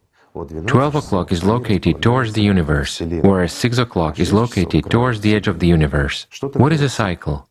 And here there should be an understanding. A cycle is when our galaxy, during its rotation, while it constantly rotates, so the cycle of its rotation is exactly 24,000 years. Thus, it is exposed to radiation twice, in other words, from outer space, from the universe, from galaxies. There is, let's say, such a ray of light, like a laser, just to make it clear, which simply shines. It shines not just on our galaxy, but on other galaxies as well. Aggregation and addition take place. And it's a very harsh interaction. It's not the light, it is something a little bit different. Energy. Right, it's a flow of energy that is formed by means of two lenses. Never mind, let's not delve into this. It's not an astrophysics class now. Yet, this hard radiation, when we get into a gravitational interaction, into a strongly pronounced interaction with the universe, with masses of galaxies along one line, let's say, we get onto this line twice during the period of rotation. When we get to the point of 6 o'clock, it's a 12,000-year cycle. Then, our entire galaxy is above us. And numerous planets take this hit. But when we get into this radiation, and at that time we are at 12 o'clock, it turns out that we are on the front line. After all, our planet is in the Sophora arm, well, in the arm of our galaxy. The planet is situated nearly at the edge of the arm. So it turns out that nothing protects us. And just like many other solar systems, we are actually a shield for our galaxy, for all planets and systems located below. Therefore, a much stronger impact takes place than when we are at the point of 6 o'clock, meaning when we rotate. Let's say, these interactions that take place, many people will come up with a question, how is that? It is clear that the galaxy rotates. Does it constantly occur or what? Well, the galaxy doesn't just rotate on its own, but there is also spiral movement. of the galaxy itself in space, not only on its axis, but additionally. And so, getting into this cycle, when all this is combined, here we are exposed to this kind of process of interaction, so to say. Why is it not so dangerous at the other time? Because at other moments during 12,000 years, this impact occurs along a tangent line, meaning along a slanting line. There is no direct radiation. Here I can explain using the sun as an example. This will be very clear and illustrative. Why in the middle of summer, when it is hot and the sun is at its zenith, do our days become the hottest? Why? There is a straight ray. Or the sun begins to set, or autumn comes, for instance, or it is winter. The sun, let's say, is aside, and it turns out that the ray goes along the tangent line. There is no direct impact. For this reason, it is sort of warm, but not very warm. That's the kind of impact. Or even better, you know, this is for a totally simplified understanding. Let's imagine a bullet that flies out of a gun is flying strictly horizontally, and there is a target that is located strictly vertically, so the bullet hits it precisely.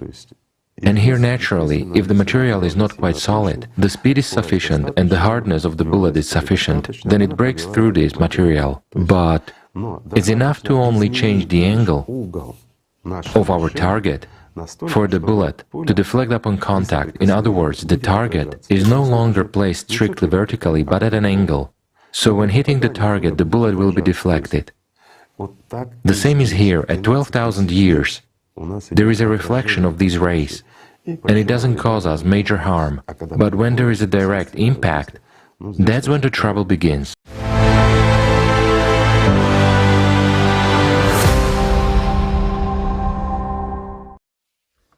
The influence of galaxy ray flux in past cycles has left imprints on our planet that have not been erased by time, even after hundreds of thousands of years.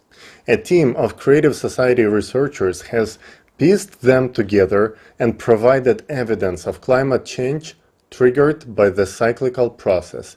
Next, let's watch the continuation of film on cyclicity.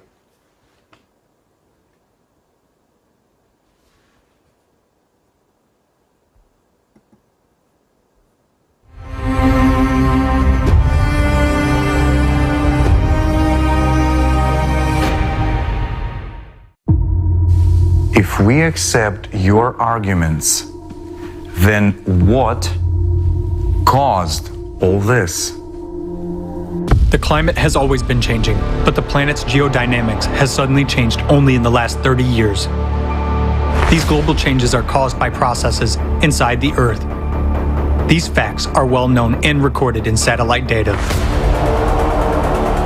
In 1998, scientists detected a sharp leap-like shift in the core by observing the center of Earth's mass via satellites.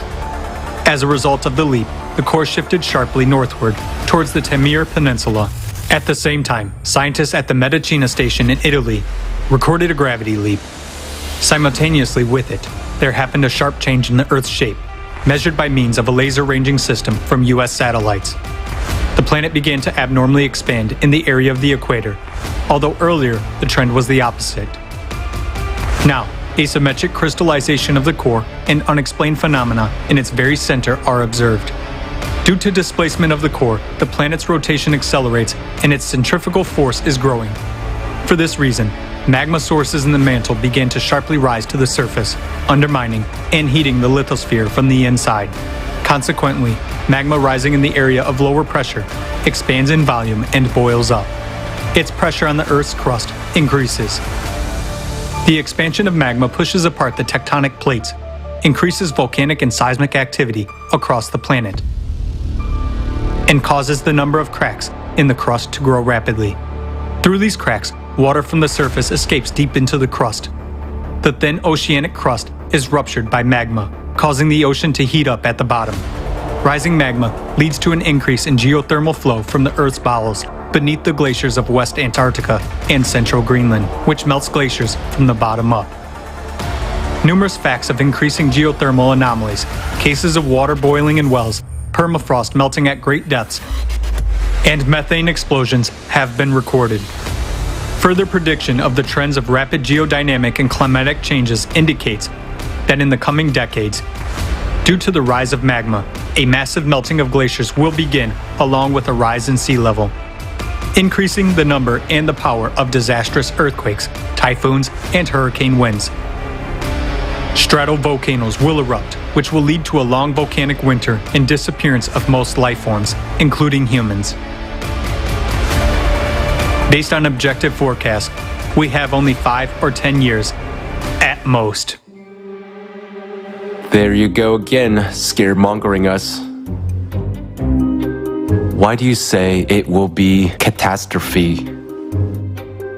And why in such a short time? Changes similar to what we now see occurred before the peak of the crushing disaster just about 12,000 years ago. Those events are called the Ellard Oscillation and the Younger Dryas glaciation that followed.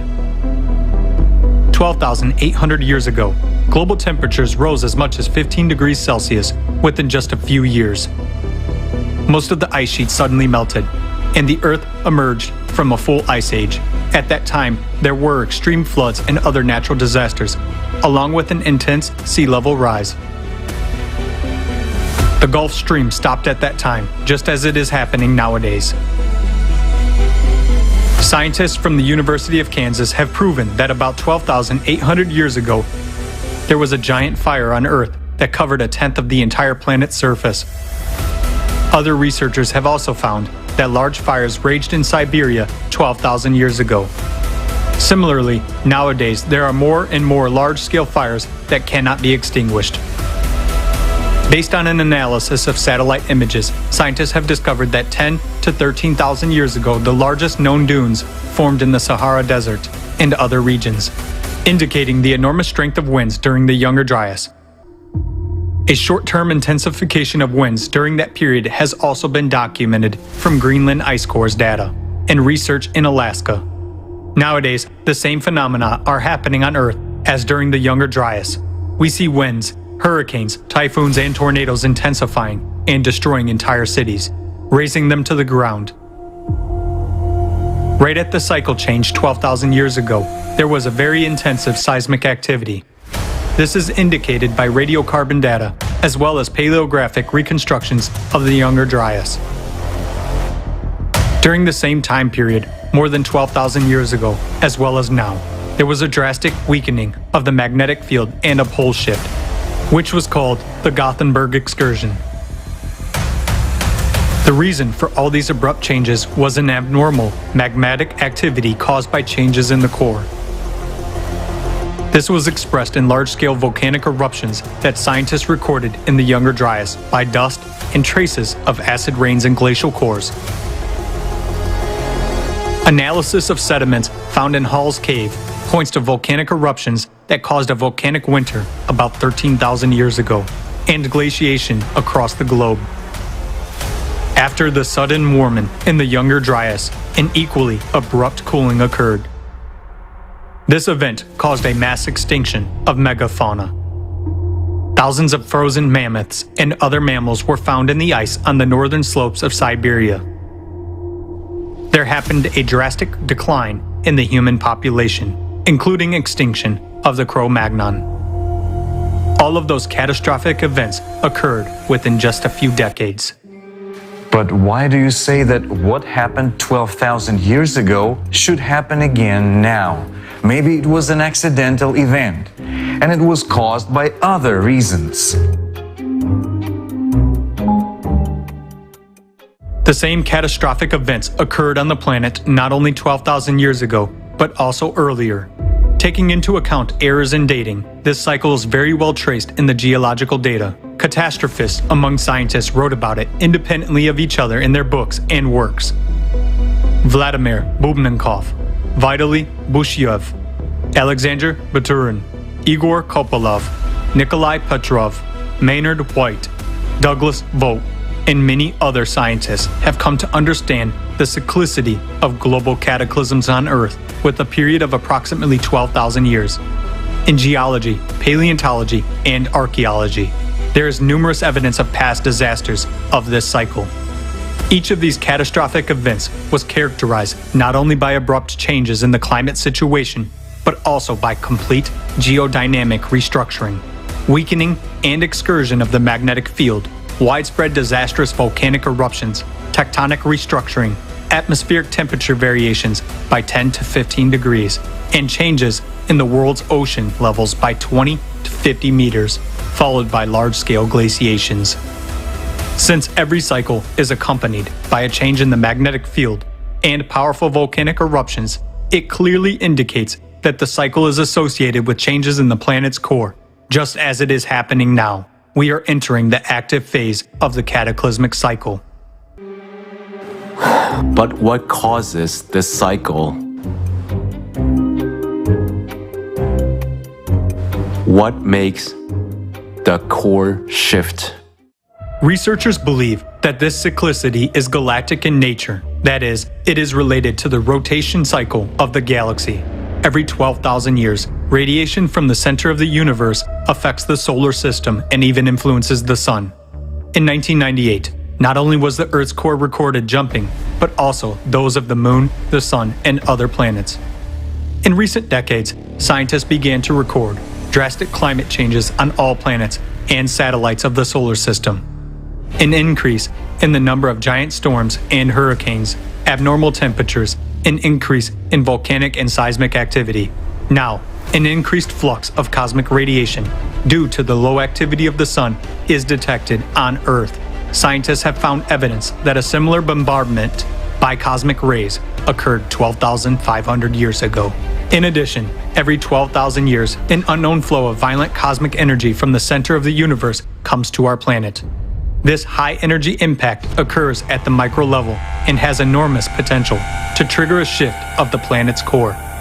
Galactic radiation disrupts the life cycles of the biosphere. Trees begin to massively emit more carbon dioxide, whereas swamps emit compounds of deadly gases. This time, Earth may become another dead planet, just like Mars. The planet's immune system is now destroyed by the toxins that our technogenic civilization has excreted. The planet's diseased organism might not survive the enormous stresses which cyclicity creates every 12,000 years. Every 24,000 years, disasters are even more devastating, since the solar system gets closer to the radiation from the center of the universe. We are now getting into this point of the near interaction. The planet is living its last years, and so are we, if we remain idle. Why are you telling such things? It can only spread panic. People would give up in despair, for there is nothing we can do. Right. There is nothing we can do about it.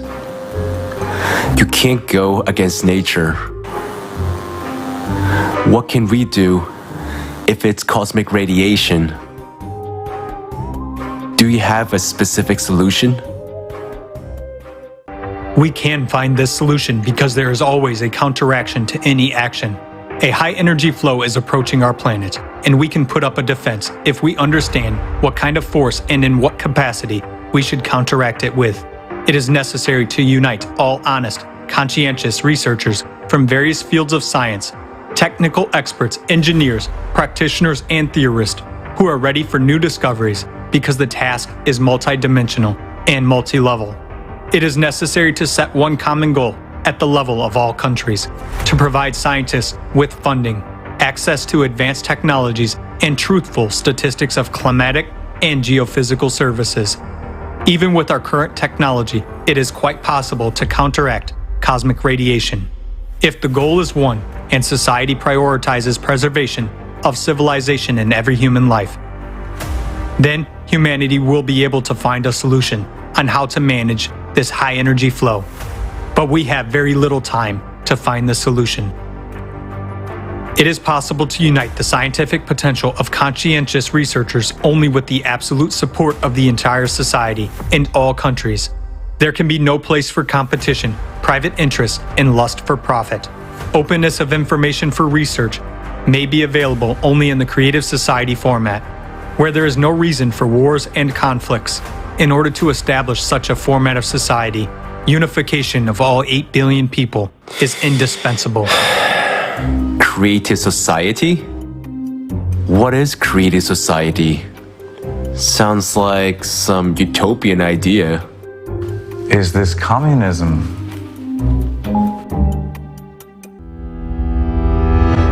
Creative society is a format of society where, not on paper, but in practice, the highest values are every person's life, freedom, safety, and well-being.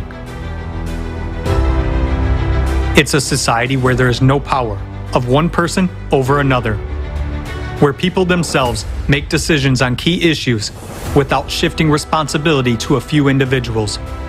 All conditions are created for the development of one's personal potential for the benefit of all people, and the whole society takes care of every person. It's a world without wars, poverty, violence, or power. Such a society is beneficial to everyone. Unlike communism, the creative format cannot be built by force or via a revolution. Creative society is an opportunity to peacefully bring our civilization to a new stage of evolution within the shortest time possible. All legal, economic, and social mechanisms are available for that. But this requires true unification of people. This doesn't mean uniting our wallets or refrigerators, but uniting based on the values of humaneness, kindness, mutual help, and respect. We are 99% of the planet's population. We want to live as human beings. People all over the world are already uniting and acting to build the creative society. What can we do right now? What can I do? Where do I start? You can join the Creative Society platform that already exists. Invite your friends, scientists, and all thinking people. You can tell the truth about climate change and the way out honestly and without smoothing over the rough spots. Through mass media, you can spread information about what is really going on, not to sow panic or fear, but to share the solution. People do not want to hear the truth because they are simply scared until they know there is a way out. Now, everything depends on each person, on you, my friend. Right now, you can tell all your friends, acquaintances, and relatives about what you learned and understood at the forum. Global crisis. We are people. We want to live. We should act now, while we still have time, so that we don't painfully regret later for not finding the right words and not being able to warn about the trouble. Creative Society is not a political or commercial organization. It's an association of ordinary people from all over the world who, despite any circumstance, act to save all of humanity. These are true heroes, just like you. Join us. We can do anything together with you. Look here.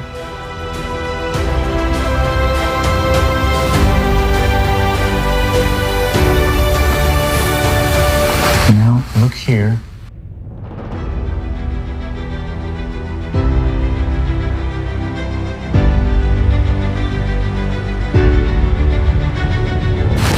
We can do this. It's realistic. Yes, of course. I'm calling the director of the Institute of Volcanology. Good idea.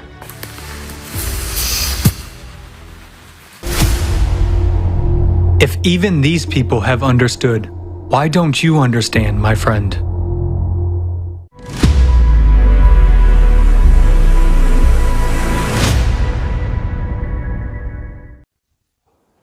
Isn't it so, friends, if even these two scientists could get along, then why cannot we? Why cannot we start taking action today to make sure that we can live safely tomorrow? And the action starts from very simple steps, sharing the information, because only notified people who know what is happening can make decisions, can influence our future in the positive way. So share these links on your social media. Make sure everyone knows. Make your own video with understandings and send it to us on our website, creativesociety.com, on our email, and also post it on your Instagram, TikTok, Facebook, Twitter. That's the best thing you can do. And of course, join the Creative Society. Join volunteers who make this research, getting to know scientists from so many different fields and bringing together all the pieces of the puzzle of this picture of what is going on our Earth. And those who have been doing this already understand, and hopefully you too, that there are some very serious cataclysms ahead of us. And there is very little time left to prepare. Even now, it is necessary to understand in detail the cosmic impact, to know what are we dealing with and how can we counteract it. Giancarlo will tell us about the effects of intergalactic rays on our planet and what fundamental changes we are already seeing today. Jan will tell us about the danger of cosmic rays and the effect that they have on our planet. Please go ahead, Jan.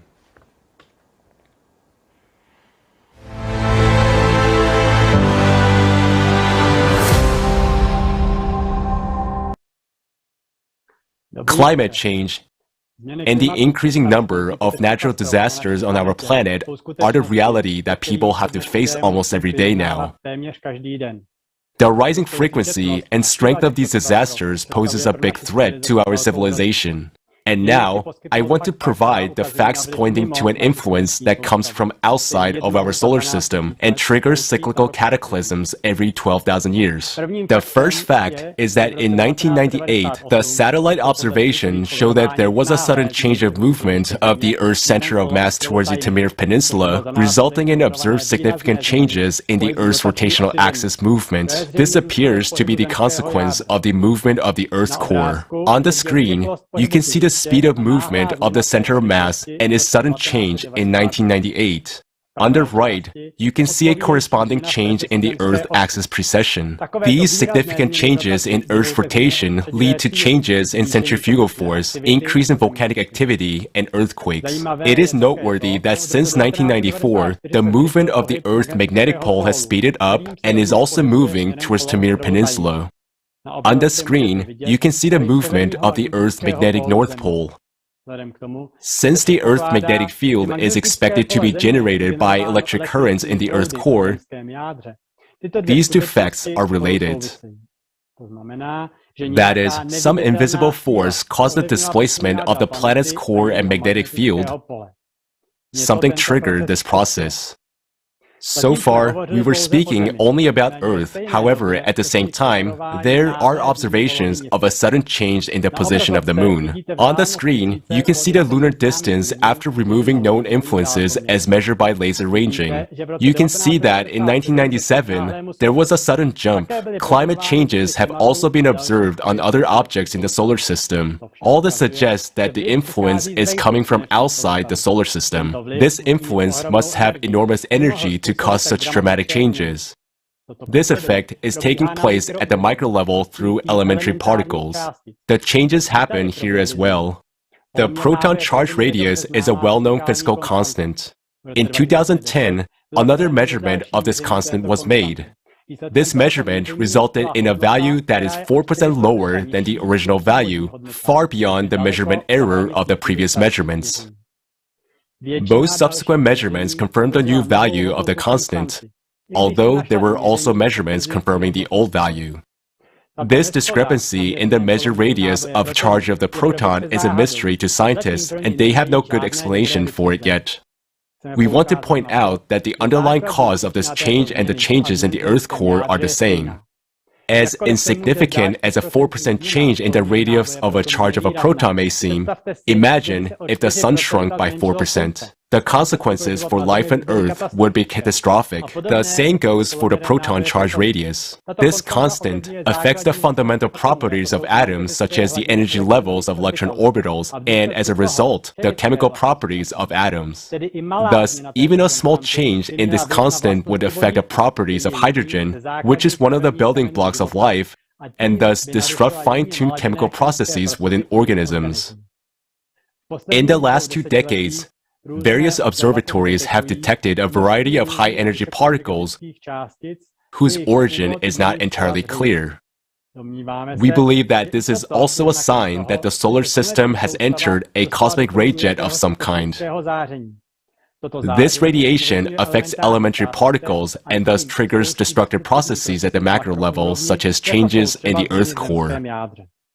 The response of plants to these changed conditions may be that CO2 production in the Brazilian rainforest is steadily increasing, while CO2 absorption is decreasing. That's why since 2013, these forests have become net producers of CO2.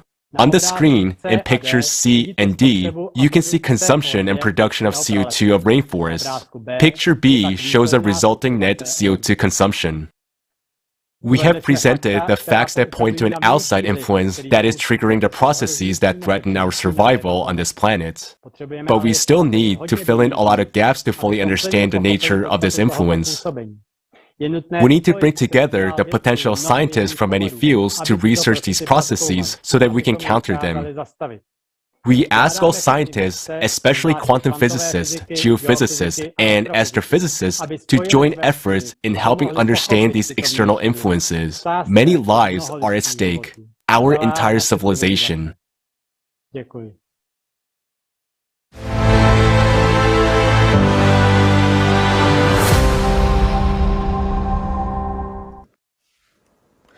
Thank you so much, Jan. Indeed, galactic radiation is a serious and yet unexplored problem for humankind. We have a lot of smart, inventive people, and we are quite capable of solving this problem. We suggest that you watch a fragment of a program with the esteemed Igor Mikhailovich Danilov about what opportunities do we have as a civilization.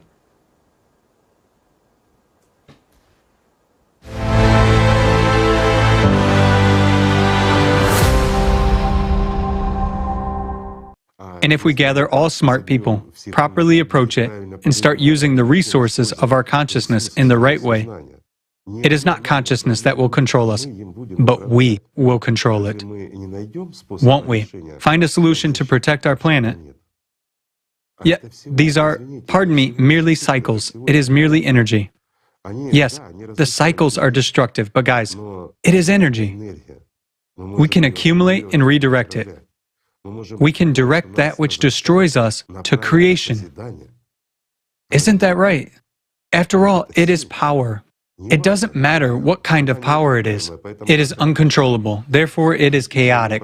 Chaotic, uncontrolled energy can destroy. But if we use this energy, we can create instead of destroying. Isn't that so? It is. If we understand the basics of energy redistribution among these particles, or their quantum entanglement, interconnection, not the interaction of two particles, but what forces them and what they control. While these particles control this very energy, this particular force, they perceive and transmit a signal. If we are able to perceive and transmit a signal, tremendous opportunities will open up for us, at least in the field of communication. But if we understand this mechanism, we will be able to control other particles as well. And if we go even further, we will be able to control various kinds of radiation and extract energy from them. And it's a serious step to even find tools to confront climate. Well, climate. It is necessary to confront climate.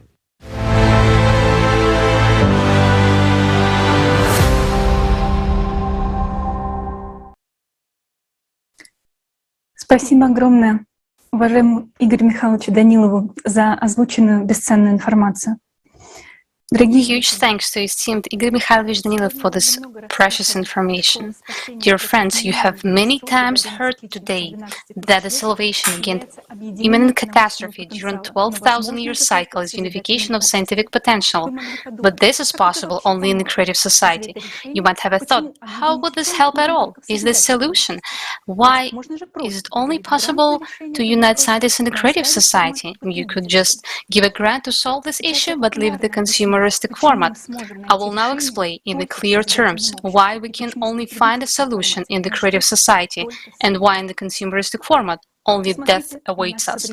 Look at our world today.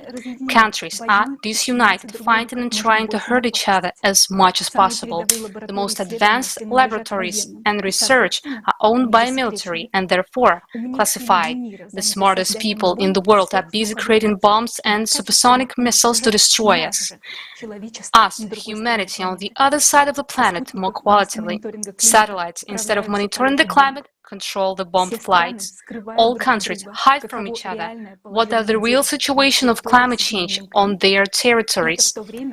And this happens at the time when in every country the earth is cracking under people's feet and magma is erupting, trying now to resolve the information about where there are supposedly stable, safe territories and where a supervolcano is about to burst. For the pseudo-safe territories, there will immediately be a war with we are managing to kill each other several times better than the climate, and soon there will be no safe territories on Earth at all. And what are doing those whom we used to call scientists? At this time, we have shifted the responsibility to them to think instead of us. Some people create bombs, others shove the crap about anthropogenic factor into us, while others judge their megalomania, sticking to the narrow territories. Science is now killed by the consumeristic format. It is maximally fragmented to a multitude of unrelated areas, flooded by bureaucracy and smoothed by false dogmas. A multitude of the smartest people do piffing jobs, hiding confidential data from each other and competing with each other. And now imagine that in this format we need to conduct in the shortest possible time into research on a global scale with unlimited funding and access to any necessary equipment, because the task which stands before mankind is global. Do you know what will happen in the consumerist format? The same thing that is happening now in the fight against climate change. All countries will promise to allocate funds and take measures, but in fact they will do nothing, because those who control the capital will only care about their own wallets, while cyclicity devours the planet. In the consumeristic format of society, no one needs our lives, not even ourselves. So why is the creative society format is the only solution? Creative society is a united humanity. It is not complicated at all. It is like union of several states, only there are not 28 of them, but 197, and it is not just a unit, but all of society that makes a decision. Will such a union of countries be able to provide unlimited funds for honest scientists to study the cycle? Yes, it will. Can it provide access to laboratories, advanced technology, satellite data, and equipment?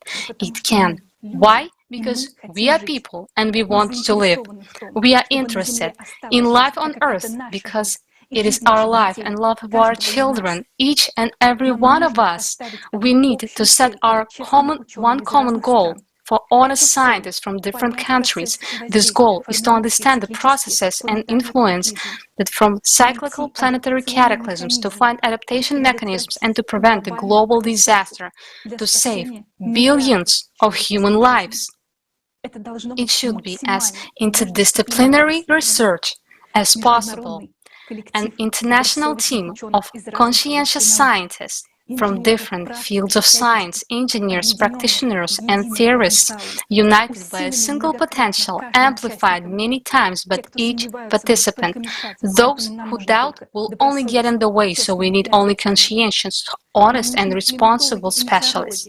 We need climatologists and meteorologists to study the real processes that are now rapidly changing the atmosphere beyond the rays of negligible concentrations of CO2. We need oceanologists, volcanologists, and seismologists to assess the realities of magma rates, volcano activation, and earthquakes. We need geophysicists, geologists, earth physicists who study the subsurface, the magnetic field, the core, the rotation of the planet, who can model all the processes. We need astrophysicists, paleontologists, solar physicists to understand where the radiation comes from, how it works.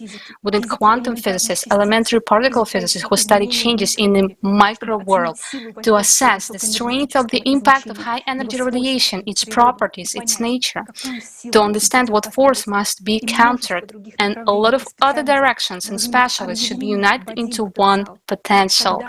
Then we will be able to stop cyclic cataclysms occurring on our planet every 12,000 years. After all, there will be always counteraction to any action. With our level of even today's technology, it is possible to resist cosmic radiation. We need collective brainstorming. If we understand what this cycle is and what impact this radiation has, then we can understand how to counteract it. The first thing that will happen during the transition to a creative society is support for science, support for real scientists, not those who spend billions on obscure things. We need to act, and we can't waste time because these are human lives. That's why scientists will be on the front lines in the creative society. This will be the main front. If we bring together true scientists who are willing to face challenges and make new discoveries, we can take our science into skies and beyond. We will be able to make high precision advanced forecasts to all kinds of cataclysms even during transition phase. We will be capable of terraforming the elements so that no human lives are lost or left homeless. We will not only be able to study the cyclicity, but to get out of it forever, for future generations of humankind, to learn to control those high energy radiation and direct them for peaceful purposes, providing mankind with free energy anywhere in the world. We will be able to explore outer space, fly to other galaxies, and discover new planets. Combined scientific potential can bring the level of human development of such heights which we can only now dream of. It is more than real, and all we have to do is to act. We need a united humanity. What does it mean to unite? It means to act towards one common goal. So, is there a more noble and unifying goal than building the creative society?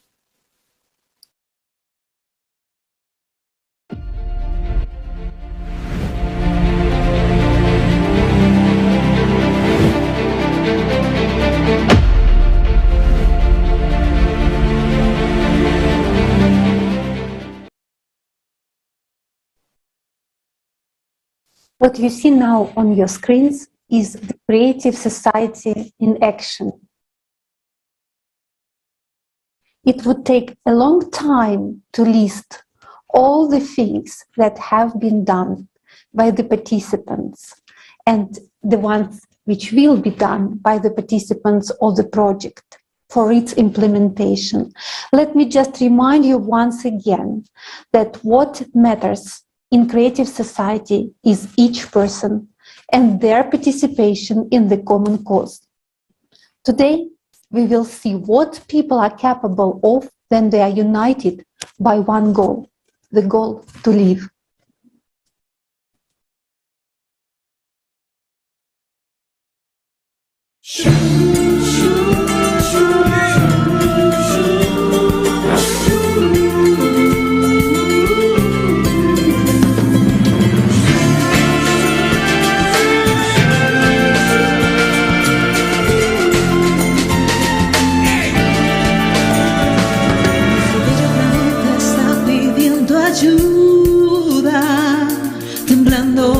Ardiendo en llamas, no quieren decirte esta verdad tan cruda, ahogándote en vacías proclamas, muestra sus crueles espinas,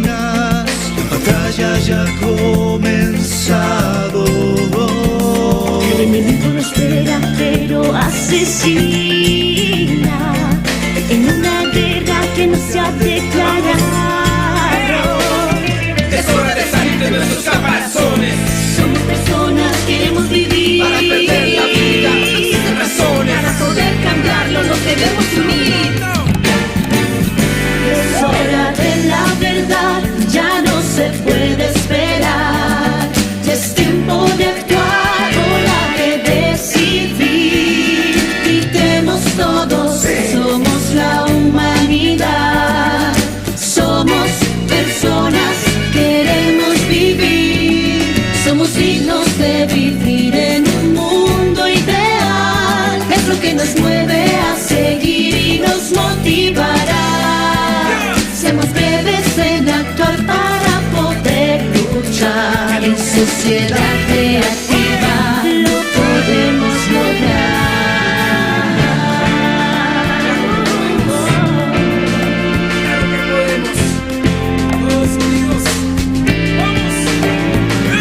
Ya esto está claro y no se puede esperar. Darle ventaja al clima que nos pueda matar. Lo que vale es tu opinión, no seas carne de cañón. Nuestra fuerza es la amistad, nuestra fuerza es la unión. El clima está matando a nuestro único enemigo. Eso podemos superarlo y lo haremos contigo. Con la fuerza de tu mano, muestra al mundo tu actitud. Vamos por esa victoria. El héroe eres tú. Y no podemos salvar esto. Aún no es el final, tenemos la oportunidad de unir nuestro potencial. Es hora de ser parte de una nueva sociedad. Todos unidos venceremos por toda la humanidad. Si no tengas nunca me llorar por ti. No es nuestro enemigo y nos quiere destruir. Y yo unido por lo mismo tuyo, sabe lo que te digo. Tío, formamos el destino tuyo del mismo camino. Es hora de la verdad, ya no se puede esperar. Ya es tiempo de actuar, hora de decidir. Gritemos todos, somos la humanidad. Somos personas, queremos vivir. Somos dignos de vivir en un mundo ideal. Es lo que nos mueve a seguir y nos motivará. Somos breves en actuar para poder luchar. En sociedad creativa. Formamos el destino en el mismo camino. De la verdad, ya no se puede esperar. Es tiempo de actuar, hora de decidir. Gritemos todos, somos la humanidad. Somos personas, queremos vivir. Somos dignos de vivir en un mundo ideal. Es lo que nos mueve a seguir y nos motivará. Somos breves en actuar para poder luchar. Sociedad creativa. Sociedad creativa. Queremos vivir en sociedad creativa. Lo podemos lograr.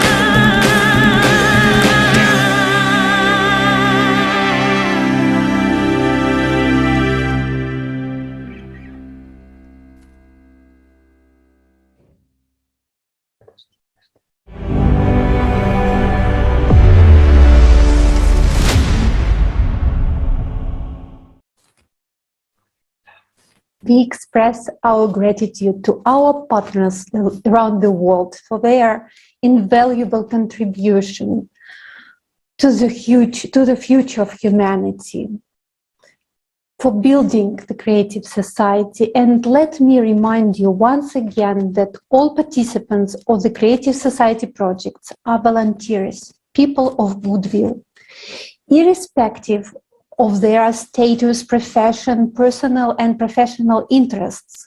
They are first of all people who are ready to act for the sake of saving our civilization. The Creative Society project is open for sponsorship and informational support. Anyone who shares the views of the project can help and become its active participant.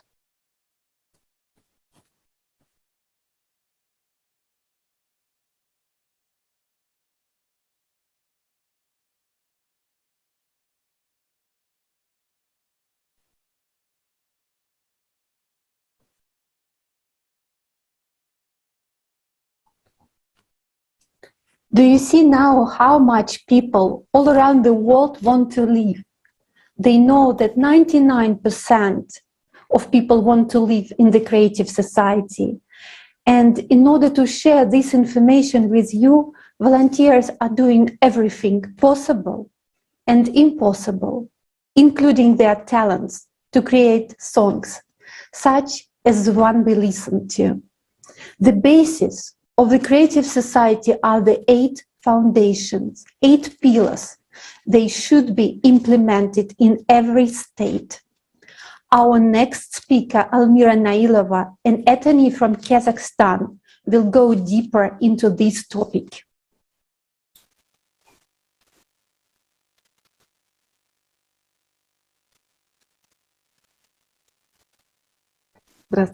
Hello. The facts presented at this forum confirm that the consumerist format of society is a threat to a human's life. But any normal person wants to live in a safe society without war and violence, with confidence in the future. The way people live in society depends on who makes the decisions. There are 2 variants. The first one is when only a few make decisions. And this is the existing consumerist format. But this is the format of inhumanity. This is the way to everybody's death. We have already seen this. The second option is when the decision about how people should live is made by all people. This is creative society. The creative society is a society which protects everyone's life, where power really belongs to the people. According to legal science, an integral part of any state is people. Without people, respectively, there is no state. So, the state is we, people. Society is we, people. If we look at the laws of any country, we see that in one form or another, power belongs to the people. We just need to start exercising our right to decide for ourselves what kind of society do we want to live in, a consumer society or a creative one. We, as people, now exercise our power through public opinion. What does public opinion mean? It is when all or most of us declare what we want or don't want. For example, when in 1999 in Bolivia, a few people in power decided that people should pay not only for water, but even for rain, the majority of people disagreed, and the decision was overturned. Another example, in 2009, a referendum was held in Iceland under the pressure of public opinion, where the people of Iceland refused to pay the debts of bankrupt banks. As we can see, the will of the people is a huge force in determining what kind of life you and I will have, and we all want a creative society.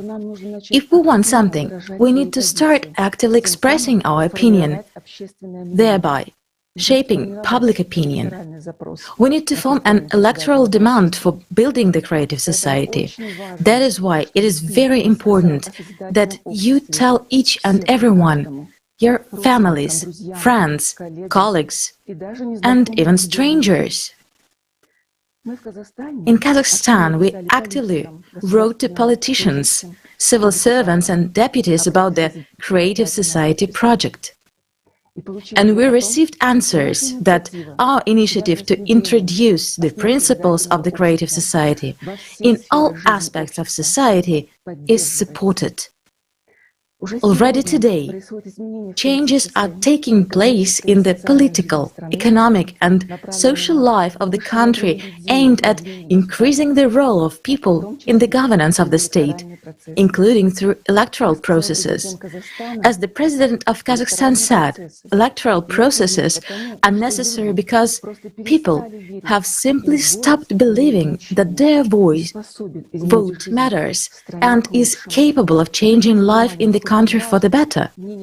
Pay attention how important people's opinion on what kind of society they would like to live in is.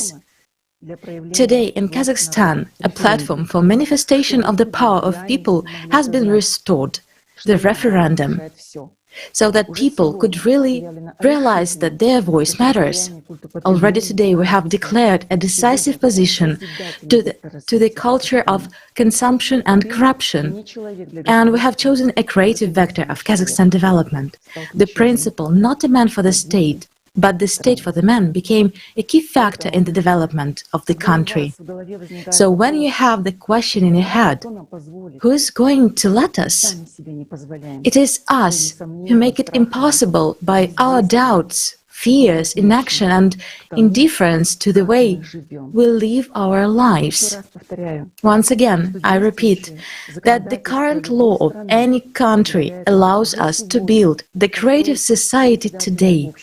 It is legally realistic, because under the law of any country, power belongs to people. Therefore, people can introduce the 8 foundations of the creative society into the constitution by means of a referendum. When the creative society is supported by more than 50% of the population, our representatives, presidents, deputies, and even monarchs cannot ignore the will of the people, because without support of people, there is no politics. Thus, anything is possible if we just take action. The reason why we have not yet built the creative society is because of us. This means that we are not working enough, not communicating the information, or doing it very slowly. It is necessary to take the initiative of people who already support the creative society and to keep informing in every country. As we can see, the creative society is more than real, but only if we all get involved in informing right now. And when we participate in this forum now, we are expressing our will, expressing our demand for the realization of the creative society and our disagreement with the fact that there are slavery, wars, violence. So this forum is also an active form of public expression. Thank you for your attention. Thank you, Almira. Next, to continue this topic, I would like to give the floor to Mr. Qasim Rashid, who will share his views on the 8 foundations of a creative society. Mr. Rashid is a civil rights attorney, author, human rights activist, and politician.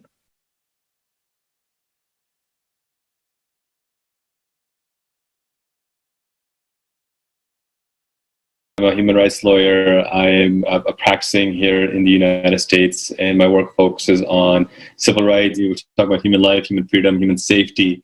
Those are the core of any government's responsibility. Transparency and openness of information. The creative ideology, innovation is the the lifeline of human progress, of building new technologies and new medicines. And then obviously development of personality, justice and equality, and self-governing society. It speaks to these elements of ensuring that we have governments powered by people, as opposed to by autocrats or dictators or fascists or anything of that nature. So no, I think those principles, these 8 foundations, really well integrate to legal precedent and to what the law should require. Now it's just a question of making sure that governments and those in power are held accountable to the people, as opposed to ruling over the people with an iron fist. If we want a government that truly reflects the will of the people, then the people need to create that by being involved and engaged. And because at the end of the day, if we have a government by, of, and for the people, that's not, that empty statement remains an empty statement unless we act upon it. It becomes an active statement when we implement it in our daily lives.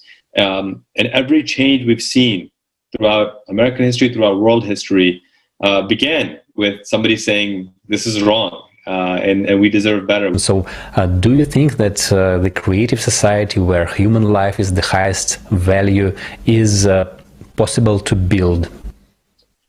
I don't think it's only possible. I think it's necessary. I mean, it's not just a matter of possibility. It's a matter of this is a necessity. If we don't prioritize human life, we're facing existential crises. There's a potential for world war breaking out any day now. There's a potential for another pandemic if we don't get this one under control.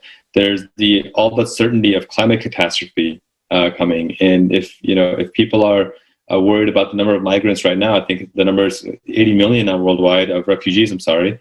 Once the climate crises become even more severe, that's going to get into the billions. So it's not a question of is it possible or not. It's necessary, and there's a shift in how we need to think about these things. That it's not a question of want; it's a question of need. And if we don't take action immediately, personally and actively, then this is going to get even worse. So I think it's going to require more than simply politicians doing political things. It's going to require a mass movement of individuals to say, we are going to build a society built truly on justice, where people have freedom of worship, people have freedom of expression, but we do so in a way that truly respects one another as well. And so when we can talk about moving forward, we need to talk about how do we guarantee these things? Because once people are fed and they're clothed and they're educated and they have healthcare, then you see true innovation happen. Then you see true economies prosper. Then people can invent the next great widget, or they can invent the next great idea and be successful in it and reap the rewards of their success because they've been given this foundational basis that guarantees their humanity. That's, in my view, the real path forward, where we can guarantee the humanity of people and allow them to flourish and be who they truly are. Thank you very much, Mr. Rashid. Thank you. And creative society is absolutely necessary. I would like to next introduce Mr. Seren Akminyan, President of Armenian Creation Council, NGO member of the Prosperous Armenia Party, who will share more about the creative society. Սրտանց ողջունում եմ գլոբալ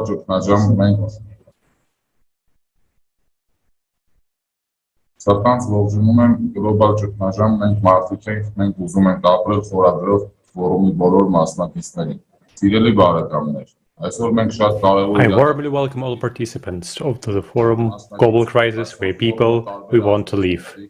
Dear friends, today we are participants in a very important event. Today's forum is the coalition of people of different nationalities, religious views, and social statuses. It is expressed will of united humanity. It is an honor for me to be a participant in this forum, to witness that you and I are making a strategic step towards the salvation of our civilization. Dear friends, today, together, we have seen the terrible crimes against humanity. The most important thing for us is to understand this is, as long as we live in the consumer society, the war in Armenia, and what is now happening in Ukraine, and in hotspots around the world, will all continue. Some individual terrorists will be succeeded by the others. They will continue to divide us via different principles and to force us into fighting one another. People all around the world will continue to die. Things can't be in any other way in the present format of society. It's our duty to stop and forever prevent this lawlessness. We are fed up with wars, deaths, and suffering. The only way out of this darkness is to start building peace among people. The only way out is a society in which the first priority is to improve the quality of each person's life. It is a society in which there will be a peaceful labor and continuous development. It is a society in which the value of human life is the highest value for everyone in the world. All this is possible for every person only in the creative society. Creative society is the salvation for the entire civilization and even for Armenia. My dear friends, It is a great honor for me to represent the Armenian people at this forum. It is a great pleasure and honor to announce to the world that the Armenian nation is now engaged exactly in the building of the creative society, and there are results in this matter already. I truly appreciate the tremendous work which has been done thanks to the fortitude, patience, and heroism of my compatriots. This path is full of difficulties, but it's our choice. What gives me strength is knowledge. The knowledge that the only option for the survival of all humankind is the creative society. This knowledge is based on the experience of the people of Armenia, who are taking specific steps to build the creative society. We are constantly looking for new ways to achieve this vital goal for humanity. What gives me strength is sincerity, because only sincerity gives the selflessness due to which we have made immense progress. I see this sincerity in the eyes of every participant of the Creative Society project, and I have seen it in the eyes of every speaker today. This sincerity in my heart gives me confidence in every step we take. Dear friends, the enormous responsibility for the future of all humanity rests on our shoulders. If any of you is still unaware of the importance of your choices, the moment of truth has come. Everyone has a role to play in building the creative society. We should unite and accelerate our progress as we are faced with daunting challenges. Yes, we are busy all on sides, but we are resolute in our pursuit of light and life. President of the Nevada Semipalatinsk International Anti-Nuclear Movement. Please, the floor is yours.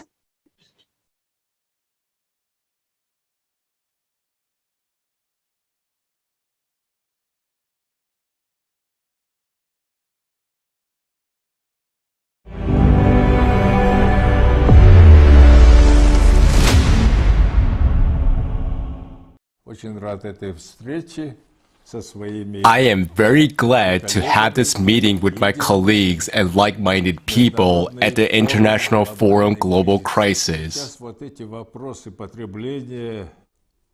Now, these topics of consumption or creation are the central question. And I am very glad that you're raising this question and creating this dream of ours, that the entire world will become the society of creation. It is necessary to actually create and think about the future for people.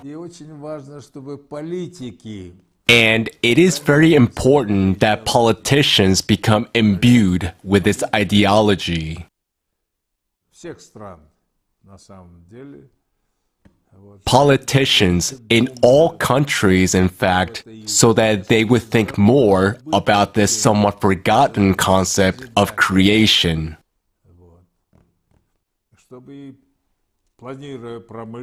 While planning industry, culture, and so on, when planning ecology, struggle for ecology, they should, in practice, pursue the very goals that you are talking about. So I welcome this initiative and hope that it will spread not only in Almaty, let's say, but all over the world. The idea of equality and brotherhood is included in these very foundations, right?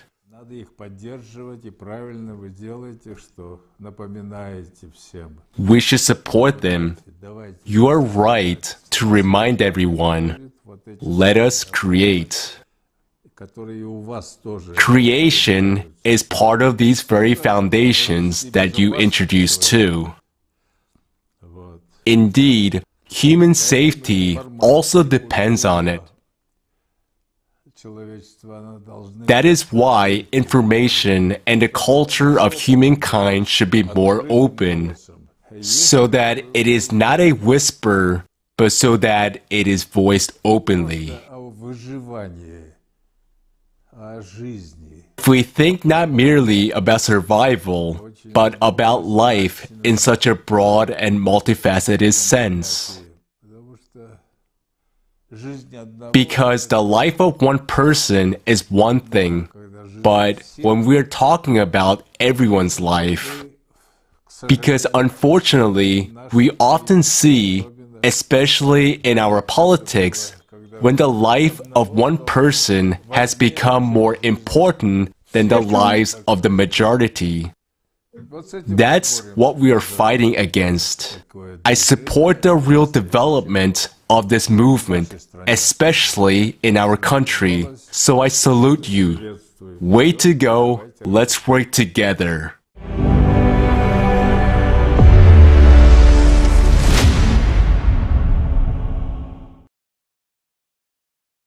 Thank you, Mr. Suleimanov.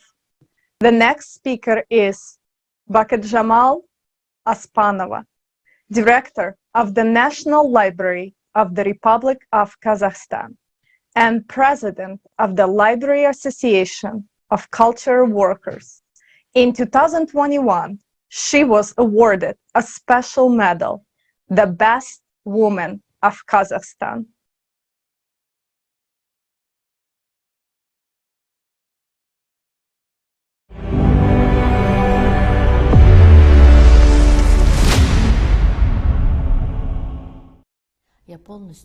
I fully support the 8 foundations of the Creative Society. They are truly focused on the values of humanity, on improving the quality of each human's life. And indeed, we can build the Creative Society together. There is no other way to build such a society. That's what I think. We need to unite. Only through our joint efforts can we eradicate all these problems and solve all the issues together, only in unity. We will hardly be able to do it otherwise. Separately, no one would be able to solve them on their own. The issues of ecology, climate, and many others must always be solved by all people together. Creative processes in Kazakhstan have already started and are already well underway.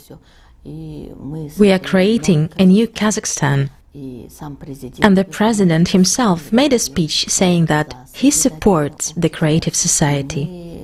So we will be creating a new Kazakhstan already without all that, as I said, without anger, without corruption, without anything negative. It seems to me we'll be living in such a way soon. I hope so. But we need to create all of this ourselves and also to take an active part. Only then will we create a new Kazakhstan in such a creative society. If all of us come together and invest our efforts into this idea, and support each other, then there will be a new Kazakhstan in the new creative society.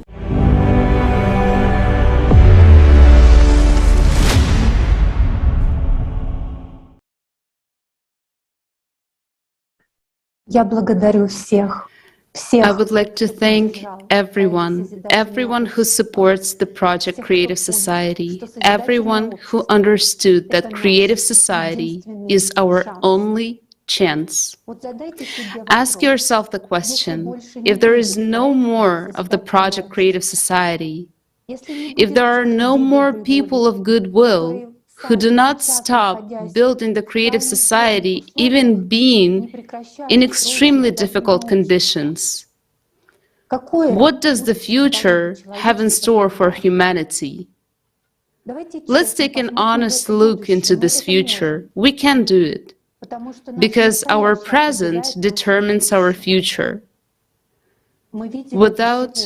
And we saw that today, that without the Creative Society project, we will quietly and uncomplainingly wait until we are destroyed by tyrants, maniacs, famine, disease, and whipped off the face of the earth by climate.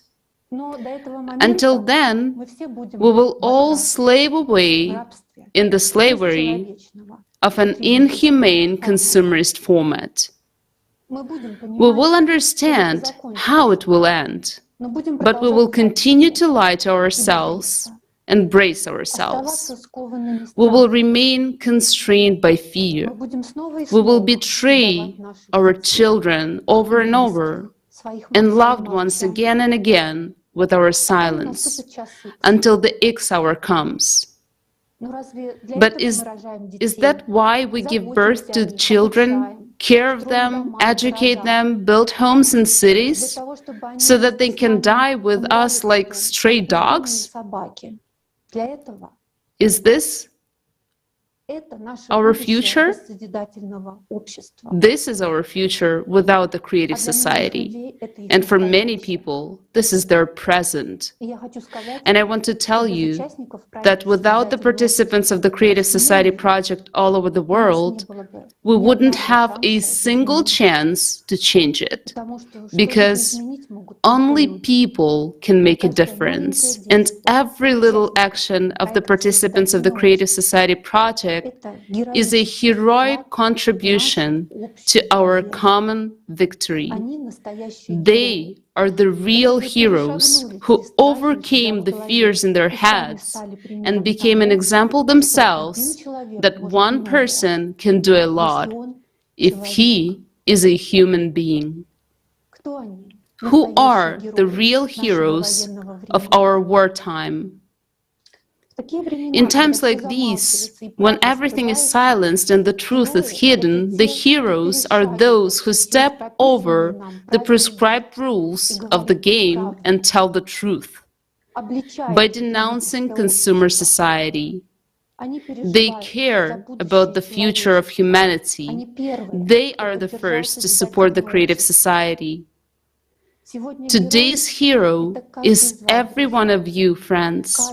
Every one of you who now supports this broadcast, who broadcasts it in their social networks in 100 languages, who has sent it out to his friends and family. Building a creative society means fighting for every life. It is not easy, because often our calls to unite are not even understood even by our own dear and beloved ones. After all, they are also people living in a consumer society, and they are too afraid to look in the truth in their eyes. That is why your example is so important. Knowing what awaits us all for the sake of people you love and for the sake of all people, you are not silent. Every day you devote your free time to bring in the truth to people. You simply act no matter what. In the most adverse circumstances, you don't give up. You live as a creative society. Your faith in victory, your faith in unity, your faith in the creative society and people is our only chance. Without all of you, we would have no future. There would be no future for my children, our children.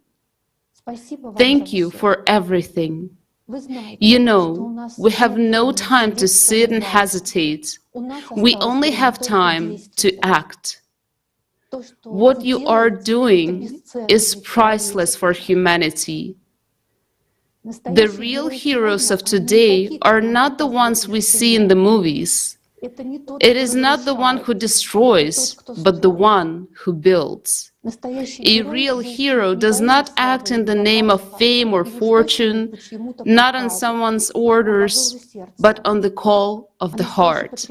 True patriotism is to fight not against someone, but to fight for the life of every person. Among us today are those who continue to act under the blast of bombs, those who believe in the human and in us, humanity, even seeing with their own eyes what atrocities human beings are capable of in a consumerist format. But they did not give up. They did not stop building the creative society. This film is about them, about real heroes.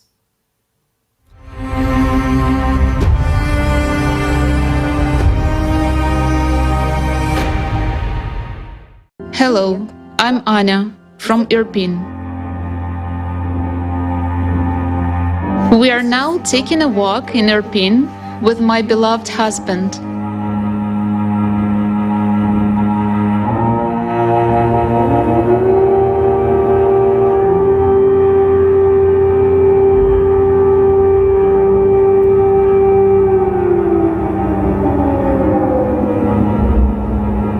And this is the second war I'm facing in my life, from which I'm running away along with my entire family. Tell me, who needs all this? What is it all for? In this world, everything is arranged in such a way that nobody cares about human life at all, and it is far from being a priority. As long as we live in consumer society, we don't have a single safe place on the planet.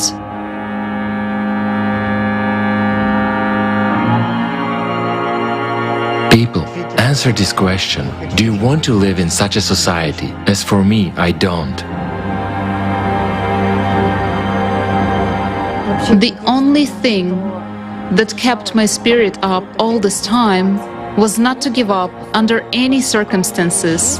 As long as I have life, I should do my best, firstly, to remain a human being inside, and secondly, to actually do everything possible and impossible so that we could move from this murderous format, the consumerist format, to a creative format of society and do my best for the project. Explosions were getting closer and closer. We evacuated the girls because only women and children could be evacuated.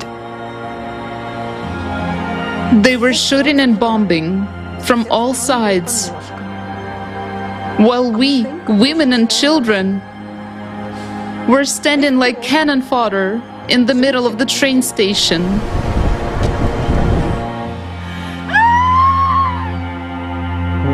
We passed through the area that was under fire at our own risk. I felt that I was on the verge of a breakdown. At some point, I wanted to scream.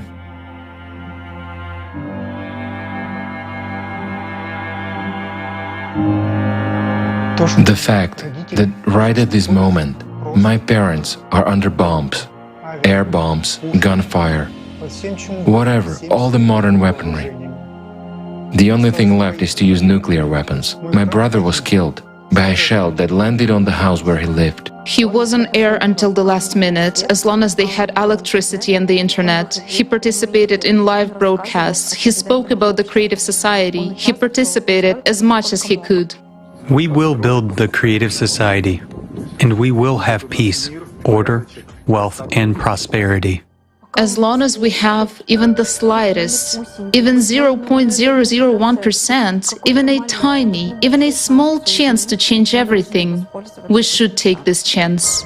We simply must. Corpses can no longer do anything. Only people that are alive can change something. And we are people. We just want to live. I'm not a cannon fodder. I'm a human being. And if I'm a human being, I must do everything I can to change the current situation. People, I want to live in the creative society. I want to appeal to you, people from all over the world. I believe in us. As long as we have each other, as long as we are people, we can change everything.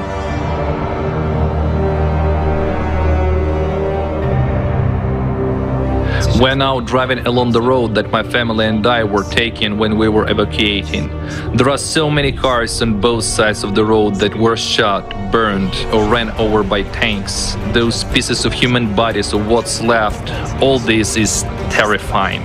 It mustn't be like that. Please hear me, it mustn't be like this. We're a human society. We must build a society where your life, my life, the life of our friends, relatives, and any other individual should be valued as one's own. Otherwise, we are not a society, truly. Believe me. Human life is the most important. All this can be rebuilt and repaired. human life cannot be restored. When it was announced that there was an opportunity to evacuate, the first thing we said was yes. When we were driving, everywhere around there were shelled cars. A woman and a man whose children were sitting in another car fell on their knees, folded their hands and said, "Please take us." We had 2 vacant seats left in our car. We quickly opened the doors and they jumped into the car. We were not only saving our lives, but at that moment, we clearly understood that another person's life is just as important as yours. I think if there had been the Creative Society, nothing like this would ever have happened. I mean, there wouldn't be anything like that in any corner of the world. I lived in the city of Kharkiv until recently. It was impossible to imagine anything like that, even in our worst nightmares.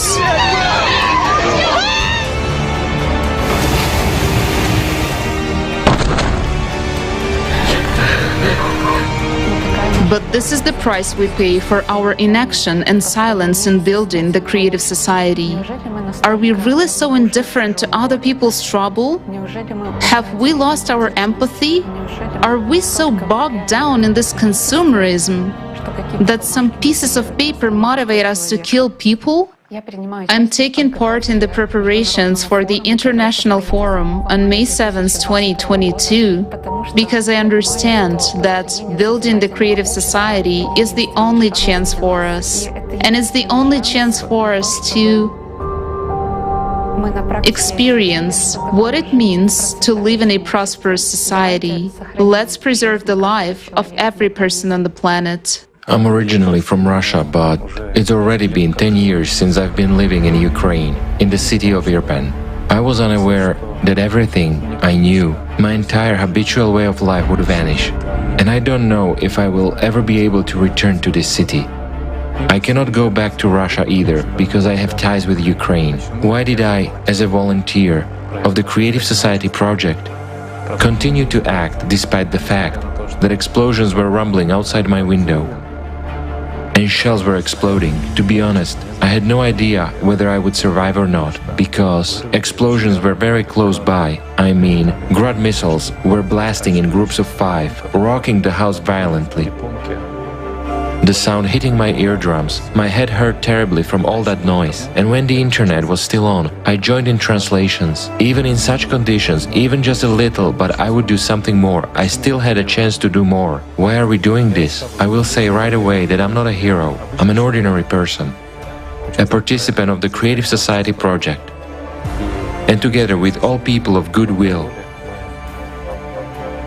we will do everything to preserve this world, even at risk of our own lives. We carry on. My workplace looks like this right now. Unfortunately, it's temporary. I think we'll have to go back to the hallway again soon, because it's really scary when you see a missile being shot down over your house, and when 2 neighboring houses on that street were hit by Grad missiles.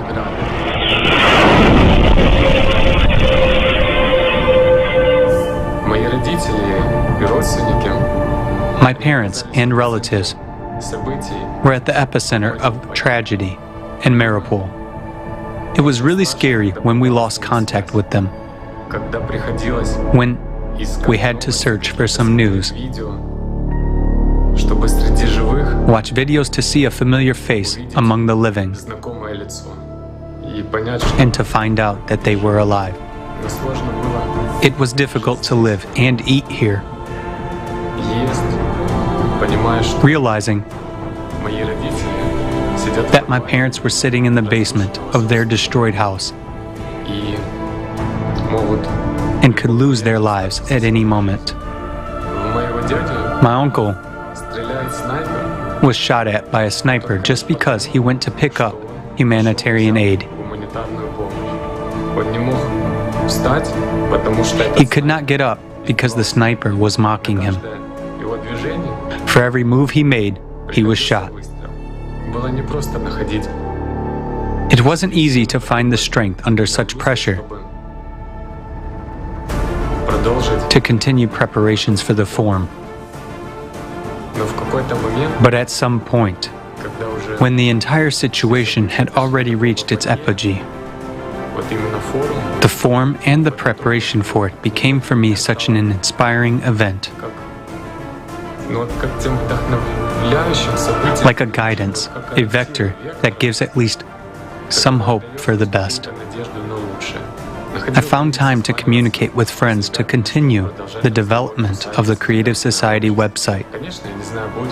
I do not know yet whether I will have the internet or whether I will have an opportunity to participate in the forum. So we are building our collaboration in such a way that people from other countries would be able to pick up the task and our common cause will not be affected.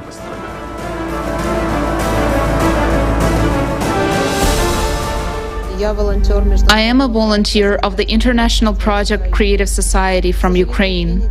Unfortunately, 2 weeks ago, I had to leave my home because of the war in my country. What helped me to cope with this storm of emotions, with fear and panic that overwhelmed me, at those difficult moments, what helped me to overcome everything was my participation in the preparations for the forum. I realized that the actions of each of us, of every person who now participates in the Creative Society project, save not only us personally, but they help all of humanity. I woke up to the sound of a missile flying over me. My girlfriend and I stayed in the bathroom for the next 10 days. When you're sitting in the bathroom, you don't know if you're going to have enough food and water tomorrow. The Creative Society is needed so that all this does not happen, so that there is safety, so that people live with love for each other. That's why I'm actively participating together with other guys, preparing for the forum, recording interviews with eyewitnesses and scientists, and everyone is saying that we need the Creative Society. Why do I keep preparing for the forum? Because I'm not alone. I'm not the only one who wants to live. I'm not the only one who wants to bring good, creative, positive things into the world. I'm not the only one who wants to bring the value of life into the world. I wanted to spread this information and truth to the whole world. I looked out the window and saw a huge missile free-falling 500 meters from us. To be honest, I really said goodbye to my life. I realized that I'm the luckiest person in the world because I remained alive. The horrible, ugly face of the consumerist format that we now see in the world is what motivates us to build a creative society. It motivates me even if there is a war outside, to sit down and edit a video for the conference, to help with whatever I can right now.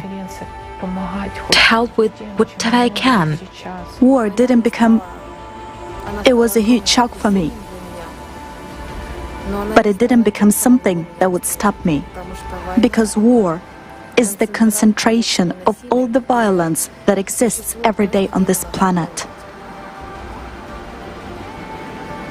So for me, the best thing was to devote every second I still have, because I didn't know if there would be a next one, to preparing for the forum. Because the forum is the only way to stop this madness.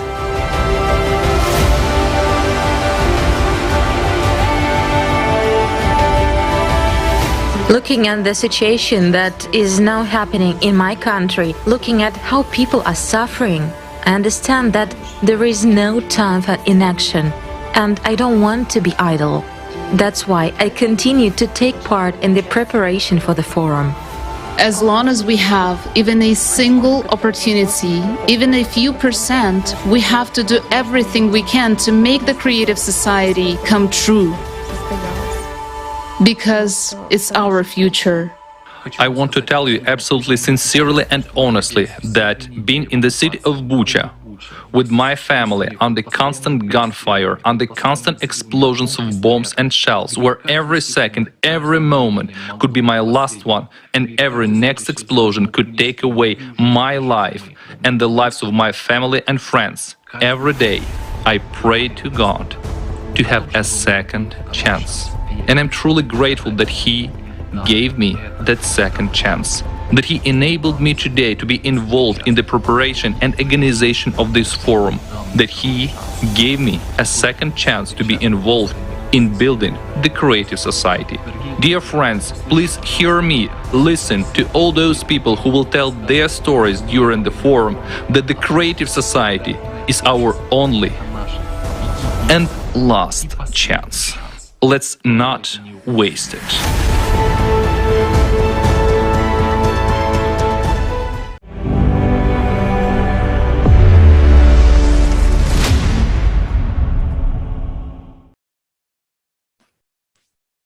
Today, the whole world is afraid of a nuclear bomb, a nuclear holocaust. But the worst bomb is a callous heart that doesn't care about other people's lives. How many more human destinies are left behind? How many we have already lost on the fronts of consumer society? It is so painful and difficult to realize how many beautiful people we will never get back. It's not just wars that do this. It's all the ugliness of the consumerist format of society. For these people, our loved ones, our friends, we are too late. We have had no time to build the creative society. This feeling that we didn't have time to save them will stay with us. But for sake of those who are alive, we have an obligation to act. Our heroes all over the world, participants of the Creative Society project, today are doing the impossible to start the hearts of the heartless, to start the beating of the human heart, even in those who have it dead, morally dead, carrying out the reanimation of humanity. And people are standing up all over the world because truth and the will to live drive these heroes. These are the ones who are on the front lines right now. These are all of you. And for those who are still hiding and hoping that humanity's last war will not touch them, I would like to say, previously, like you, we didn't know much, we didn't see much. Just like you, we thought more about our stomach and our selfishness. But let's be honest, you see everything, you just don't see a way out. And we wanted to know the truth and find a way out. And when you know the bottom line, you open your eyes and you start to see other things, things that you didn't see before. You begin to see life, you begin to appreciate life, every life, and then you make your choice. You make it right now.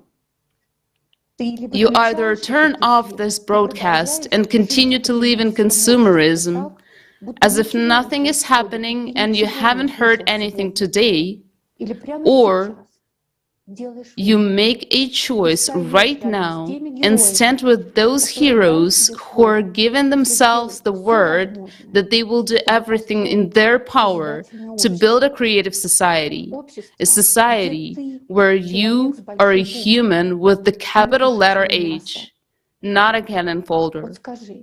Tell me, what have you done for life, for the human future, for our children? What have you done today that disaster will not come to your house tomorrow? And you can do a lot. Because when we are together, when we are for life, we understand that not a single chance must be missed. We act, and every action brings us closer to the creative society. When life is at stake, the most pressing question is, what have I done for us to survive? I remember a quote by Martin Luther King Jr. Everybody can be great, because anybody can serve. You don't have to have a college degree to serve. You don't have to make your subject and verb agree to serve. You only need a heart full of grace, a soul generated by love.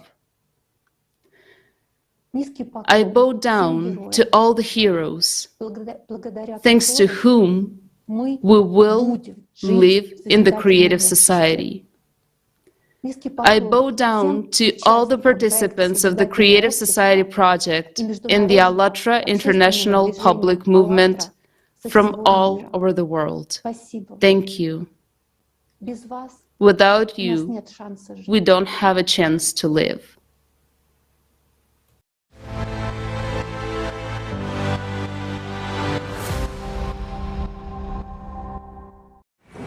Today, we have seen with our own eyes the facts and evidence of brutal crimes against humanity and numerous human sufferings in the consumerist format of our society. There is no justification for violence in society. There is no justification for murders. It's a shame that all of us, the majority, allow that. Until now, with our own hands and our own choices. We support the animal conditions of existence imposed on us by the consumerist format. We do not express our inner vital need as a clear position and ultimatum. We are people, and we want to live. We are for the creative society. I want to address each of you. I want to address you, my friend. I want us all to remember that every day of our inaction is a loss of someone's life. Every day when we are inactive in building the creative society, people die. If we all together do not take action right now, tomorrow the consumerist format will take the lives of you and me and our loved ones. Some are dying of hunger and thirst right now.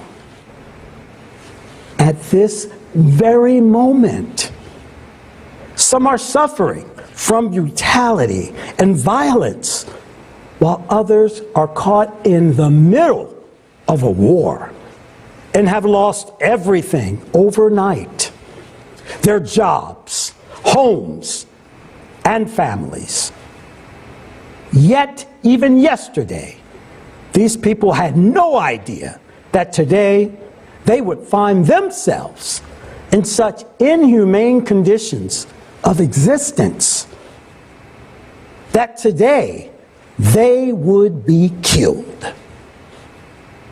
Are you sure this won't happen to you and your family tomorrow?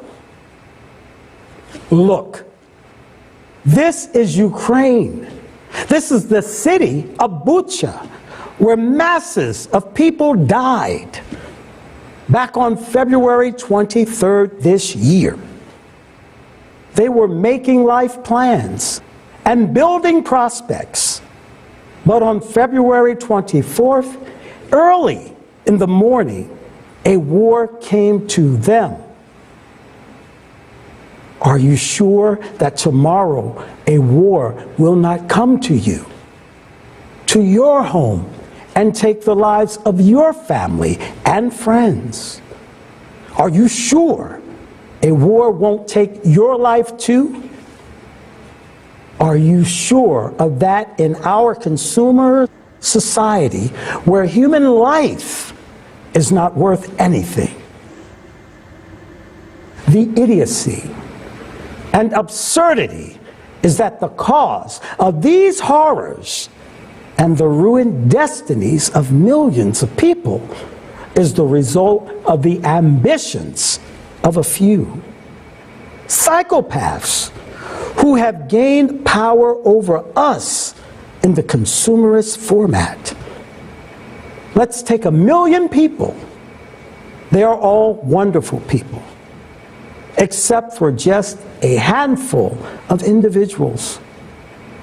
But these few individuals, because of their extreme greed and tyranny, use the rest of people for their own selfish, despicable interest. With our own hands, they force us to maintain the conditions of the consumerist format, which turns people into non-humans. And later, they claim that this is the way it should be, that it is our nature, it is natural. But this is not normal. Let's tell the truth. Yes, there are psychopaths in our society, and there will always be. But will they be able to seize power over people in the creative society? No, because power in the creative society belongs solely to the people. In the creative society, psychopaths will not be able to wage wars and destroy millions of us. They will not be able to brainwash us through their corrupt media. They will not be able to be the rightful owners of all human and resource potential. But most importantly, they will not be able to satisfy their own ambitions with our blood at the cost of our lives. Today, in the consumerist format, psychopaths are not locked in asylums. They are at the top of power over us.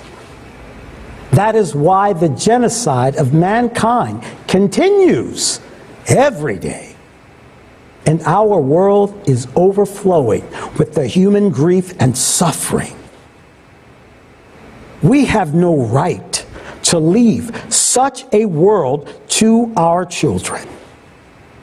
We need to change the conditions and build the creative society with our own hands. We are constantly divided because it is easier for them to control us. That way, the pit us against each other like dogs, forced to quarrel and hate one another. Are you familiar with a situation when people ask you, whom do you support? These people or the others? Do you support the left or the right? Who do you belong to? That party or the other? That religion or the other? Are we cattle or things that belong to someone? Even when such questions are asked, we are left with no chance of being united, of being one peace-loving humanity. But today, even when attempts are made to artificially set us at odds and separate us from one another, our position in life is clear and unambiguous. We answer all the questions from the corrupt media and collaborationists. We are people. We want to live. We are for the creative society. And only this position is our future. A person with a consumerist worldview cannot understand the sincerity of people, their selfless motive to live and act for the sake of the future of all mankind, not just for themselves. All the more so in our time, when humanity is under the threat of destruction, when we are attacked by the most ruthless enemy, the climate. The consumerist format is cruel, but it is nothing compared to the global climate change that brings devastating cataclysms. There are heroes who see the global threat and the entire absurdity of the consumerist format. And they are not silent, they are active. After all, we all understand the world is a big place.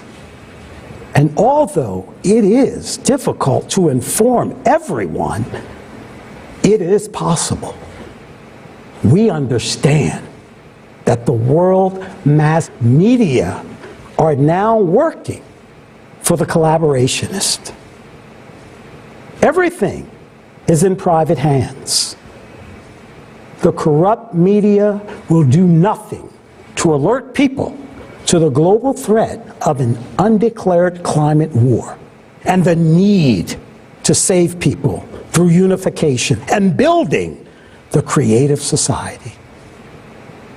It can only be done by us, people themselves, who realize the importance of this moment and the importance of informing everyone right now, while we still have some time. You see, no one but us. These heroes are ordinary people. True heroes are those who, despite the fact that their own lives are in real danger of death, despite all fears and risks, they continue to act, to take care of others, to knock on other people's doors, even to those who are heartless, because they are also people. The heroes act for the sake of all humanity, knowing that every second may be their last. Participants of the Creative Society Project, the people of Alatra, are the true heroes. They, like all of us, are scared. They are scared to sit under bombardments in basements. But they act. They inform.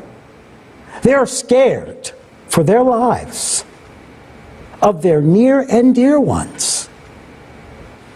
But they act. They are afraid of what will happen to them in a minute. War, famine, crisis. But they inform, because they have the meaning of life, to save people's lives, to save the future of humanity, because they have a higher goal that prevails over their own fear.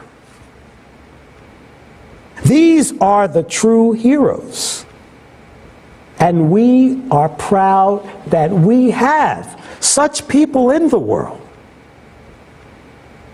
People who are worthy of the title of a real human.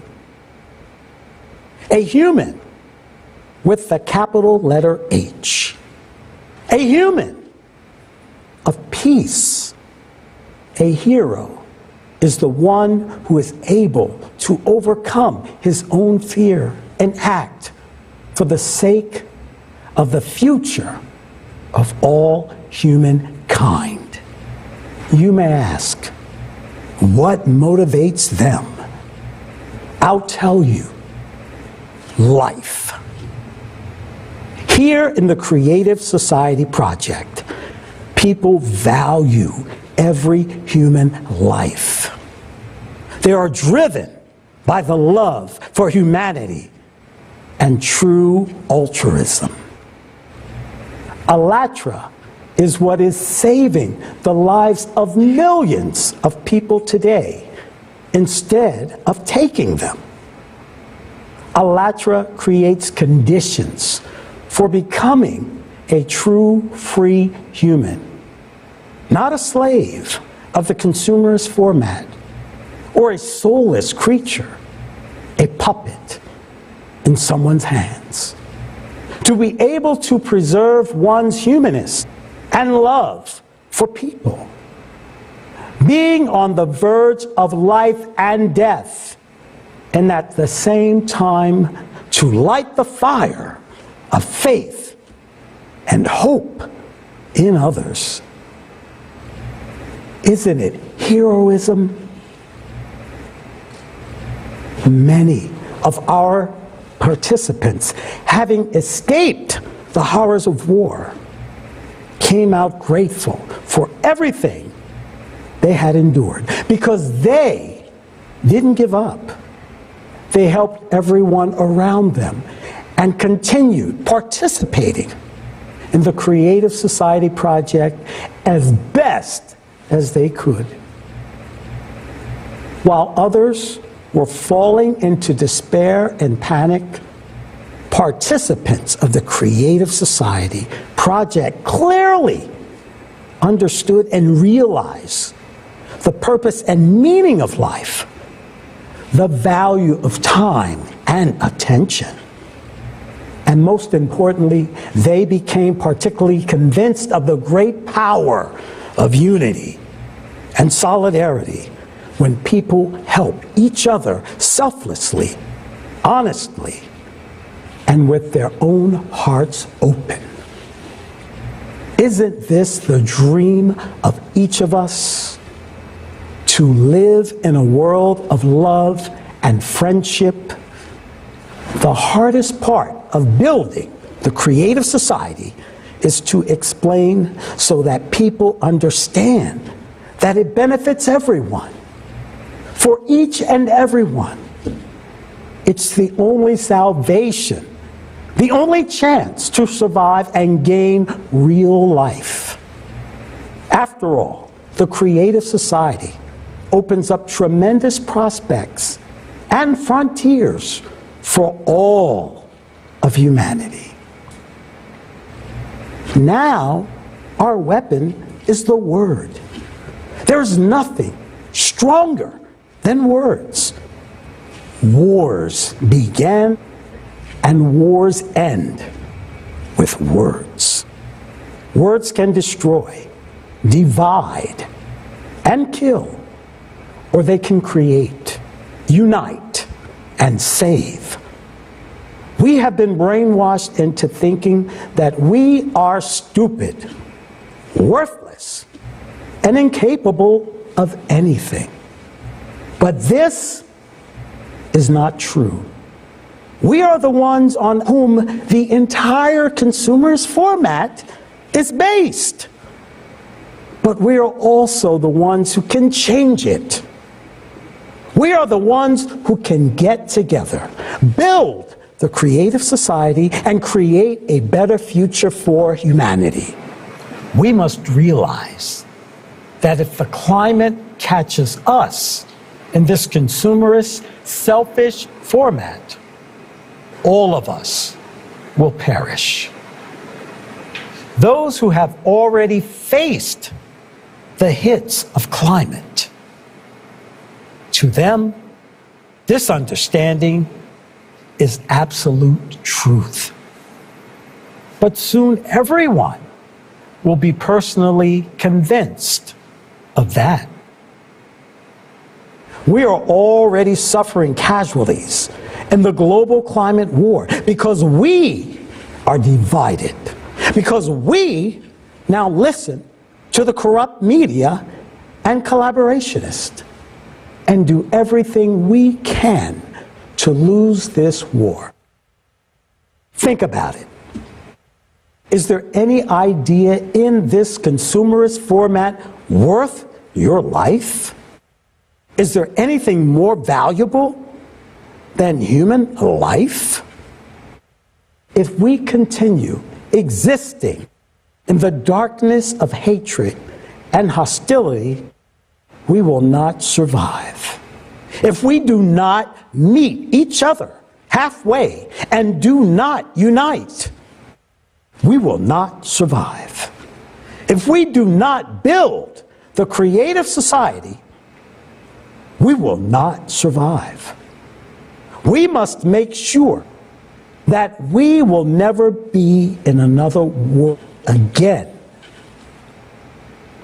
We must keep our children safe and build a different world, a world of justice, equality, and freedom.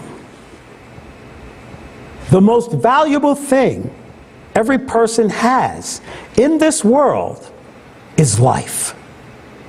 Your life and the life of others.